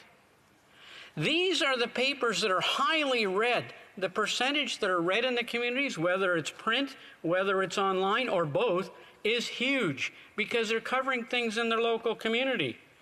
That's where they're getting their information about COVID in their communities, not from the social giants.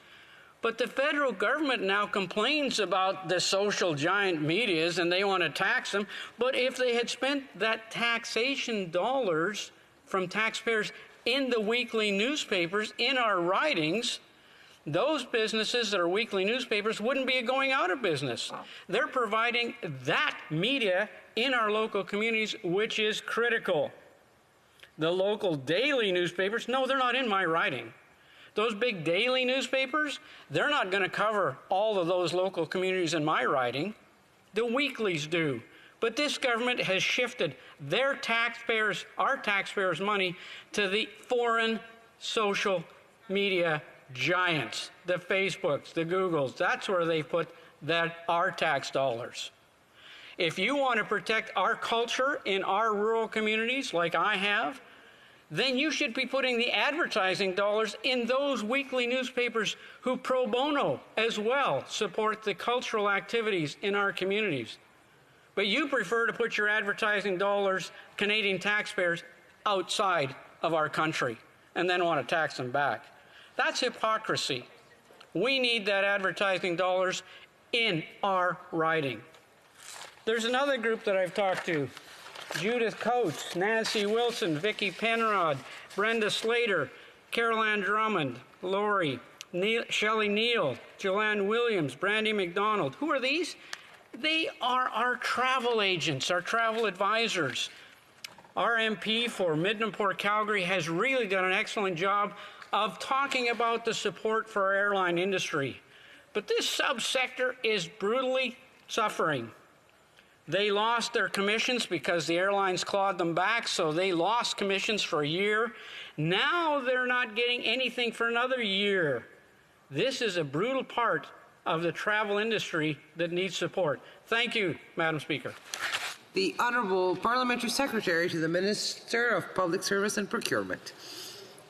Well, thank you, Madam Speaker, and thank you very much for the comments from my honourable friend from Bow River. I know that they are heartfelt, and let me try and take them in order. As he had given notice of a question that had to do with vaccinations and vaccine contracts, I'd be happy to return to him on that subject as well. But let me answer as best I can without due notice to the issues that he posed.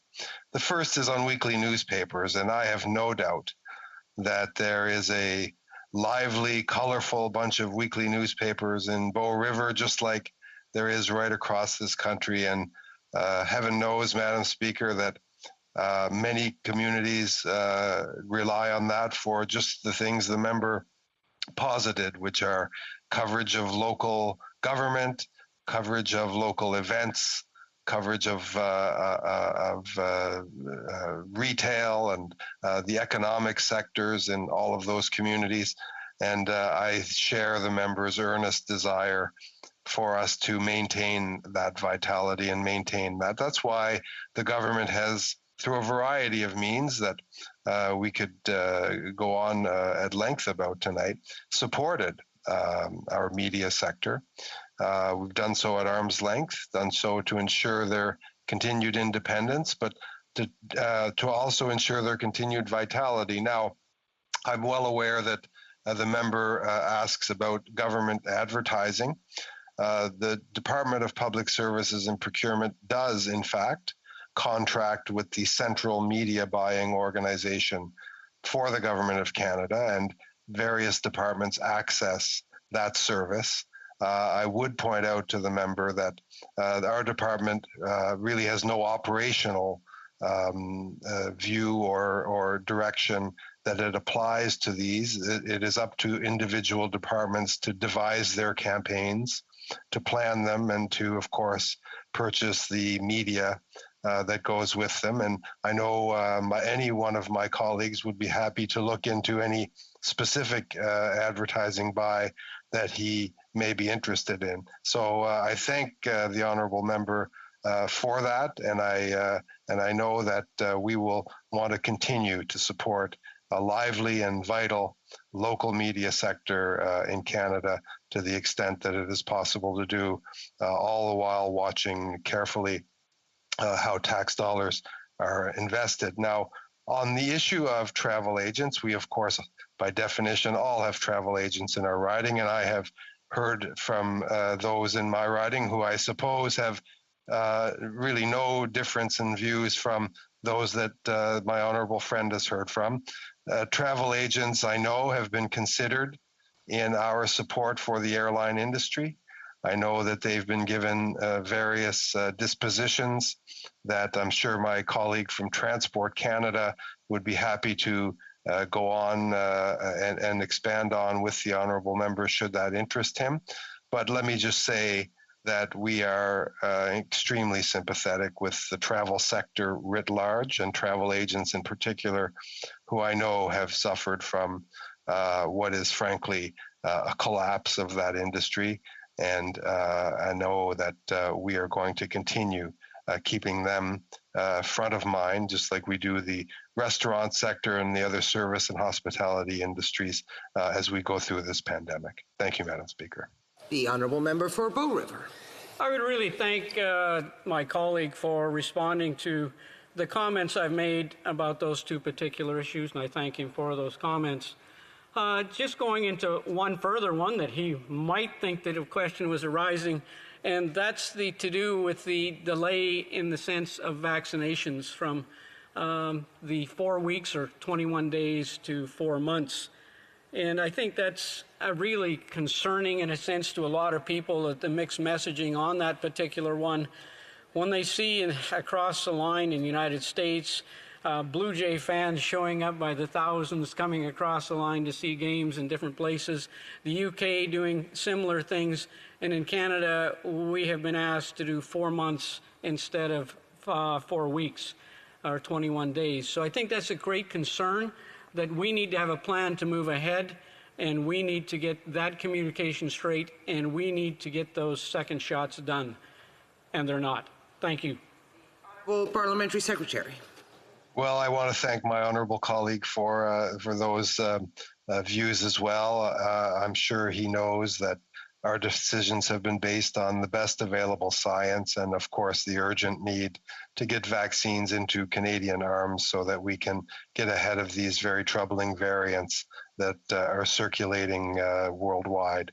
So we are providing that first immunization to as many Canadians as we can, as quickly as we can. And the member also knows that we will have well in excess of the total Canadian population in terms of vaccine doses by the end of June, and then still more and far more than enough to vaccinate all Canadians with 2 doses by the end of September. And I know we all look forward to that day. I know we are following events in other countries, and I would merely point out to my honourable friend that Canada is third in the G20 in vaccine doses administered, and every day we watch very closely to see how quickly. And we are done. Thank you, Madam Speaker. The motion to adjourn the House is now deemed to have been adopted. Accordingly, this House stands adjourned until tomorrow at 10 a.m. pursuant to Standing Order 24-1.